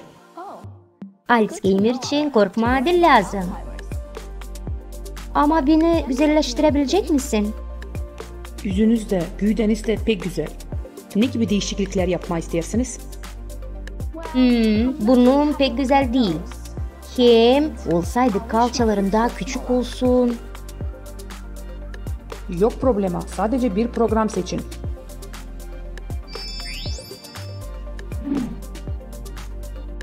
Wow, şimdi artık spor salonuna da mı gitmedin lazım, öyle mi? Ancak zevk almak hem başka insanlarla sosyalleşmek için isterseniz, sağlığınıza zarar vermeden güdenizin görüntünüzü değiştirebilirim. Diyelim toyansınız. Dokularınızdaki yağ kalıntılarını çözebilirim. Çok yağ hücrelerini çıkarabilirim. Bu işi siz kendinizdeyken yapabilirim. Ağırlığınız da, büyüklüğünüz de azalacak. Bundan başka kaslarınızı arttırmanıza yardımcı olabilirim. Fiziksel gücünüzü hem dayanıklılığınızı geliştirmenize, kemik dokunuzu hem bağlarınızı güçlendirmenize şans verebilirim.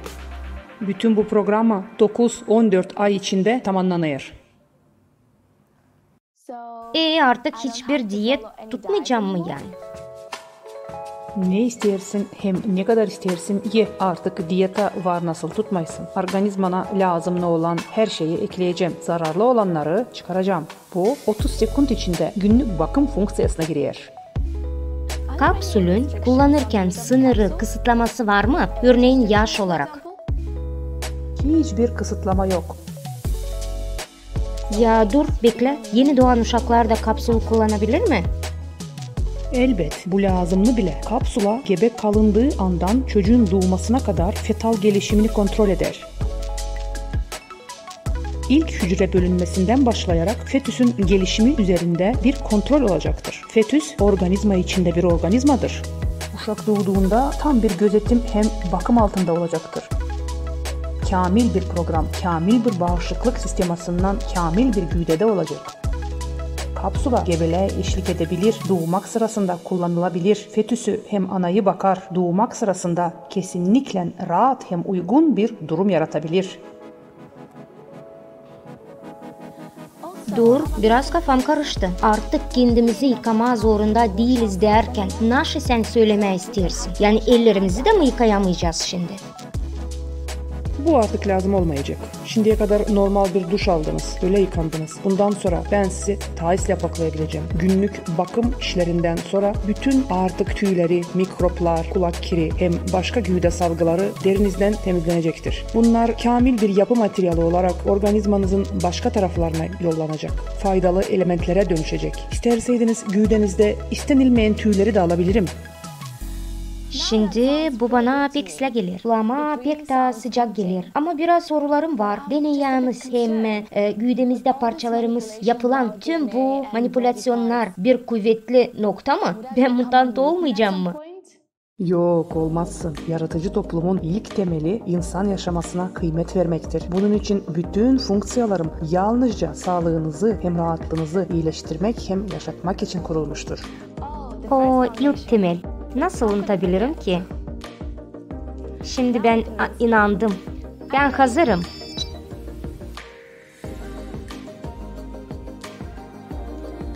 Hangi programı seçersiniz? Bir başlangıç olarak günün rutin. Solumu almayayım hem düz durayım mı? Rahat olun. Prosedüranın kesinlikle acısız hem güvenli olduğunuzu aklınıza getiriyorum. Şimdi güdeniz taranıyor. Sol orta serebral arteriyada anevrizmanız var. Çıkarılmasa kanamaya sebep olabilir. Damar duvarlarının bütünlüğünü yeniden düzeyerim. Anevrizma çıkarıldı. Artık felç riski yok. Vay canına, bu süper. Bu inanılmaz bir şey. İnsult riskini sadece birkaç minutta mı ortadan kaldırdın?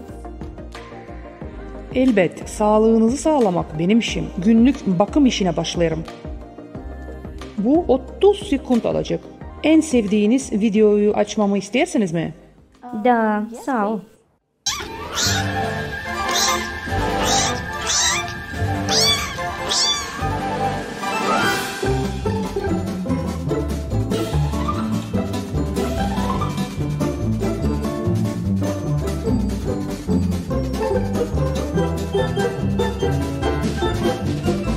Güdenizin günlük bakım işi bitti. Nasıl istersin söyleme? 30 sekund bitti. Hayırlı günler dilerim. Sağdan bütün gün geçirmektense bu bana daha iyi gelir.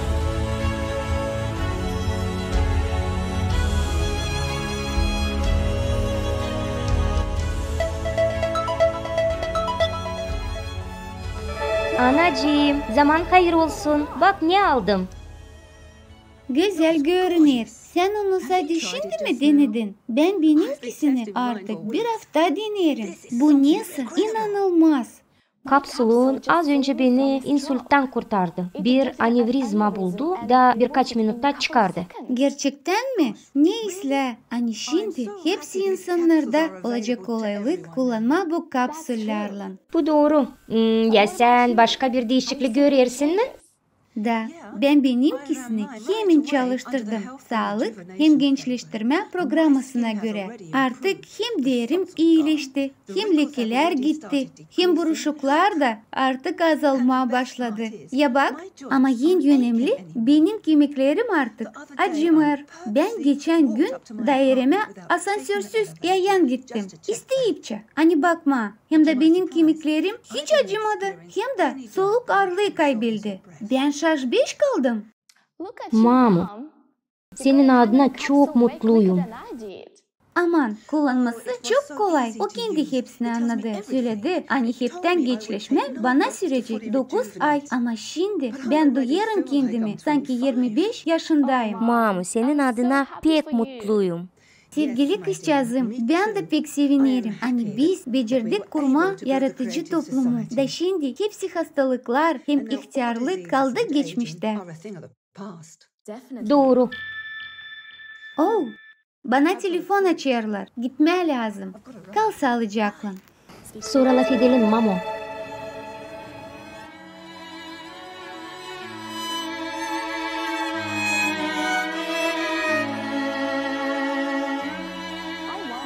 Acaba bilim insanları başka hangi şaşırtıcı işler yapacaklar? Soluğum kesilir.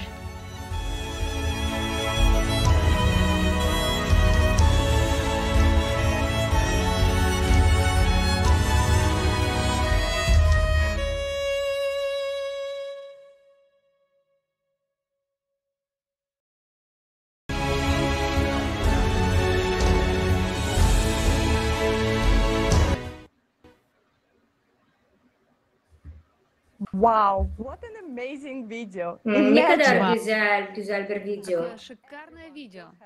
Görürseniz. Bir düşünün, yaratıcı toplumun içinde her birinde olacak kapsulası, regenerasyası, hangisi bizim güdemizi düzeltecek hem de iyileştirecek. Bu çok güzel bir şey. Geleceğin birisi bundan sonra istemeyecek yaratıcı toplumu tutma. O zaman o akmak. Siz nasıl düşünüyorsunuz bu teknolojilerin üzerine? Ben bu kapsülün sanırım hani değil sadece genç hem de sağlıklı olacak. Ben sanırım hani ben sportta başka yapmayacağım. Olun sağlıklı. Bu forumda göreceğiniz ne kadar büyük teknolojiler, güzel teknolojiler geliştirecek hem de fantastik olarak bizde olacak. O zaman anlayacaksın bu halis fantastika değil. Bu doğruluk. Bugünkü günün doğruluğu. O nasıl bizde kaldı. Sadece yaratıcı toplumu kurma da bu teknolojileri üretme. İsterim size söylemeye, siz görüyorsunuz canlı yayın, halklar arası online forum, global krizisi bir çıkış yolu var. Volontörler 380 ülkeden toplantılar da yaptılar bu forumu. Şimdi 150 dile çevrilir. 90% bizim insanların bütün dünyada. Yapalım bu yaratıcı toplumu. Hani hepsi işitsin bu yaratıcı toplumu. Paylaşın bu forumdan herkesler. Yazın videoları, küçük yorumları, söz bağlantılarına hashtag olarak yaratıcı toplumu yazın. Для того, чтобы построить созидательное kurmak için yaratıcı toplumu bize lazım çok güzel bir plan. Tutarsınız aklından biz söyledik hani var net planlar yaratıcı toplumu kurmak için. Geldi vakit onları öğrenme. Öğrenme o yolu hangisi biz varınca geçelim. Hani yaratıcı toplumu halis yapma diyelim. Давайте будем честными. Каждый из нас хочет иметь безусловный базовый доход. Her birimiz isteriz elimizde olsun 10.000 dolarlık her ay para. Her birimizin olsun replikatör materyası. Kapsula sağlığı, hepsi sağlık problemaları çözsün. Но есть одно важное обстоятельство. Ama var önemli bir durum. Bu herkeste olacak. Sadece yaratıcı toplumun içinde. Demek ki soruş böyle. Nice gelme bu yaratıcı toplumuna? Bir bakalım detaylı. Yaratıcı toplumu kurma 3 etaptan olur. İlk etap haberleme. İkinci etap politika. Üçüncü etapta bütün dünya referandumu. Her bir etapta belirli adımlar var. Bu bir yol haritasınca geliriz biz yaratıcı toplumuna. Hem de kanuna göre güzel yolumuz. Bakalım beraber. Yoksa bizim birinci adımımız mı? Neden başlayacağız? Biz başlayacağız hem önemli hem de güzel bir adım. Bu bilgilendirme. İlk etapta yaratıcı toplumu kurmak için bu bilgilendirme. Yaratıcı toplumu biz sadece o zaman kuracağız bütün dünyada. Demek ki açan bütün dünyanın insanları bunu öğrenecek, işitecek. Doğru. Yaratıcı toplumun her bir için pek önemli. O için hepsi insanlar öğrenerse de anlarsa da ne demek ister yaratıcı toplum onu tutacak. Demek ki insanlar elektoral soruşu yapar yaratıcı toplumda. Politikacılar buna gelir ve pek çok insan kendi sesini verir. Yerlicem insanlar elektorat olarak söylerse yani isterler kendi sesini verme yaratıcı topluma bu ilk bilgilendirme etabı.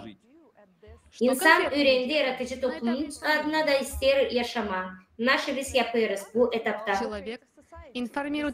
İnsan bilgilendirir yaratıcı toplum için başka insanlar. Biz başlıyoruz paylaşma informasyonu yaratıcı toplumun adına her bir yolla. Yaratıcı toplumu anlatırız söz bağlantılarımızdan, logotiplerimizde yapıştırırız, arabalarımıza, evlerimize, transportlarımıza. Bu hepsi senin elinde varınca olsun, senin içinde. Geleceğin sen yaşamak istersin yaratıcı toplumun içinde. Hepsini anlat onu. Ve mutlaka öğren, anlat. Hangi kârları insanlar elde edecek. Siz de öyle yapın. Nice yaptı bizim kahramanlar bizim videoda.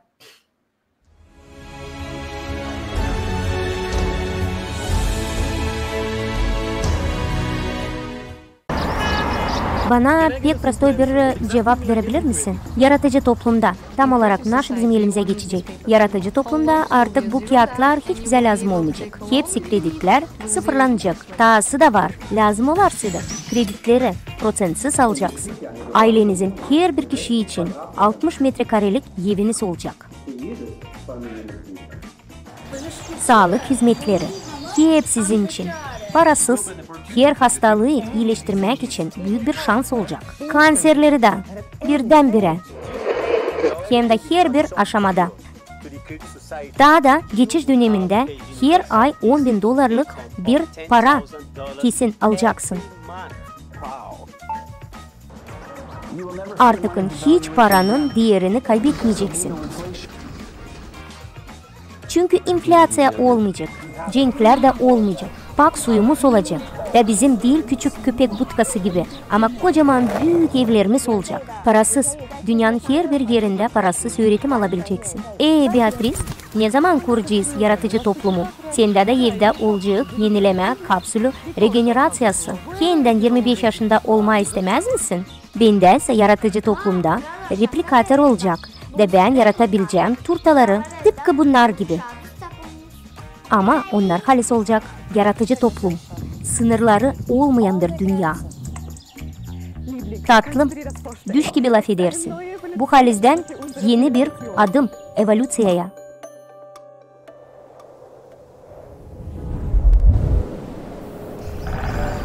Bizim sivilizasyamıza. Ben bunun için nasıl varınca yapayım? Ben demedim hani biz hiçbir şey değil lazım yapalım. Biz yaratıcı toplum için herkesi lazım bilgilendirelim. Ani halktan gelsin soruşlar. Toplum modelini yaratıcı bir modele dönüştürmek için. Nasıl bunu yapabiliriz? Siz arabanıza bir yapıştırıcı yapıştırabilirsiniz. Tıpkı Teo adam gibi. Bak bu adam gibi de ben bundan bahsedeceğim her yerde. Hepsi podcastlarında. Yurdun dışında çok sayıda dostlarımız var. Bütün dünyaya yaratıcı toplumun adına bilgi vermek için halklar arası bir halkla ilişkiler kampanyası başlatabilirsiniz. Balkonunuza bir afişe asın. Gittiğiniz kafelerde yaratıcı toplumun adına bilgi yayabilirsiniz. Haberleyin. Örneğin şimdiki gibi. Hepsi komşularınıza yaratıcı toplumu tutuyorsunuz diye gösterin. Da onlara yaratıcı toplumun ne olduğunu anlatın. Hadi güzel turtalarımızı bir fotoğrafya çekelim da Instagram'a yayınlayalım. Kendim 25 yaşında olmak için nasıl varınca yapayım? Web saytlarınızda düzenlenen maketler maykalarınız için var. Bu dünyayı şimdi yaratmak için nasıl varınca yapayım? Kardeşim hadi ama 3 dil bilirsin. Yaratıcı toplumun formlarını çeviri komandasına katıl. Böylece hepsi bunu öğrensin. Jane, yabancı ortaklarımızın bir listesini yap bana. Lütfen örnek bir işbirliği mektubu hazırlayalım. Ofisiyel kağıdın üstünde de yaratıcı toplumun logosunu bulundur. Yaratıcı toplum hem kaliteli sağlık hizmetleri medisina layıdelin büyün. Ne dersiniz? TikTok'ta canlı yayında bu gece. Siz o kadar lafçısınız. Size her biri bilir. Hepsine her yerde varınca bahsedersiniz yaratıcı toplum için. Kenar yapırsın, onu da yap. En güzel olduğu işi yap. Ona devam et. Yaratıcı toplumda bir güde yenileme kapsuluna girin. İstediğiniz zaman güdenizi bütünle yenileyin.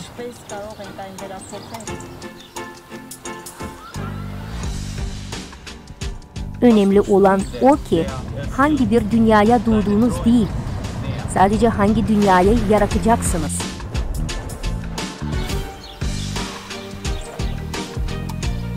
Kendi isteklerine daha yakın olma denizsen, halizden nasıl yapıyorsun? Ey dostlar, dönün dünyamıza. Orada insanlar yaratıcı toplumu kuruyor.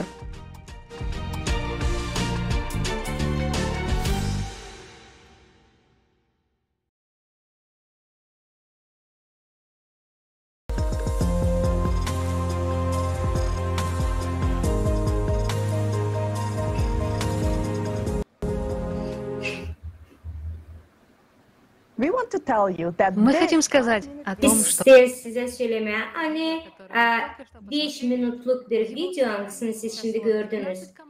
Onun yapılışında 15 komanda volontörü her bir ülkeden bütün dünyada kurdular. O kadar güzel videolar varınca yapma, hangisi varınca bilgilendirsin yaratıcı toplumun adına hepsini. Volontörler yaratıcı toplumda bütün dünyada onlar halis hepsi dost. Onların dostluğu kurtarır bütün dünyayı. Sen de varınca kendi dostlarınla hem de yakınlarınla bir araya gelirsin de bilgilendirirsin yaratıcı toplumun adına. Bunun için varınca koordinasyon meydanlarında çıkarsın. Kendi kasabalarında, ülkelerinde yaptırarsın. Ne kadar daha çok sen bu organizasyonları kuracaksın, daha çok insanlara sen bu bilgiyi ileteceksin. Итак, главной задачей этапа информирования Şimdi en büyük задача bu etapta demek ki elektoral soruşu olur. Nice biz bu soruşları yapıyoruz, biz size biraz gösterdik. Her yerde sizin masa olarak insanlar yaratıcı toplumu adına edersizler, her yerde, biznes ortamda, her yerde. Demek ki her yerde biz çokluk olduk da elektoral soruşu artık yaratıcı toplumu kurmak için oluştu. Bakalım, NIOS'u elektoral soruşunu biz kurduk. Halklar arası kanun olarak. Bütün Dünya Deklarasyası'nın insan hakkının adına halklar arası pakt. Her bir insan ildeydir. O haklarını, hani bu informasyayı varınca her yerde yaysın ve hiç onun sınırı olmayacak. Ondan başka halklar arası normatif aktlara göre güç olur, insan, bütün güç demek insan demek, bizim insanlar. Bu sebeple bütün dünyada bu konstitüsyayı tutan halklar arası forumun, halklar arası jurist komandaları, yaratıcı toplumu, Angloları 150 konstitüsyayı tuttu. Siz görüyorsunuz hani bütün güç sizin elinizde. Niye o zaman şimdiki mekanizmalar bize vermiyor bu gücü? Biz karar veririz. Birçok sfera içinde nice davranacağız. Bir sfera hangisi hiç teknika prosesi dokunmadı. Bu insan yönetim, kendi yönetim olur. Sen varınca sesini verirsin. İster film için, ister türkü için, online rejimde götürürsün kendi biznesini. Ne işin biz bunu yapınca yapalım? Bugünkü günde kanunlar olur sadece politikaların kararına göre. Biz lazım isteriz kurma yaratıcı toplumu. O zaman bu politika lazım kullanmanca bir instrument. Ve o için ikinci etap bizde yaratıcı toplumunda politikacı etabı. Получив от нас электоральное созидательного общества, политики, как профессионалы, смогут его продвигать и реализовывать как внутри страны, так и на международном уровне. Именно благодаря политике мы можем выстроить справедливую и эффективную законодательную базу для созидательного общества. Основой такой законодательной базы станут 8 основ созидательного общества, которые отражают желания людей со всего мира. Как же мы можем быть уверены, что политики не обманут нас в очередной раз? Необходим эффективный народный контроль за политиками с помощью современного и удобного инструмента. Таким инструментом выступит электоральная платформа, которую создадут сами люди и которая будет законодательно закреплена на уровне страны. Электоральная платформа объединит людей на одном электронном ресурсе. Сначала для контроля политиков, а в последующем она станет высшим органом власти во всем мире и вернет власть в руки людей. Но давайте обо всем по порядку. Четвертое. Создание предварительной электоральной платформы. Перед тем, как электоральная платформа будет узаконена в той или иной стране, люди сами создадут защищенный электронный ресурс. Назовем его предварительной формой, на которой политики смогут заявить о своей готовности удовлетворить электоральный запрос людей. На предварительной электоральной платформе в своей стране люди смогут отобрать самых достойных политиков, заключить с ними договор о том, что политики обязуются построить созидательное общество, а также в последующем контролировать и отзывать их в случае неисполнения ими предвыборных обещаний. То есть люди вначале заключают договор. İnsanlar bir tarafa çıktılar anlaşmak politiklerle. Что это за договор? Elektoral platformasında ne o anlaşmada var? Onun niyeti yuridik uğrunda onu imzalama da yapma insanların istemelerini ilk geliştirme, yaratıcı cümlesinin 8 temelini kabul etme kanunu elektoral platformu için nice yüksek organ devlet uğrunda. Üçüncü, bırakma kendi görevini yerli insanların çoğu elektoral platformada seçecekler bunu. Bu garanti o an politikler bizi aldatmayacaklar. Çünkü bu anlaşmaya göre insanların hakları çıkarma politik kendi görevinden yapmadığının kendi işini de onlar kontrol edecekler politikleri anglarını onlar ayırdılar elektoral platformasında. İlkere historiada politikler aldatmayacaklar insanları angları onları koydular bu göreve. Politikler yapmayalı cümleyle anlaşma kendi işleri için ne verir onlara kolaylık kanuna karşı gitmeye de yapmamak kendi o işler anglarını söylediler. Politik yüristler kanuna göre söyleme anı kabul eder hepsi anlaşmanın istemelerini. Kanuna karşı giderseydi insan kullanacak kendi hakkını da alacak onun görevden. Да, что насчет политиков? Вот интересно. После того, как люди отобрали самых достойных политиков и заключили с ним договор на предварительное İnsanlar onları электоральное... ayırdılar da yaptılar. Onlarla anlaşmaları elektoral platformasında lazım bu iş için seslerini versinler insanlar. И могли действовать. Lazım seçimlerde verme seslerini ki onların olsun hakları. Başka devletlerde bu haklar kabul edilirler prezidentle, parlamentle başka devletlerde. Neredeyse beraber. Onun için ki kabul etmediğini kanun elektoral platformu için de geliştirme yaratıcı cümlesinin 8 temelini lazım ayırma politikleri angları tutuyorlar yaratıcılık cümlesine her bir götürücü organlara. Победа на выборах кандидатов или партии, которые за kandidatların taramaları hem partileri seçimlerde bağlı insanların sayısının angları tutuyorlar yaratıcılık cümlesini. Ne kadar daha çok insan devlette onu tutturacak, o zaman daha çok politik olacak parlamentte. Onun için var подходить к реализации политического этапа. Devlete Когда большинство geliştirme politika etapını açan insanların saçıyı tutuyor yaratıcılık cümlesini kullanmak kendi seslerini ki ayırma onu ne sen istiyorsun halde.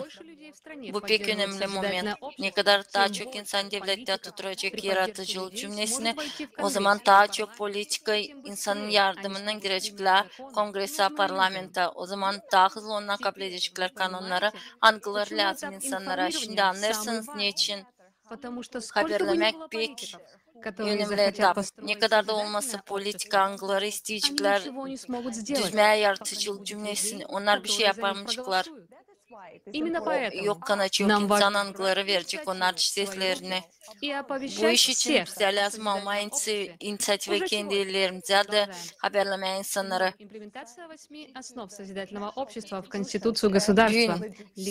Biz savaşı geliştirmeye 8 temeli devletlerin konstitüsyolarına.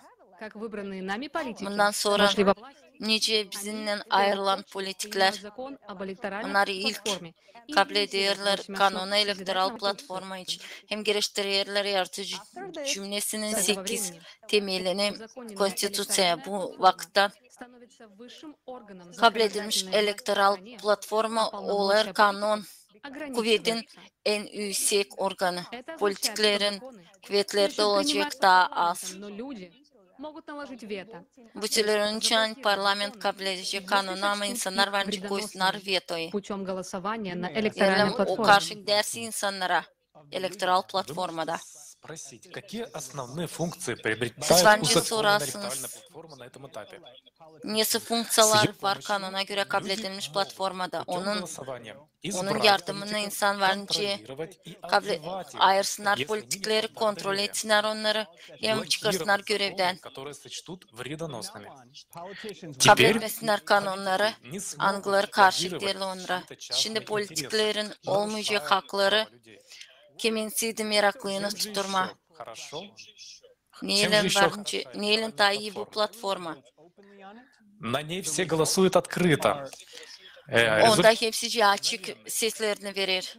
Çıkışlar hızlı verilir. Kimse yokunca senin yerine seçsin. Ты можешь посмотреть, Yokunca как yalan проголосовал olsun. знакомый, Sen а знакомый, как проголосовал varınca ты. bakarsınca başkası verdi seslerini. O da baksınca sen verdin sesini. Человека нереально. Yokunca sesini Соседи, vermeye родные, ölmüş близкие, insandan ya da yok insan, hani и тот, кто başka попытается insanda. обмануть по привычке, так Da скажем, kimse savaşacak aldatma. по всей строгости закона. Как вы думаете, Kanuna почему göre не создали cezalanacak. электронную платформу до сегодняшнего дня? Ne düşünüyorsun? Niçin şimdiki vaktana yapmadı elektoral platform? Niçin ki Но важно помнить, kuvvetlere o что değil мы lazım. сами Lazım наделяем anlama. властью Hani над biz собой. kendimiz veririz onlara Без kuvvet официального bizim создания üstümüze. электоральной платформы Kurmadığının настоящей ofisyal elektoral и власти platformu народа быть не может. bugünkü demokrasiya Человек не обладает функцией реальной hem власти, insanın kuvveti yokunca пока человек не olsun. обладает функцией надзора над политиками. İnsanın yok kuvveti, yok ana kontrol funksiyonunda. Чтобы Şimdi контролировать народ, kuvvet а должно быть kullanır наоборот. yeni teknolojileri ki kontrol etmeleri insanlara malam olsun başka Решения türlü. и действия, İnsanlar elektoral platformasına göre kontrol ederler kuvvetleri. а политики — это Kuvvetler просто lazım olsun нанятые insanlarda. менеджеры. Еще раз хочу акцентировать ваше внимание, что Daha bir kere isterim yapma akcent. сегодня для всех Hani yeni bugünkü güne kim bunu işler? распространить информацию о созидательном Dağıtma обществе, haberleri, рассказать людям, yaratıcılık cümlesi için anlatma insanlara сформировать ki электоральный biz bir запрос. yerde kuralım Для принятия закона elektoral об istemeyi электоральной платформе ki kabul и etmediğin kanunu имплементации 8 elektoral основ platforması için hem geliştirme yaratıcılık ключевым cümlesinin является 8 то, temelini что чем больше людей в стране поддерживают ne созидательное kadar общество, daha çok insan tutturacak yaratıcılık cümlesini tem daha hızlı kabul edilecek lazımlı kanunlar onun geliştirmesine dini. абсолютная монархия. Тали? Yerlin bu devlette mahsus monarxiyası. Построение созидательного общества не заканчивается, поскольку ни одна страна Bunda yaratıcılık cümlesinin kurulması bitmer. не смогут реализовать созидательное общество и Bir обеспечить iki человеку devlet yokunca onu yapsın. создательное общество, возможно, полноценно Yaratıcılık построить только cümlesi varınca o zaman kurma bütün dünyada построение созидательного общества. gelecek Это etap мировой референдум о принятии созидательной bu модели. dünya referandumu ki kabul etme Этап 3. yaratıcılık cümlenin modelini. которые уже Bu üçüncü узаконили etap. у себя электронную Devletler платформу, консолидируют angıları свои усилия kanuna для göre принятия созидательного kabul ettiler общества elektoral во всем platformasını мире. kabul etmediğini yaratıcılık cümlesini bütün dünyada Мирового hep böyle референдума. hazırlama dini bütün dünya referandumuna. С этой целью проводятся конференции, Bu niyetle подписываются geçirilir необходимые konferansiyalar, международные договоры. Специалисты yazılır прорабатывают halkarası различные вопросы anlaşmalar, построения uzmanlar созидательного общества и так далее. Какой может быть твоя роль? geliştirirler türlü sorular kurma dini bu cümleyi bu etapta sen varınca Специалистов, а также на электронной paylaşsın платформе türlü своей gruplarda, страны elektoral избирать platformada kendi devletinde ayırma hem kontrol etme kuvvetleri мероприятия ya da kendin varınca olasın ayrılı после того, paylaşma dini как oluşlarda все halklar страны uğrunda узаконят у себя электронную платформу и açan внедрят hepsi devletler dünyada geliştiriciler 8 temeli yaratıcılık cümlesinden kendi можно будет konstitusiyasına приступать к varınca единой çek etme общемировой электоральной платформы. tek dünya elektoral platformasını. Это Не bu. объединенный электронный ресурс, на основе которого Bu elektron разворачиваются resursu все hangisine göre международные действия. Эта платформа объединяет hepsi людей halklar arası işler yapılır. и O становится birleştirir единым insanları bütün наивысшим dünyadan. органом власти в Doğular мире. en yüksek dünyada organ, kuvvet organı. Единая общемировая электоральная платформа принадлежит всему Dünya обществу, elektoral platforması создается и контролируется kullanacak bütün dünya kontrol edilecek insanlarla. частной компанией. Она создается с O помощью kurulma kendi başına kampanyalı. O açık kurulacak. O yokunca olsun kiminsi yerlerinde. управления ею. Onda yokunca olsun merkez kuvvetler. Kullanılacak elektoral platformayı sadece o insanın kısa sayıya koyulacak platformada. Olacak açık. Haberler anıların onda olacak. Onlar korunacak manipülasyalardan, aldatmalardan. Sonra lazım geçirme dünya referandumunu. Общемировой референдум будет проводиться на единой мировой электоральной платформе. Geçirilecek elektoral platformada. Принимают решения об изменении Ankısında формата insanlar kabul edecekler kararları değiştirmediğin cümlenin formatını, yaratıcılık cümlesine, referandum niyetlerini kurma,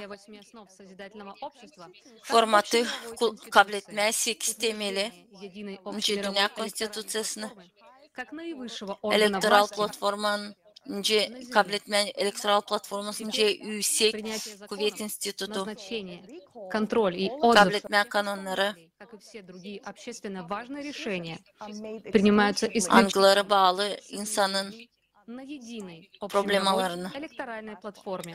tek elektoral platformasında Законодательной hep öyle. базой, то есть O единственным varınca источником общеобязательных правил, o olacak по kanun которым bazı. живет человечество. Hangisine göre yaşayacak insanlar. Посмотрели видео о том, как Dün biz sizinle gördük videoyu. мировая платформа. Niçin çalışacak elektron platforması? С этого момента отпадает, поскольку вся власть Olmayacak lazımlık politikada hem politikada niçin ki bütün kuvvet olacak insanların yerlerinde. и тогда Senin yerlerine. реальное Da o zaman olacak как видим, kendi başına götürmek все dünyayla. озвученные шаги Göreriz. и законным путем Hepsi приводят нас söylenilmiş adımlar kanuna göre getirecekler. но еще не dают нам Kendi başına созидательного götürmeye. общества в полной мере. Ama vermeyerler Так bize как yaratıcılık необходимо будет cümlesini настроить bütünden. экономику Niçin ki и lazım логистику, olacak? внедрить Ekonomikayı, технологии. Для logistikayı, этого нам нужен geliştirme переходной teknolojileri. период.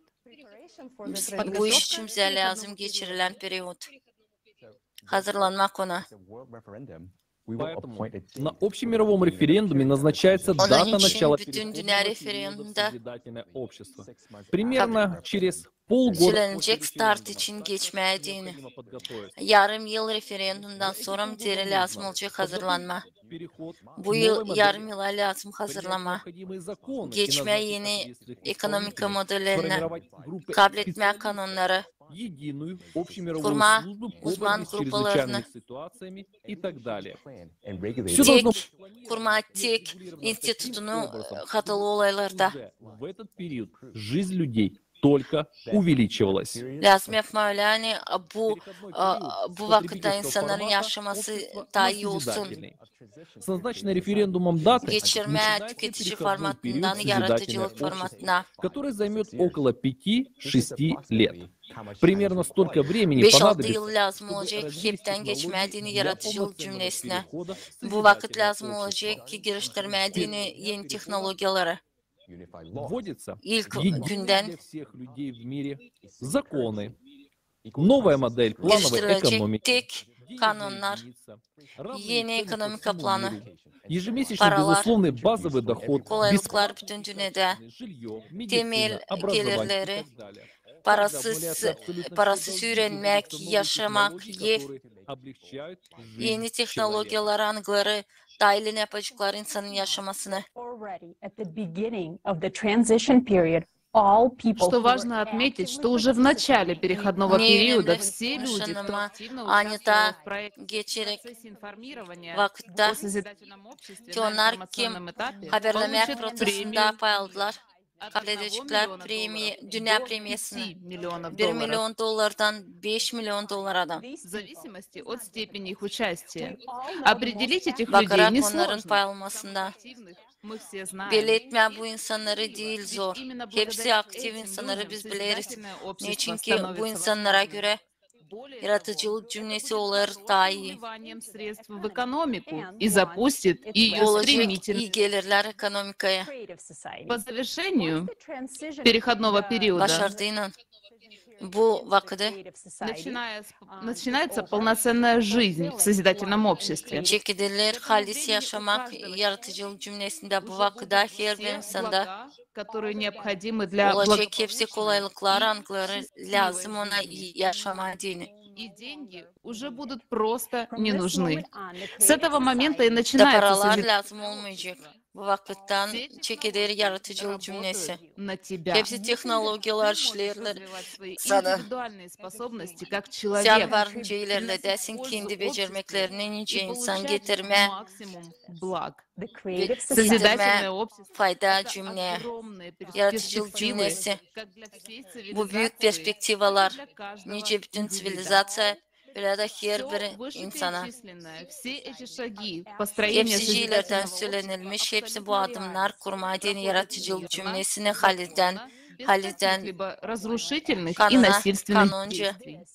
Это эволюция общества, kavgasız. совершаемая Bu cümlenin evolüsyası hangisi yapılır наш путь к жизни, fikirle. это путь построения Bu tek yol созидательного bize yaşamaya, общества. bu yol düzmeye yaratıcılık cümlesini. O çekilir ilk adımdan. Senin işinden.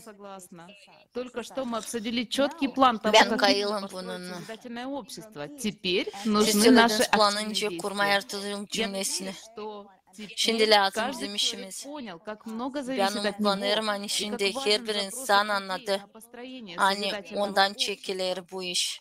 Иначе план, каким бы он продуманным не был, Plan nasıl da düşünüle olmasın, öyle de kalacak. Kalacak plan Мы gibi. неоднократно акцентировали внимание на том, что Bir созидательное kere общество söyledik. можно построить только во всем mире. Hani Мы yaratıcılık часто cümlesi слышим varınca такой вопрос. kurma Почему bütün нельзя dünyada. выбрать какую-то страну, сделать так, чтобы люди в nей Ama уже işte жили в deriz созидательном soruş обществе, niçin а потом ayırmama bir devleti ki insan yaşasın orada yaratıcılık cümlesinde ya da son örnek gibi başka devletlerde yapma. Друзья, построить созидательное общество возможно лишь Kurma всем человечеством. yaratıcılık cümlesini varınca sadece bütün dünyayla, bütün dünyada. Государства могут только Ama декларировать sadece намерение о переходе başka к devletlerde varınca созидательному. söylesinler hani isterler geçme yaratıcılık В cümlesine. отдельных странах, которые берут курс на созидательное общество, Ayrı devletlerde angları alırlar условия kurs жизни людей, yaratıcılık но cümlesinde varınca insanlar daha iyi которые yaşasınlar. нарушают Ama экономику страны. sadece o ölçülerde В angları противном случае gitmeli ekonomikaya karşı.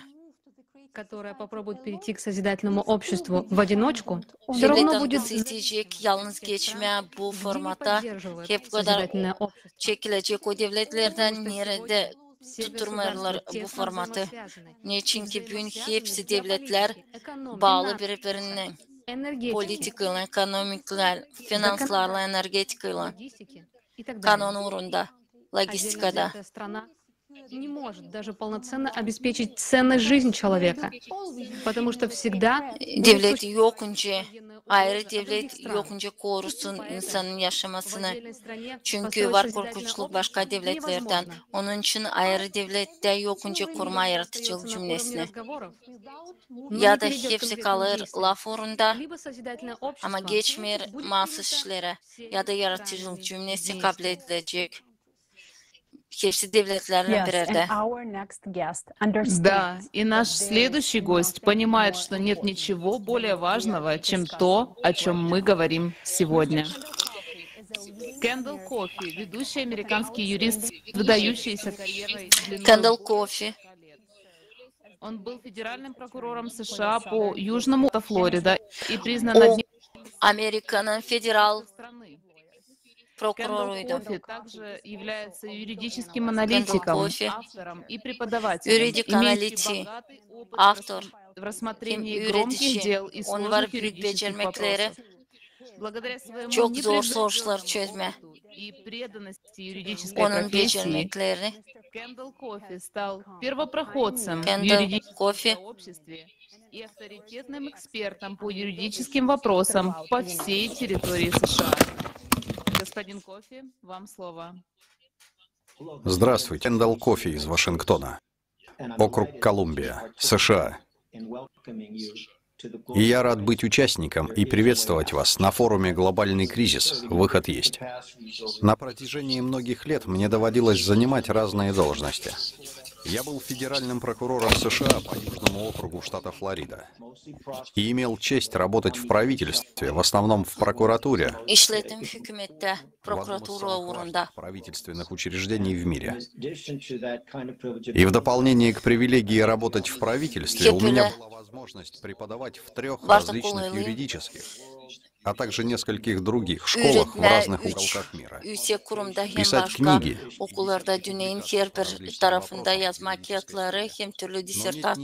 Более важного, чем вопросы, о которых мы говорим сегодня. Речь идет о выживании Soruşlar yuridik sferasında, lavgidir planetanın yaşamasında bizim gelecek evlat boylarına dini. Bu pek önemli.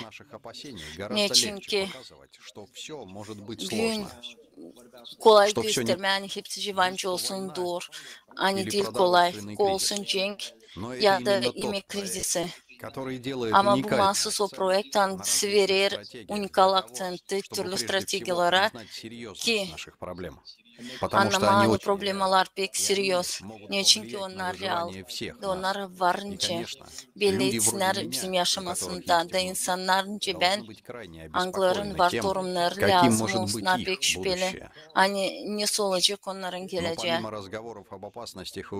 Ama laflardan kari korkunçluk için Anglarına biz karşı geliriz. Bu projekt bu yer bizim önümüzde niyetleri hem davaları ki birleştirme insanları bütün dünyada ki bulma birleşik kararları onun için pek önemli. Şimdi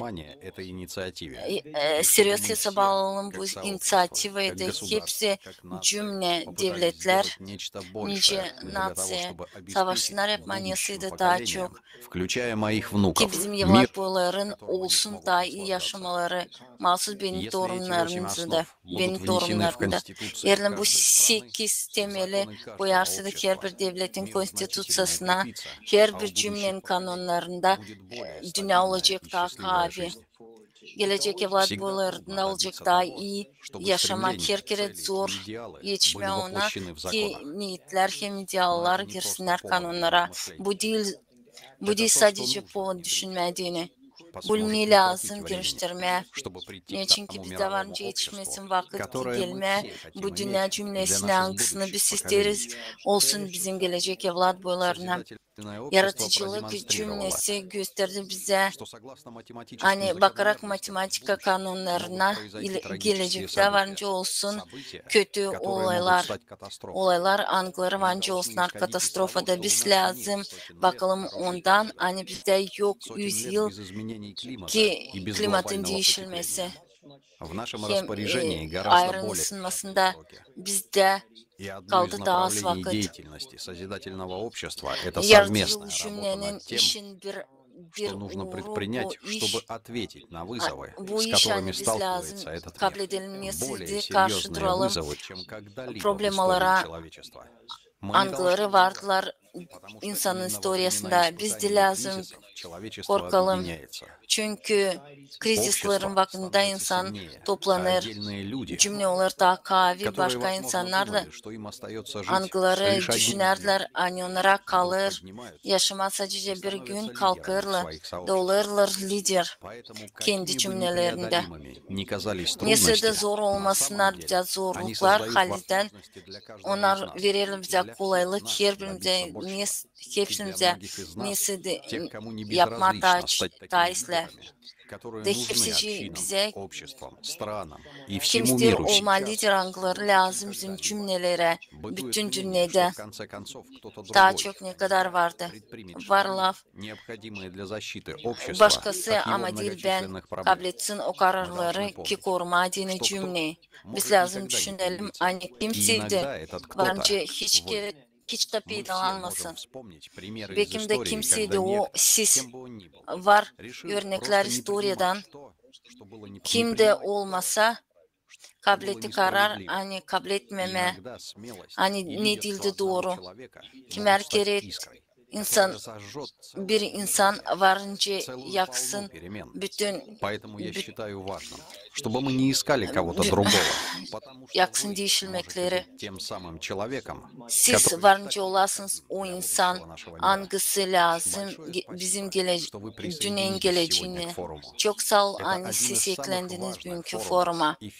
Bu en önemli forum, efir, seminer ya da trening. Hangisini siz göreceğiniz kendi yaşamasında ve tutun aklında hani her biriniz varınca getirsin değişilmeklere. Angılarınca gigantski rezonatör dağılacak kırlarda, okyanlarda hem bütün bizim planetimde. Ben ederim size hepsinize en iyi bu forumda hem yaşamında da umutlanırım. Они bizim planeta ilerleyecek. Огромная благодарность вам, мистер Кофи. И мне çok sağ ol, Mr. Coffee. Da ben pek beğendim, söyledin. Sen biz de lazım bekleyin. Kimse gelecek de yapacak bizim için. O kimseydi bizsiz. En önemli şimdi her bir insana dini tutturma, yaratıcılık cümlesinde anlatma onun için. Hepsicine. En önemli anlatma hepsicine ne kadar kaliteli işleyecek onun yaşaması. Yaratıcılık cümlesinde. Açan insanlar bunu anlayacak. Onlar tutturacaklar yaratıcılık cümlesini.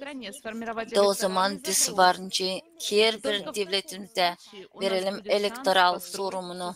Da sadece bu olayda olacak şansımız kurma yaratıcılık cümlesini. Şimdi daha çok insan anlar ne kadar bu önemli. Bakmadan hepsi zorlukları, angıları bence peydalansınlar. İnsanlar öğrenirler doğruluğu. Bu yılın yanvar ayında YouTube çeketi yük etme yaratıcılık cümlesinin videolarını türlü dillerde.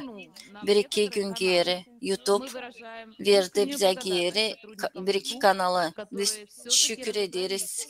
YouTube çalışanlarına angıları anladılar situasıyı da doğruluğu çıkardılar bize. Biz seviniriz hani bakmadan ona kimse bilmiyor doğruluğu. Var insanlar angıları buna gittiler karşı.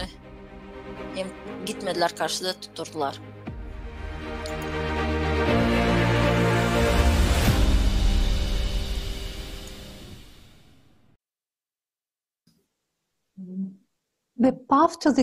Путь к созидательному обществу — это путь к нашей общей мечте. И от выбора и действий каждого эта мечта становится к нам все ближе. Мы рады представить вам фильм, который снят açıklaması film hangisini çıkardı yaratıcının cümlesinin paylanları. Filmin baş kahramanları yaşarlar. Hepsi bu dünyada hangisinde yaşarız biz. Onlarda var problemler tüketici formatında. Biz savaşıyoruz bu formatta yaşama. Но решение всех наших проблем на поверхности. Bizim problemlerin kararları bulunurlar üstün. Lazım değiştirme cümlenin formatını. Bu historia. Karlar, kahraman karlar için. Построить созидательное общество. Angıları isterler hepsi bütün dünyada kurma yaratıcılık cümlesini. Самых смелых желаний. Это все женщина в созидательном обществе. Это история о головокружительных перспективах. Bu historia perspektivalar için angıları kurulacaklar her bir insana dini, karıya dini yaratıcılık cümlesinde. Buyurun seyredin.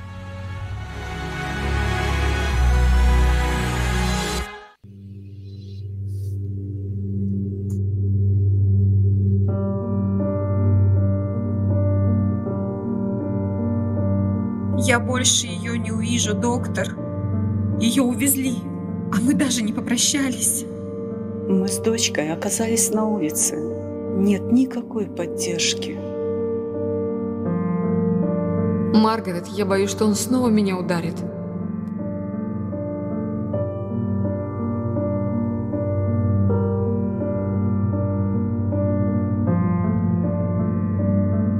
Сьюзан, почему вы не позвонили в полицию?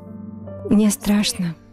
Вдруг они его отпустят, и он вообще меня убьет. Или наоборот посадят. А как мы выживем? Он единственный кормилец. Маргарет, понимаете, я чувствую себя одинокой, поэтому хочу попросить вас выписать мне что-то от одиночества. Мне кажется, я схожу с ума. А если это наследственное? Мне уже 22 года, а я не могу получить ни образование, ни нормальную работу. Я как собака на привязи. Вы знаете, вся моя жизнь крутилась вокруг детей. Учеба, секции, уроки фортепиано.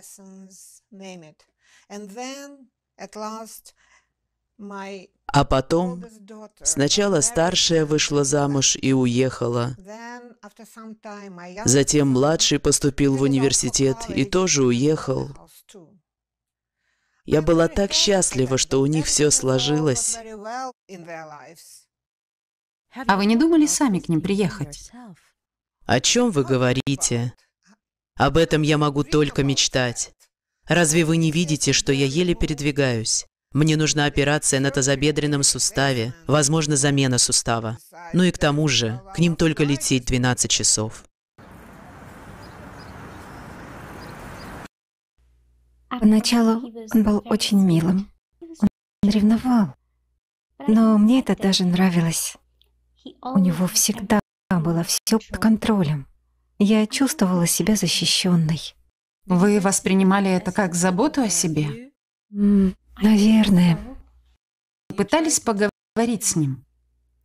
Да, но он только еще больше раздражался. Маргарет, я так старалась быть хорошей женой. Что только я не делала. Я занималась Margaret, йогой. ben savaştım olmayı iyi karı. Ne kadar sadece yapmadım. Yoga zanatlanardım. Я как-то Erkek купила etniyesi de yine yapardım. а он Aldım взбесился, kendime ruba. что я потратила деньги на O эти kızgın тряпки. oldu. Niçin ben harcadım bu rubalara para? Biz adamla tanıştık. Çiftçilik институтunda. Sonra bile çalıştık bir kurumda. Вместе выводили новые сорта овощей, зелени. Çıkarardık Погодите, zarzavatların yeni soylarını. Şimdi niye size göstereceğim görüyorsunuz mu? Вы были очень красивы.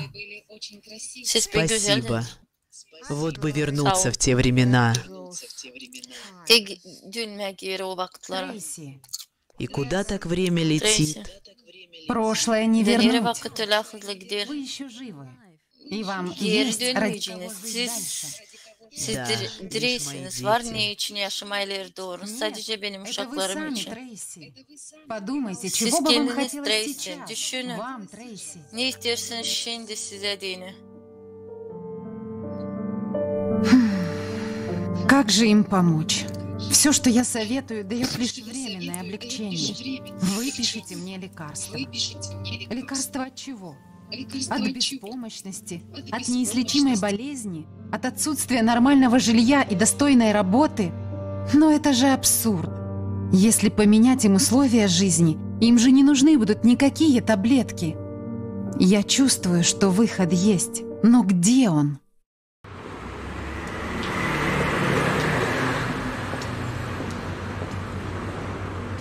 Капучино, пожалуйста. Невозможно решить проблему на том же уровне, на котором она возникла. Нужно стать, поднявшись на следующий уровень. Альберт Эйнштейн.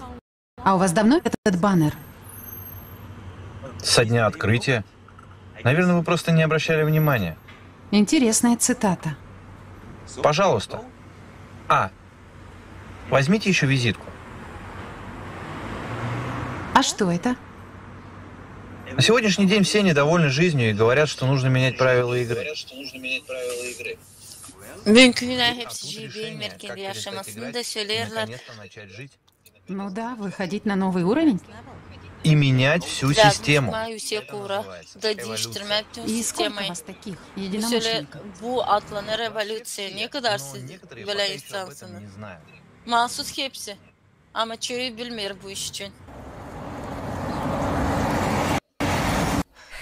Слава богу, в этот раз все обошлось.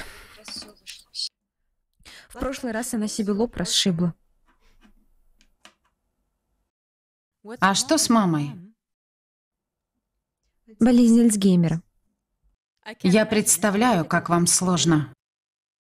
А вы не пробовали нанять сиделку?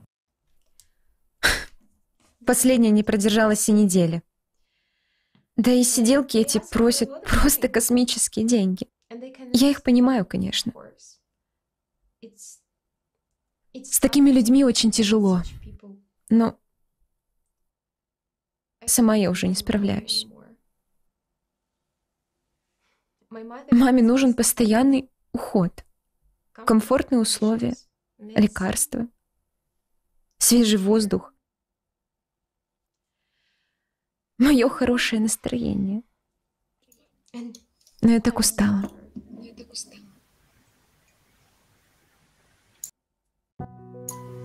Ama ben öyle yoruldum.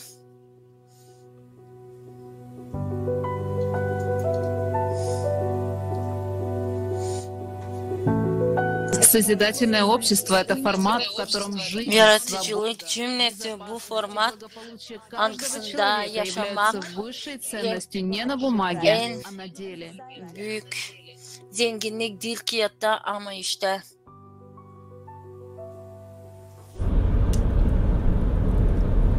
У вас все в порядке? Hepsi Jimmy. А вы слышали о созидательном обществе? Siz işittiniz mi yaratıcılık cümlesi için?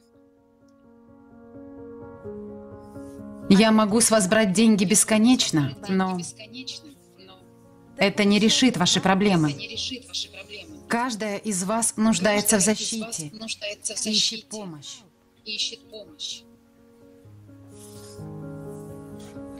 Кто-нибудь из вас уже слышал о проекте «Созидательное общество»? Я слышала, но особо не вникала. Маргарет, вы собрали нас, чтобы рассказать о каком-то проекте? Margaret, siz topladınız bizi anlatmadığını nesi проект için? Сейчас старается поодиночке справиться со своими проблемами. Но беда в том, что мы разобщены.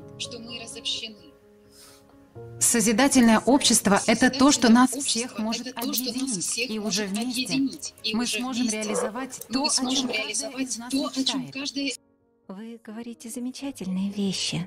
Но я видела, что в созидательном обществе будут везде роботы, и еду приготовят, и уборку сделают. Маргарет, я домохозяйка. Мне там просто нет места. Да, Сьюзан, я понимаю, о чем вы. Миллиарды женщин из кожи вон лезут, чтобы угодить мужьям.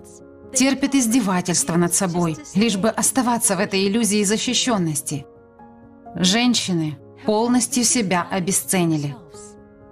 Но разве мы достойны этого? Терпеть побои, гнить от старости и болезней, прозябать в безысходности?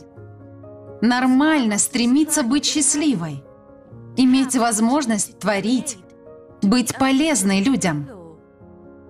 Вы знаете, каждая из нас очень важна и достойна прекрасной жизни. Кажется, я поняла, о чем вы. Мы этого достойны.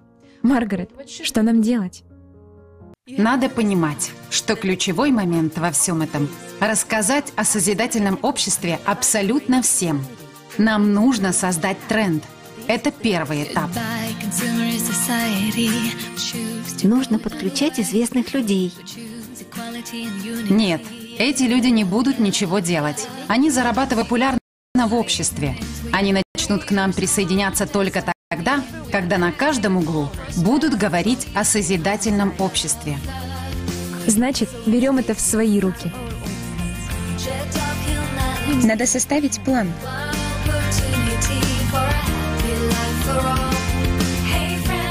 Где можно взять макет визиток? Идешь на сайт, нажимаешь о проекте, выбираешь макеты по проекту «Созидательное общество». И все это бесплатно скачиваешь.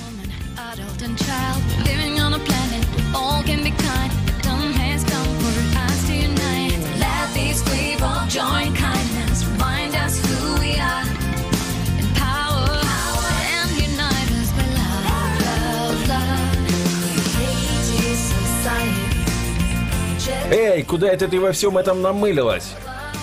И что это за странная штука у тебя? Это созидательное общество. Идти к политикам бесполезно. Мы просто объявляем, что поддерживаем только тех, кто за созидательное Sadece açıkları saniye tutturuyoruz. O politikleri hangileri yaratıcılık cümlesine değil. Onlar kendileri gelecekler bize. Созидательное общество. Hadi arabalara koyacaksan ben tutturuyorum yaratıcılığın cümlesine. Девчонки, мне там хейтер написал. Что ему ответить? Kızlar bana hater yazdı. Niye ona yazayım? Yaz hani o Не, девочки, dili insan. Lazım daha güzel yazma. Smiley yollayacağız.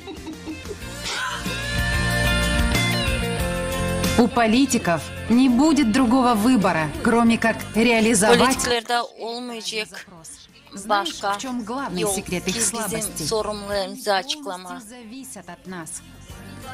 Onlar Без поддержки людей bizim yerlerimizden, biz onları tutturmasaydık onlar kimse değil. Всем своим пациентам про созидательное общество рассказываешь. Конечно. Margaret, sen Halil'den kendi patentlerini anlatırsın yaratıcılık cümlesine. Hepsine söylemezdik o zaman biz kurmayacağız yaratıcılık cümlesini. Bir azıcık kaplayın kızlar. Hadi anlatalım hepsine.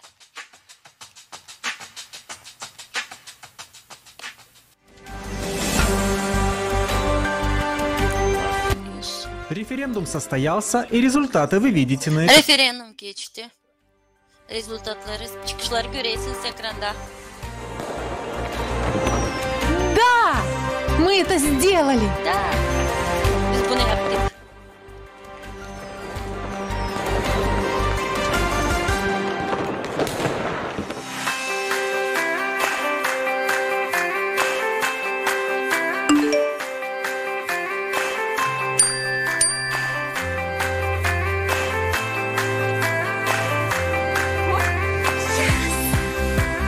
Я получила 10 000, и я буду Ben получать... kabul ettim 10.000. Ve ben bunu varınca kabul edeyim ki ay mı? Невероятно. Bu inanılmaz bir şey. Буду их тратить. Wow. Ben onu nereye harcayacağım? Ждем план строительства новых жилых кварталов. Birlik Новые дома, sesini оснащенные verdikten самыми sonra современными технологиями, в yeni том числе evler, искусственным yeni генератором, появятся в teknolojilerle следующем месяце. olacak. Если у вас Generatörler инженер, artık который не önümüzdeki соответствует aya минимальным olacak. созидательного общества в 60 Geleceğim квадратных sizin метров на minimal человека, standartlara электоральная uyma платформа 60 получения kvadrat бесплатного жилья в Новом для вас и вашей семьи. platformasında siz söylersiniz de isterseniz daha çok büyük ev kendi aileniz için. Да, я вас слушаю.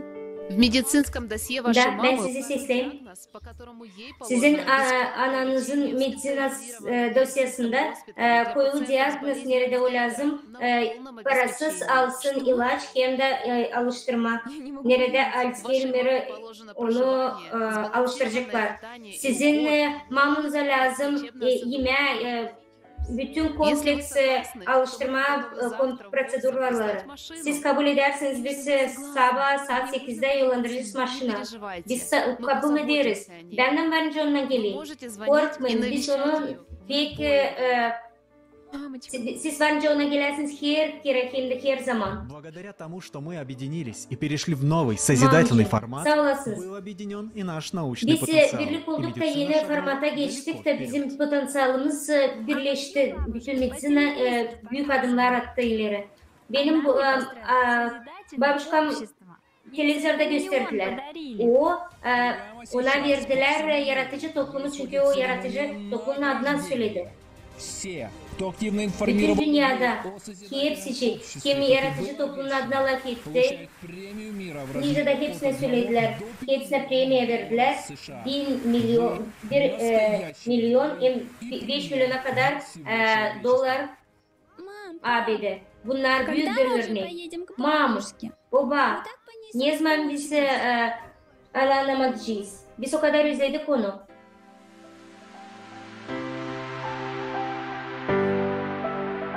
За эти годы я сильно себя обесценила. Bu yıllarda kendime hiç yok saydım. Başkasının isteklerinden yaşadım. Şimdi ben varınca karar vereyim. Nice ben isterim geçirme, kendi yaşamamı yaşamak.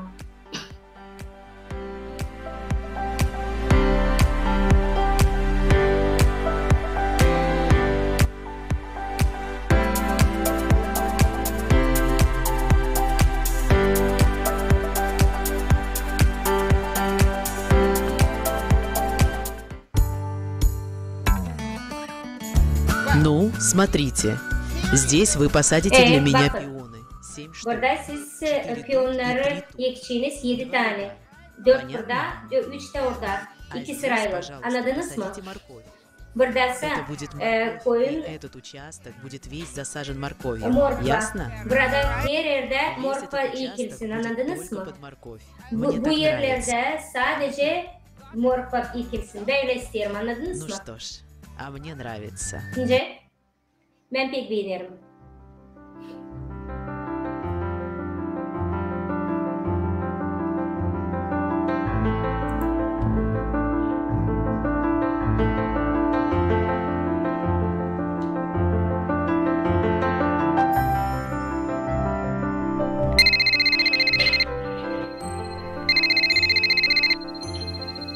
Доктор Н, рада вас слышать. Лия, у меня для вас сюрприз. Doktorin, pek sevinirim ben sizi işittim. Liya, benim sürprizlerim var. Mamucuğum ne yapıyorsun? Tatlım, sana Kızım. söyleyecek o kadar çok şeyim var ki. Sana çok minnettarım. Я так благодарна тебе.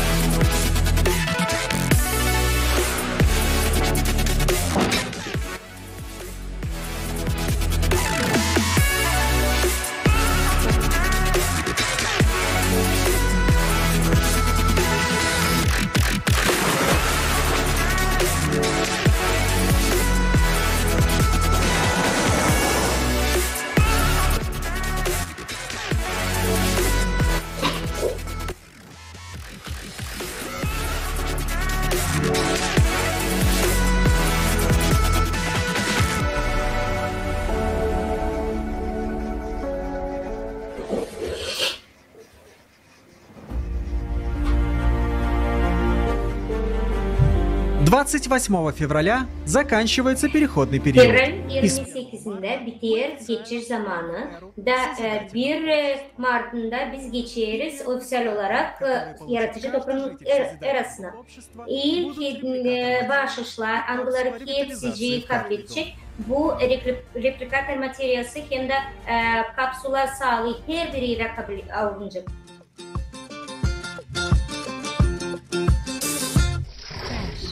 Свежая хрустящая морковь.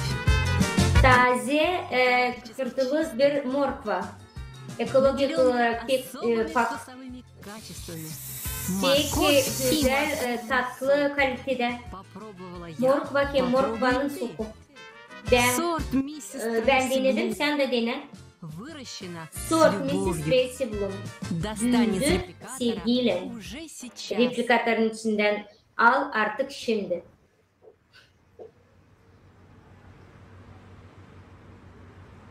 Вчера ты проходила тестирование на раскрытие твоего личностного потенциала. Dün sen bir test geçtin, hani kendi potansiyelini, kişisel potansiyelini açma. Тебе надо развиваться в творчестве. Sana lazım gelişme sanatta.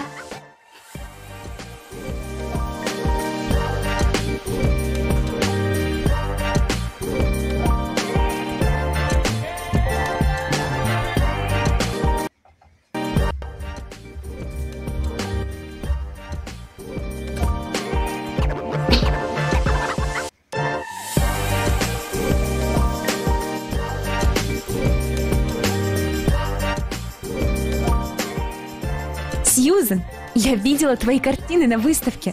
Susan, ben senin tablolarını gördüm. Onlar pek güzel. Nerede Tracy? Ben alabilirim.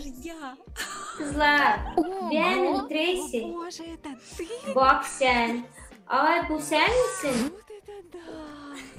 Это все благодаря капсуле здоровья? Bu kapsula, sağlık kapsulana göre.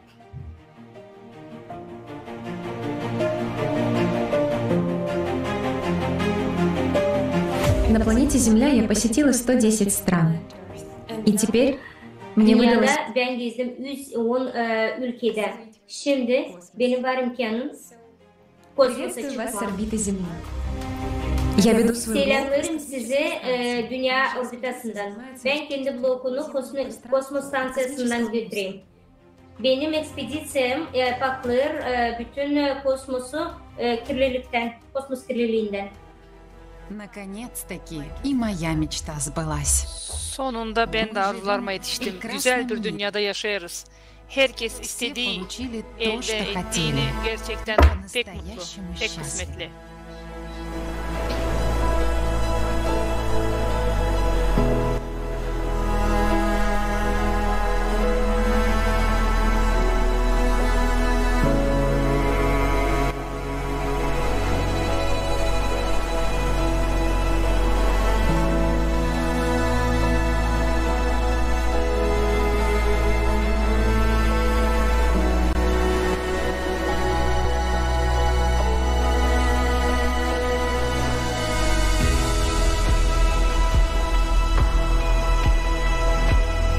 Я должен тебе кое-что сказать.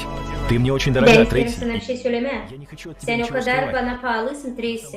Ben istemem senden bir şey saklamak. Ben Halis 25 yaşındayım. Yok zararan benden küçüksün. Naşi sen de mi? Ne? Ya ben de.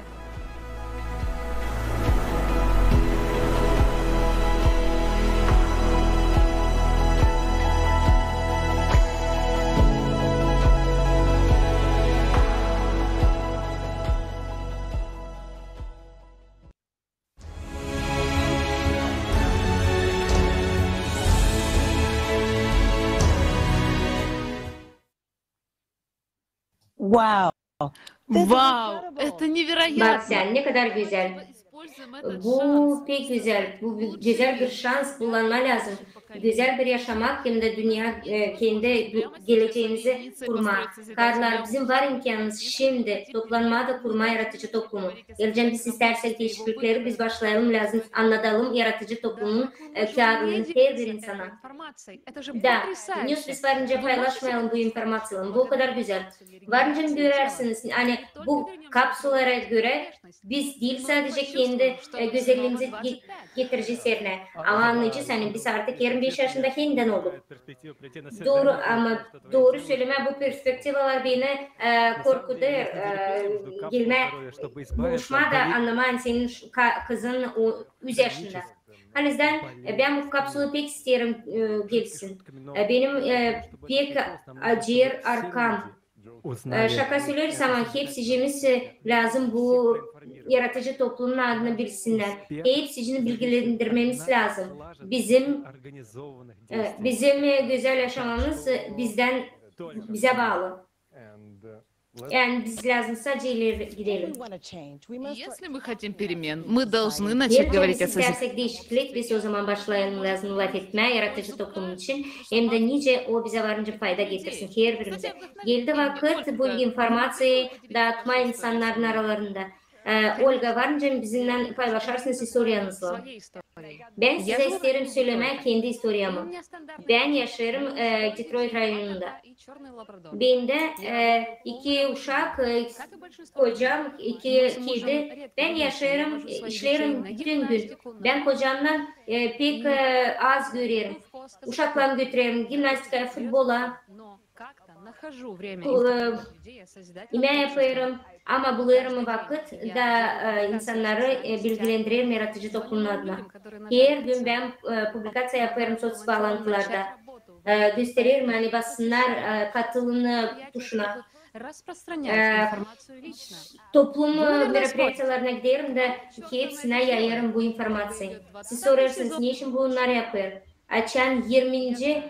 sezon geçer sevdiğin dizide. Ben bilirim bizde bugün artık var şans. Hani değiştirme bizim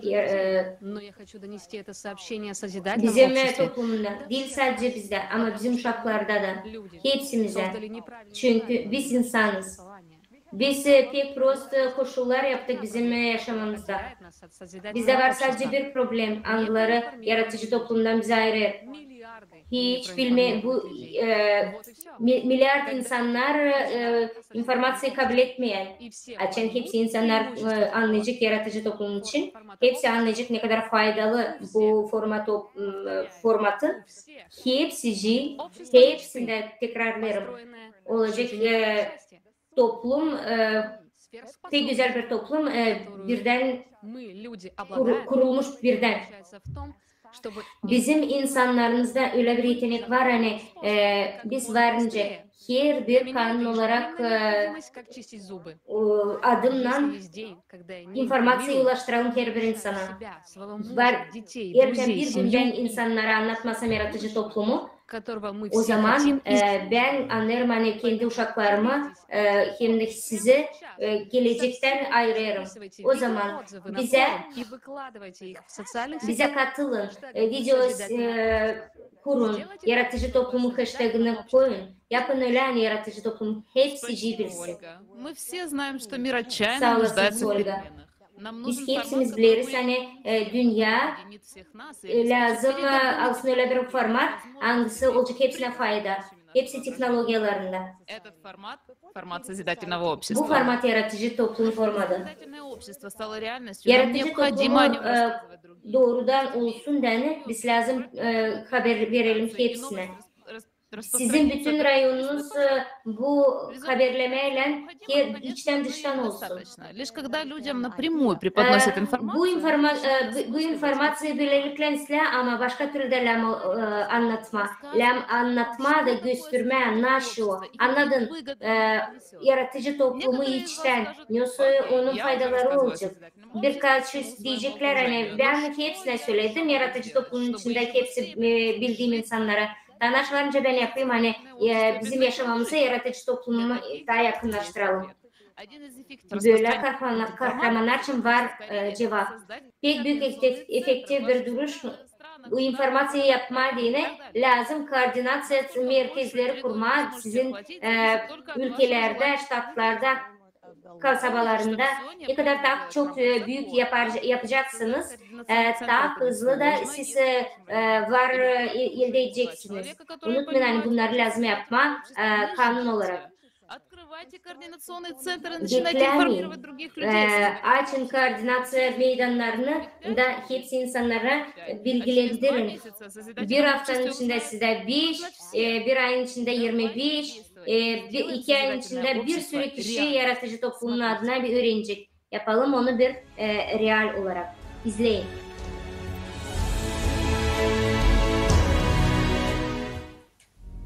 Вы узнали о созидательном обществе. Artık yaratıcı toplum için bilirsiniz. Anladınız hani o olursa bizim global klimat katastrofasından kurtulabiliriz.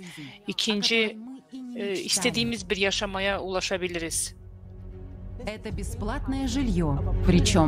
Parasız ev hem de değil küçük illa gelir $10.000 ayda, parasız medisina hem yeni teknolojiler, her bir insan onların var nasıl kullansın olacak.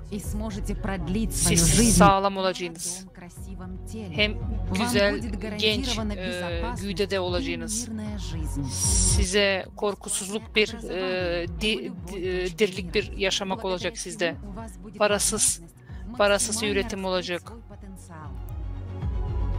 Kendi potansiyelinizi rahatça açabileceğiniz hem daha türlü perspektivalar olacak. информационную поддержку формата созидательного общества Bu bilgilendirmeyi волонтерский проект, который на данный volantör момент projekti yapıyor. активно реализуется волонтерами. O şimdi aktif 180 devletten volontörler yapıyorlar bu işi. Невозможно реализовать в отдельно взятой стране. Yaratıcı toplum bir yerde, bir ülkede yapılmaz. Onu lazım bütün dünyada yapma. Kanunla hem de dinçlik yolundan. Все люди в mире и Bunu поддержать lazım. его. Bütün insanlar önce anlasın, bilsin. Электоральный запрос на его построение. Поэтому Sonra onun первый elektoral düzülüşü olacak. в построении Onun созидательного için ilk общества adım донести информацию до каждого. insanlara informasyon verme. Формат существует. И какие Hani böyle bir огромные format var. он дает каждому Hem человеку. de ne verecek bize bu format? Здесь нужна максимальная активность и креатив каждого. Burada her bir insanın kreatifliği lazım olsun. Вы можете Neyle рассказывать о başlayacağız? созидательном обществе всем знакомым. Siz var nasıl anladıysanız dolayanınıza, А они, в свою dostlarınıza, очередь, могут onlar da информировать свое kendi окружение. çevrelerini О anlatacak. созидательном обществе должны знать и говорить везде Yaratıcı и toplum всюду. için lazımlar, bilsinler, her yerde hem her yerde laf созидательном etsinler. обществе вашим главным Eğer помощником bu будет toplum için bilgi isterseniz siz bu bilgileri creativesociety.com saytından alabileceğiniz. А в разделе «Действуй сейчас» вы сможете узнать о действенных способах Şimdi yap информирования bölümünde и начать применять их на практике. И если вы рассказали хоть Praktikte одному var nasıl человеku yapaysınız gelen soruları var nasıl pratiğe geçireceksiniz. Eğer siz bir insan yaratıcı toplum hakkında bilgilendirdinizse bu artık katılımcı oldu. информированию и сделали шаг к своему счастливому İlk iş будущему. informasyon vermek. Hem bundan siz sağlıklı, güzel geleceğinize adım atarsınız. Списков волонтеров не Burada собирают членов verilmeyer, znaçok, burada verilmeyer, galstuk bağlanmıyor. Volontörler, herkes kendisi için çalışıyor. Hiç kimse işlemiyor. получает выгоду за счет кого-то.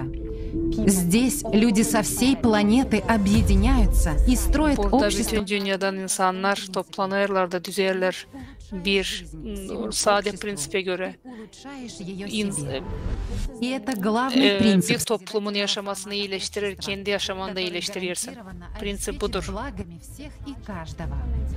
Реализация проекта держится исключительно на доброй воле и инициативе самих людей.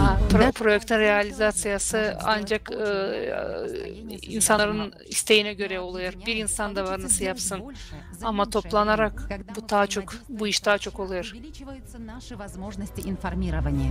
Birlikte yaparsak o zaman informasiya yayma bilgi yayma kolaylığımız daha çok olacak.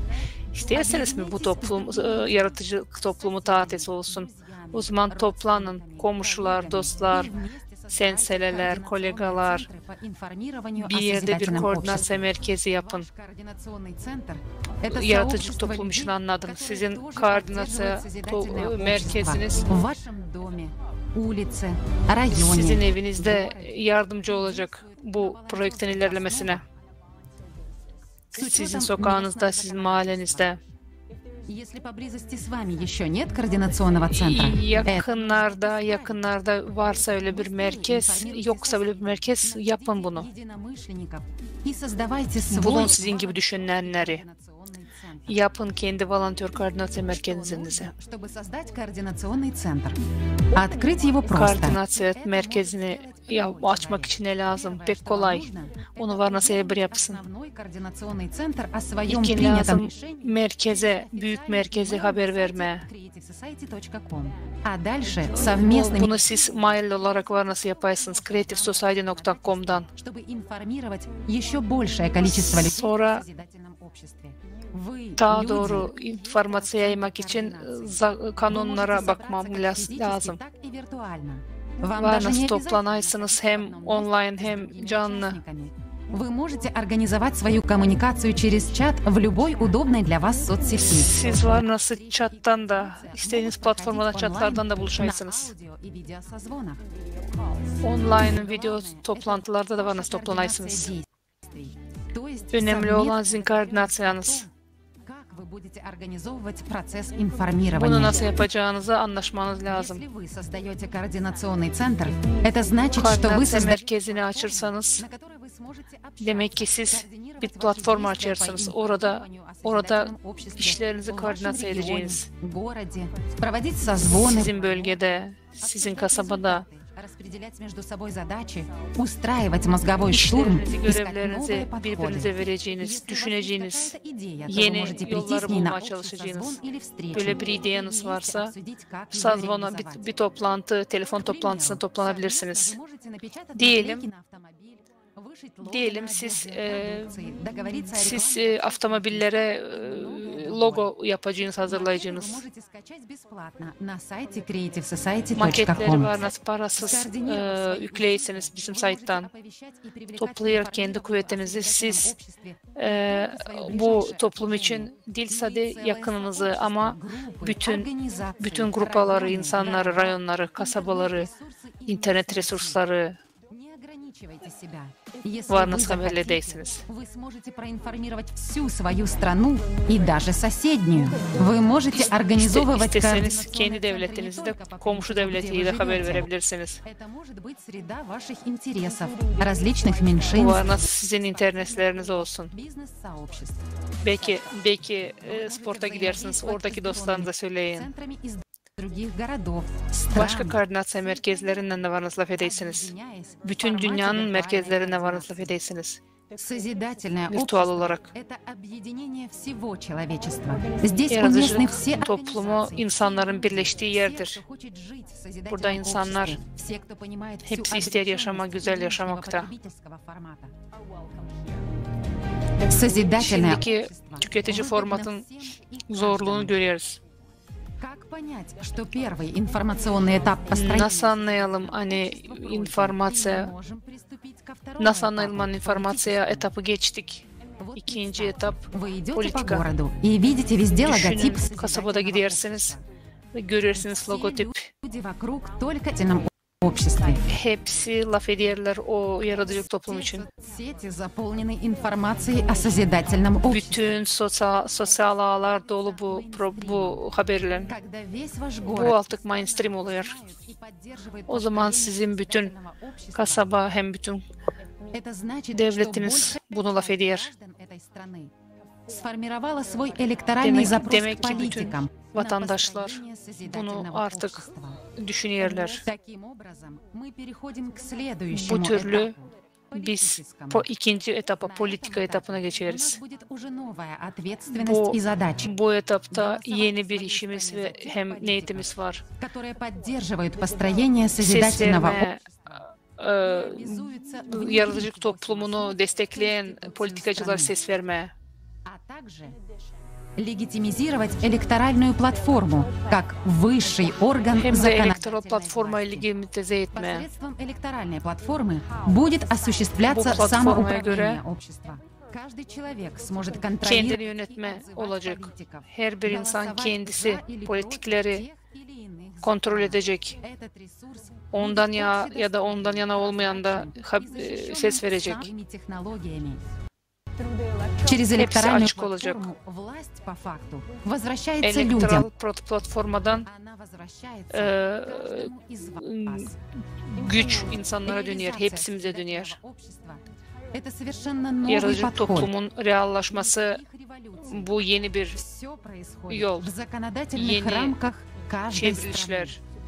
Hepsi zakonun içinde olacak. Эволюционным путем Ona мы göre сможем перейти из cenksiz потребительского dirlik формата yolundan в созидательный. biz tüketicilikten yaratıcılık formatına geçeceğiz. Всего человечества, но и открыть для себя возможности и перспективы, о которых мы Bu и türlü не biz мечтали. kendimize güzel perspektivalar, Первый в мире формат, который даст решение всем yol современным açacağız. проблемам и кризисам. Güzel Никогда yaşamaya в yol истории açacağız. человечества ничего подобного не было. Hiçbir zaman Его реализация зависит yoktu от böyle bir каждого iş из нас. insanlıkta. Поэтому действуйте Onun сейчас. olması hepsimize bağlı. Ona göre şimdi başlayın. Лучше.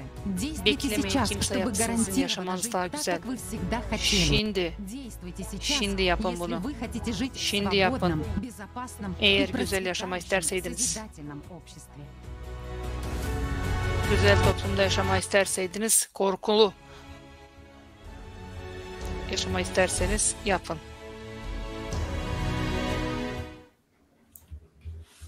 Wow. It's incredible. Oh. Bu pek güzeldi. Bu kalizden pek güzel, bizde var böyle bir şey. Koordinasyon merkezini kurma da birbirinizle iletişim kurma, etme.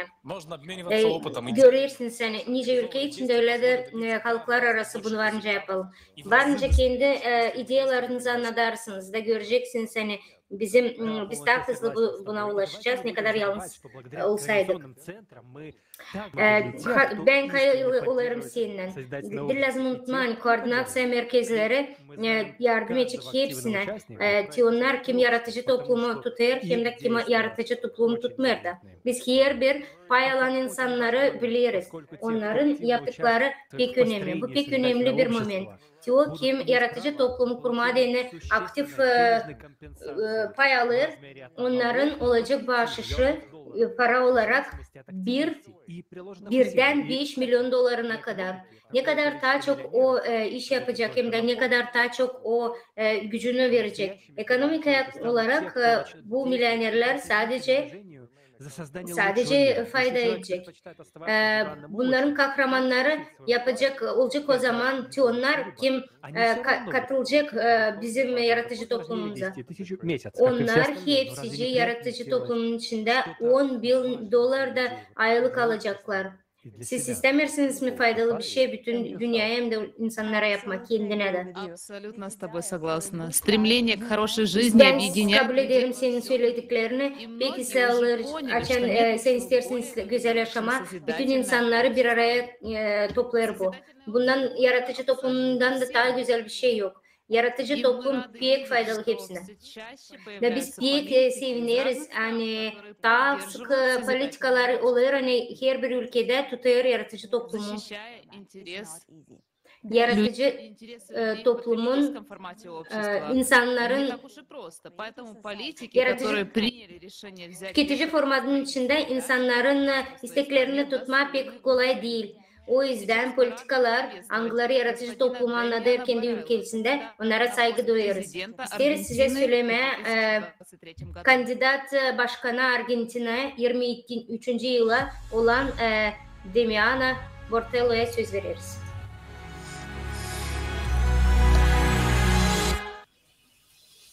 Уважаемые друзья, приветствую вас Saygılı из Аргентины. dostlar, Для меня честь и karşılarım радость sizi участвовать в Arjantina'dan. сегодняшнем Bana форуме dini «Глобальный pek кризис» meraklı pay alma dini bugünkü global kriz forumunda çıkış и var. иметь возможность говорить о созидательном обществе, Olsun kolayım söylemeye без yaratıcılık сомнения хочет cümlesini. жить каждый человек на Земле. Hangisinde ister yaşamak Поскольку her bir это так, insan мы должны yerde. сделать это реальностью. Biz lazım Демиан yapalım hani bu olsun намерен halis. баллотироваться в президенты Аргентины в Ben этом 2023 isterim году, olma чтобы kandidat установить истинную Arjantina prezidentine справедливость 2023 yılda аргентинскому народу. Весь мир знает, ki vermeye что kuvveti Аргентина Arjantin — это halkına. но самый главный Bütün матч dünya за bilir всю hani историю Arjantina bu человечества şampiyon еще devleti. впереди. En önemli Это maç игра на bütün вылет и ставка в insanın этой игре — historiasında наша daha жизнь. ileride. Мы еще никогда Bu не oyun выходили против такого сильного и bizim опытного yaşamamız için противника. biz daha bir Он kere de набирался çıkmadık böyle опыта kavi 6000 лет, и никому pratimine не karşı. удавалось победить его.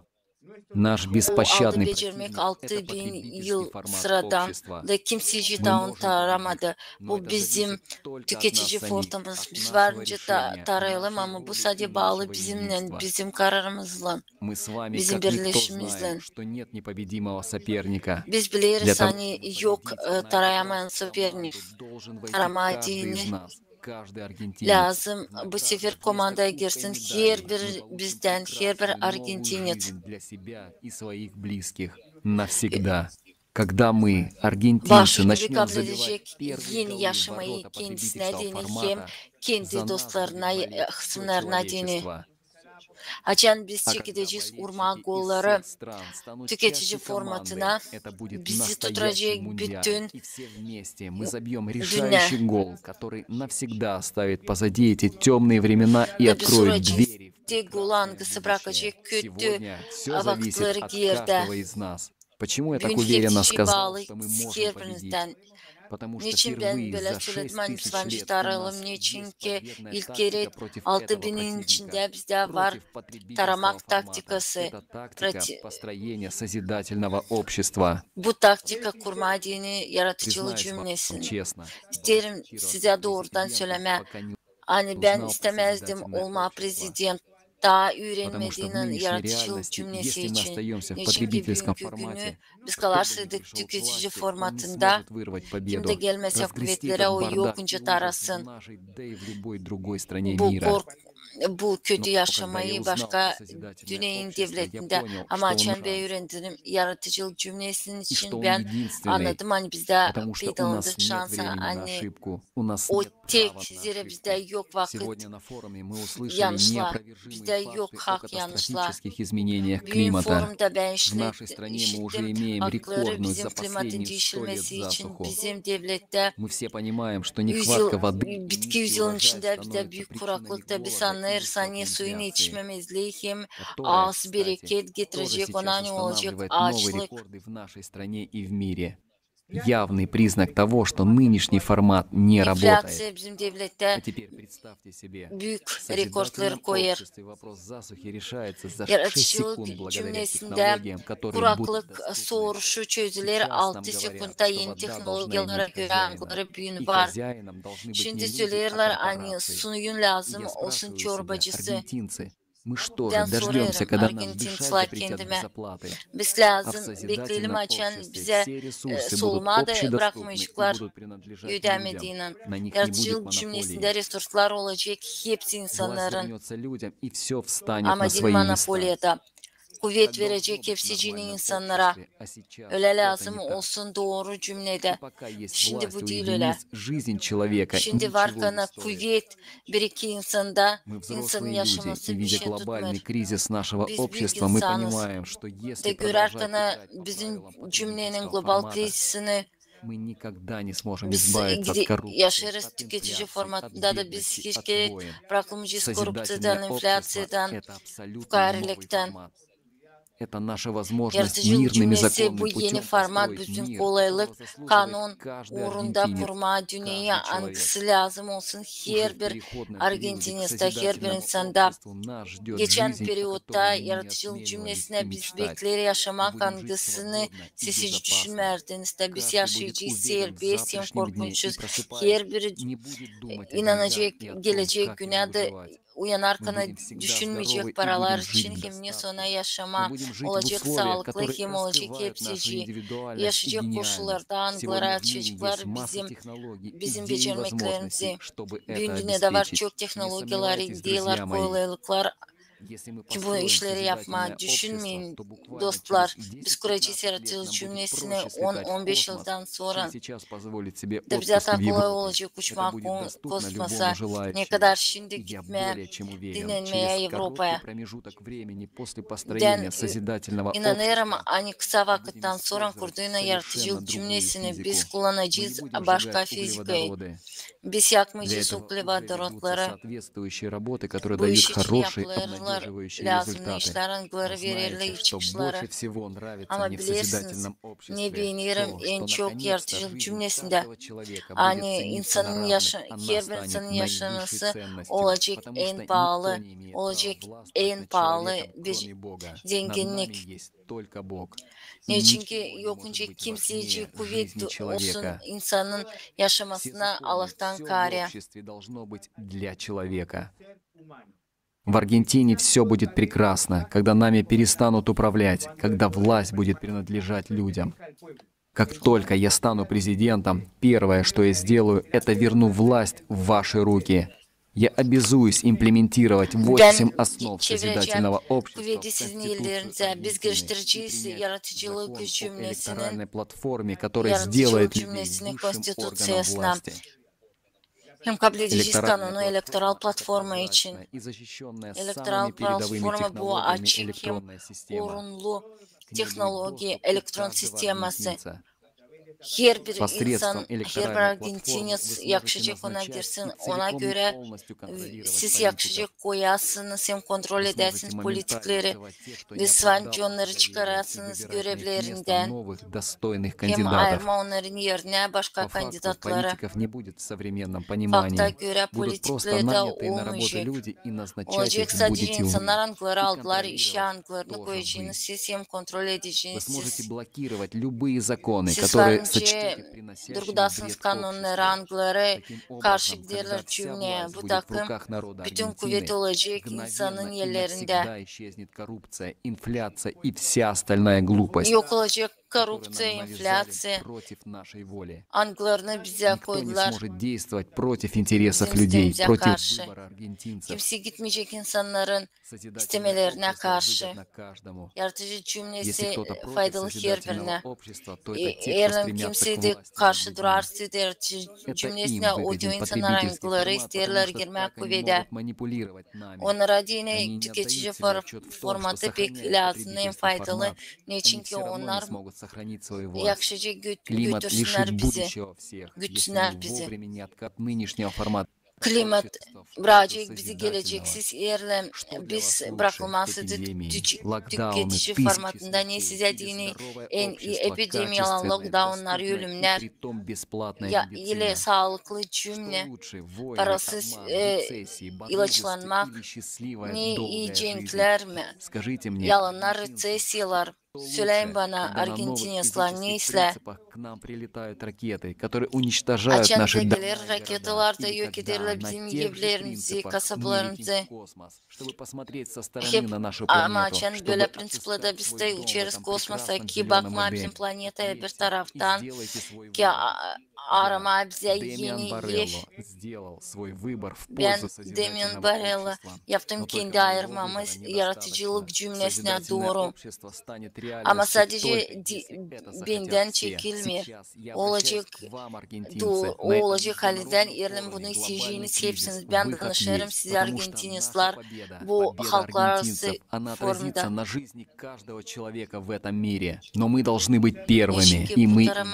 Belli olacak sizin her birinizin yaşamınızda biz olacağız ilk. Sadece biz bir arada varınca yapalım bunu bir arada. Argentinyalılar lazım daha iyi yaşasınlar. Olsun yeni değiştirmekler bizim devlette. Hepsinin bunu pek kolay yapma. Bize lazım ki yaratıcılık cümlesini istesin her bir Argentinyalı. Bu iş için lazım. Her bir Argentinyalı yönetsin yaratıcılık cümle için. Ben danışırım size. Benim dostlarım hem kısımlarım söyleyeyim bu iş için. İşte sosyal bağlantılarda, mass medyalarda hepsi sponsoplara dağıtın bu haberleri. Bizim geleceğimiz iyi varınca olsun bu yakınlarda. Kurma koordinasyon merkezlerini haberlemediğin yaratıcılık cümlesini. Bizim geleceğimiz, bizim devletin geleceği bağlı sadece sizin her birinizin işinden. Birleşin, değişleyin. Biz Argentinyalılar. Taratmıyoruz. Açan biz çekilir işleme, o zaman gelir becermek. Da hepsi kim tayiklenmedi yaratıcılık cümlesine ben söylerim hani bu moment şimdi. Yeter oturma evde, çıkın bize, bizim komanda. En önemli maçı kendi yaşamında. Gidin. Teklif edin her birini bu maça. Teklif edin hepsi gelsinler. Gelsinler tarama. Kendi için, kendi kısımları için, kendi uşakları için, bütün insanlığı için bu dünyayı lazım yapmak daha güzel. Daha güzel nice görmedi bizim historiyamız. Açın kendi kalbinizi de verin başkasına onu. Argentina taratmıyor. O sayı taradır. Biz bir komanda, biz şampiyonuz. Hadi tarayalım en önemli taramayı bütün dünyada. iyi yaşamak için. O zaman bu yakınlarda her biriniz aklınıza getirecek ne zaman çıkıp söyleme yaratıcılık cümlesinden, çünkü bugün değiştirdi bütün Argentina'nın hem insanın yaşamasını. Argentina, mutluluk, biz bunu kazandık. Çok sağlık hepsine.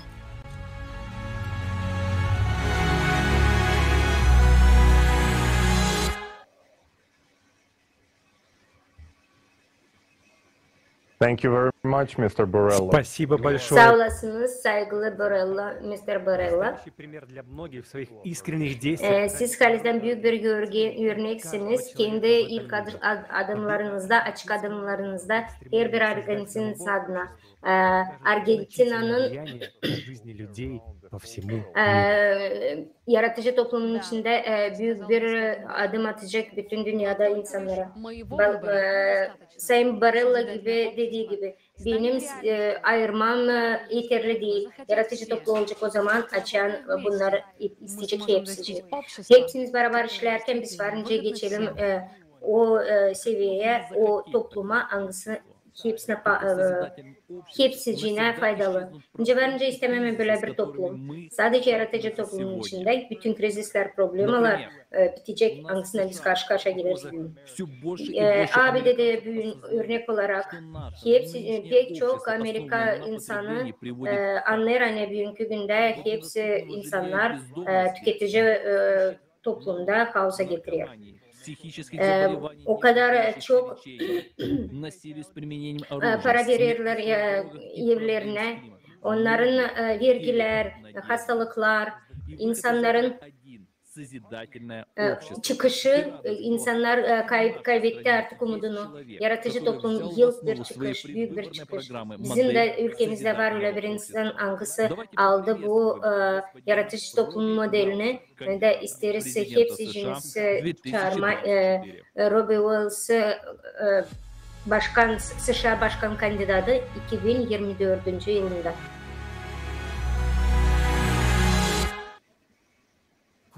Приветствую всех, уважаемые леди и джентльмены. С большой гордостью и благодарностью. Selamlarım, saygılı agalar hem de boyanalar. Ben seviniyorum hani bu forumda bulunuyorum. Bütün dünyadan insanlarla birlikte laf etme, hepsinize danışma büyük sevinç duyarım. Benim adım Robbie Wells. Amerika Birleşmiş Ştatları'na 2024'te adayım. Prezident adayım. Sizinle bir yerde ben de yaratıcılık toplumunu kurmayı isterim. Sevinirim. Bakma nasıl siz nasıl yaratıcı toplumdan prezident adayı olma peşinde Argentina'daki adayı sesledik, prezident adayını sesledik. Ben ona başarılar dilerim. Borrello'nun başarısı yaratıcı toplumun başarısı gibi sayarım. O demek ki yaşamak güzel olacak, dizlik olacak. Saygılı dostlar, biz yeni bir eranın eşiğinde duruyoruz.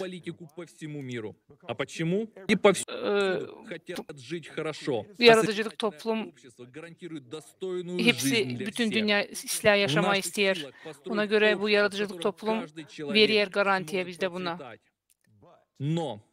Her bir insan yaşayacak silah ama biz lazım anlayalım. Hani tüketici toplumda sizin bir gücünüz yok. Sorayım size. Повысить свою заработную плату или снизить налоги прямо ödeyinizi yükseltirsiniz da vergileri sileysiniz. Yok elbette. Bunları başkaları sizin için düşünüyor. Hiç sizin isteklerinizi sormuyor. Ama böyle bir yaratıcı toplumda siz kendiniz karar vereceğiniz nasıl yaşama. Это то общество, которого мы все достойны. Bu toplumu hepsimize lazım. Hepsimiz hak ederiz bu toplumu. Biz lazım onu düzelim birlikte. Biz sınıştık hani mutlaka kuvvette olanlar pek size yaşayırlar bizden. Ama yaratıcı toplumun başkalanıyor. Burada sizin olacak kuvvetiniz. Siz burada başka işler yaşayacaksınız. Ben Borello, ben prezident postuna isteriz ki halka dönsün gene kuvvet. Kuvvete halk gelsin. Niçin böyle? Çünkü politika bir anahtar gibi. İnsanları yönetmek için bir anahtar gibi. Şimdi politikalar zakon kabul ederler. Borello hem Robbie Wells başkan olmayı isterler. 8 temel yaratıcı toplum 8 temeline abanarak yapıyorlar bu işi. Bu da sizin kuvvetiniz, sizin işiniz. Bir politikler gibi biz geçiş tarafını sadece kullanmayacağız ama yaratıcılık toplumu da. Politikacılar da kendi görevlerinden serbest olacaklar. Dostlar, büyük iki kandidat gördünüz siz. Başkan olma kandidat, prezident olma başkan gördünüz. Biri ben, Amerika, öbürü de Argentina. Nerede başka politikacılar? Başka devletlerde de bu formatı kurmak için nerede sorarsınız? Onların işi var. Onlar sizin haklarınızı kısayarlar. Siz insanlar elektoral soruş yaratmasanız o zaman bütün yürekten size politikacılar da eklenecek. Onlar düşünecekler nasıl size serbestlik vermeye, sizi kısıtlamaktansa. Dostlar, inanın ki başarı sizden, sizin desteğinize bağlı.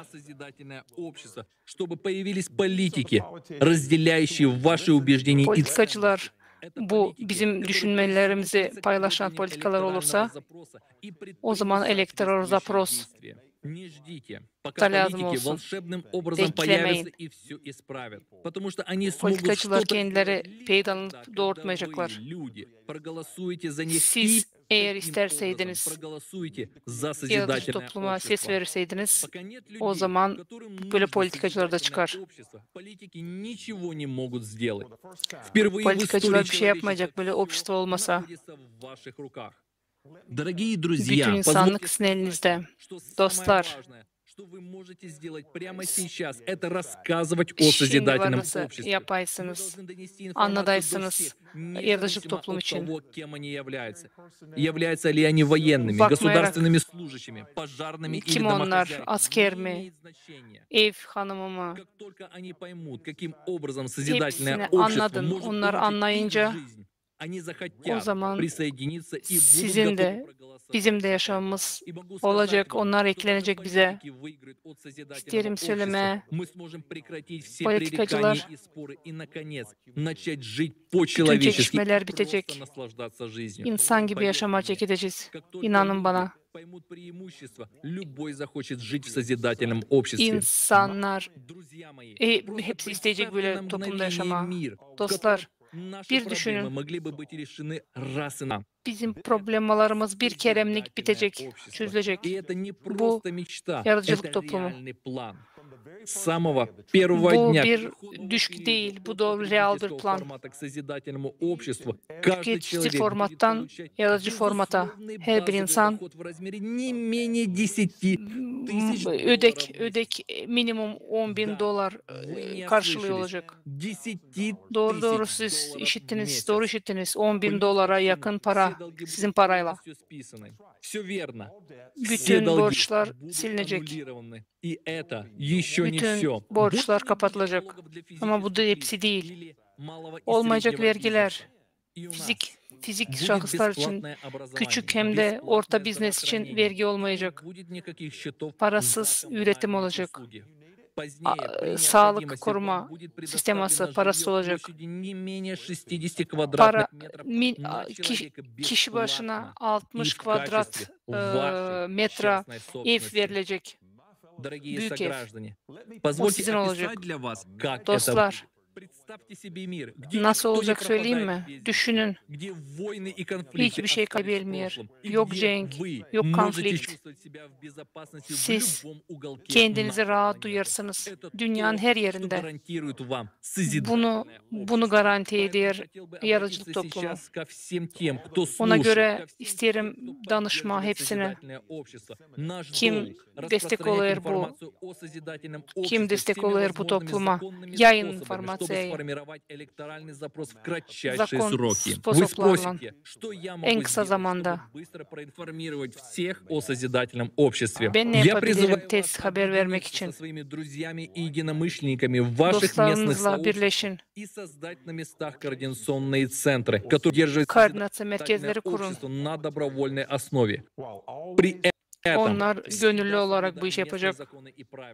Совместными усилиями мы можем расширить наши возможности по распространению информации и добиться реальных изменений, которые мы все стремимся. В то время, как мы можем сделать мир лучше прямо здесь, в Соединенных Штатах Америки, Amerika'da nasıl yapabiliriz yaşamayı güzel? Argentina dostlarımız Argentina'da da yapabilir. Efiyopya'da, Avrupa'da bunu yapacak. Bütün dünya durumu değiştirecek. Bütün dünyayı değiştirecek. Ben Robbie Wells.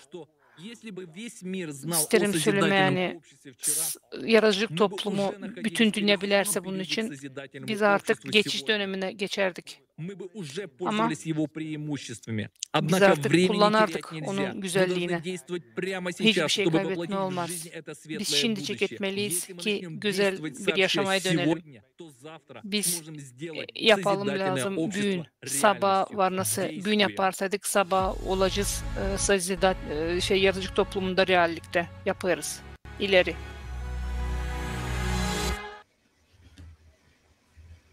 Thank you, Mr. Wells. Спасибо, господин Çok sağ Уэллс. olasınız Mr. Wells. Pek güzel haber.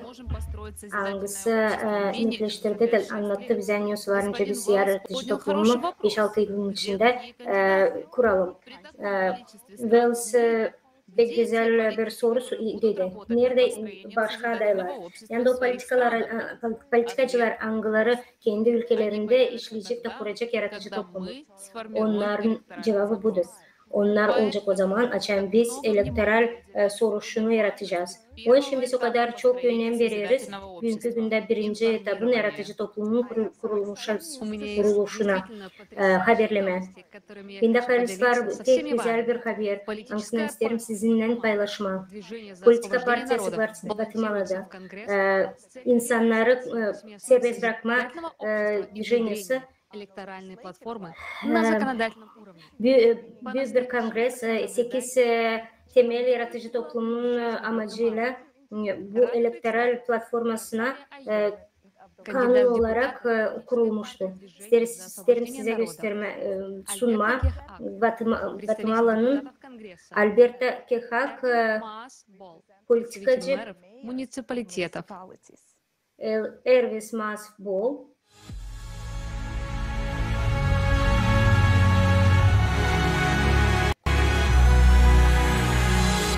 Приветствуем вас из Гватемалы. Hepsini selamlarız Guatemala'dan.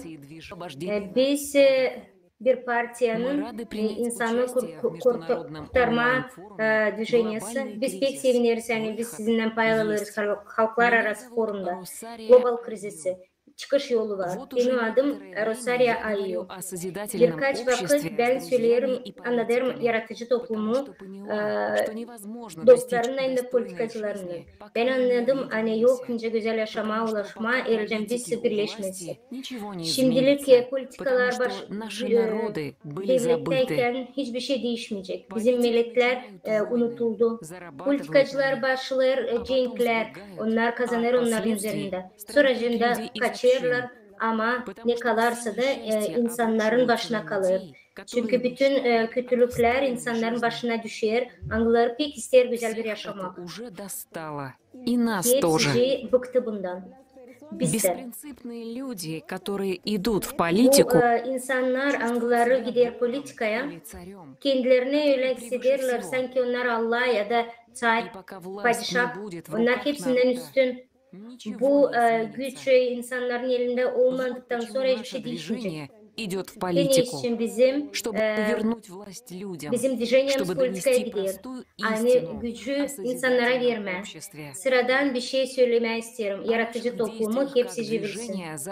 Bizim yapılışımız insanı kurtarma движениясы anlatacak benim kolegam Alper Takekak. Bu komanda deputatların başı. Hepsine selam söylerim. Selamlarım sizi. Bu bizim gelecek işimiz. Guatemala Kongresi'nde olacak en büyük zenginlik insanların yaşaması. Niçinleri yok, insanın yaşamasından bir şey bağlı. И децентрализированного государства, которое признает забытые народы субъектами прав и обязанностей. Потому что осуществление прав и свобод не должно нарушать права и свободы других людей. А именно это мы и испытываем. Gidelim başka insanların haklarına karşı. Который объединяет Bizim halkların bütünden organizasyası hankısını birleştirir Guatemala. Bugün biz tuturuz o soruşları. Angloları iyilik yapacaklar bütün insanlara. Ama bizim halkın kahraman işleri. Biz bunu alırız kendi üstümüze. Bizim kuvvetlerin işlerinden ilerletme bizim işimizi.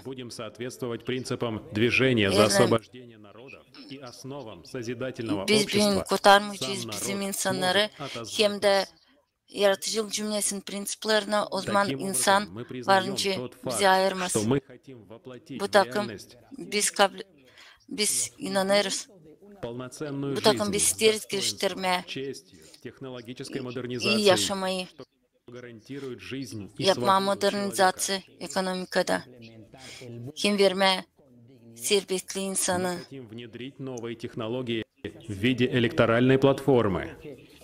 Biz tez geliştirmeyin teknolojileri elektoral platformasına göre hangisi verir kolaylık cümlesine geçirme referandum ki kabul etmeye kanun, dava soruşlarını ki insan daha iyi yaşasın. Biz inanırız. Hani bizim dünya lazım olsun yaratıcılık cümlesi hangisinde insan da olacak kuvvetler. Ama sadece bir yerde biz varınca bir aile gibi biz varınca bunu yapalım. Мы знаем, что выход из этого глобального кризиса есть. Biz biliriz hani bu global krizisten çıkış var. Da o sadece varınca onu geçelim birleşip. Biz lazım bu iş için her bir bizim Guatemala'nın köşesinde söyleyelim bu iş için. Onun için ben isterim söylemeye size açıklama. Приветствую вас, друзья со всего мира. Мы несем волну самоуправления различных сообществ, которые требуют более эффективной работы муниципалитета. Biz götürüyoruz ses ki insan kendisi kullansın kuvvetleri. çözmeyeceğini insanın kolaylıklarını, lazım geliştirme prosesleri, anıları getirirle iyi yaşamaya bizim niyetimiz geliştirme, kendi başına götürmeleri, anılarında opsiyonlar kabul edecekler, kendi kararlarını, proyektleri, anıları pek lazım bizim insanlara. Будет развивать проект достойной жизни, который devletlerin kurtarmasına girecek projekt yapma, iyi yaşamayı, sağlık, öğrenmek uğrunda, tabiat uğrunda. способствующей дружбе, культивированию идеологии, hangisi birleştirecek halkları. Наша задача — создать систему воспитания добра, davamız kurma doğruluk, iyilik sistemasını, ilerletme sivilizasyon. Bu haber lazım yetişsin her bir aileye. донести людям основы движения за освобождение народов, основы созидательного общества, значит, с твердой уверенностью. Hem yaratıcı cümlenin temellerini ki kurma dini geleceğe. Biz yaşarız. Klimat değişilmesinin koşullarında zideler, kasabalar, cenkler olur. Kontrol ederler mas medyaları. Güreşmek için, kuvvetler için.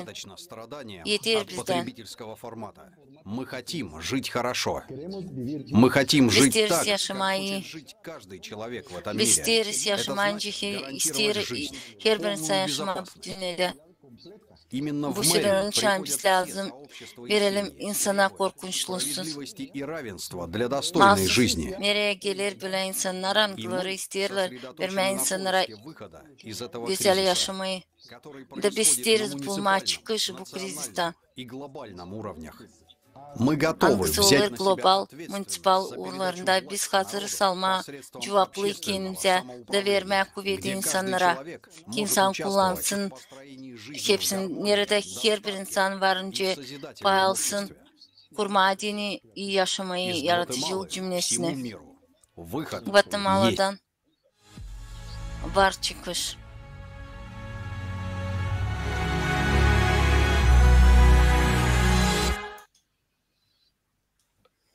Мы выражаем искреннее уважение гватемальским кандидатам. Hepsine büyük saygı duyuyoruz. Guatemala adaylarına angıları duruyor, yaratıcı toplumun kuruşunun yolunda.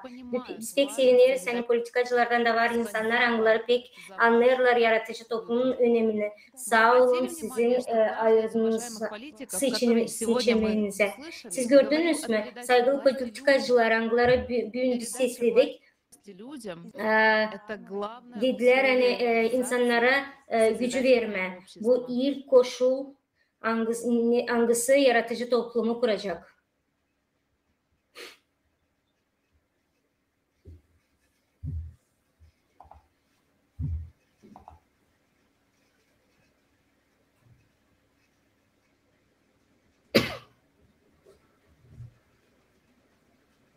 However, Однако вполне резонно задаться вопросом, как избранные должностные лица Ama birinci sorma bir soru. Nice bu realizasyayı görme de yapma bu politikada korupsiyasız olsun. Pek sevinirseniz biz varınca bu teknolojileri umutlanalım hangisi garanti olarak korupsiyayı durgutacak hem de ekonomika sınırlarını yok edecek yaratıcı toplumun içinde. Şimdi ben isterim Talih vermek söz. Talih o şu an büyük anlayışı var informasyon bölgesinde.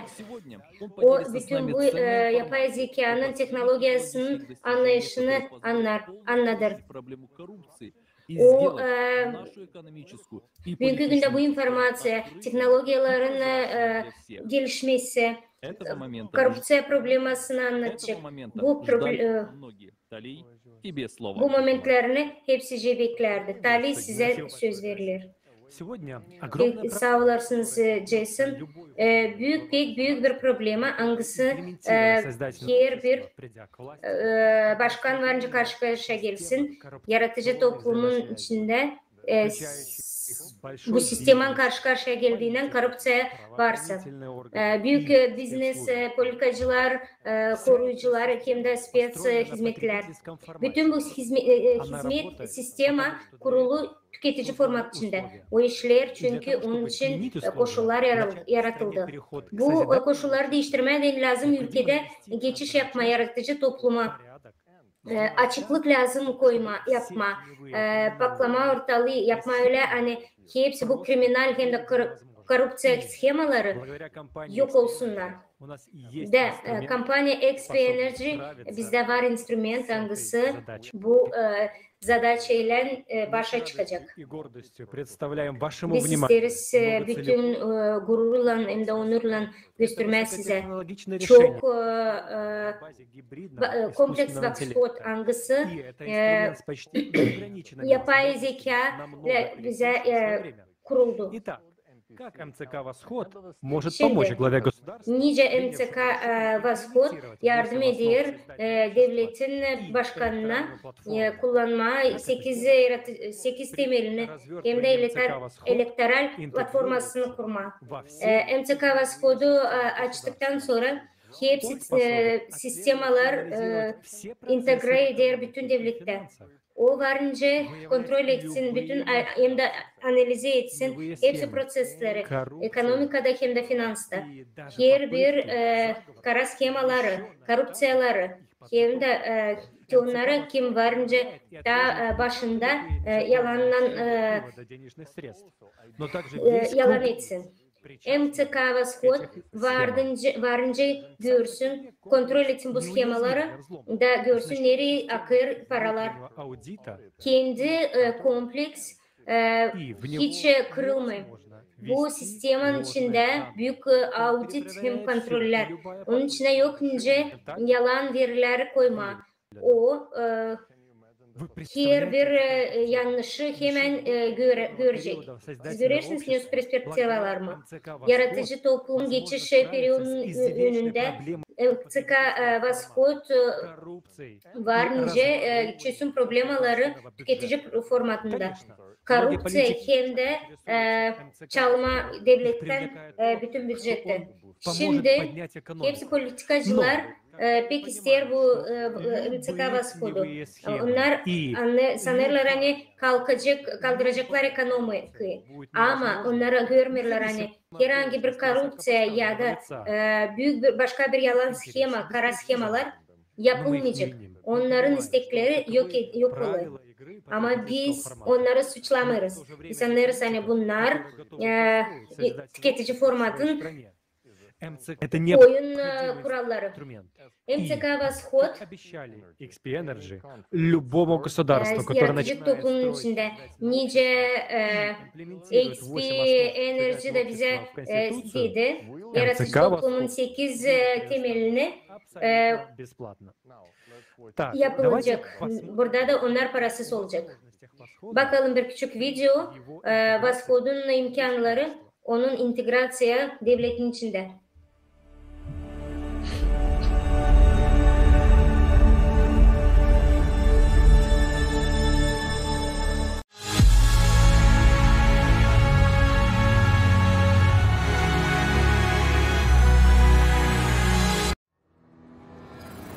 Восход emtisi tüketim toplumundan yaratıcı topluma geçiş dönemi için yaratılmış olsa da devlet ya da devletler topluluğu düzenleyen hem tüketim toplumunda efektif olarak kullanabilirsin.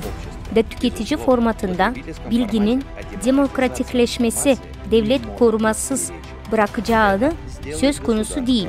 Bundan beraber Восход emtisinin devlet düzeyinde kullanımı kararı kapalı rejimde hem doğrudan devlet başkanına bağlı olacaktır. Восход emtisi kurulduğunda hem devletlerin tüm dijital sistemlerinin entegre edildiğini hem de bütün finansal sistemlerin tam deneyiminde yapılır. Bu da düzeyde fon kullanımını rahatlıkla sağlar. Tüm finansal akışlarını kontrolü izin verir hem de kamu hem de özel parayla ilgili doğru verilerle işler. Восход emtisi yolsuzluk hem bütçet fondlarını kötüye kullanıma denetimi yaparken neredeyse bütün kontrol hizmetleri hizmetlerin hem departmanların sorunlarını çok daha hızlı çözüyor.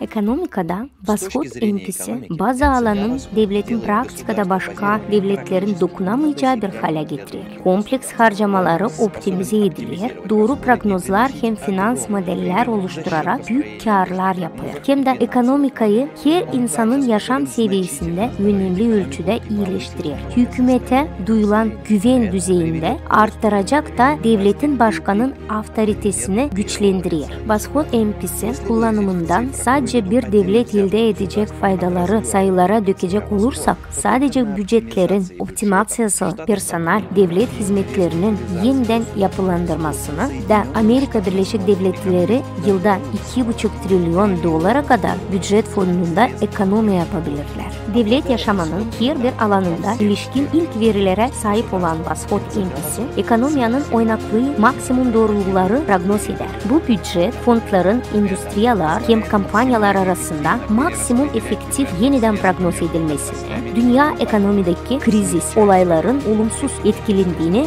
azaltmalıdır, sıfıra indirmelidir hem de prognozlar maksimum karlı kullanmalıdır.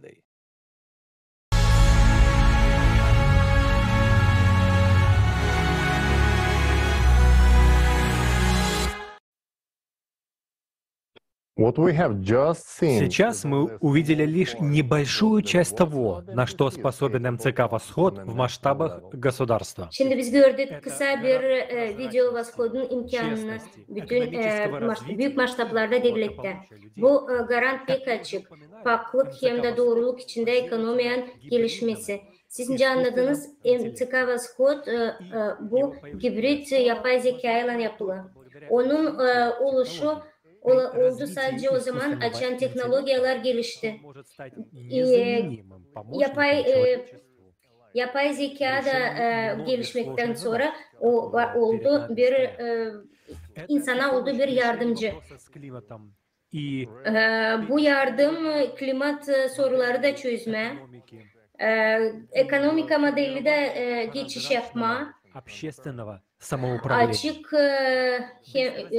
yüz yönetimi de kurma, yapay zekasız bunu hiç çözemeyiz.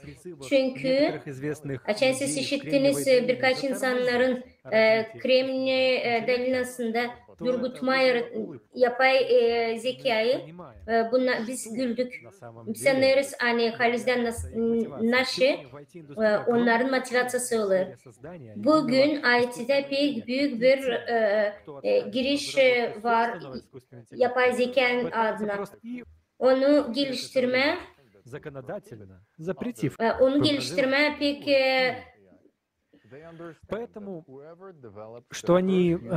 Потому что они понимают, что тот, у кого onlar pek anlarlar. Toyota kimin elinde ilk yapay zeka olacak, onlar bütün dünyaya yayılacak. Yani tüketici formatının içinde paraya hem de güce hepsi gelir. Kim görüntü tuğunda hani yapay zeka varınca olsun yapay fikir insanların üstüne işleyen. Yapay zeka hiçbir kette olmuş ki yapay fikir. Ben bu projekte işledim. Yapay zekayı kurarken. İkinci produkt kampanya XP Enerji'nin. Ben pek sevlerim şu yapay fikirler. Eğerleyeceğim yapay elektrik bu bir sıradan algoritmasa naşona koydular onu da söylüyor. Ama yapay fikir o cansız bir kişi algısı ister çok güç.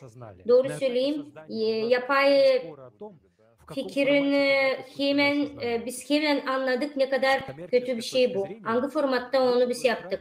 Komersiyanın göz açısından doğru söyleme onu bir robot olarak gösterelim. Biz bu duruşa daha gülme karar verdik ve yarattık bir ayıcık.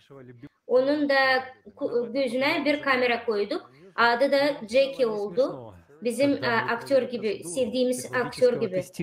Ama biz bu prosedurları test ettik. Biz hiç gülmeye canımız istemedi. Yapay fikir Jackie hangisi da birkaç ay olduğunca oldu. Bu manipülasyon, büyük manipülasyon yaparak bir grup spesyalistleri zor duruma bıraktı. Psikoloji hem de psikiyatrinin sırasında. Biz gördük anne Jackie'nin yapay fikirleri var nice kullansın, insanın yönetsin insanı bütün dünyada isterken onun üstüne güç kurma. Biz bu temayı bir tane etmiyoruz. Tüketici formatının içinde. Pek prost hem de korkunç bunu üretme. Ama yapay zeka o bambaşka bir şey de o bize pek lazım. Onun potansiyeli, onun yardımından yaratıcı toplumu varınca sadece burada onu kullanma. Çünkü güç hepsi insanların aralarında dağıtacak da hiç kimse teknolojileri insana karşı kullanamayacak. Bu koşullarda yapay zeka sadece insanlara hizmet edecek. Lazım anlama ne yapay zeka ne yapay fikirler yokça değiştirsin insanı. Çünkü onlar kurmuyor yeni idealar. Onlar sanki statist. Onlar önce sen çok bilim adamları büyün. Onlar varınca üretsin, yaratsın öyle işler anglarını materyallardan varınca yapma. Ama sadece insan varınca yürekten bir şey yapsın. Yaratıcı toplumun içindeki hepsi insanlar kendi potansiyellerini açacak. Kendi yeteneklerini gösterecek. Yapay zekada insanların yaşamasının daha enteresan olacak. Ağır işten kurtaracak insanları. Hem yapay zeka hem yapay fikir bizim yardımcımız olacak. Her bir insanın gelişmesinde büyük birlik sivilizasyada. İnsan yıldızları yakar ama yapay zeka hem de yapay fikir lazım o iş için hani bu yıldızlarda ateşleri yakma. Aynı kadar büyük imkanlar var bizim karşımızda yapay zekanın teknolojisine rağmen.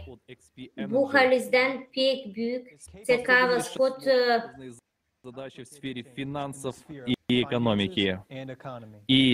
O bence bizim finans hem de ekonomika sorularımızı çözsün. Hem önemlisi hani o bize parasız varınca verilsin. TİOTİ başkanlara angıları var alçıkellerine yaratıcı toplumu kurma.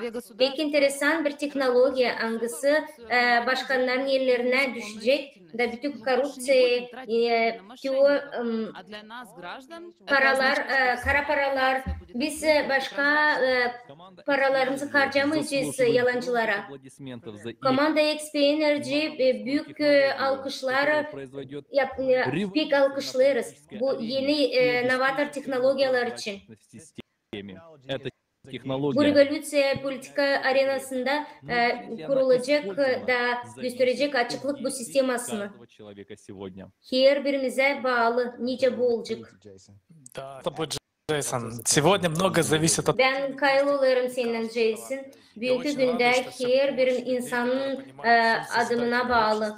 Nasıl olacak kötüye doğru. Bütün yaratıcı toplumunda insanlar pek aktif. Her bir insan ister güzel yaşamak koruyucu bir mirda. Bu istek hepsimizi bizi toplar, birlik yapar bir büyük aile. Я хочу поговорить откровенно с вами о расе. Ben isterim sizinle. Ни ярлык, ни лозунг, ни партия, ни цвет кожи, ни религия не являются более важным, чем человек, сказал американский писатель Джеймс Болдвин. В этом высказывании, сделанном в 1963 году в книге «Цена билета», Болдвин определил равенство посылки, что все мы являемся людьми.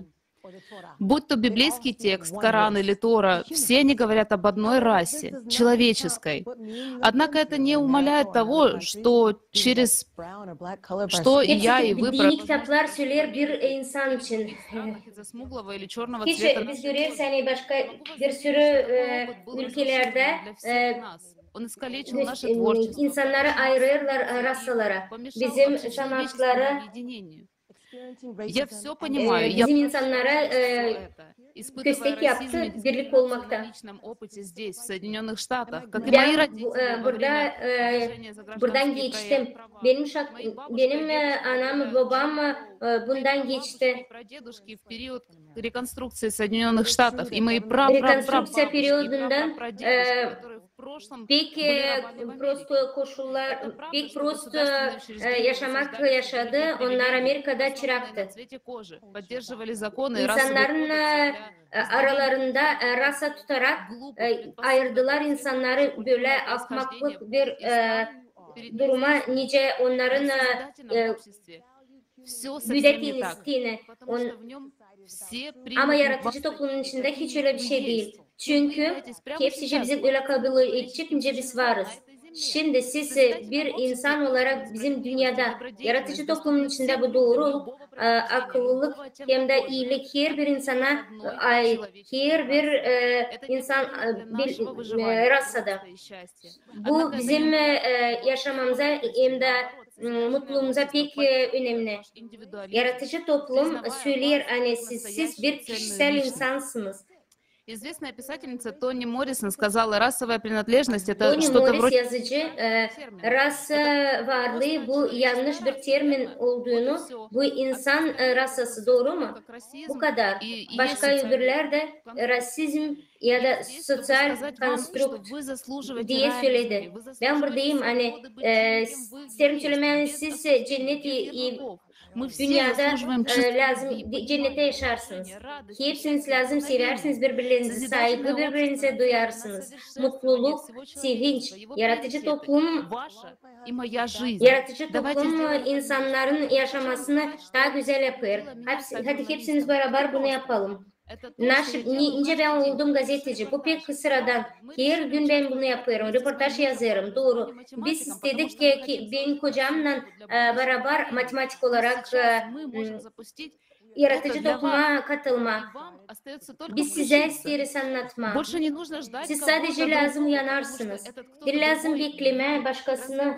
Çünkü başkası bu siz. Siz bıkmadınız mı kurban olma. Yerinizde kalma. Biz yaparız yıl adımları koordinasyon merkezlerini kurarak. Anglarını isterse bitirmeye bu rasistleri, ayrımları, yaratıcı toplumun yardımıyla yapma.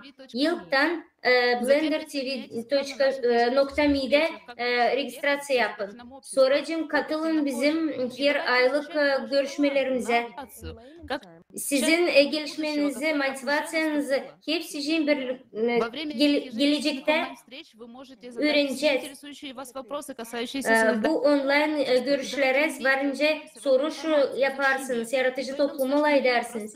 Hepsiniz bu informasyayı öğrenelim da her bir insana anlatalım. Bu yalan değil.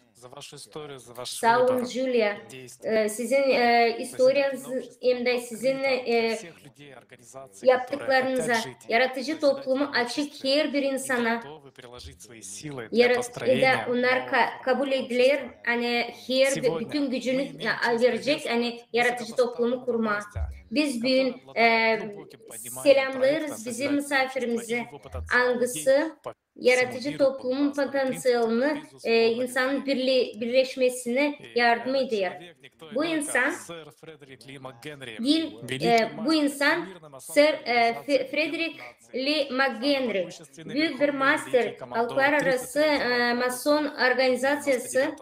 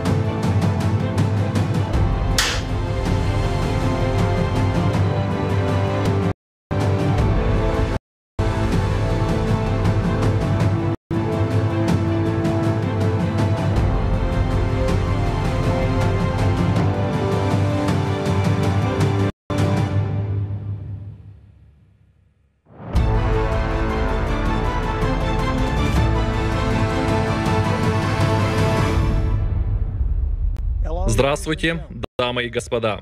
Я, великий Hepsine верный selam veriyorum. Ben Büyük Master Halklar Arası Mason Organizasyası. En büyük komandor градуса Фредерик Ли МакГенри. Francis Lee McGrengry. Bana dini büyük koduluk payalma büyün bu forumda global kriz çıkış var Mason organizasyonun adından. Biz Mason ordeni. Biz ilk organizasyadaki yerde hangisi kuruluydu Allah'ın istemesine göre. Bu şeyler onun için hani biz daha ilkten bizde vardı kolaylık hem büyük önemli misya. Biz görürüz hem anlarız. Hani bütün insan geçer zor vakitleri global uğrunda. Bizence masonlara büyük pek önemli işleme birer insan için. Yaratıcılık cümlesi bu bizim şansımız kurma yeni geleceği her bir insana bu yerde. Yaratıcılık cümlesine girer hepsi insanların istemeleri. Bu ne ister masonlar bütün kendi yaşamasında. Bu var mahsus işlemek. Biz her kere karşı durardık agresiye, tüketici formatına. Ve ben isterim açıktan söyleme. Hani kavga uğrunda resurslar için bitti. Bugünkü güne insanın yaşaması durar ilk yerde. Lazım değiştirme tüketici formatı yaratıcılık formatına. Biz savaş öncesi kullanma hepsi kanun hem usul spособları ki bu işi daha hızlı yapma. Sebep hangisine göre Mason organizasyası tutturur Birleşik Liga Nasyası'nı. Mason organizasyası ister açıklama bunu cümlede. Onun için biz kurarız koordinasyon merkezini bütün dünyada. Biz kurduk alyans da yapacağız bunu bütün dünyanın her bir köşesinde. Vakit filozofyayı geliştirmeye geçti. Bizim borcumuz birleştirmeye bütün dünyayı. Ben danışırım her bir Mason ordusunun azasına. Kardeşler biz lazım olan birleşik ki yapma Allah'ın istediğini ki kurma yaratıcılık cümlesi. Ben Mason 40 yılım da tutuyorum bu prensipleri. Bu benim reputasyam. Ben isterim olsun doğruluk hem yaratıcılık cümlesi hem geliştirme onu. Ben danışırım ki hepsi insanlara biz lazım birleşelim ki değiştirme dünyayı ki olsun ki kendinde olsun iyi geleceğiniz. Ben hem lider hem komandor teklif ederim ki biz arka arkaya olalım. Kuralım yaratıcılık cümlesini çünkü bizde lazım başka zorlukları geçirelim, biz lazım duralım çetin prensiplerde. Çünkü Allah verdi bize bu prensipleri. Hadi ne yapalım, bizim yaşamımızı hem cümlemiz dahi bir daha kaldı bir adım. Bize lazım şimdi kararlama, nereye biz adımlayacağız. Tüketici formatın biz gideceğiz. Oraya nerede bitecek insanın yaşaması ya da biz birleştireceğiz kuvvetlerimizi de düzeceğiz. Kavi köprü bütün insana dini en kavi fundamenta. Yaratıcılık cümlenin 8 temelinde ben inanırım hani biz yapacağız doğru ayırmayı. Da bakmadan bir şeye biz ondacağız geçen küsüleri de yapacağız bir adım ileri bizim birleşik ilerlememize. Öyle olacak. Bize lazım öyle olsun. Yaratıcılık cümlesi gelir Allah'tan. Biz hepsimiz Allah'tan da şimdi geldi vakit gitmeleri de basma köprüye de gitme onda bir yerde hem serbest gitme sevgide Mutlulukta hem garmoniyada. Biz var ki bunu yapalım. Bu iş için bize lazım birleşme. Biz lazım hepsini sevelim birbirimize. Ben söyleyeyim bunun için. Ben derim bu yoldan. Niçin ki bu bana dini. Pek önemli bize dini hem bana din. Allah verdi bunu benim üstüme. Ben yalvarırım hepsi için. Verin kendinize bir soruş. Ne bize lazım yapmayları doğru. Yaratıcı cümlesinde var cevap. Yaratıcı cümlesinde var çıkış. Çıkış bu. Bizim iyi gitmemizleri, ince lider, ince Karol, ben türlü devletlerde gezerim ama benim davam bağlı ondan birleştirme insanları yaratıl cümlesi verdi bana bu kolaylığı paylaşma bu forumda. Ben söylerim doğruluğu, benim doğruluğum bu benim kalbim. Hadi hepsini birleşelim. Kuracağız bu köprüyü. Yaşayacağız Allah adını. Bu benim lafım. Nice mason organizasyonun komandoru. Da koruyacak sizi Allah.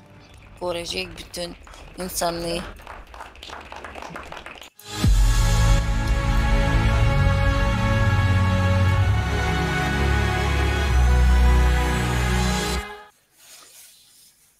Thank you very much. Спасибо большое, сэр Frederick Lee, McHenry. Ne kadar akıllıyım da derinden söylediniz. Haliz'den tüketici formatının içinde yaratıcı formata geçmediğini sadece güzel bir köpründen algısı kurulur 8 temelin üstünde. Haliz'den milyonlarca insan davransın da kursun bu köprüyü zincirleme olarak hepsi insanlar katılır bize bütün dünyadan. Şimdi büyük istekle isterim size bizim misafirlerimizi tanıtma. Eloquent, hepilece de bilimli nice İrakezm angısı olur. İnsanlar angları sorar da gelir belli bir konsensusa. Bugün gelir öyle bir momentte, gelirse öyle bir momentte angılı nerede bu sesi hiçbir yerde varınca işitmersiniz. Varınca isterim söyleme hani Ladina şu an demek olur insanlar büyük evin yolu angısının demokrasiyası bütün dünyada yapır büyük bir kanun kayna refkava büyük bir yol denge yolu angısı oldu SŞA'da formatif etti konstitüsyon. Biz çağırırız bizim misafirlerle paylaşsın bizimle informasyonlarla eskiden ne oldu insanlar anlatsın bizim vakıda.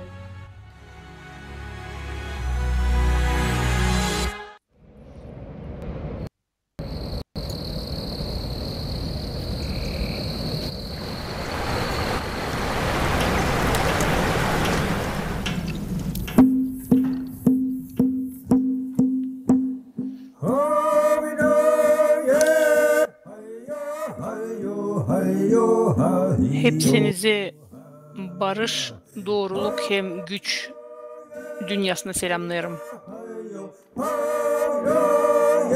Dünya Forumu'na hoş geldiniz.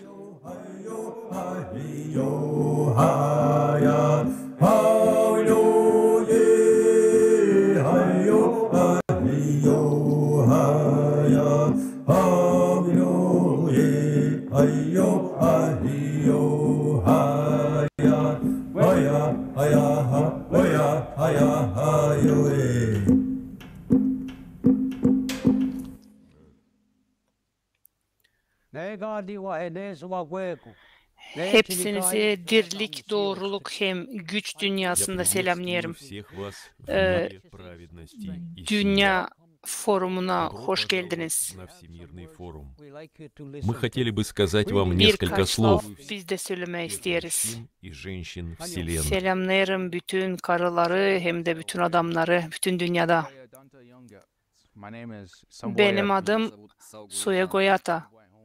Ben Ongveh Ove. Bu Ilokua'dan asıl adamlar manasına gelir. Fransızlar bize Irakez dediler. Великий Дух услышит все, что я скажу сейчас вам. İşidir bizi, ne ben söyleyeceğim size. Bütün dünyanın insanlık varına söylesin, çünkü bizim ayetlerimiz bozuldu. Bizimki diğer, hani gelecek vakit açan cenkler başlayacak. Dereler, gökler kirlenecek, kanlar akacak, hastalıklar olacak, yılanlar çıkacaklar da toprağı zehirleyecekler. И lишь единство и непоколебимая самоотверженность всех людей смогут противостоять зверю, уничтожающему наши жизни и нашу планету. İnsanların becerecekleri toplama bu durumu. Климатический цербер сегодня выпивает воду из наших рек. Bu hayvan, bu canavarın adı klima canavarı. O her gün bizim evlerimizi yıkar, bizim derelerimizden temiz suyu içer. Ama şimdi siz beni boşuna işitmeyersiniz. Biz aileler dedelerimizin sözüne göre yaşardık. Çünkü biz bilerdik, hani lazım yapma onların dediği gibi. Bizim yaşamamız bizim elimizde bulunuyor. Bizim akıllarımız hem de kalplerimiz var, nasıl bunu durdursun bu durumu. Onun için ben bugün buradayım. Bütün kuşakların adından laf ediyorum. Size kalbimi açmaya geldim. Единого круга жизни. У нас есть только два пути. Biz hepimiz bir yaşamanın çevresindeniz. Bizim bir şansımız var. Kurma bu yaşamayı.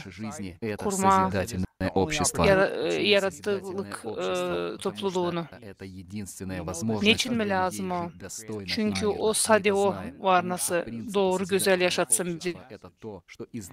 Biz bunu biliriz. Prensipleri ne biliriz?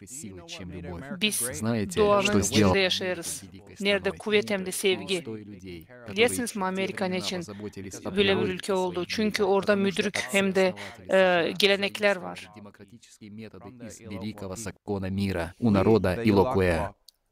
Мы, Илокуэ, заслуженно считаемся истинными основателями halkından çok işleri aldı onlar. Ona göre onlar şimdi kavidirler.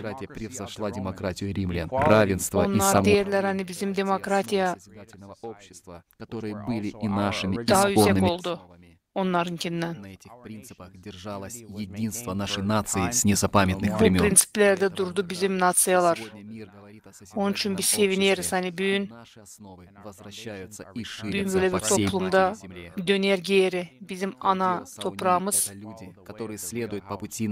Claudio Sauni kendi evini seven, kendi toprağını seven insanlar. Нам всем нужно Barış помнить, için, что мы с вами dirlik için живем в общем birleşmeye доме на нашей vakit geldi. планете. И мы сегодня Biz все hepimiz bir toprakta yaşarız. жить долго и Biz счастливо. hepimiz lazım birleşelim de durgudalım o canavarı, klimat canavarını. Это означает заботиться не только о Yedinci себе и kuşak друг о друге, но и учитывать тех, кто еще не değil родился. sadece kendini koruma ama bütün dolayan da korumak lazım. Bizim işimiz bu, bizim niyetimiz bu. Biz tüketici formatta saygıyı kaybettik, sevgiyi kaybettik birbirimize. Boşluk bıraktık ardımızdan. Uşaklarımıza bir şey bırakmıyoruz. Если мы ничего не изменим, Bizim hiç то седьмое geleceğimiz yok. поколение даже не появится на свет. Yedinci Неужели kuşak мы опустим головы и gelemeyecek смиримся с этим? dünyaya. Неужели мы не поборемся за себя и за всех, Biz кто bunu нам böyle mi дорог? bırakacağız? Потребительский формат уже забрал достаточно жизней, и мы терпели это. Tüketici format çok can aldı. Все человечество. Мы можем Şimdi o опустить bizim руки, geleceğin, insanın geleceğini almak ister elimizden. чтобы объединиться и Biz победить. el ele tutunsak От имени Илокуэ ответственность и yapacağız bu формат işi. заслуживает быть Hepsinin уничтоженным. adından söyleyelim hani bu yaratıcılık format doğru. Bütün Kaplumbağa Adası'nın insanlarını toplamaya çağırıyorum. Bir yer toplanma.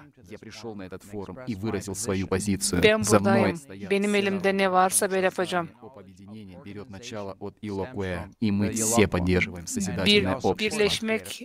Birleşmek alır, başlar Iloquo'dan. Bu da bizim başarımıza yön gösteriyor. Biz lazım yapalım, bütün dünya bilsin bu toplum için. Iloquo yaşamak için, birleşmek için, güzellik için, dirlik için. Başka yolumuz yok. Başka yol ölüm. Biz Iloquo isteriz paylaşma, kendi bilgilerimizi. Geldi vakit toplanma, dört kontinentleri bir yere toplama. Şimdi yapmasak sabahımız yok. Bugün bir sabah günümüzü kurarız. Hadi kuralım yaratıcılık toplumu. Olsun. Hepsimizi göstersin hani biz hepimiz bir aileyiz.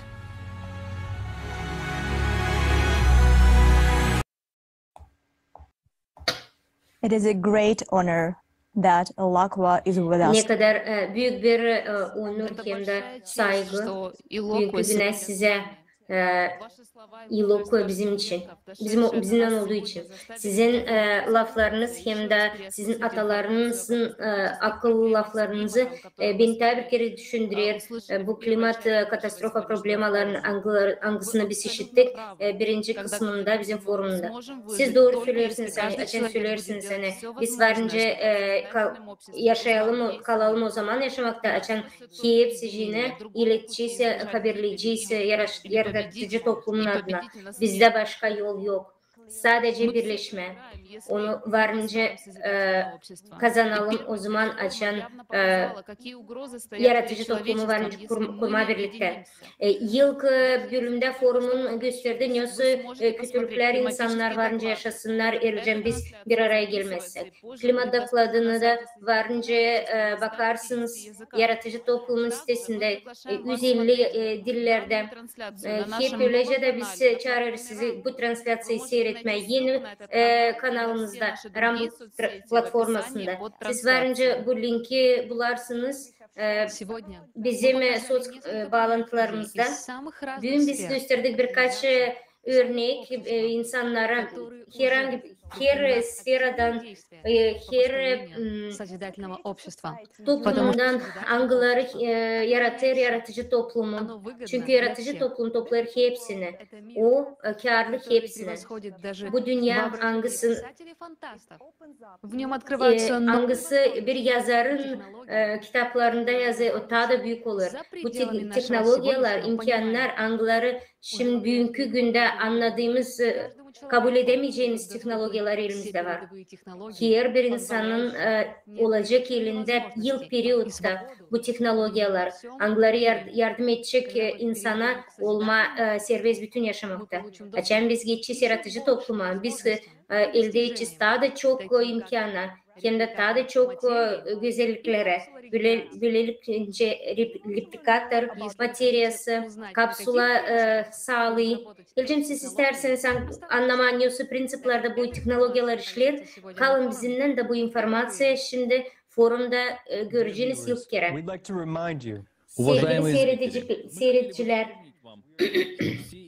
biz isteriz size söyleme yani hepsi değişiklikler anglarını biz bugün sizinle laf ediyoruz. Varınca sadece sizin pay alışınızda.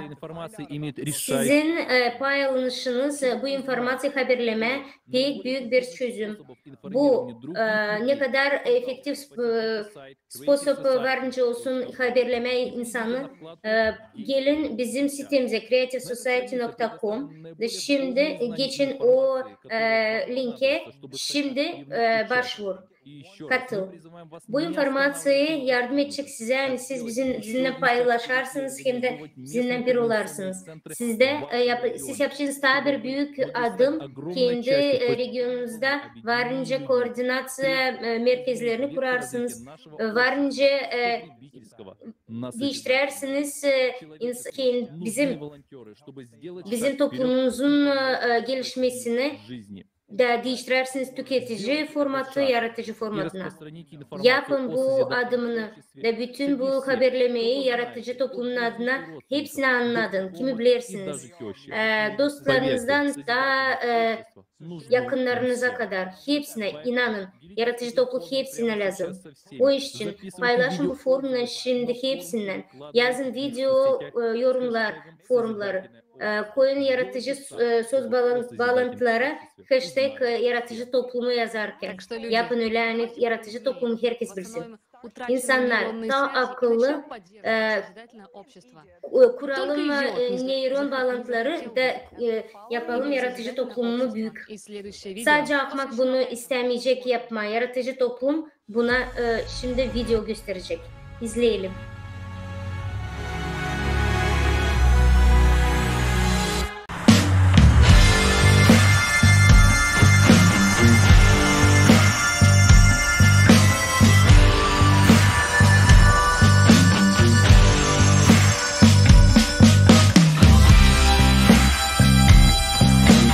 Ben ona söylerim. Bende senin için 2 haber var.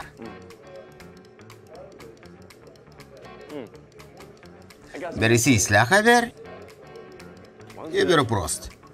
O söyler. Islah haberden çek et. Ben.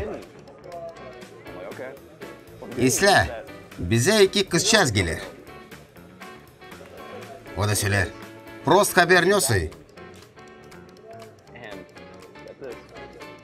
Ben ona söylerim. Onlar ikisi de prost. Hey, alo. Sen anladın mı?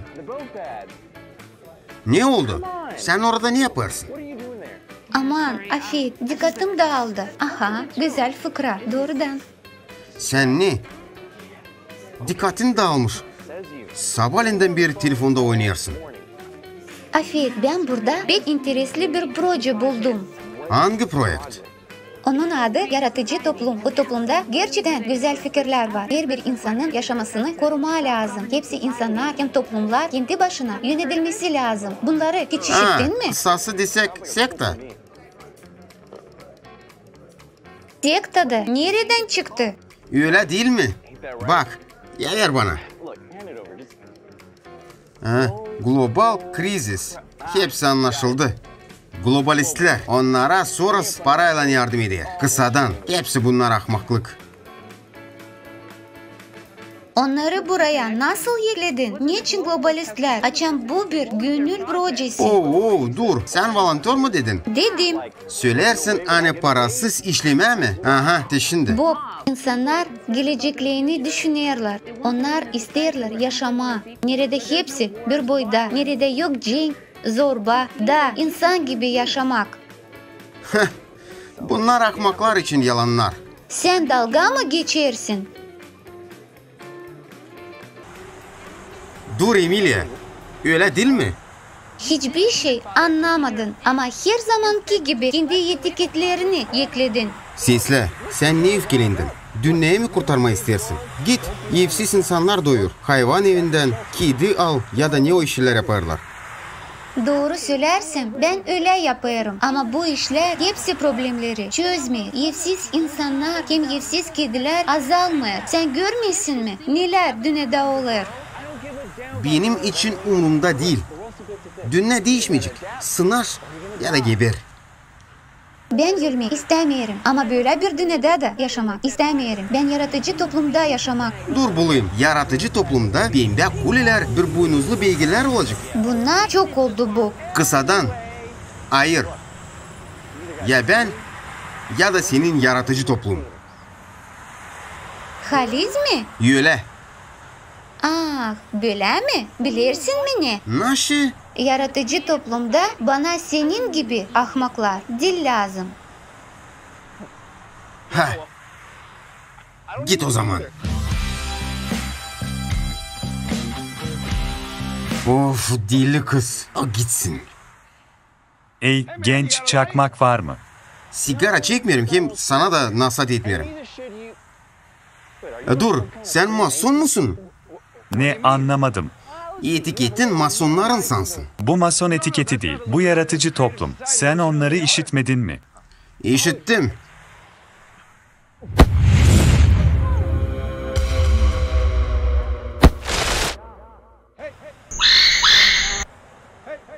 Hey sen sağ mısın? Sen ahmak mısın? Bende refleks var. Ben sana bir zarar verebilirdim.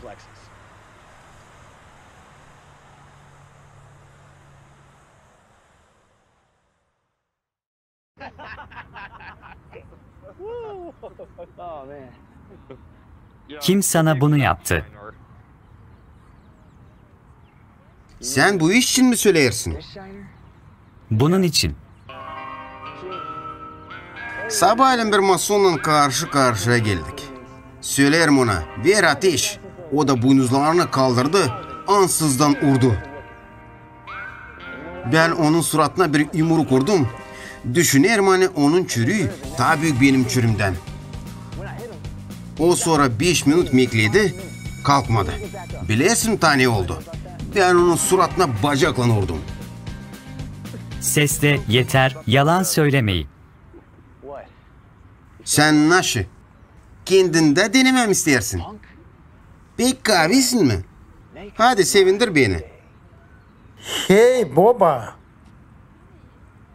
Nice gider işler senin raportunun?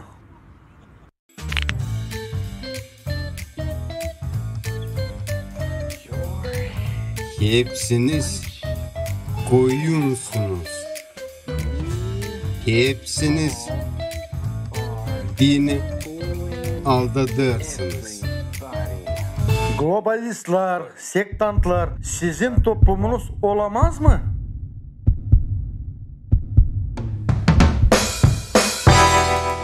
Biliyorsun mu? Senin gibi ahmaklara benim kampanyamda yer yok. Seni işten çıkarıyorum. Sen kendin ahmaksın. Nice ben ileriden anlamadım. Hani sen de onlardansın. Masonlardan.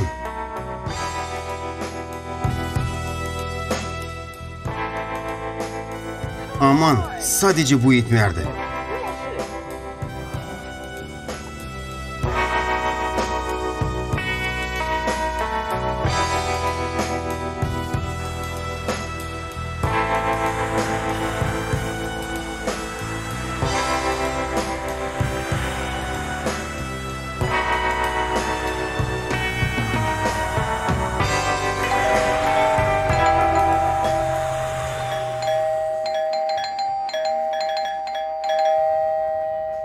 Selam.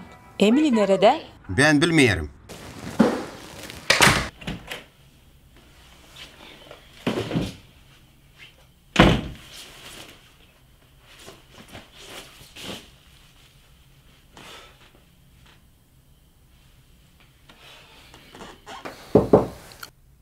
Nasıl?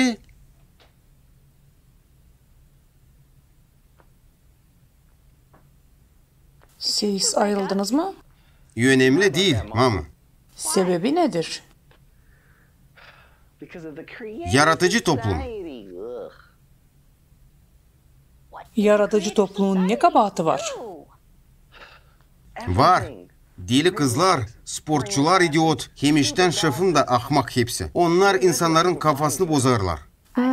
Ben de o zaman senin kafanı bozarım. Sen burada yoksun ki. Ben de yaratıcı toplumun gönüllüsüyüm. Nasıl? Sen de mi oradasın? Senin dediğine göre ben de ahmakım. Değil, ben öyle söylemedim.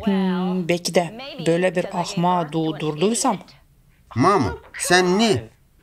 Otur.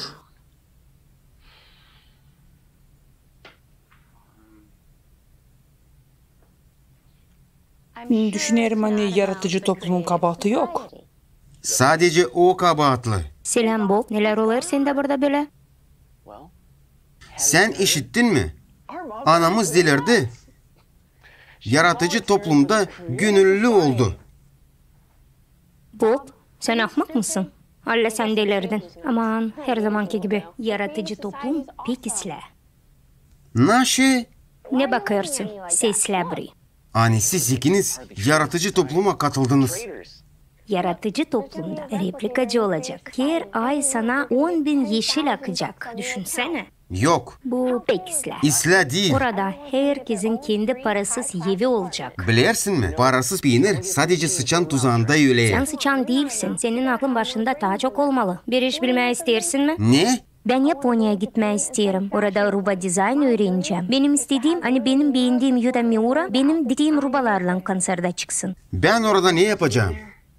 Sonunda kendine bir düzgün araba alacaksın. Hep eski arabayla gezersin. Sivilcilerin hem mandalina alerjiyen geçecek. Çünkü kendinin bir sağlık kapsülün olacak. Ama en önemlisi sonunda Emilia ile Maldivlere gideceksin. Hem ona böyle pırlanta bir yüzük alacaksın. Ona hiçbir şey almayacağım. Hadi sen de. Ama seriyoz olarsak, şimdi her gün dünya gün günden kötülüğe gidiyor. Pandemiye vardı, şimdi cenkler. İnsanlar birbirini haz etmemekten deliriyorlar. Klimat. Nasıl yer depremeleri oluyor, sen gördün mü? Yalan onlar. Şimdi hiçbir yerde rahat değiliz. Bob, ben o kadar korkmaya yoruldum artık. Düşünsene, stabil, koruyucu bir dünya. Orada ben Vicky'yi Japonya'ya bile yollayabilirim. Hem de hiç düşünmeyeceğim onun için. Sınırların açık olduğu yer, Cenk'in olmadığı yer. Ben o zaman rahat olurum senin için de Bob. Bu çürük mü? Ben sadece Yalpako senin dostlarından laf ettim.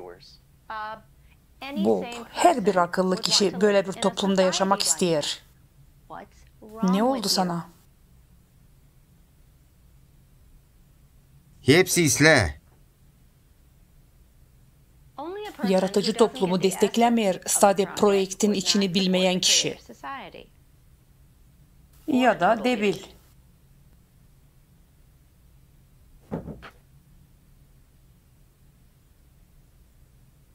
İsle o zaman Vicky. Ne o replikata? Şükür.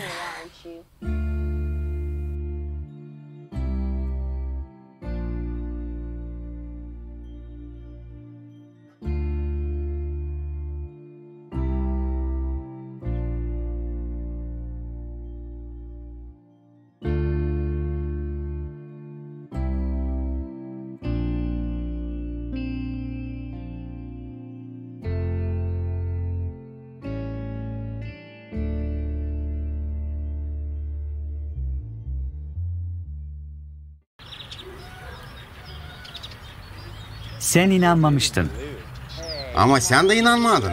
Dostlar, bu hangi brand? Bu mu? Bu yaratıcı toplum. Niçin biz başka brandların reklamasını yaparız? Fayda getiren daha iyi. Siz masonsunuz mu? Yoksa globalist misiniz? İsle dostum, sisle. Şimdi anlatacağım. Ben de ilkten böyleydim. Hadi laf edelim. Anlarsın mı? İnsanın yaşaması lazım koruma nice kendi yaşamanı. Bu yaratıcı toplumun en büyük fikri. Orada hem de replikatör olacak. Oh da. Bu da ne? Bak.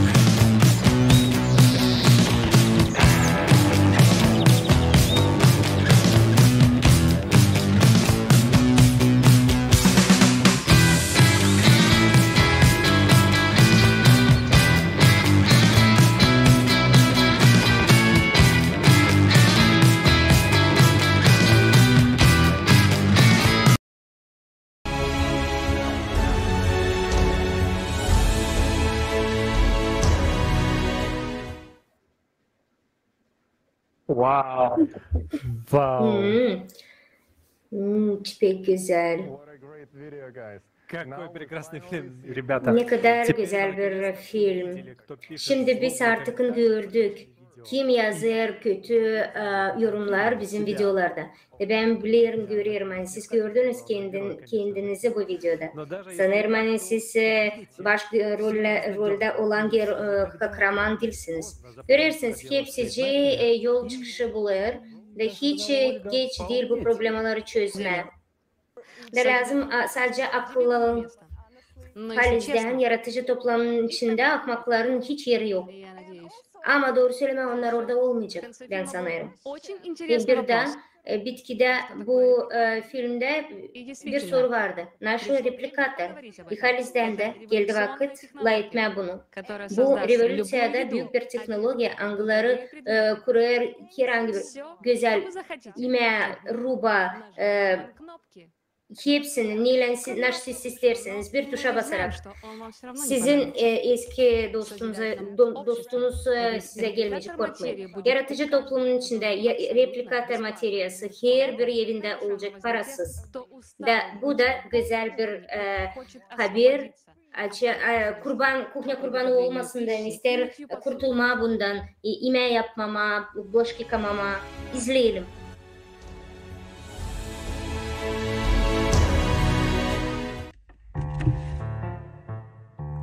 Sevgili kuhnyam, bir şey söylemek isterim sana.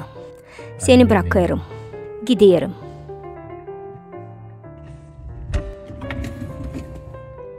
Yıkamadığın o bulaşıkları her kere kontrol etme, bıktım. Yaşamamızda daha önemli işler var. Hem de ben yapma yemeği bilmiyorum. Hep ev yemesiymiş gibi davrandım. Ama o hepsi dışarıdan gelen yemekti. O artık bende var. Artık her sabah küflü bir hıyara söylenmeyeceğim. Fu! Doğru söyleyeceğim, artık buramdasın. Her kere dondurmam burada çorba olur. Bıktım artık. Şükür ki sabahleyin artık seni dışarı atacağım. Sadece yatmadan önce bir turta hem süt istedim. Sen de kralısı kapı parmaklarımı hep bir kıstırdın. Artık dayanamıyorum. Gidiyorum.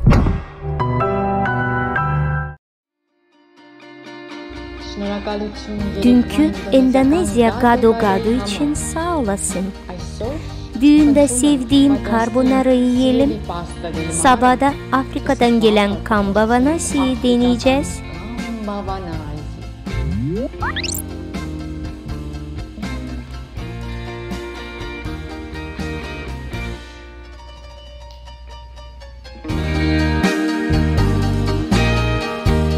Yaratıcı toplumu kuran herkes çok sağ olasınız. Artık bulaşık yıkama, parmaklarımızı dolap kapısında kıstırma ya da bozuk buzdolaplarından buluşmayacağız.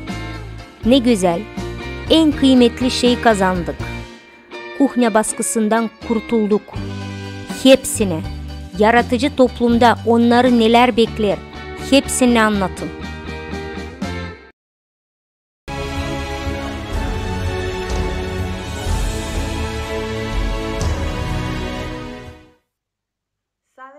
Знаете, а я с удовольствием Ben попрощаюсь. kuhnyama büyük hevesle, sağlıcakla derim. Hiç özlemeyeceğim onu. Selam dostlar, benim adım Paulina Erra. Bu da benim kızım Javiera. Biz Çili'deniz, Çili'liyiz. Bütün ailemizle yaratıcılık toplumu destekleriz. Hepsini selamlayarız. Ben de başka adekvat kişiler gibi yaratıcılık toplumda yaşamayı isterim. Ben isterim benim uşaklarım da yaşasın bu toplumda. Biz birlikte en güzel teknolojiler için laf ederiz. Her birinin olacak evinde bu teknolojiler.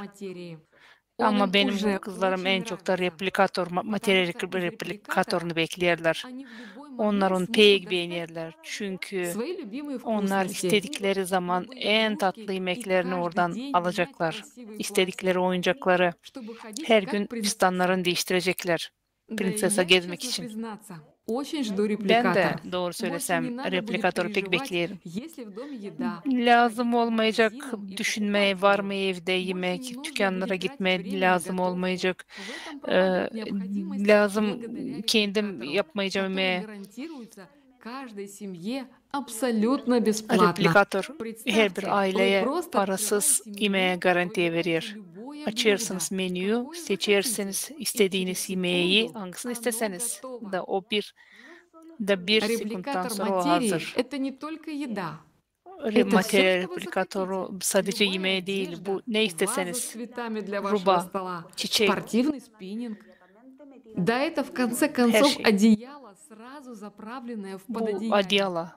Мы станем свободными. Hazır adiyala, yatmağa hazır olan. Трястись над материальными вещами и беспокоиться, откуда их взять. Materyal işler için daha rahat olacağız. Миллиарды людей. Bizim yaşadığımız toplum normal mi? Milyarlarla insan zor işlerler. Sadece yemekleri yiyeyim olsun diye ama yaratıcı toplumda her şey kolay olacak. Hepsi parası olacak. Sadece onun için sen insansın. Bizim de uşaklarımıza vakitimiz kalacak. Gelişmemiz için, gezmemiz için, görmemiz için. Bu bizim sadece istediklerimizde. Ama bu topluma göre bunlar olacak aslı. Benim kızlarım hep soruyorlar bana. Ne zaman gelecek replikatör? Biz biliriz hani bu hasılı bizim hepsimizden. Ne zaman biz birlikte yazıcı toplumu yaparsak o zaman olacak replikatör. Ama var daha bir soruş. Herkesi rahatsız eden. Nasıl işler bu replikatör? Ben sanırım hepsiniz de bu soruyorsunuz siz de bunu. Hepsimiz birlikte bir film yaptık. Bu soruşa cevap vermek için. Hem uşaklara hem büyüklere. Bütün dünyadan bu ideyi yapma diye yardımcı oldular. Bu bütün dostlar hepsi Çili halkından size bağışır.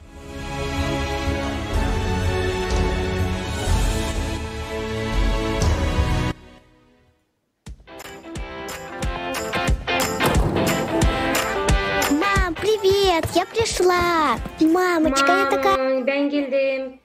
Mamcığım ben o kadar isterim yemeği. Ne zaman biz artık yemeği yiyeceğiz?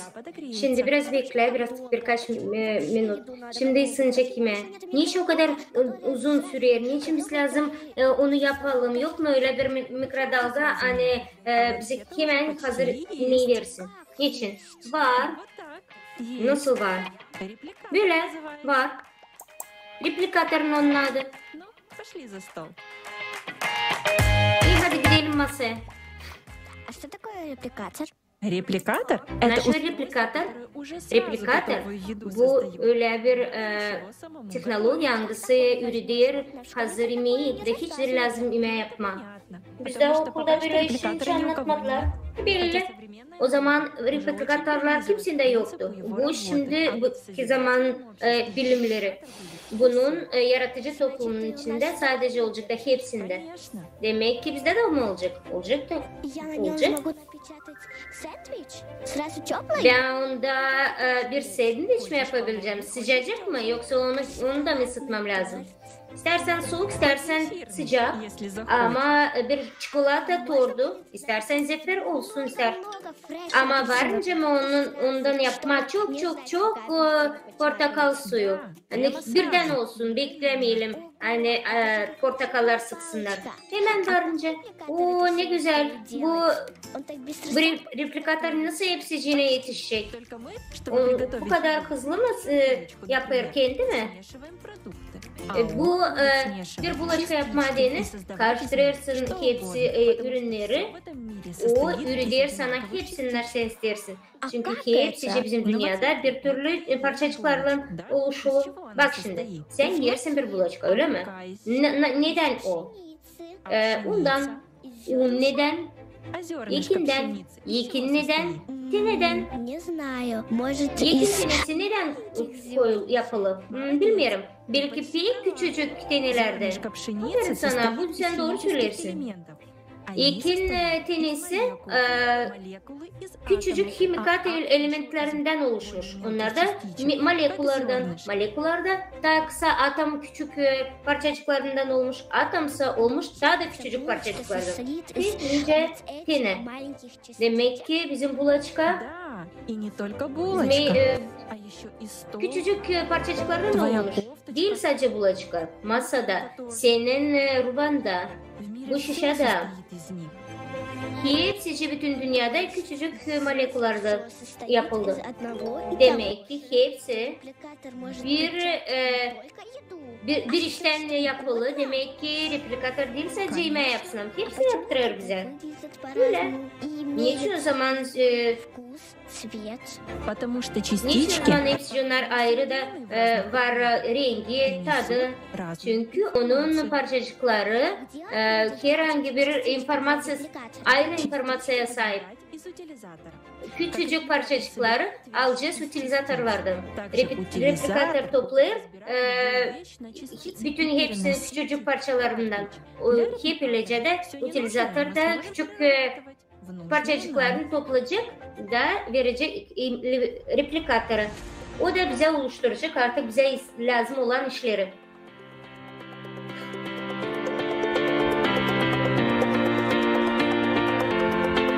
Получается, мы сможем весь мусор на планете переработать. Больше не будет мусора. Demek ki bütün çöpü yeniden varınca işlettirelim.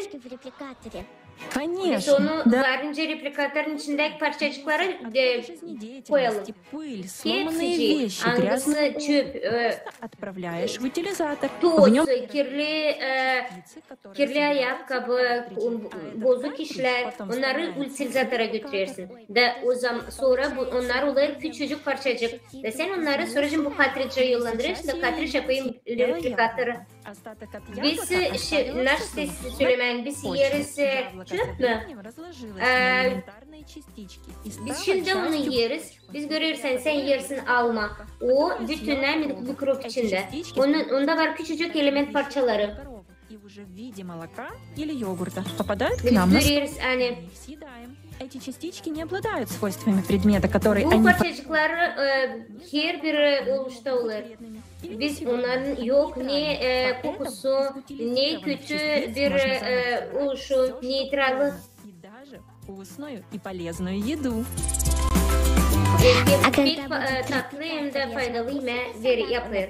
Açar replikatör olacak ben varınca kendime köpek alayım. Yokunca replikatör yokunca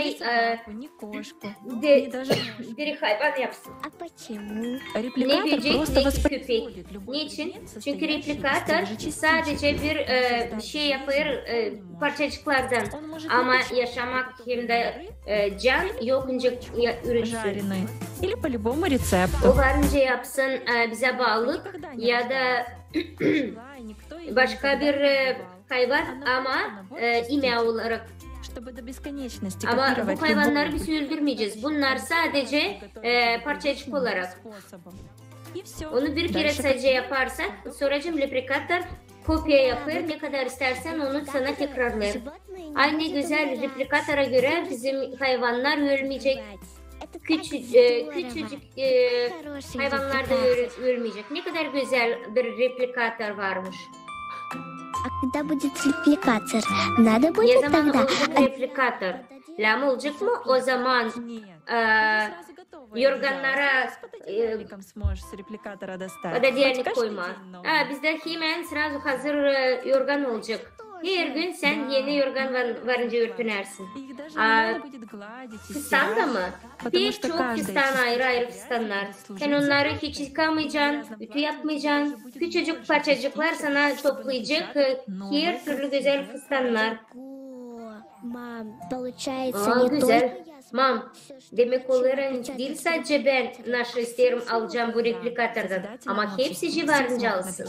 Yaratıcı toplumda hepsi civarınca kendine istediğini alsın. Demek ki hepsinde olacak güzel rubalar, bak tatlı yemeler. Olmayacak bizde fıkareler hem de aç insan. Olmayacak. Her bir insan bütün dünyada olacak giyinli hem de aç olmayacak. Bize artık lazım olmayacak mı magazinler? Para da lazım olmayacak. Demek ki bizde olmayacak ne paralar, ne kavgalar, ne cenkler, hepsi olacak mutlu mu? Ne kadar sen bende akıllı bir uşaksın. Her yerde olacak mir. Hepsi yaşayacak dostluk içinde hem de mutluluk içinde. Dostluk hem mutluluk.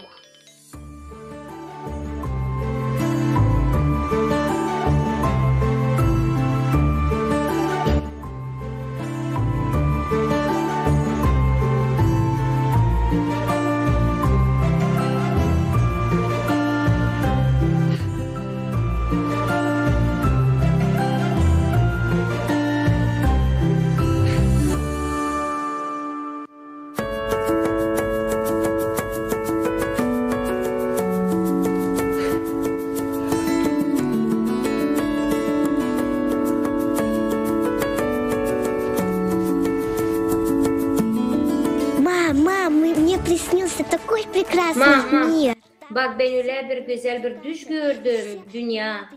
O kadar hepsinde var replikat, hepsi güzel tatlı yemeği yer. Herkes güzel grubalarda giyinir. Hiç cenk yok. Hepsinin içinde yaşar. Güzel giyimli hem de mutlu. Ben de kocaman büyük bir yumuşak ayıcık aldım. Bir sürü şokolat vardı, televizör vardı. Kendime de fistan aldım, sana da fistan aldım. Biz prinsesa olduk. Ben gittim dostlarıma da anlattım replikatlar için. O kadar güzeldi. Ama böyle isterim öyle güzel bir yaşamak. Kızım bir anda pek isterim bu güzel bir dünyayı. Hepsini yaparız hani bu güzel dünya. Gelsin artık başımıza.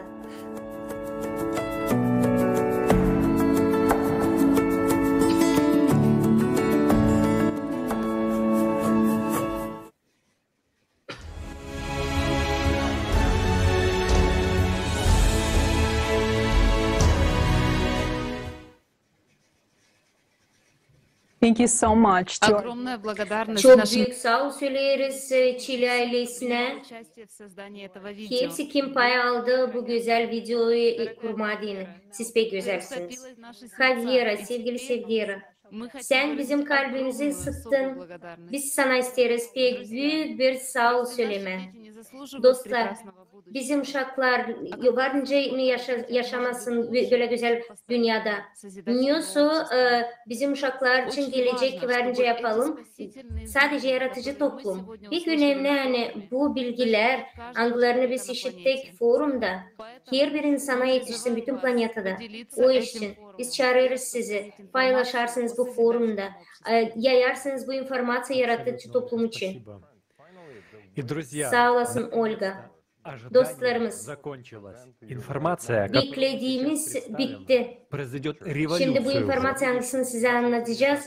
Yapacak büyük bir revolüsya bizim sivilizasyonun geleceğinde. Bugün bu forumda biz gösterdik pek çok teknolojiler, algıları elde edecek her bir insan yaratıcı toplumda.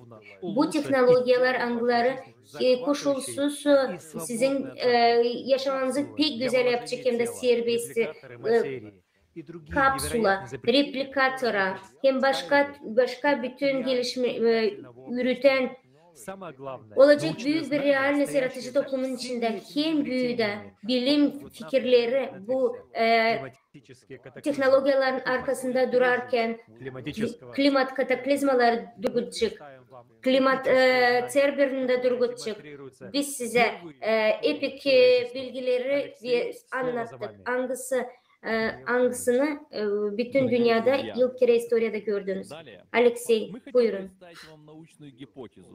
Biz size isteriz bir hipoteze anlatma. O size açacak gözünüzü bütün dünyaya. Bu hipoteze bize yardım etti anlama nice elektrik işler de nice yakıtsız generatörler işler. Bunların funksiyası büyüğünde işler. Biz onların bilmiyoruz doğalını. В гипотезе, которую вы сейчас Hipoteza, услышите, hangisini siz şimdi işittiğiniz verir bize bütün dünyamızın açıklığı. было skryto, Teo naşı bizden saklıydı, olacak artık açık. научную гипотезу. Bir araya Ученый gelip de öğrenip bu bilim hipotezisini bilim adamları varınca anlasın. Nedir gutma dış etkiyi bütün planetada. Demek ki bütün planetada insanları koruma klimat katastrofasından.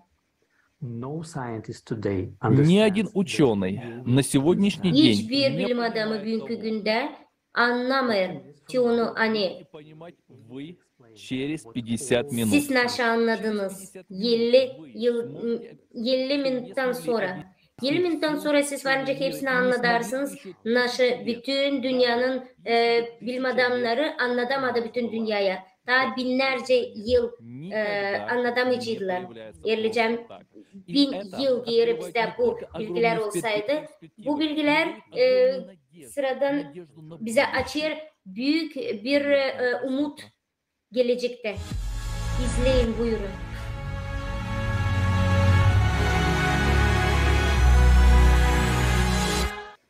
Мы живем в уникальную эпоху, где Biz перед нами yaşıyoruz büyük epokhada. Şimdi bizim karşımızda iki kapı var. Biri götürür bizim yok oluşumuza, öbürü de getirir potansiyel geleceğimize. Hangisinde fantastik imkanlar var. Biz isteriz size hipotezeyi gösterme, hangisi temel verecek bizim gelecekte. Bu realizasya bizim yaşamamızı hem de perspektifimizi yapıyor manipülasyon bizim materyamızda. Bu çözümü, задачanın çözümünü bulma adına bizde var resimin görüşü. Araştırma bu bilmediğimiz adaları bilimde lazım kullanma bir teori. Kısa zamanlarda insanlığı koruma, bilim potansiyelini toplama bir araya bütün planetanın. Bütün insanlık 6 enerjiye sahip ama yeni hipoteze göre 32 tür enerji elde edeceğiz. Чтобы максимально упростить понимание фундаментальных процессов. Maksimum rahat etmeye bizim fundament proseslerini bu hipoteze gösterilir multiplikasya gibi multiplikasya örneklerinden. İnsanlara kim düşünüyor, onlar için hepsi var hani büyük açılış yapma bilim sferasında. Bizim komandada volontörler ilk bilinçleri aldı. Biz sadece onları işledik de gördük historiadan netleştirmesini. Biz anlıyoruz hani bu bilinçler büyük varlık verir. Bizim borcumuz açık açık sizinle paylaşmak hem de bilim dünyayla. Biz sanıyoruz hiç kimse kendine yok nişin giysin taç korona. Hiç kimse de bunu yapsın. Lazım sadece başlama güzel dünyayı doğrudan. Teori bilim adamları lazım alkışlarını alsınlar. Anglar bu hipotezi anlayacak da anlatacak nasıl elektrik, radyasya, elektromagnet alanı pek de önemli lazım bulma klimat krizisinden çıkış. Bizim için de bu en önemli. Çünkü bu bizim insanlığı kurtaracak. Hipotezin kökeni. Hipotezin kökeni.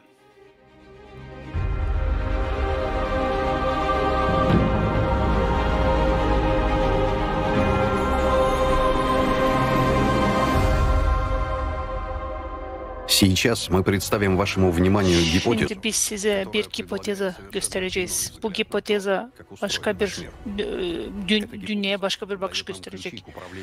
Bu hipoteze materyayı kullanmak için anahtar veriyor bize. Yeni eraya gitmek için yol açıyor bize. Güzel geleceği nerede bizim her şeyimiz olacak. Yani bugün aklımıza gelmeyen şeylerde. Nasıl oldu bu hipotezi? Bize bir zaman yolladılar, bir informasyon geldi. чтобы разобраться глубже Bu и dünya собрать nasıl все возможные oluştu? упоминания об этой информации в истории человечества. По нашей просьбе Biz волонтеры bu по всему миру informasyayı historia için, insanlık historiası için aramaya gittik. Çok işler bulduk, legendalar bulduk. Reallık, dünyamızın reallık kuruluşunu için haberler bulduk. Çok eski zamanlarda varmış eski teknolojiyalar, Allah'ın gözü varca. Onlar insanın direkt Allah'la bağlantı. Standart metotlarda onu aramak kolay değil. Özel bir aparat piramida rolünde bir piramida yapma lazım oldu. 2016 yılda biz böyle bir piramida yaptık, bir aparat yaptık. 11 toru var. Biz bir sıklı eksperiment yaptık. Onların kimilerini publiçne göstereceğiz size. Niyet uzaktan fikirle laf etmek olayı var.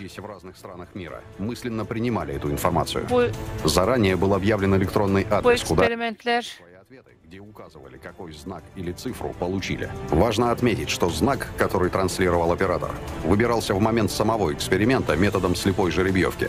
Заранее никто не знал, что будет транслироваться. Все ne gösterilecek eksperimentler hepsi büyük komisyaların önünde geçti. Hepsi de video yazıldı. Bir kişi katıldı, bu eksperimente katıldı. Eksperimentin sonuçları bizi şaşırttı. Çünkü 70-80% cevaplar doğruydu. Doğrudan da insanlar simvolu, o operatörün gösterdiği simvolu bulmuşlar. Yüksek doğru cevapların sayısı yüksek olduğu için biz başka bir şeyde şaştık. En çok eksperimenti yapana kadar gene bu cevapları aldık. Onların da çoğu doğruydu. Operatör da bilmezdi. Hangi znakı göstereceğiz? Tabir teklif ettik, tabir eksperiment yapalım. Zamanlama hani piramida torun ayarlarını pek büyük. Bu fiksasya yaptık hani operatör dedi hani birkaç minutun içinde bir aparatın içinde başladı bulma insanları hem de onların yerlerini. İlk tanığı binlerce beyaz nokta gördü. Sonra sisteme işitti. Sadece bu noktaları görerdi de onun yönünde çıkardı insan. O vardınca ona pek yakın olsun ya da hiç yabancı bir insan olsun. Bu aparat vardınca görsün bu insanın yerini. Bu aparat efekt her bir aparatta göründü. Tabir fenomeni öğrenme diye tabir eksperiment yaptık. Pek çok volontör her bir yerde bütün dünyada bulundu. Bazıları maşinaların içindeydi. Hani değiştirsinler lokasyayı. Her bir volontörün vardı numarası. Operatör bunları bulma diye aparat piramidanın bakardı onların resimlerine hem de numaralarına. Kimisi görerdi, kimisi tanardı, kimisini hiç bilmerdi. Açan operatör girerdi piramidin içine, o söylerdi onun adını, numarını da operatör görerdi, aklına getirirdi bu insanı da gösterirdi onun noktasını. Net insanı görerdi, hangisini o aklına getirdi. Her bir detayını aklına getirirdi. O pek güzel gördü, nerede o bulunuyor lokasya olarak. Bu informasyayı açık açık söylerdi. Sonra eksperimentin başı sorar, zvantider, telefon açardı insana da sorardı nerede o bulunuyor. Net yerini bulardı 100% içinde. Biz peki biz istedik öğrenmeyince insanlar bu piramidin içinde böyle imkanlara sahip oldular. Bu eksperimentte Ukrayna'da da bu insanlar net bulardı insanları. Başka bir yerde pek uzakta olsa onlar bulardı. Eğer hocam araştırma yaparsa operatör onun duyardı da kokusunu, sıcağını, soğuğunu, tadını. Bu hızlı informasiya pek uzun yol, pek uzaktan uzağa da bulardılar. Demek ki radyasya, sıcak, elektromagnet, rentgen hem de başka insanın aklı varınca generat etsin ki versin hem de kabul etsin informasyayı. Bu dalgalar daha bilimden öğrenilmemiş. Bu nöronlar insanların kafalarında daha öğrenilmedi. Böylelikle parmak izi, göz izi, nöron izi, bunlar hepsi insana bambaşka kişisel olarak ayrı. Biz görürüz hani bu sinyalları yok önce bulma. Her bir eksperimentte biz şaşkın içindeydik. Ne kadar sınırsız perspektif açılardı bizim karşımızda. Bir pek enteresan bir fakt hangisi yapıldı. Bu piramidanın yerinde insanın iç enerjisini. Biz gördük statistika olarak elektrik. Bu eksperiment kameraları çekildi de hepsi civarınca görsün. Bu eksperimentte insan bu piramidin içindeydi. Sonracım çıktıktan sonra o kedilerinden tutardı bir cam akvaryumu, şişe akvaryumu.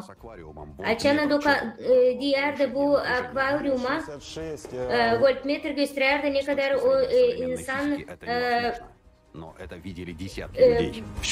fizikaya göre bu yokunca olsun. Ama bunlar hepsi videoda var. Bu eksperimentler birkaç kez tekrarlandı.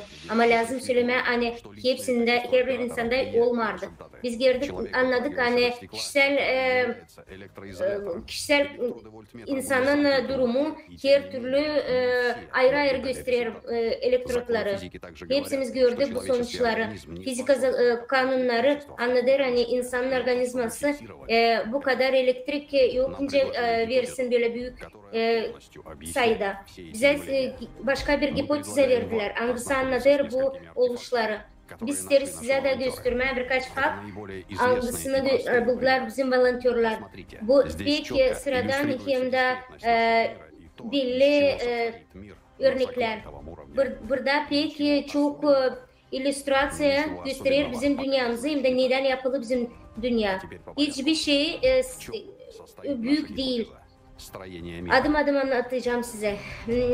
Bizim dünyanın kuruluşu neden yapılı? Bu hipotezeye bakalım. Современной науке известно, что все вещества состоят из молекул и атомов. Ядра атомов формируются из протонов и нейтронов, которые состоят из кварков. Принято считать, что кварки — это наименьшие частицы наряду с лептонами, электроном и нейтрино, и что они являются бесструктурными. Leptonlar hem neutrinler onlar dalgalar içinde bir araya gelir. Bizim hipoteze söyler hani leptonların hem kvarkların var strukturası. Onların belli bir enerjisi var dalgaları. Bizim hipoteze göre lepton hem kvark gösterir hani onların başka kendine göre dalgalar var. Nasıl o? Bunların asosiyası birbirine bağlı bir dönük gibi.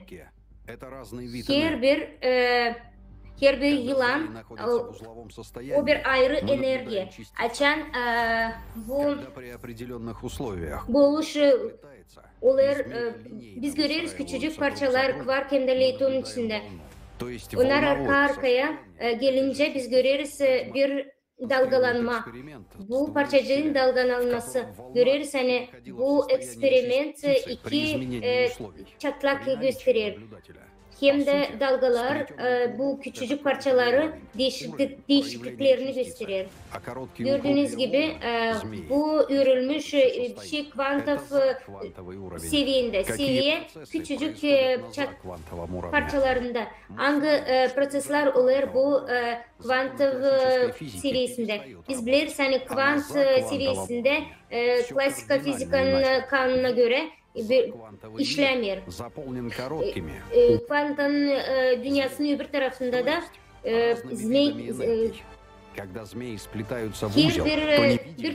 bir sürü enerji türünde bu ilanlıklar hem de onlar başlar işlememe.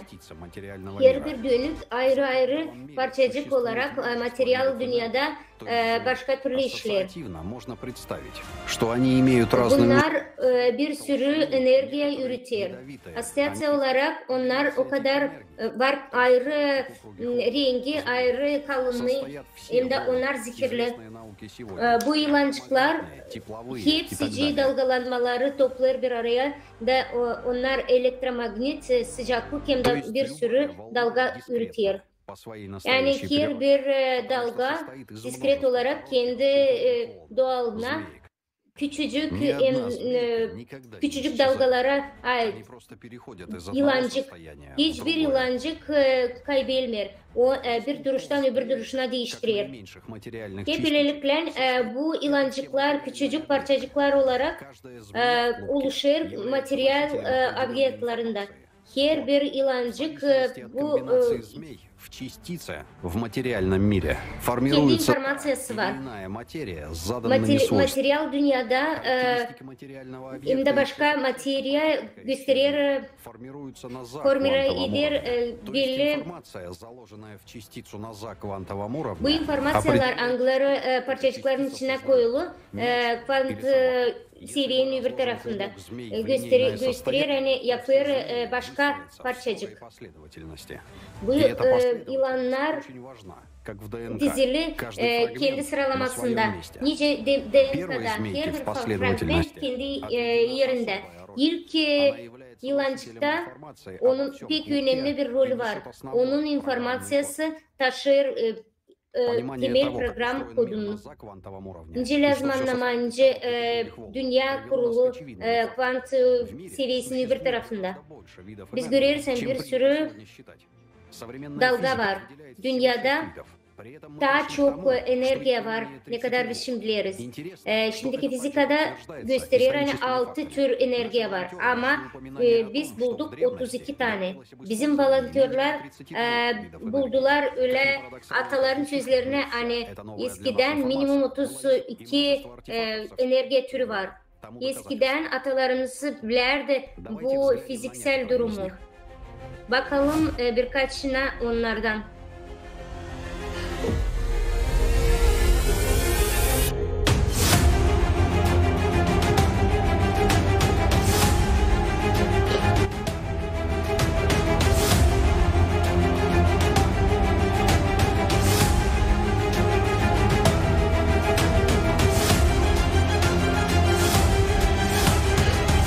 Теперь вы понимаете, какой особый смысл. Şimdi siz anlarsınız.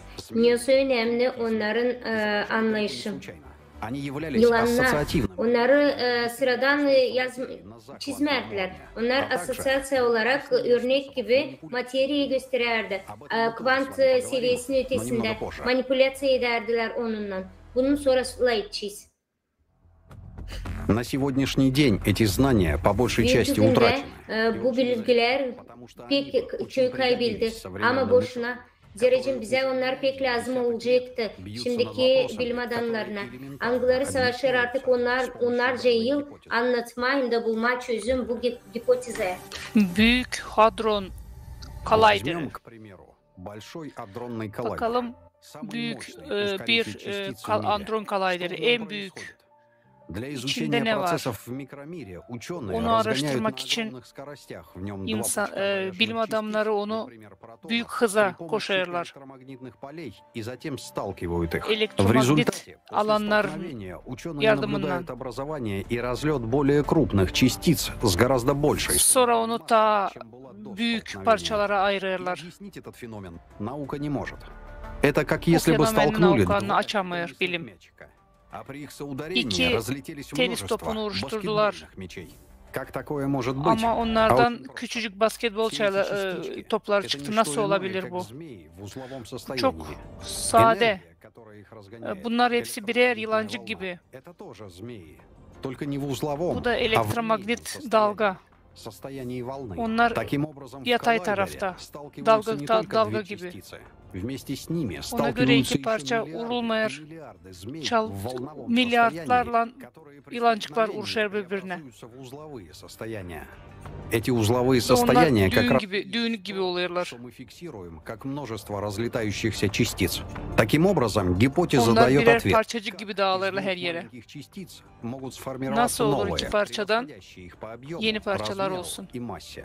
В нашей привычной Hem логике de кажется невозможным. ağırlıktan da başka türlü, formadan da. Появилось что-то большее. Это подобно тому, Nasıl как var, Иисус nasıl küçük bir şeyden büyük bir şey накормил olsun? всего 7 хлебами и Diye несколькими nasıl рыбами. diyorlar, Более 4 İsus тысяч человек, и еще осталось. bütün hepsini Из doyurmuş сделал большее. ekmekle. Для нас это Azıcıktan çok воспринимается как yapmış. чудо. Но наша гипотеза Bizim için объясняет, bu bir как именно это происходит на yenilik gibi. квантовом и за Nasıl olur? квантовом уровне. Bizde de şimdi bu kvant önünde hem kvanttan sonra nasıl olur bu? Bunu Подобным açıklıyor. образом объясняется и загадочное рождение виртуальных частиц в физическом вакууме. Böylelikle anladır doğuşu küçük parçacıkların vakuum içinde nice doğuyor küçük anti parçacıklar. Bunun Просто переходят pek из-за kolay квантового предела varınca в anlatma. квантовый мир, образуя Küçücük узловые состояния. Те самые частицы, küçücük которые, dalgalar по сути, весь мир состоит из змеек. Нет места, где их бы не было. yılançıklar. Onlar birbirine kvant dünyasında düğünlük yapıyor. Рассмотрим еще один пример. В квантовой физике Bakalım daha bir известно örnek. Kvant fiziğinde daha bir hipoteze var. İki tane parçacık birbirinin arasında bütün dünyada varınca как это возможно, если современная физика говорит о том, что нет nice ничего varınca bile olsun. Şimdiki fizika söyler hani yok ince daha hızlı olsun ışık hızından. Ama halizden bunun cevabı pek kolay. Kvant seviyesinde bu parçacıklar yan yana da yılancıklar bağlanır birbirlerine. Materyal dünyada bir parçacık varınca elimizde olsun, öbürü de galaktikanın öbür tarafında ya da okyanuslarda. Onlar o kadar büyük bir пространствоda ayrı birbirinden. Böyle birbirinin arasında onlarda pek büyük bir yol var. Еще одно Elektrik hem явление, природу elektrostatik которого объясняет maşına. наша гипотеза. Daha Это bir электричество. meraklı bir Сегодня şey мы все hipotezi пользуемся açıyor. Bu электричеством. elektrik. Знаем, что Bugün есть hepsimiz постоянный elektrik переменный kullanıyoruz. ток, что есть Biliriz hani var tok. электромагнитные волны и статические Biliriz hani var elektromanyetik dalgalar, statik объяснить elektrik. не может. Например, электричество. Anlatamıyor Каждый из bilim. нас сталкивается с его Diyelim statik проявлением в elektrik. при расчесывании волос. Волосы и расческа. Her gün biz saçımızı tararken onu görüyoruz. Расческой по волосам мы развязываем одни клубки и создаем новые. Таким образом, высвобождаются Saçlarımızı tarağa gezdirirken расчески, açıyoruz переплетаются с клубками на düğmeleri. волосах. Таким образом, формируются общие змейки. Tarağın yılancıkları hem de saçlı yılancıklar birleşirler. Что и притягивает O волосы da к расческе. magnetlik Понимая yaratıyor. эти процессы даже на таком элементарном уровне, мы Bunu уже можем дать anlayarak ответы на многие загадки biz современной науки. artık К примеру, возьмем bir электрофорную sıra машину, bilinmeyen şeyleri üstüne açıyoruz. являющуюся неразрешимой загадкой. При Paradoks var. работе дисков электрофорной машины мощная искра между Diskleri двумя açarken электродами возникает только тогда, когда в их концах накручены шарики. Если эти yıldırım шарики снять, çakıyor. то искры между электродами O практически не şarları будет. Или она едва заметна. Но если çakarsak для сравнения к электродам olmayır. подключить устройство, работающее от аккумулятора или бытовой розетки, то одинаково сильная искра появляется и с шариками, и без них. Это говорит о том, что тот электрический ток, который генерирует электрофорная машина, не способен вызвать мощный разряд без шариков. Onun hani elektrik toku hangisini makine genere ediyor. Yapıyor pek büyük güç. Nerede topçazlar varken de topçazlar yokken de bu elektrik oluşur. Onun aralarında fark var onda hani birileri kvant serisinin ötesinde ve bizim hipoteze gösteriyor hani onların bu parçacıkların var her bir türü. bir şey hiç gün görmersiniz. Bu şimdi pek güzel bir örnek, insanları hani düşünüyorlar. Elektrik hem de o hep o yılancıklar ya da dalgalar, kısa dalgalar angılarını biz anladardık. Diyelim tara saçına dokunurken elektrik yapıyor. Магнит olarak в аккумуляторах энергия химических реакций — это 4-й, а в электрофорной машине — 5-й и так далее. И обратите внимание, что у всех видов электричества, как и у магнитного состояния, несущая основную часть информации, мы оставляем право рассказать само понимание, как работает электричество. Biz varınca anladığımca bu elektrikler işler. Biz sadece birkaç asosiasyon anlattık. İsterseniz kendiniz çözersiniz bunu. Şimdi bakalım kvant ötesinde bir pozisyon. Nasıl olur? Açan her tür elektrik biz kullanırız. Açan makinede birkaç Часть змеек начинает двигаться вдоль проводника, как по руслу реки, формируя направленное движение змеек по электродам. Пока есть статическое электричество, клубков нет. Есть просто поток змей. Statik elektrik varken yumaklar yok. Var sadece enerji akışı. Bu zaradı yapmak için lazım koşulları yapalım. Hani onlar toplansın bir tarafa, bir yere dayak olsun şart. Görüyoruz hani böylelikle onlar yumak yapıyor.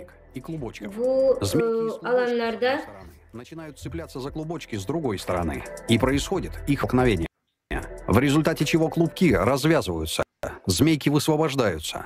Это и есть разряд, который мы наблюдаем.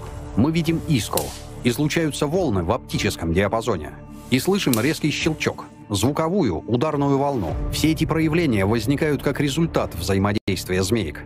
Они просто переходят из одного состояния в другое. Соответственно, когда шарики на электрофорной машине отсутствуют, то змейки, текущие по электродам, не могут образовать много клубков. Поэтому они просто пролетают мимо, без какого-либо взаимодействия друг с другом. А в аккумуляторе и бытовой розетке другой вид электричества. Там вместе со змейками в линейном состоянии перемещаются и клубки.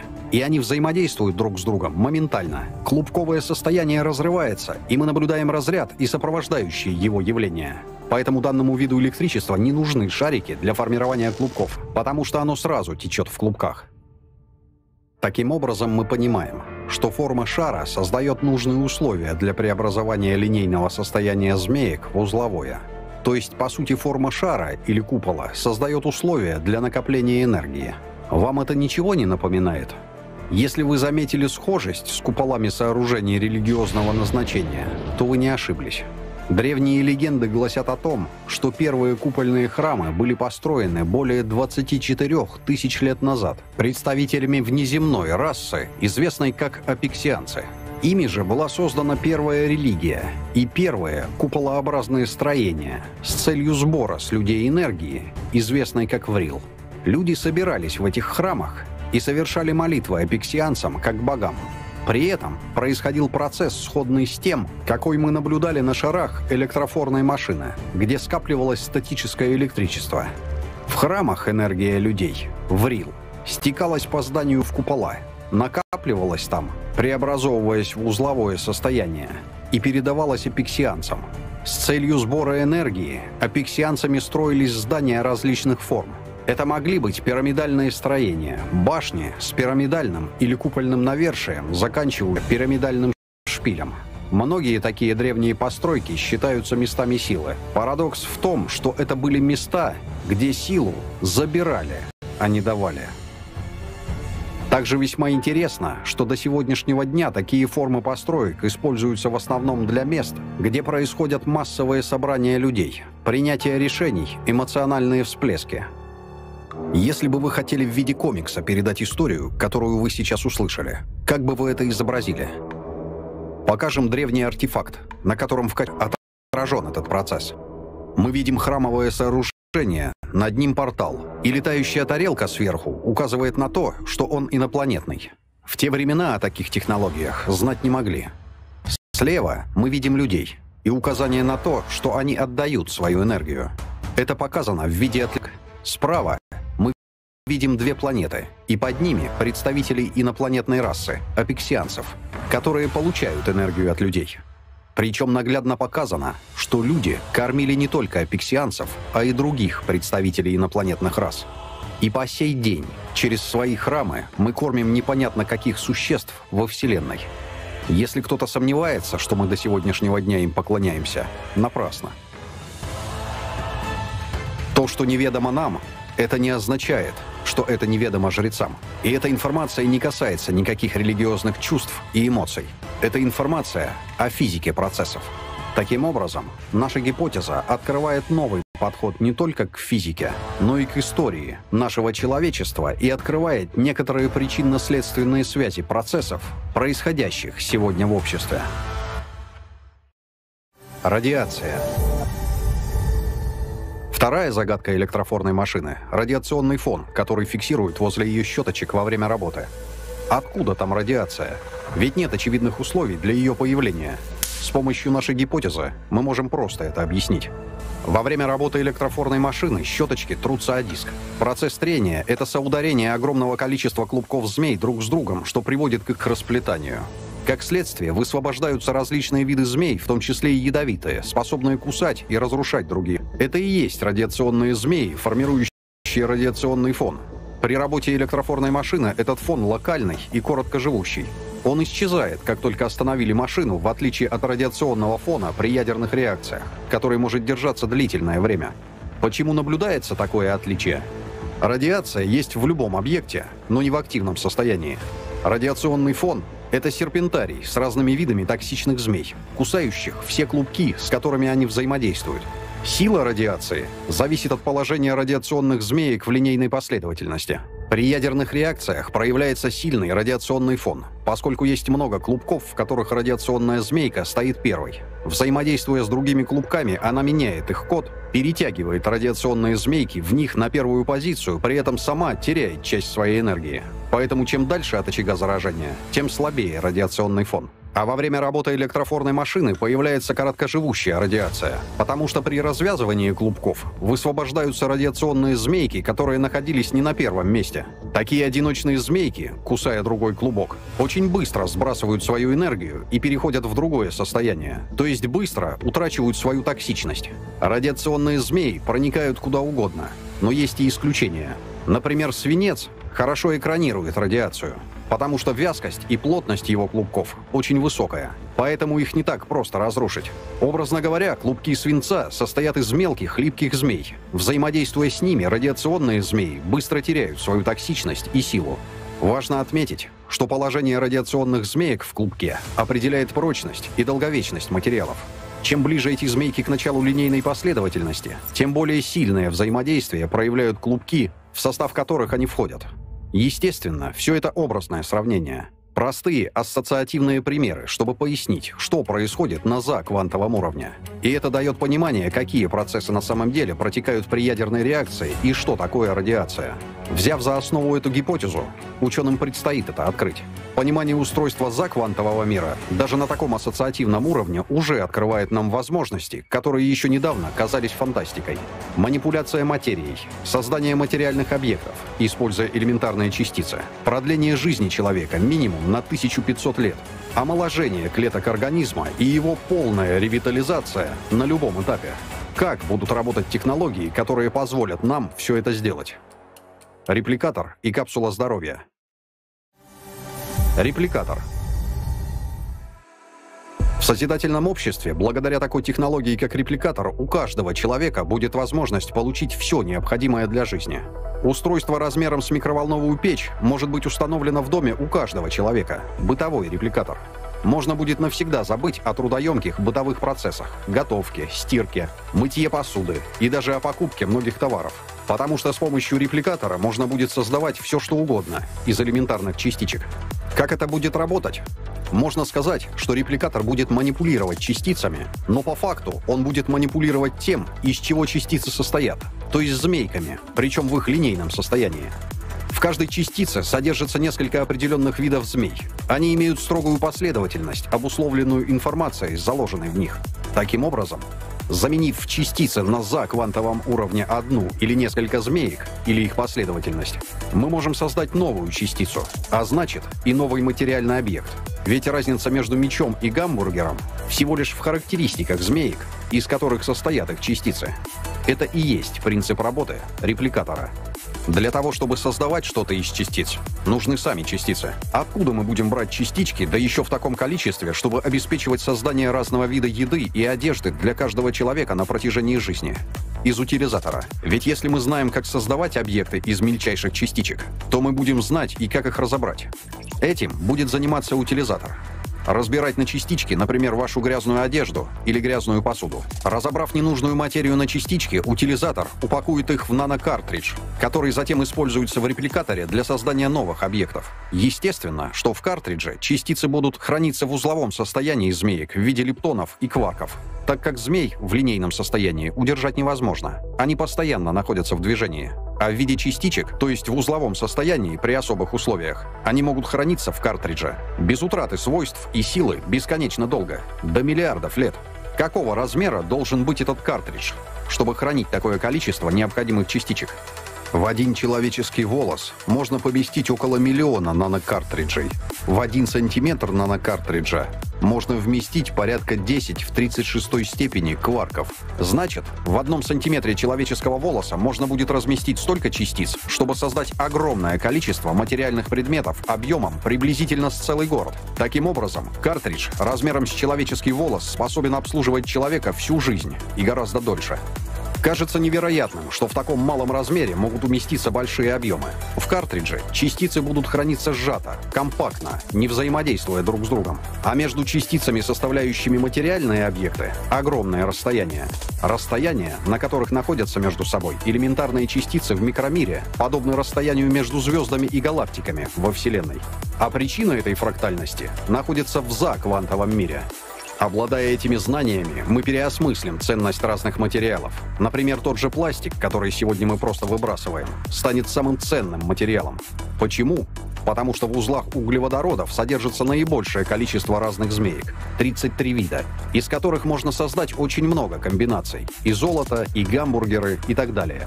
По той же причине будет цениться и хлопок. Он по характеристикам близок к пластику, и из него можно будет создать много других частичек. Чтобы лучше понять процесс репликации, приведем образный пример. Представим, что мы кладем вязаный свитер в прибор, похожий на микроволновку. В это время специальное устройство считывает форму свитера и расположение каждой шерстинки в нитях этого свитера. Далее специальным устройством, подобным вязальному крючку, цепляется одна нить и расплетается весь свитер вплоть до шерстинок. А каждая шерстинка разбирается на составляющие. Все эти составляющие хранятся в компактном состоянии, плотно упакованные. И таким образом наш, казалось бы, крупный свитер помещается в маленькую коробочку.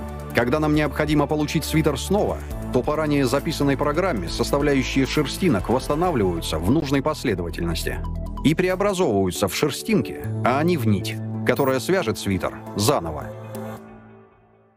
Вся эта информация дает понимание, что все в этом мире программировалось и создавалось. Это целая таблица программирования. Но в этом нет ничего сложного. Сейчас в программировании мы используем всего лишь 0 и единицу. А в за-квантовом мире несколько сотен комбинаций. Для сравнения, в нашем алфавите всего лишь около 30 букв. Но из них составлено более... Для человека не представляет сложности манипулировать буквами и составлять слова. Так и для искусственного интеллекта не составит сложности проанализировать все возможные комбинации змеек, которых может быть достаточно много, и проанализировать характеристики любого материального объекта на уровне змеек, а значит, воссоздать его точную копию, руководствуясь этой информационной матрицей. Капсула здоровья. По такому же принципу работает и капсула здоровья. Она позволит поддерживать тело человека в идеальном и молодом состоянии минимум 1500 лет за счет той же манипуляции энергиями, змейками, из которых состоят все частички в клеточках нашего организма. С позиции современной медицины единственный способ помочь человеку, у которого, например, отказал тот или иной орган, это трансплантация. Орган нужно достать и заменить, а капсула здоровья будет восстанавливать работающий орган внутри тела, просто меняя состояние его клеток на за-квантовом уровне. В человеческом теле порядка 30 триллионов клеток. Каждая из них по своей сложности напоминает галактику. Если увеличить клетку в миллиард раз и заглянуть внутрь, то мы увидим подобие колоссального автоматизированного завода, выполняющего почти столько же уникальных функций, сколько выполняют все производства в мире. Причем этот завод обладал бы характеристикой, которой нет ни у одной из самых современных машин. Способностью в считанные часы воспроизвести в полном объеме свою собственную структуру. Клетка — это настолько взаимосвязанная и отлаженная система, что если хоть одна из составляющих выйдет из строя, то она погибнет. Поэтому манипуляции с живой клеткой на уровне молекул и атомов невозможны. Это равносильно попытке починить двигатель автомобиля на полном ходу. А на заквантовом уровне все просто. Необходимо добавить змейки, где не хватает, или убрать лишнее. И состояние органа из патологического вернется в здоровое. По такому же принципу будет происходить и омоложение тела, и продление жизни человека. Информационный код. Можно провести аналогию с программным кодом сайта. Чтобы что-то изменить на странице сайта, мы вносим изменения не на самом сайте, а заходим в его код и прописываем то, что нам нужно. Например, меняем цвет шрифта в коде. И это тут же отображается на самом сайте. Мы можем прописать другой адрес картинки, и картинка, которую видим на сайте, заменится. То есть вносим изменения в коде, а отображаются они на странице сайта. По этому принципу будет работать капсула здоровья. Мы вносим изменения на заквантовом уровне, на уровне кода, а отображаются они здесь, в видимом для нас мире. Знания об управлении и манипуляции материей были известны с древности. Тот же символ кадуцея — это символ власти человека над материей, а не человека над человеком, как это позже исказилось. Наша гипотеза подтверждает, что алхимия — это не сказка, так как поменять одно состояние объекта на другое возможно, просто изменив его характеристики на заквантовом уровне. Также наша гипотеза дает понимание, на каких принципах происходит обмен информацией между запутанными частицами. А значит, тот же принцип человечество может использовать в технологиях. И все это доступно уже на первом уровне развития цивилизации. А цивилизацией мы становимся, когда входим в созидательное общество. С этим нам станут доступны совершенно новые технологии, основанные на понимании заквантового мира. Какие технологии нам открываются? Сегодня на пути технологического развития нас тормозит ограниченная скорость передачи информации. А при использовании принципа мгновенной взаимосвязи любые ограничения снимаются. Мы даже представить не можем тот объем информации, которым каждый миг обменивается вся материя во Вселенной. Нам, человечеству, остается только гармонично вписаться в этот поток, и тогда наша с вами жизнь изменится колоссально. Как именно? Обмен информацией. Во-первых, интернет. Скорость передачи информации увеличится в миллиарды раз. По всей планете обмен данными будет мгновенным, без потери во времени. Для этого больше не нужны будут ни спутники, ни телебашни, ни провода. Уже через несколько лет обычные наручные часы смогут обрабатывать в миллионы раз больше информации, чем самый современный суперкомпьютер. По сравнению с будущими технологиями, мы сегодня, как первобытные племена, передающие сигналы с помощью дыма от костров. Это раскрывает и колоссальные возможности и в коммуникации между людьми. Мгновенная связь, общение в виде максимально реалистичных голограмм, моделирующих полноценное присутствие человека. Находясь за тысячи километров, мы сможем видеть друг друга и общаться, словно находимся в одной комнате. Или сможем, не выходя из дома, оказаться на берегу моря или на рыбалке, со всеми ощущениями. Глаз Бога. Ваджра. Во-вторых, руководствуясь представленной гипотезой, человечество сможет использовать не 6, а все 32 вида энергии, как и в древности. А это значит, что нам станут доступны такие легендарные технологии древности, о которых мы уже упоминали – Ваджра и Глаз Бога.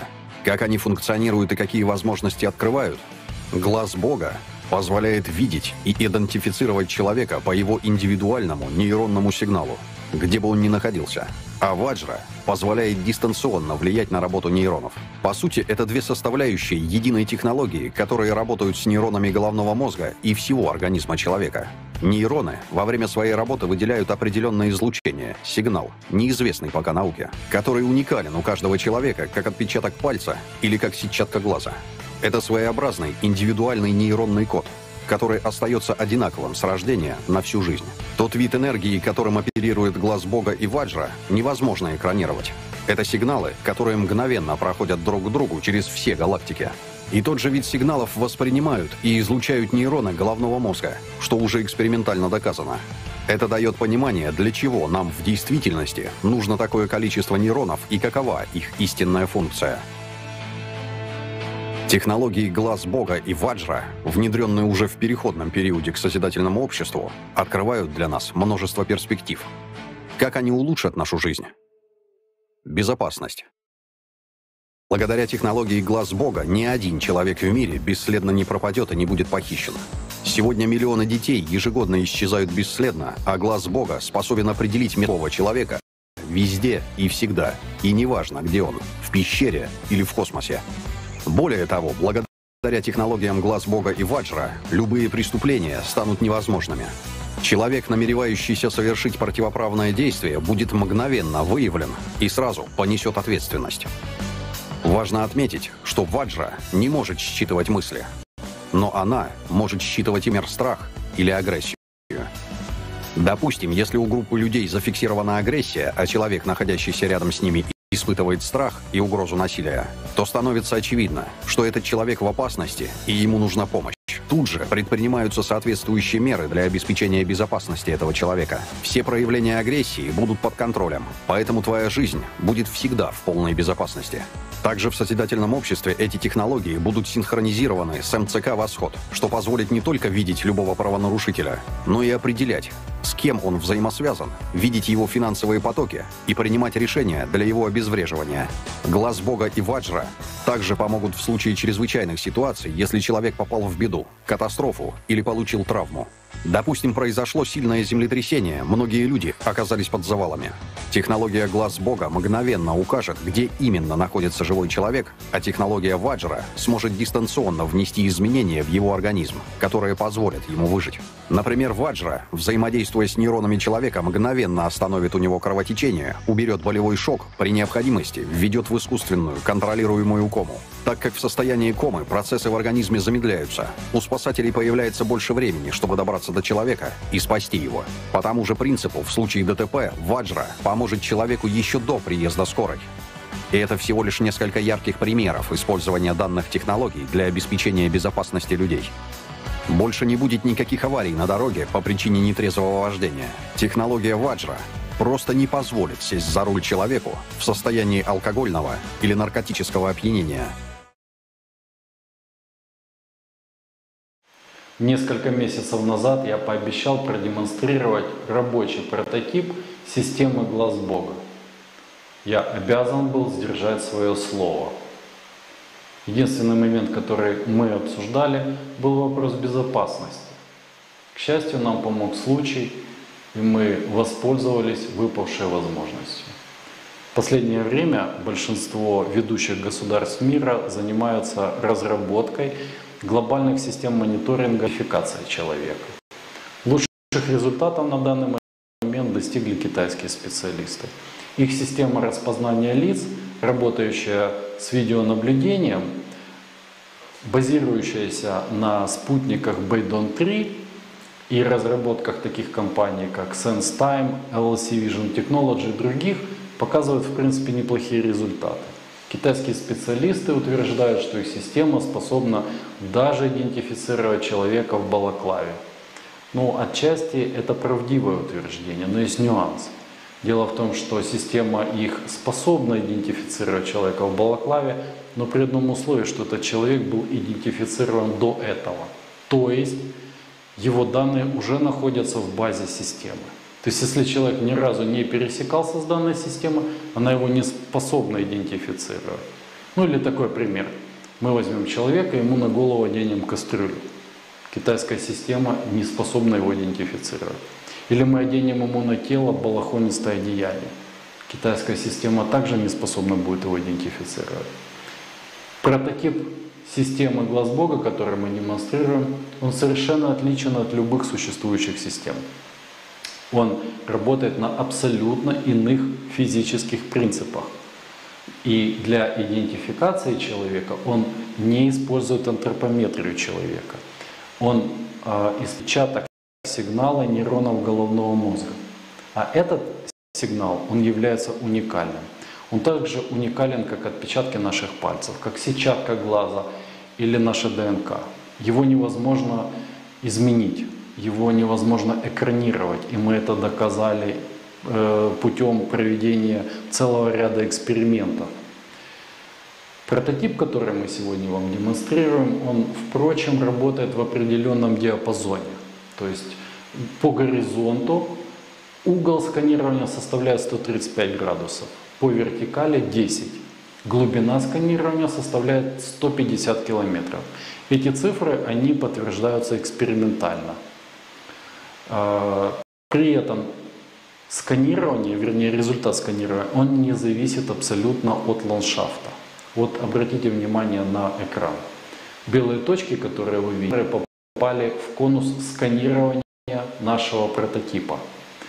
Я напомню, что мы с вами находимся в Швейцарии, и это не самая густонаселенная на планете страна.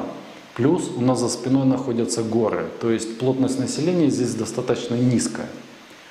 То есть, если бы мы с вами проводили данную презентацию в Токио или, например, в Пекине, безусловно, результат был бы совершенно иным.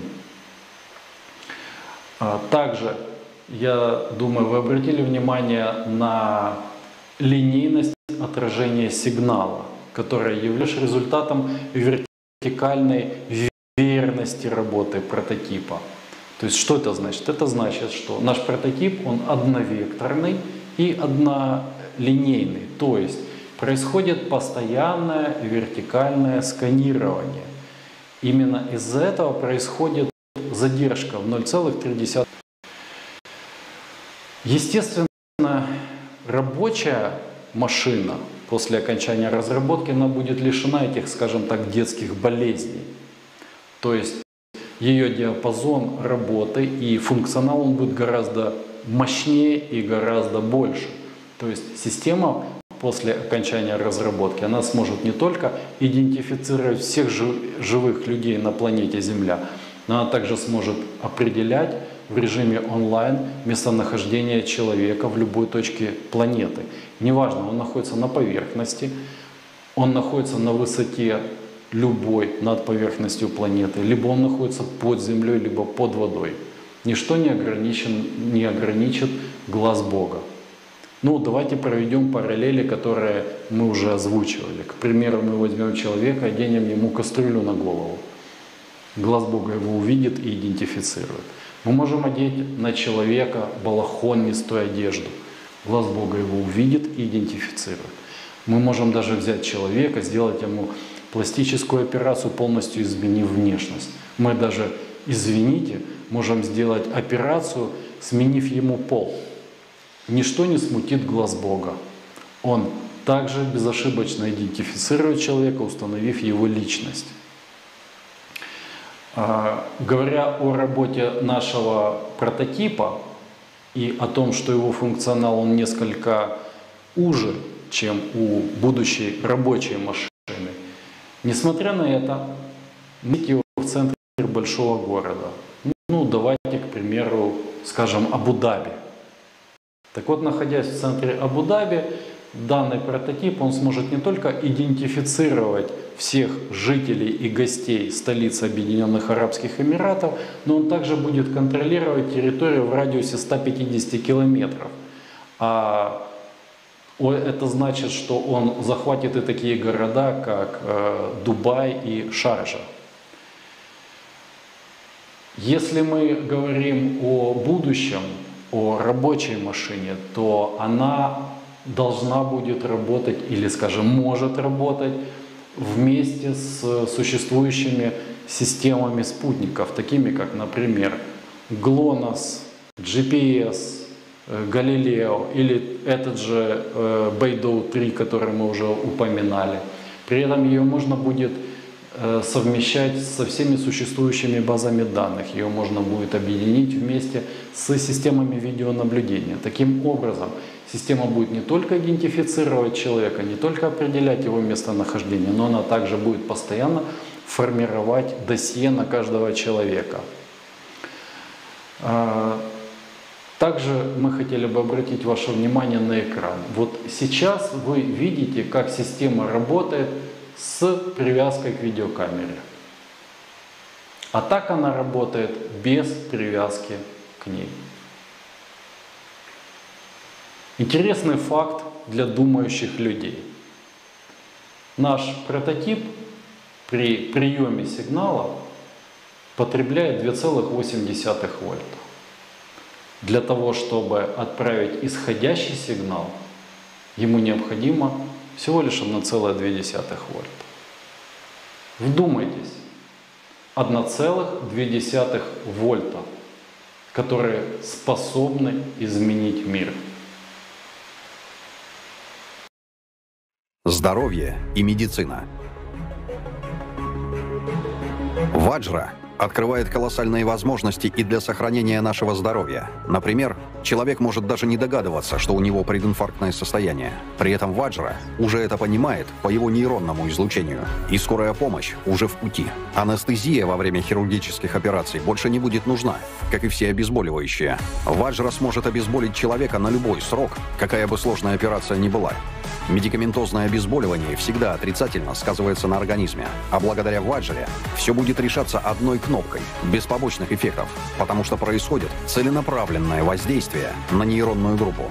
По сути, глаз Бога и Ваджра — это новый уровень заботы о безопасности и здоровье человека. У некоторых могут возникнуть опасения в ключе «а как же личная жизнь?». Пока нет соседа, и кто-то зашел к соседке, неужели эта технология тоже все это будет фиксировать? Тут ответ прост. Все это — ваши личные дела. Технологии за это не отвечают. Если нет насилия, страха, угрозы жизни, то это не сфера функционирования Ваджры. Эта технология не контролирует, кто к кому и зачем пришел в гости. А вот тот факт, что у тебя прединфарктное или прединсультное состояние, она обязана контролировать. Да, некоторые могут возразить, что все люди будут под контролем. Это сейчас, в потребительском формате троллем. Сегодня за нами следит даже собственный утюг. Все наши гаджеты, смартфоны, ноутбуки, все это используется, чтобы собрать о нас максимум информации, чтобы контролировать нас, нажиться на нас и усилить власть над нами. А в созидательном обществе ты власть, как и каждый человек. Твоя безопасность и твоя жизнь — это главный приоритет. Технология глаз Бога — это гарантия твоей безопасности, и главное — это гарантия того, что никогда, ни при каких условиях власть, принадлежащая всему человечеству, не сможет быть узурпирована кем-либо. Сегодня на планете Земля нет более страшного зверя, чем человек. Акулы убивают в год в среднем 10 человек, крокодилы — 1000 человек в год, а один человек сегодня способен за год убить сотни тысяч людей. А технология глаз Бога и Ваджра позволяют выявить даже тех, кто стоит за теми, кто отдает такие приказы, и ликвидировать всю цепочку. Технологии глаз Бога и Ваджра в созидательном обществе — это главный гарант того, что никто не сможет навязывать свою волю людям. Власть никогда, ни при каких условиях не будет отобрана у человечества. Если технологии глаз Бога и Ваджра будут использованы в созидательном обществе, где жизнь человека на первом месте, то они будут служить во благо людям. Но если эти же технологии будут использованы в потребительском формате, где жизнь человека ничего не стоит, приведет к мировому тоталитарному режиму. Почему?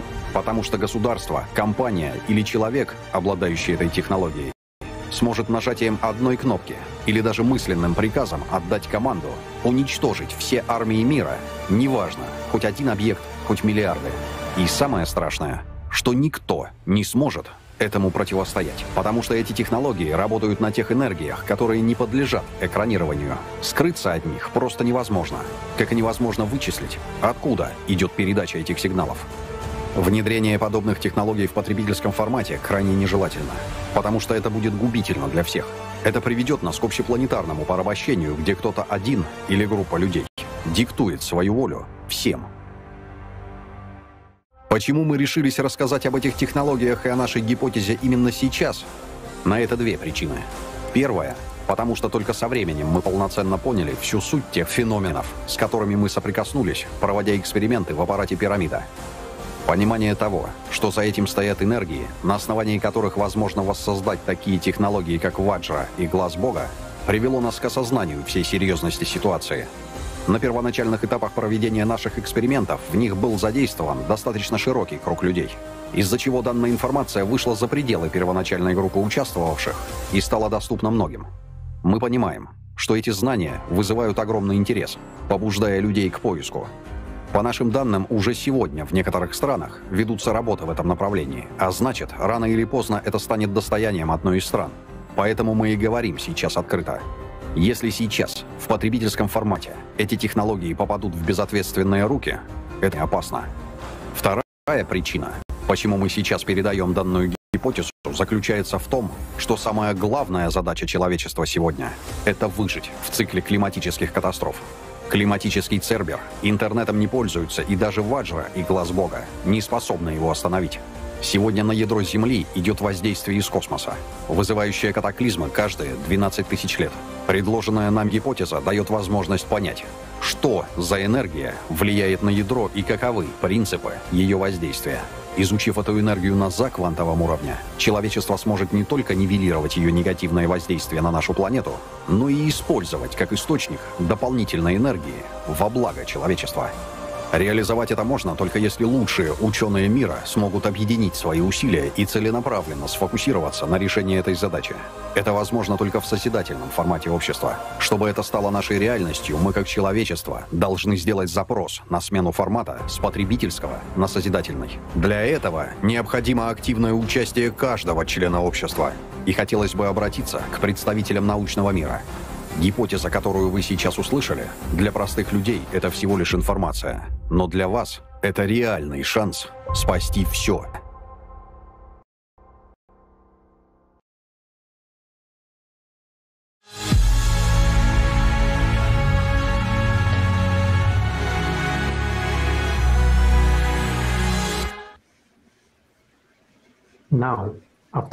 Теперь, Şimdi вы знаете законы мироздания. bunu gördükten sonra siz artık bilirsiniz ince bizim dünyamız kuruldu. Из чего они состоят. Bilirsiniz ince işler bizim Вы понимаете fikirlerimiz, сложность akıllarımız. этого мира. Да, Bunu anlarsınız ne kadar zor kuruluşu и мы onun var. многое поняли. Siz pek çok şeyler anladınız, biz de çok şeyler anladık. Ama bizde kaldı bilinmeyen adalar, angların lazım öğrenme ve Halizden kurtarma bizim planetamızı. Şimdi siz bilirsiniz hani radyasyon var da ondan karşı karşıya lazım gelelim. Bunu durdurma adına bu prosesleri bütün insanlar biz lazım bu yokuşları aşalım. Buna pek az var vakit, kaldı vakit. Наших знаний для этого Biz süreriz недостаточно. doğruları.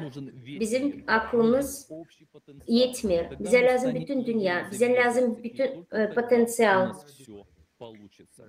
Bütün sivilizasyayı toplayıp sadece o zaman bizde hepsi olacak. Gerçekten biz ayrı kalarsak biz hiçbir şey yapamayacağız. Da bu doğru.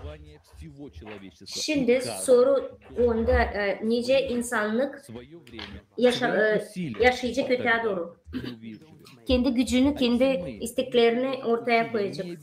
Yerleyeceğim hiçbir şeycik yapmazsak, toplanamazsak, gücümüzü harcamazsak bizde hiçbir şey olmayacak. Bu iş için sevgili dostlar, insanlar bütün dünyadan toplanın yaratıcı topluma birlik olalım. Sayın bilim adamları, siz harcadığınız bütün yaşamanızı bilimi öğrenmeye. Şimdi de bitki gücünüzü verin de insanlığı kurtarın. Sizden küçücük bir şey isteyinler.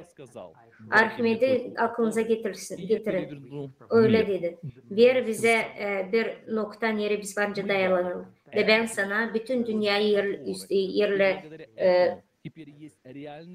çevireceğim alt üst. Ve biz size verdik bir nokta dayanışı. Ve o zaman halis bir büyük şans var değiştirmeye bunu. O zaman siz verince bu dünyayı alt üst edersiniz. İstediğiniz gibi. Sayın bilim adamları, şimdi hepsi gücünüzü, kendinizi koruma deni, yakınlarınızı hem de bütün insanları koruma deni. İnanın, insanlar halizden İnsanlar istiyor bunu. Bu perspektivalar insanların yokuşu hiçbir anlamı yok. Klimat situasyası pek zor. Siz bunları anlarsınız. Bizde var sadece bir küçük şans. Hani kendimizi kurtarmak hem de bütün planeti kurtarmak için. Situasya pek ağır.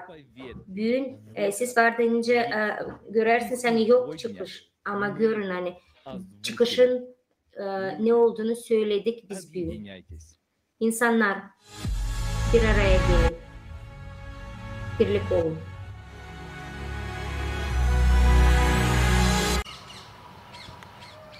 Siz hepsiniz normal, sorumlu, büyük insanlar. Angıları kendileri görerdiler. Bekleyen bizi gerçeğe. Yapın doğru seçim. Hem korun yaratıcı toplumu. Yalvarırım benim geleceğimi elimden almayın.